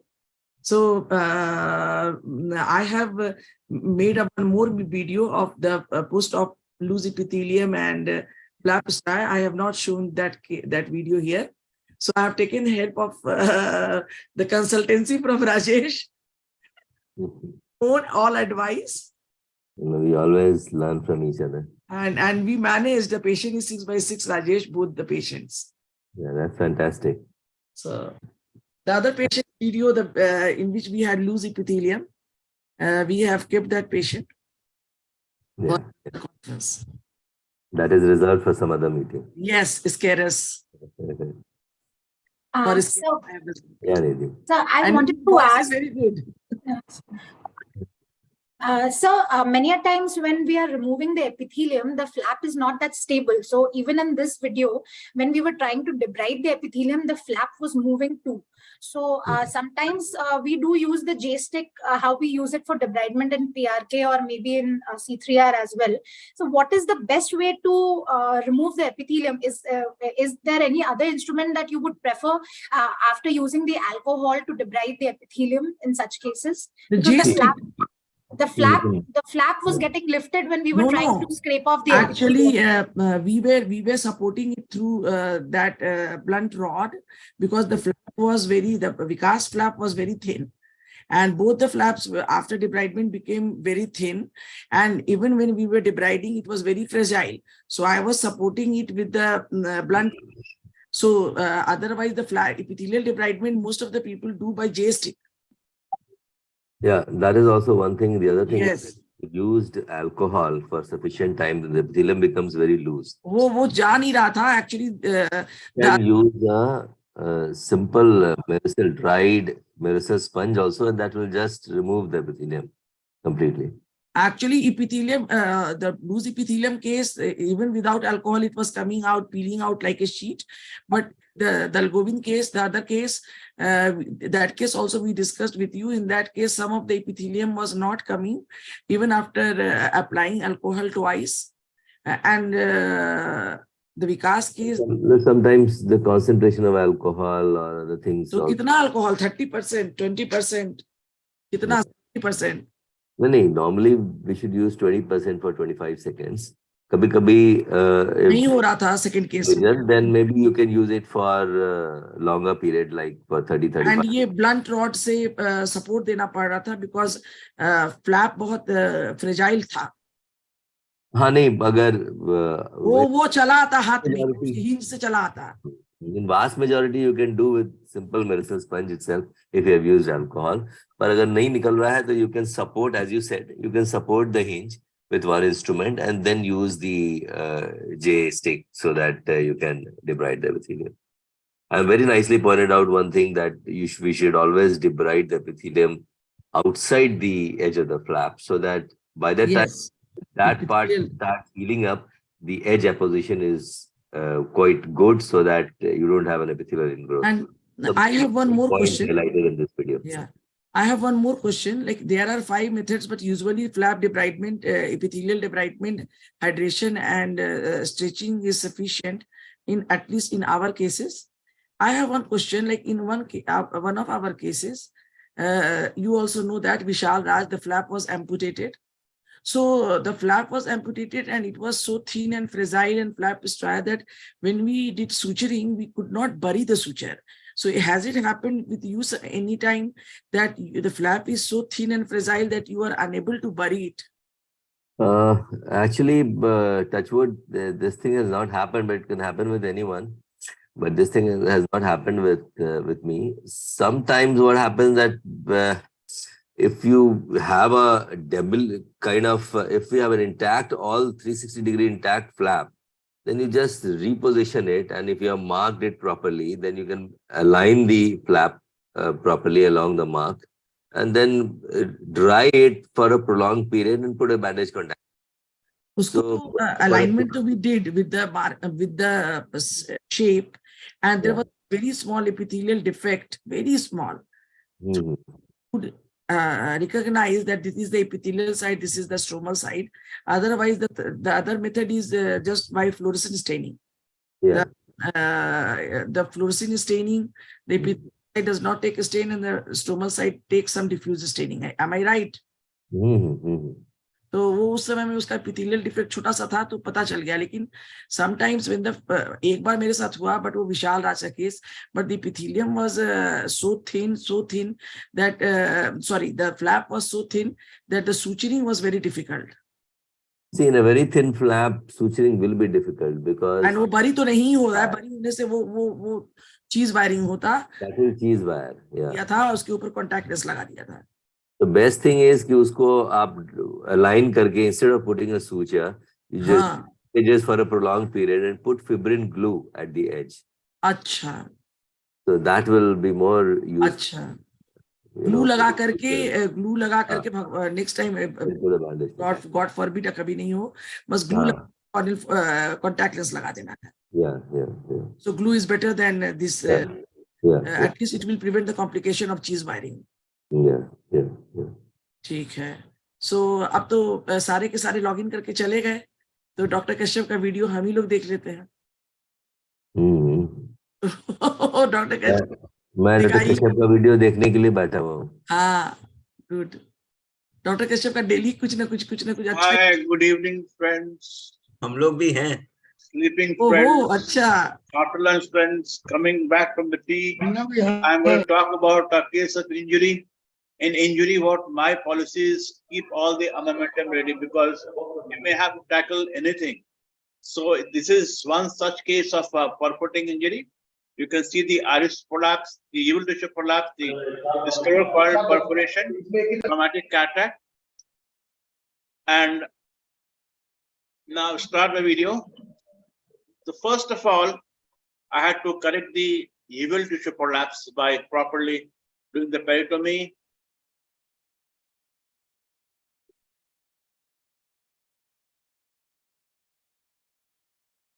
I did it cast video and then I stitched the sclera.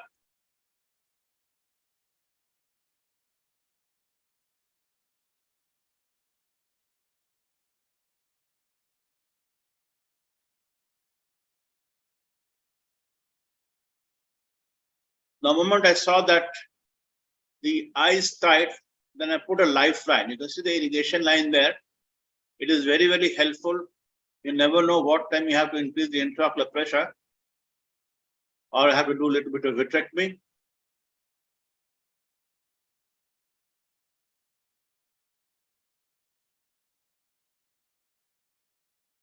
So after doing this repair of iris tissue, there was a little bit of a hydrodialysis as well. So made the main incision.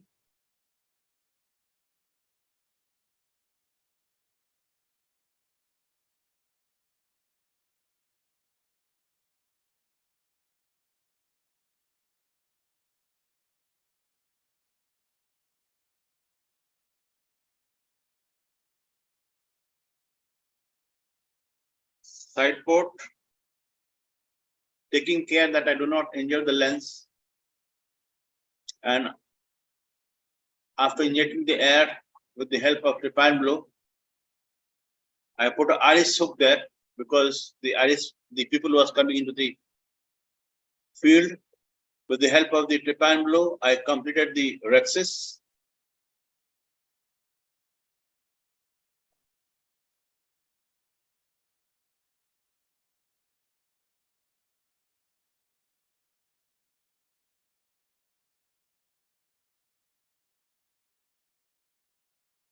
fairly larger rhexis.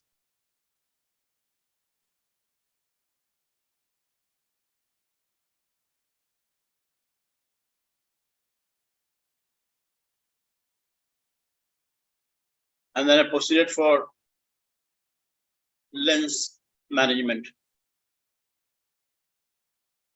The lens was quite soft, the catheter was quite soft.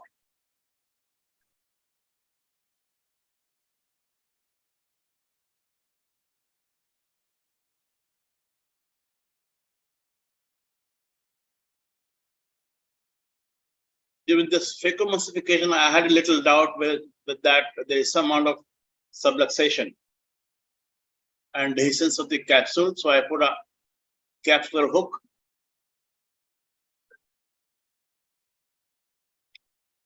So one iris hook was there. This is capsular hook.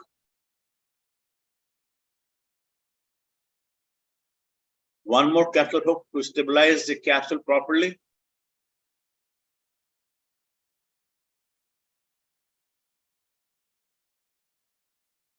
And then irrigation aspiration is done.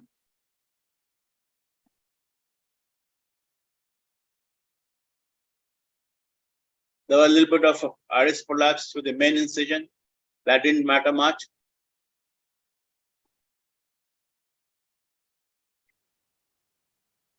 And then I'll be putting the CTR. Before CTR, I remove the capsular hook so that the distal end of the CTR does not get entangled with the hook. There are many ways to put the CTR ring inside, not the distal but the proximal one. You can use the forceps, you can use the Sinskey hook, you can use both, or you can have a preloaded CTR. In this case, I have used the forceps.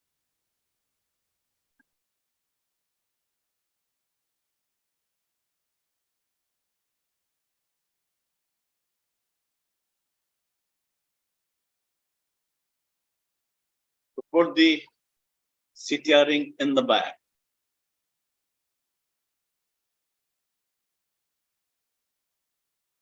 Now there's aerodialysis there. So after putting the CTR, we have inserted the 3-piece IOL. You have to be very, very careful because the proximal end of the haptics might create problem and it may not open properly. And then I use a trocar cannula to repair the iris. This is a new method prescribed by Dr. Amar Agarwal and Dr. Rohitam Prakash.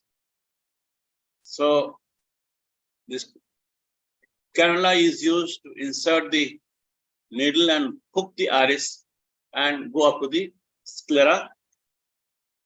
And at the scleral end, there's a groove. Now, the other end of the same stitch is again inserted, entangle the iris and came out to the groove of the sclera and then tied the knot there.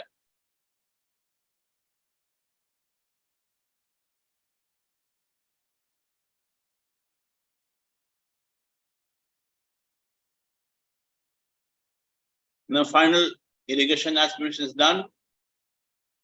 The lens is stable, air injected,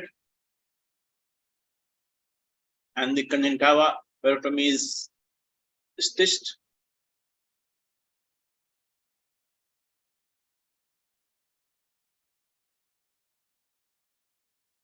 That's the end of the surgery. Thank you.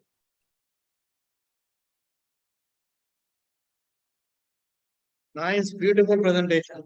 Beautiful video. Beautiful, sir. Beautiful video. Thank you. Thank you. ये post op रहना चाहिए था, post op भी लगा लीजिएगा. The patient was taken up for the second surgery and it was, we had done the SFT for people repair and the patient got 6/9 vision. Very, very satisfying. Well done, sir. Well done. Thank you, sir. Thank you. Beautiful. Wonderful. Same case, so many actors, so many maneuver. Yeah.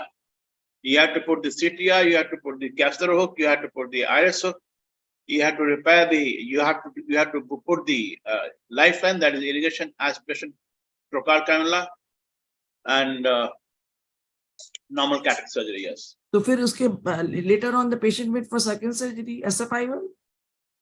No, the second we have put the multiples IOL here, and then Yes. the second time we have just done the pupil repair by SFT. So the pupil is further constricted, Okay. and the vision is 6/9. तो मेरे को लगता है कि दोनों surgery को जोड़ देना चाहिए था. नहीं जोड़ा इसलिए नहीं, because we had repaired the iris, and the moment you make the pupil small, they'll be stretched at the iris root area, and then it may redetach from it may do the dialysis again. So I did not do it in the same sitting. No, I am saying that you should have दोनों video को add करके एक video बना सकते हैं. Yeah. हाँ. दिखा सकते हैं after doing the second procedure. उसके बाद सेकंड सर्जरी बना दिया और अब ऐसा था. Sometimes it's helpful if you do sequential rather than doing everything at a time. It becomes messy. So I think that was a good idea. नहीं वो तो सही है, लेकिन वो सर्जरी में वो दिखा देते कि सेकंड सिटिंग में ये किया and this is the pre op and this is the post op after the second. क्योंकि वो तो बहुत अच्छा हो गया होगा. After the vision is also 6/9. Yeah, 6/9. The patient very happy. The only thing is you want to combine two videos in a single presentation.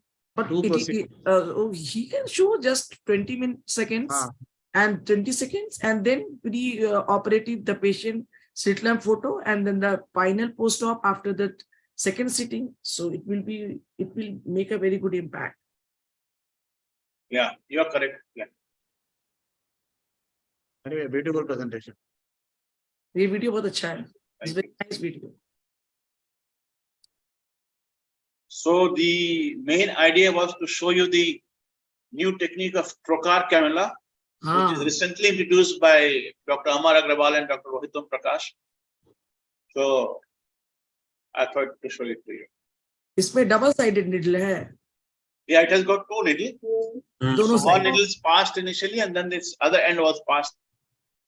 And why trocar cannula? Because the cannula length is, beyond the center of the eyeball. So, the piercing of the iris it becomes very easy. Otherwise, if you take just the needle, so needle keeps on little, even if it bends a little bit, it will be difficult to aim at the place where you want to put the needle in the iris. तो ये sclera में flap बनाया क्या? Sclera में there was a groove. अच्छा. There is a very edited video. So I made the groove at the sclera wherever I want to come out. Okay. Very nice, very nice. So now over to Dr. Utpala. Should we show some magic steps for topical phaco? Hi Utpala, good evening. Hi. Screen share करो. चलो screen share करो. Slash.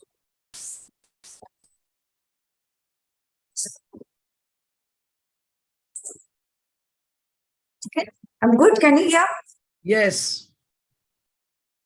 Moving to topical phacoemulsification. My pointers for smooth transition. Advantages of topical phaco to the patient: quicker visual recovery and rehabilitation, better post-op cosmesis. You don't have ptosis and periorbital ecchymosis. Can avoid the pain of anesthesia or peribulbar block. Consecutive day clinic visits avoided. Advantages to the surgeon: can operate upon normally pressurized eye. Hypotomy due to over massage or tight globe due to retrobulbar hemorrhage can be troublesome. Peer pressure to stay in the race. Some patients may request it. Starting the case, patient should look straight into the microscope light. Since proparacaine will numb the corneal nerves, this will not elicit photophobia. Avoid topical phaco. In small pupils, IFIS may require pupil dilating devices. Comorbidities like corneal opacities, post-uveitic eyes, subluxated lenses may require CTR, etc. Repeat surgeries. Counseling. Do not tell the patient that there will be no pain. Tell them, I will feel now and touch sensations can be appreciated. They may experience a sense of pressure due to ciliary body stretch that may be slightly similar to moderate pressure with a finger on the eyeball at certain times during the procedure. Special precautions to be taken during the procedure. Eyeball fixation should be gentle yet firm. Patient can move and squeeze his eyes. Topical numbs pain. Patient can feel temperature and pressure. For cotton ball fixation, eyeball should be dry. For tooth forceps colibri, hole should be superficial and very gentle pressure only. How to keep the cornea moist? Do not put drops of BSS on the cornea to moisten it. Patient feels the drops and this will elicit a squeezing sensation. Gently apply viscoelastic over the surface of the cornea to moisten it. Do not overfill the anterior chamber. Two exceptions to this rule. Exception number 1, when you are performing a capsulorhexis, where you need a well-formed anterior chamber to flatten the anterior capsule. Exception number 2, while implanting the intraocular lens. Underfill the anterior chamber during entry with the phacoprobe or IA cannula. Patient will feel the sudden distension of the AC during entry due to ciliary stretch. Always enter with low bottle height and then increase to your regular settings. Inside the eye, once both the instruments are in the eye, your good mobility is totally under your control.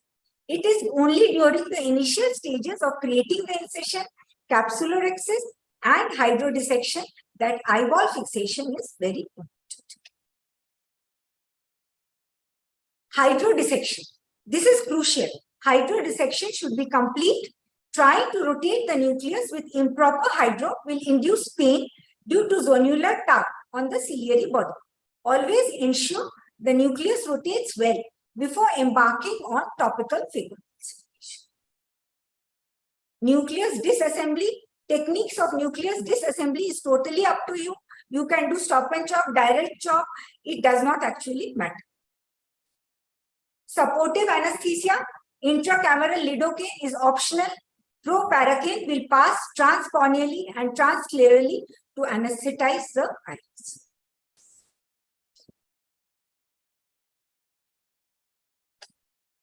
Precautions. Avoid engaging or touching the iris. Perform viscofluid exchange before coming out to prevent sudden shallowing of AC. This will cause the patient to experience certain amount of discomfort. Ending the case, finally, make sure that there is adequate water tightness of the clear corneal incision and side port incisions before you close up, because this patient will not have a protective patch. Finally, end the case with intracameral moxifloxacin. Thank you and good luck for topical phagoemulsification. Thank you.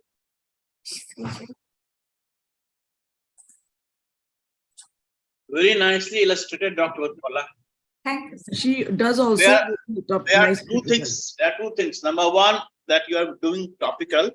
The other point is patching or not patching. Yeah. So patching gives the patient a quite relief. It makes him comfortable.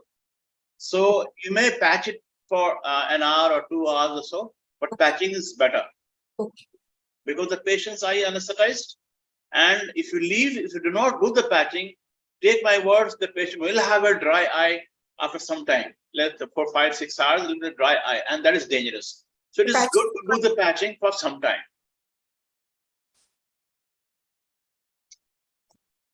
Do you agree, madam? Yes, I'm just watching. Sab chale gaye. Doctor, do you use midazolam? Because the patients under topical are quite apprehensive. And there is a discussion on midazolam on sometimes back. Do you use midazolam preoperatively? No, I don't use anything preoperative. So for the patient who are little apprehensive, what do you do? My patients, I talk to them, I counsel them, and they're very happy with me. Like almost, I'm not for many, 1 year I've been doing only topical. And I'm not, I do block only for when I'm teaching my DNB students to do the case, then, or very hard cataract when I'm switching to SICS. I'm not doing fake. When I'm not doing, I'm not giving up. And my There was patients, discussion in the morning that there was a claustrophobic patient. What do you do with the claustrophobic patient? faced any claustrophobic, otherwise we are doing vocal anesthesia, we talk to them and they're very happy. And then they are good for topical. Seriously, you can ask. I'm not doing for the almost 1 year. I've not done any phaco with block, and I'm very happy. SK, you know what? When Dr. Utpala talks, सबका कान खड़ा करके उसी को सुनते रहता है, बाकी कुछ नहीं सुनता है. When they know that Dr. Utpala is और वो talking, भी they तो बताओ listen कि to her. तुमने कितना दिया जालोकेन, तुमने कहा था ना, like people say 2-3 times, but ऐसा नहीं है कुछ. Prepare करती है, तुमने वो सब नहीं दिखाया. How the nurse prepares. And all that. I was told, if 4 times prior to surgery, and many times sister will have to take it in the cannula. They have to give it during surgery. But now I think they are good. My patients don't move their eyes, and whatever they move, I can manage. I can manage, and any kind of complications also. You said that your sister starts preparing and she gives more than what they advise, but nothing happens. No, I said na ki before we start the case, they load it in the tropical plus and paraclet. And then almost around 4 times I think they are giving every 15 minutes, 4 times. And then during surgery also, if the patient is moving, then they are giving, otherwise they are not. Even last, like whatever recording was done on Friday, and the patients did not move at all. And we were very good. Utpala, you are a temporal surgeon or 12 o'clock position surgeon? I've sat for a long time. I don't go 12 o'clock. I'm all and all through temporal. सुनो अब fast करो, ये conference web conference organiser का phone आ रहा है. Yeah, we have got a very important topic also, Dr. Pooja. Yeah. So Dr. Pooja, she is the gold medalist and the best awarded best junior resident in RP Center AIMS, and she has done her 3 years asarship senior residency in cornea from RP Center AIMS. And this topic basically we kept for the PGs, but hardly I can see any PG. So the topical anesthesia ways to achieve the goal. The slit lamp examination techniques, Dr. Pooja and Dr. Utpala, please tell the PGs to join. Dr. Utpala bhag gayi. Good evening, ma'am. Am I audible? Yes. Yeah, very much. Yes. Okay, thank you so much, ma'am, for giving me the opportunity for presenting on this platform. So after hearing all the wonderful lectures, I'll take all of you back to basics on slit lamp examination techniques. So what is slit lamp biomicroscopy? This is basically a dynamic examination of the living eye and ocular adnexa. It is basically a misnomer since slit is only one of the various diaphragmatic opening which is present in the instrument. And this is an important examination tool for ophthalmologists to visualize eye in 3 dimensions. So why do we need a slit lamp? Because of the very small structure of the ocular structures, which can't be visualized by a torchlight examination. And to make out relative position of a lesion, it needs oblique illumination and need for magnification is required, and also gives binocularity. Little bit about history of slit lamp. It was first described by Purkinje, who applied microscopy to a living eye, and he basically studied the iris with adjustable microscope. Then later on, it was Louis de Wecker who invented uniocular slit lamp, which he combined with an eyepiece objective and a condensing lens within a tube, which was further modified by Zapsky, who added binocularity to the microscope. We all know that Alvar Gullstrand, who was a Swedish ophthalmologist, he got Nobel Prize in Physiology and Medicine in 1911 for dioptrics of the eye, and he gave the basic design of a slit lamp. Later on, it was Henker and Vogt who improved upon Gullstrand's device in 1911, and it was combined by Zapsky's microscope, and Gullstrand's slit lamp illumination was invented. Coming to parts of a slit lamp, so basically it has 3 systems: illumination system, observation system, and mechanical system. So illumination system, we have a light source, which is a low voltage incandescent lamp or a halogen lamp. So based on these illumination system, we have two type of microscope, which is a Hackstreet type of design and a Carl Zeiss type of design. So in Hackstreet, you can see the illumination arm is placed above, and in Carl Zeiss, the illumination is placed adjacent with the eyepiece. So this is a basic design of a Hackstreet microscope. So this is an illumination system. Then we have a headrest, then followed by chin rest, and mechanical system includes a joystick, and observation system includes the eyepiece. And below the table, we have a power unit with which you can switch on and off the microscope. Now I'll discuss each system one by one. So first, coming to observation system, which is used for basically magnification. So this one has a 5-step magnification, which has 6.3, 10, 16, 25, and 40x of magnification. Coming to observation arm, so here you can see this observation system has two lenses, and on these lenses, one mark has been given. So this has to be set at 0 for emetropia, but if you have any refractive error, you can adjust your refraction and you can visualize without glasses also. So these with these two eyepieces, you have to adjust your interpretatory distance for getting the best binocular vision.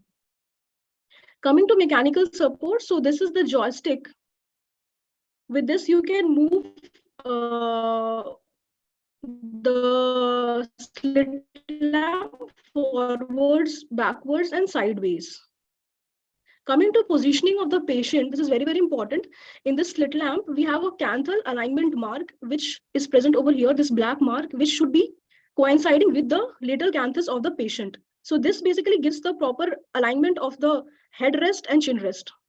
Now, there are certain special situations in which patient can be a bit uncooperative, especially in elderly patients and pediatric patients. So pediatric patient, we can use this kind of method. We can put a stool and the child can fold his legs and hold the slit lamp, and we can place him like this.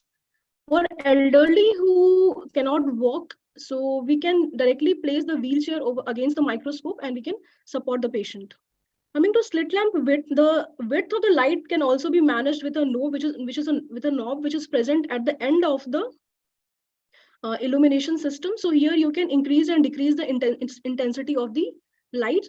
Scale of slit diaphragm, on the below the illumination system, we have a reticule in which millimeters of scaling has been given, and here you can actually measure the lesions present over the cornea or any ocular structure, which will be very helpful in following up of the patient. So for us as a cornea surgeon, it is very, very helpful for measuring the corneal, the size of the ulcer and height of the hypopyon, along with the size of the epithelial defect, etc.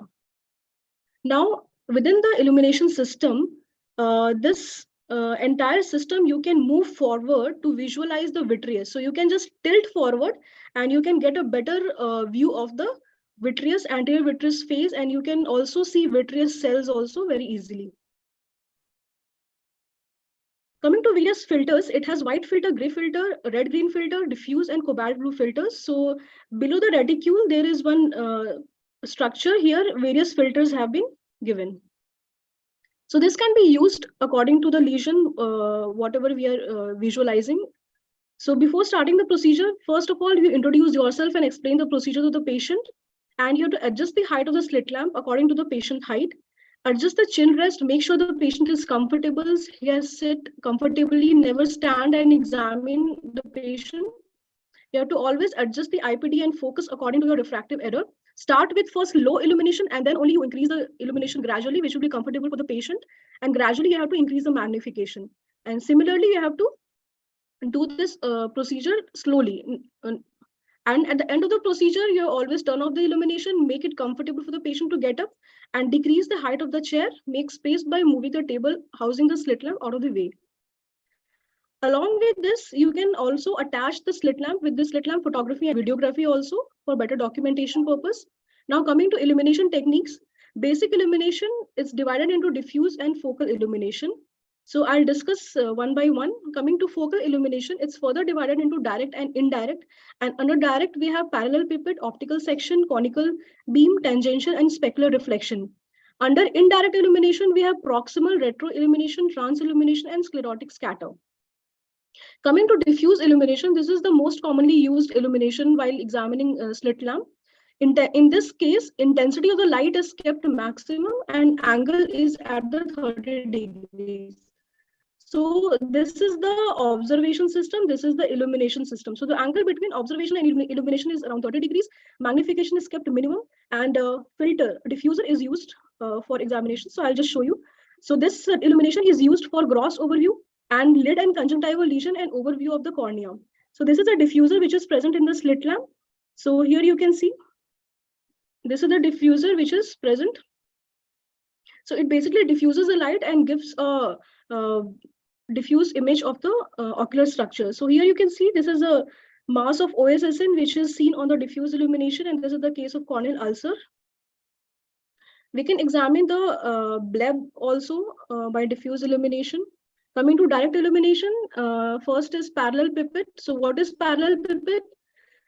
So here we are taking the width of the beam is around 2 to 4 mm, and intensity is kept at maximum, and angle between the observation and illumination arm is around 30 to 45 degrees, and magnification is kept moderate. So this is basically used to examine the size and depth of the lesion. So this was a case of corneal ulcer. So here you can see we have made a parallel pipette kind of beam, and here we can see the ulcer is quite deep in the cornea. So it's easy to visualize. So in this case, you can see prominent corneal nerves. Next is optical section. So optical section is same as parallel pipette, but the difference is that the beam width is very thin, that is around 1 to 2 millimeters.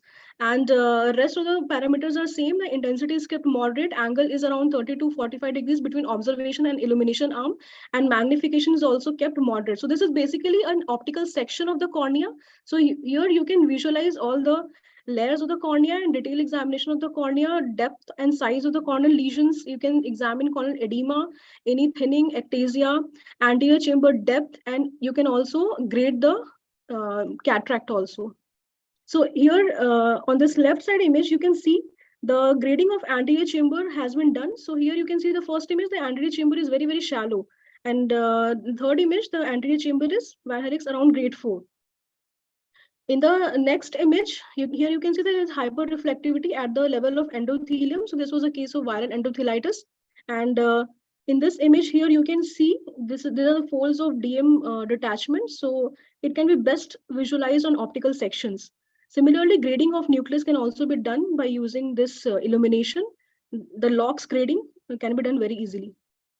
Coming to next, conical beam. So conical beam, this is in this method, the beam width is kept very minimum, that is 1 into 1 mm, and magnification is kept maximum, and angle between illumination and observation is around 45 degrees, and intensity is kept maximum. So this is basically used to measure, to examine anterior chamber cells and flare. So here you can see this is a thin beam of around 1 into 1 mm, and it is focused between in the mid of the anterior chamber. So you can see a Brownian effect in the anterior chamber, which will denote the anterior chamber cells and flare. Now coming to tangential illumination, this is what is tangential illumination. Basically, you have to keep the angle more than 45 degrees. So in the previous illumination types we saw, it was mostly between 30 to 45 degrees. So if you keep more than 45 degrees and your beam width will be parallel pipette, so you can actually see the texture of the surface. So this is basically used for examination of pseudo exfoliation over the lens capsule. So here in this first image, you can see the pupillary rough and at the pupillary surface. And once you dilate the patient, you can actually visualize all the zones of the pseudo exfoliation. So this is best visualized by tangential illumination. Now coming to specular reflection, this is very, very important for all cornea specialists. So this has come from a Latin letter specularis, which means mirror-like. So specular reflection is the reflected image of the light source itself. It is based on the principle Snell's law of optics, which states angle of reflection is equal to angle of incidence. So the brightness of the reflection depends on the reflectivity of the surface on which it is seen.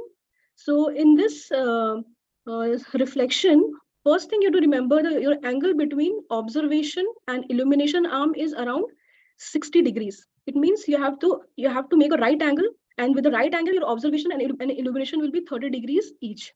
Your beam width will be parallelepiped, magnification will be high, and intensity will be maximum. So this specular reflection is used to visualize the corneal endothelial layer.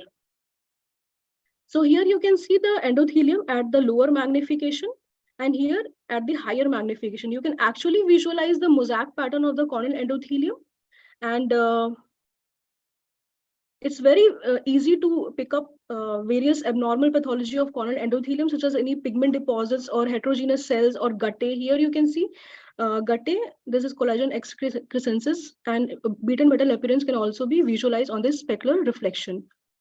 Now coming to indirect illumination, this first is focal. In this, we have proximal illumination. So here, what we can do is, here one lesion is there which is adjacent to the cornea, somewhere around the conjunctiva. So if you want to visualize this lesion very clearly, then you have to use this proximal illumination. So what you can do, you have to keep the angle again at 30 to 45 degrees. Intensity will be maximum and magnification will be moderate. So I'll be discussing. You have to keep the intensity of the light adjacent to the lesion, so the lesion will be the lesion becomes more prominent. So here you can see this patient he has a conjunctival nevus. So this is seen on a diffuse illumination, but if you keep the lesion, if you see the lesion on proximal illumination, you are shining the light adjacent to the lesion, so you can see the lesion has become more prominent, and actually you can see the conjunctival cyst within the conjunctival nevus. So this is very, very helpful in differentiating from a benign lesion with a malignant one. Now coming to retroillumination techniques, we have iris retroillumination and fundus retroillumination. So first, iris retroillumination. What is iris retroillumination? So here we are incidenting the light against the background of the iris, and with this, the light is reflected back, and whatever the structure is in front of the iris, that becomes prominent. So any corneal lesions which is present any corneal lesions, it becomes more prominent. So here also the angle is slightly decentered, and beam width is also parallelepiped, and maximum intensity we have to see. So any fine corneal structures such as vacuoles or epithelial edema or any vessels such as superficial or deep stromal vessels becomes more prominent. So here you can see with iris retroillumination, the vessels have become more prominent. And in this case, there are fine pigments which are present in the form of Krukenberg spindle, which is seen in the case of pigment dispersal syndrome, has become more prominent. Now coming to fundus retroillumination. So here also the beam is very short, and you have to incident the beam from the pupil, which gets reflected back from the retina, and magnification is kept moderate. So any pathology in the lens or any deposits, any lens pathology can be picked up very nicely with this fundus retroillumination. So this was a case of PCO, which has been seen very nicely. Now coming to iris trans-illumination. So what is trans-illumination? Basically, you have to... Yes, Please sir. sum up, Dr. Pooja. Yes, sir. So in iris trans-illumination, this is basically seen in iris defects, pigment dispersion syndrome, and we have to check the PI patency also. So here you can see this is an ocular albinism, and along with this, iris defect can be seen very nicely. Coming to sclerotic scatter, so here we have to focus the light at the limbus, which causes total internal reflection along the outermost and innermost layer, and whatever lesion is present over the cornea becomes more prominent. So this is easy to differentiate from a scar to the infiltrate. So these are the examples. In the second image, we have applied sclerotic scatter. We have special filters like cobalt blue filters, which is used to examine the epithelial defect, and we can do the Steril's test also to examine the with the help of this filter. This is a positive serial test, and we can also use special dyes also, such as rose Bengal stain and lissamine green stains. Additional uses is that it can be used for Goldman applanation tonometry, contact lens fitting, fundus evaluation, and anterior chamber assessment along with gonioscopy. It can also be used for corneal scraping, suture removals, AC reformation, bleb needling, toric marking, gonioscopy, and examination of the donor cornea. So this is a special thing. In this slit lamp, a special device has been attached in which the donor cornea has been kept in the media. So with this, we can actually grade the cornea and we can predict the outcome of the cornea. So we can grade it as optical therapeutic, and if the cornea is not suitable for surgery, that can also be visualized very nicely. So these are various examples. So conclusion is, it is an indispensable method for the complete ocular examination. It has interplay between illumination and observation, and a skill that must be perfected. The more we use it, the better we become. So thorough knowledge and repeated practice is required, and it's a key for being a good clinician. Thank you so much. Thank you very much, Dr. Pooja. I think we are moving towards the last speaker, Dr. Jayanti Kashyap. Yes, thank you, sir. After a wonderful whole day presentation by Galaxy of Speakers, I would like to thank Jhos for giving me this opportunity. I hope I'm audible. Absolutely, yes. Very much. Yes, yes, sir, because it's raining heavily here. I don't know. Yeah. So I will be talking on neuroimaging in ophthalmology from a general ophthalmologist point of view. So according to the father of neuroophthalmology, neuroimaging is that subspecialty of ophthalmology where diagnosis is made upon the reinterpretation of alleged normal scans.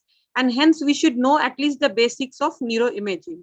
So from a general ophthalmologist point of view, neuroimaging in itself is a complex topic, but it has been revolutionized by the current advanced imaging modalities, and the yield is optimal only when the ophthalmologist and the radiologist collaborate in the workup. So the question arises, why to order, what to order, and when to order. So often in a busy OPD setup, either in government or in private with lots of common cases, we often tend to get confused what to write whenever such cases arises, CT or MRI. We have a tendency to straight away refer to the higher center without doing a proper workup. And sometimes patients may not get very convinced that whether it is urgent or not. So we should at least try to work up and guide the patient. And we also have a tendency to look at the reports instead of the film. So coming to the errors in neuroimaging, there are two types of errors, the prescriptive and the interpretive errors. So we can do prescriptive errors like failure to obtain correct study, omission of intravenous contrast or specialized sequence, which I will discuss later, and the interpretive errors like misleading clinical information and low sensitivity of images. So I will quickly rush to the common imaging modalities, the pitfall and the common clinical condition. We have this gamut of imaging techniques nowadays, ranging from CT, MRI, and the various advances like FLAIR, diffusion weighted imaging, and the CT and MR angiography. So starting with CT scan, this is basically a modification of the X-ray. Like in X-ray, we get 2D images, but in CT scan, we get 3D, because in reality, we are not 2D, we are 3D. And this is done with the help of multiple array of detectors. And these detectors, they give images in form of black and white. And based on the different attenuation of different tissues based on their density, we get like these images of black and white. And these are scaled by Hounsfield scale, and where bone it is the most denser, it is the most white, and it has given the Hounsfield unit of 1000. And air filled structures, these appears black, and water has isodense, means it's neither darker nor lighter. So disadvantage of CT scan includes radiation, contrast, allergy, and osseous artifacts. And advantage, of course, includes is less time, less expensive, and useful in cases like pacemakers, foreign bodies where MRI is contraindicated. So indications, mostly in cases of any trauma, when we have to look for pathology of extraocular muscles like thyroid disease, pseudotumor, to know the extent of tumors, calcification, or vital cellulitis, and of course intraocular foreign body. So briefly, I'll discuss the basic points. So whenever we request for a CT scan, slice thickness is something which we should all know, because the normal CT scan, they do 10 millimeter cuts, and the person who does this CT scan is a technician, he is not a radiologist. So unless we mention, and in optha routinely we need 2 millimeter cuts. So we have to specifically mention 2 millimeter cuts, otherwise a pathology of 6 to 7 millimeter may be missed. And in cases where we are so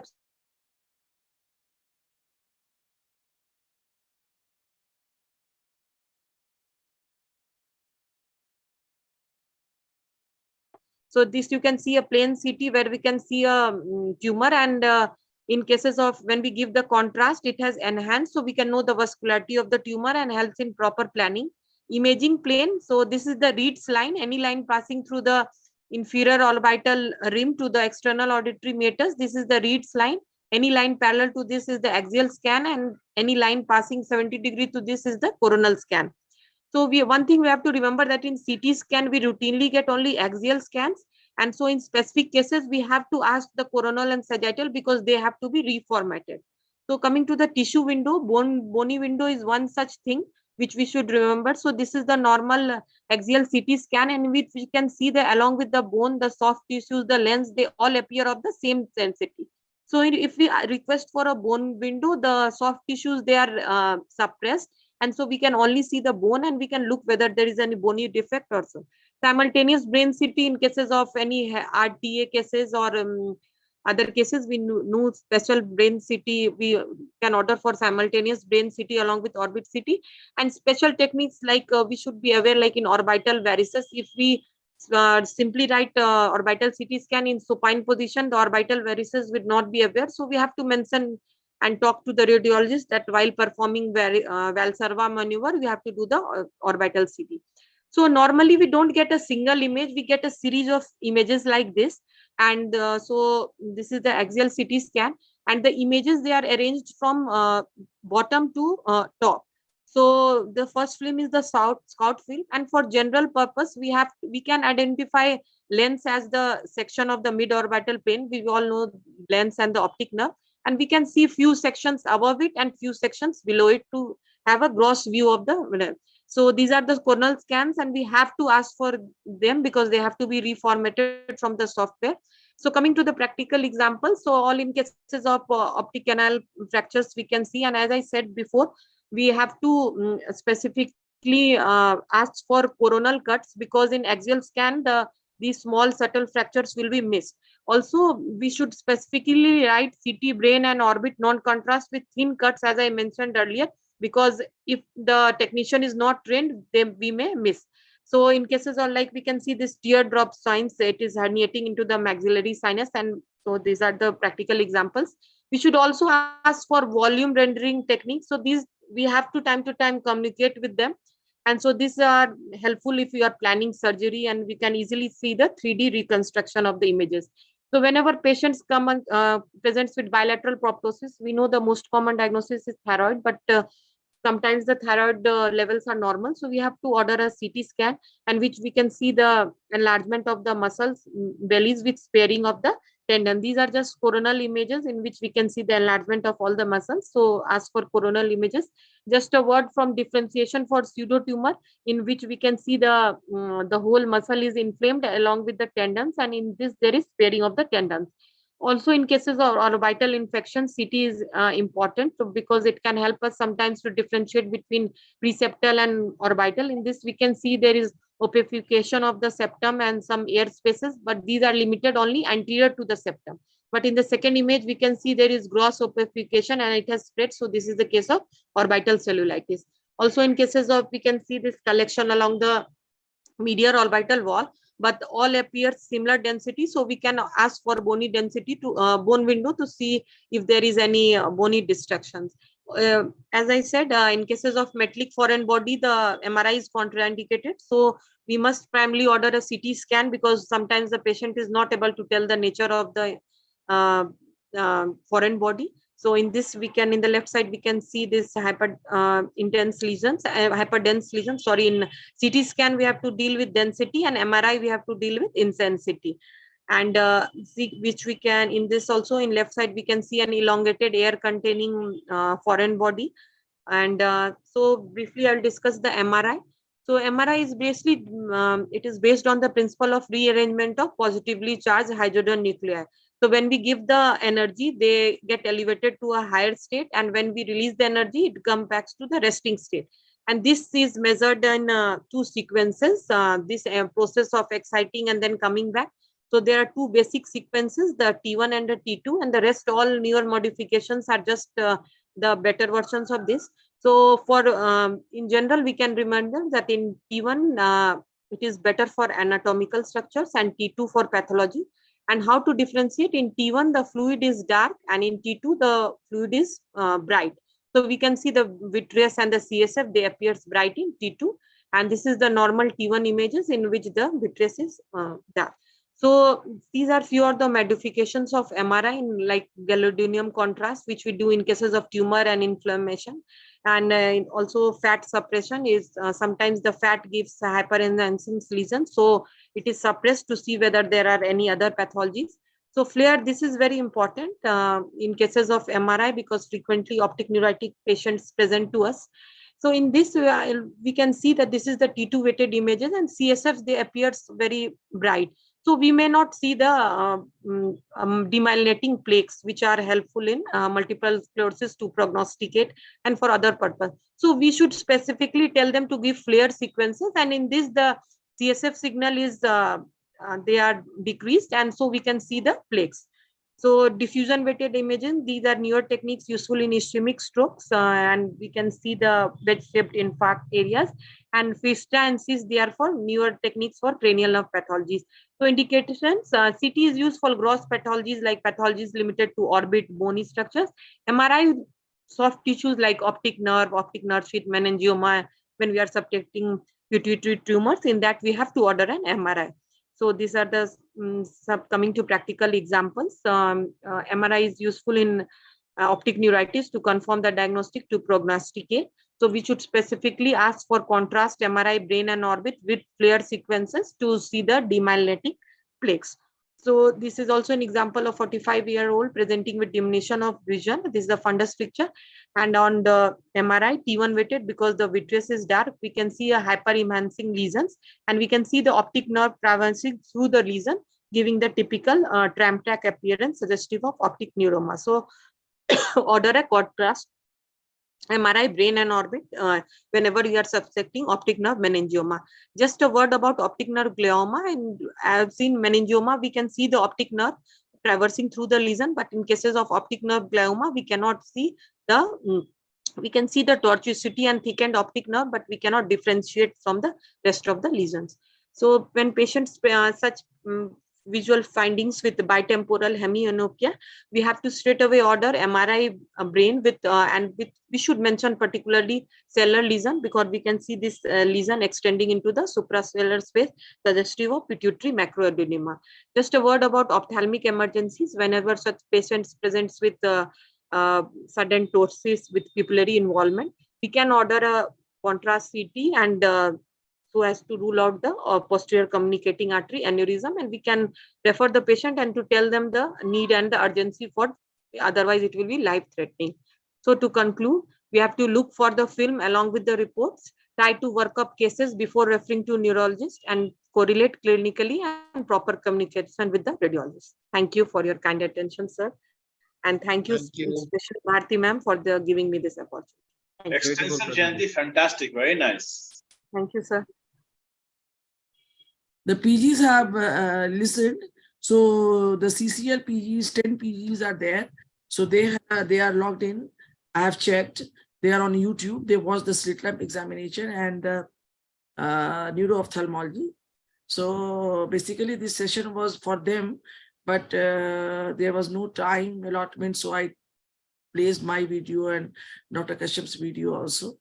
So thanks. So now vote of thanks by Dr. Mitra, and I have Dr. Rajmohan sir को भी बोला है. He was saying कि वो दिन भर बैठे रहने से आदत छूट गई है. तो सर बोल रहे थे कि जब काम करते थे तो 9 बजे से लेकर रात के 9 बजे तक काम करते थे, लेकिन अभी Dr. Rajmohan sir is here. हाँ, हम फोन किए. I was here only. हाँ, बोले कि अब अभी आदत खत्म हो गया. सुरेंद्र सर हैं, सुरेंद्र सर भी हैं, रजनीकांत सर हैं, राजीव सर हैं, प्रोफेसर राजीव सर, सब लोग हैं. I think the president sir will say 1 or 2 lines, then I will proceed for the vote of thanks. बहुत सारा बच्चा लोग है, पीजी लोग, बहुत सारा पीजी लोग है, सब सुना है. Thank you very much, all the participants who are here today with us, and they participated very actively in the all the deliberations that took place, and it was really a very excellent, excellently organized by the chairman. We must give 3 cheers for Bharti Kashyap. Thank you. Very meticulously, everything was organized, and I must say that she is now going to be also the organizers of all the conferences that are scheduled in the state. And we are thankful to the esteemed faculty members and the viewers who have been with us for this conference.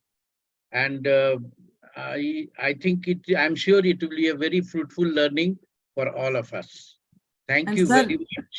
Sir, And, have you Dr. noticed? Mitra, Sir, have you noticed that this time all the chairpersons, they participated very well and very actively? You have been after them. You have been after the president. मेरा भाषणवा पूरा ही दे दी बोलो तो. 4 बार तुम Rajmohan sir को phone किए हैं, Rajinikanth sir को 4 बार. अरे सुरेंद्र सर कोई बात नहीं है. It was very sporting of you.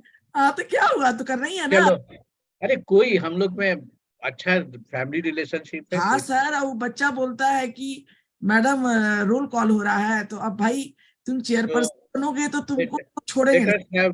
Let us have Dr. Mitra to say the vote of thanks. Yeah.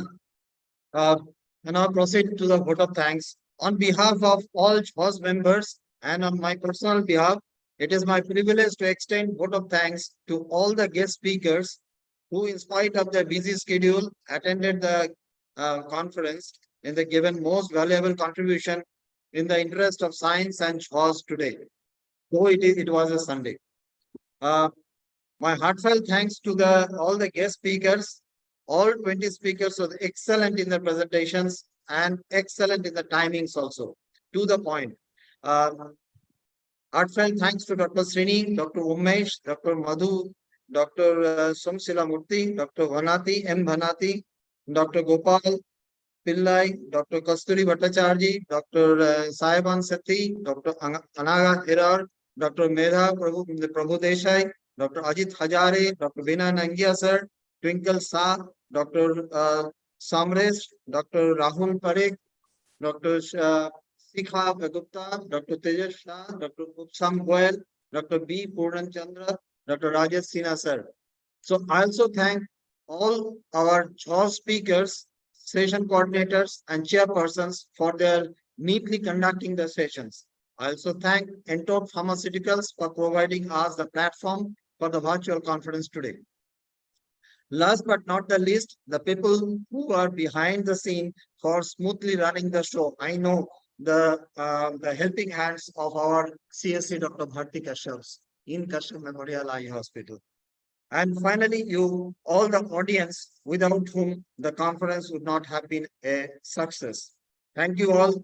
Long live Jhos. Thank you. And non-formally, I am thankful to really all these chairpersons and the session coordinators. Dr. Pritish, Dr. Rashi, Dr. Tanisha, Dr. Vibhuti Bhushan, ये सब जो session में बहुत लंबा time तक introduction वगैरह किया है. डॉक्टर डॉली टंडन सब बनाया भी है अपना. राजीव बोस तो एक भी शब्द कहे नहीं है. तो राजीव सर कुछ बोल रही है, सुबह से है. विभूति भी मेहनत किया, पता ही नहीं चला आपका आवाज सुनाई. थोड़ा आशीर्वाद वचन दे दीजिए. केवल आशीर्वाद वचन के लिए आए थे और लगातार देख ही रहे थे. I am very happy that things have gone so well. I can appreciate the energy level of Bharti. You are really genius. And Dr. Kashyap supports all the activities without shouting much. but he should take me out for at least for 1 hour car 1 week, at least 1 week. For 1 week holiday. Yes, Vibhuti Bhushan is saying. And मित्रा जी बहुत supportive है, इतना अच्छा बोलते हैं कि मेरा सब दुख खत्म हो जाता है. बहुत अच्छा बोलते हैं, बोली बहुत अच्छा है. और ये है कि विभूति हम लोग हैं ग्रुप में कि हम लोग एक अगले साल एक स्विट्जरलैंड का झॉस का ट्रिप प्लान कर रहे हैं. That will be in the month of last week of second or last week of May. इसमें काफी डॉक्टर्स का हमें आ गया है approval. Doctor Rajmohan sir, doctor Anand Thakur sir, सबकी फैमिली से, आनंद ठाकुर सर के घर से 5 पीपल हैं. डॉक्टर मित्रा के घर में एवरीथिंग गोज वेल, तो वो भी चलेंगे, श्योर है. विभूति भूषण है, विवेक केडिया तो शायद यूके जा रहा है उस समय. राजीव सर आपको भी बता देते हैं, हम लोग सब स्विट्जरलैंड घूमने जा रहे हैं. 10 दिन का ट्रिप है. रजनीकांत सर को भी बताया है. प्रीतिश तुमको भी बता देते हैं, अगले साल मई महीना में. इसलिए अपना पासपोर्ट सब रिन्यू करवा कर रखिए. पासपोर्ट सब रिन्यू नहीं वो तो बोली है कि ये अक्टूबर महीना से लग जाएगी. एक ग्रुप बनेगा, बिहार वाला लोग भी बोला है. Luckily doctor Sunil is the leader in the Bihar group, और उसको भी अभी स्विट्जरलैंड का मूड बन गया है, क्योंकि they also want to explore European countries. And Sunny Mehta को हमने कहा है इसको बनाने के लिए. और नेक्स्ट ईयर अगेन मई में हम लोग आइसलैंड जाएंगे. That will be also a 10 days tour, क्योंकि 4 और दिन आपका पासपोर्ट जो है वैलिड रहना चाहिए. जैसे कि मान लीजिए जनवरी महीने में कहीं जाना है, तो पहले से लेके 6 महीना बाद तक का वैलिड रहना बहुत जरूरी है. नहीं, वो बोलती है कि स्विट्जरलैंड वैसे नहीं मिलता है. बोलती है स्विट्जरलैंड का सबसे पहले आपका टिकट आता है, और उसके बाद आपका पासपोर्ट के बारे में बोले. Passport should be valid for at least for more 6 more months. अच्छा, वो तो बताएगी, ग्रुप बन जाएगा. राजीव सर, प्रीतीश, रजनीकांत सर भी बोले हैं कि वो चलेंगे. प्रीतीश तुम भी चलना, बंगाली लोग तो ऐसे भी बहुत घूमते हैं. एंड आई विश की डॉक्टर मित्रा का तबीयत ठीक रहे by that time, and wife also recovers fast. Rajiv sir आप भी चलिएगा. भारतीय बजट बता देना पहले. अरे तो सर ज्यादा बजट नहीं है. 80, आप इम्पोर्टेंट रखिए मान के, 80,000 रुपया का टिकट है, और 1 लाख रुपया का 10 दिन का घूमना फिरना होगा. मान के चलिए तो 2 लाख तक में हो ही जाएगा. तो Can I switch off the stream now? Hello Ma'am, can I make it offline now? Yeah. Just give us 2 minutes. 2 minutes. 2 lakh पर हेड ना भारती. हाँ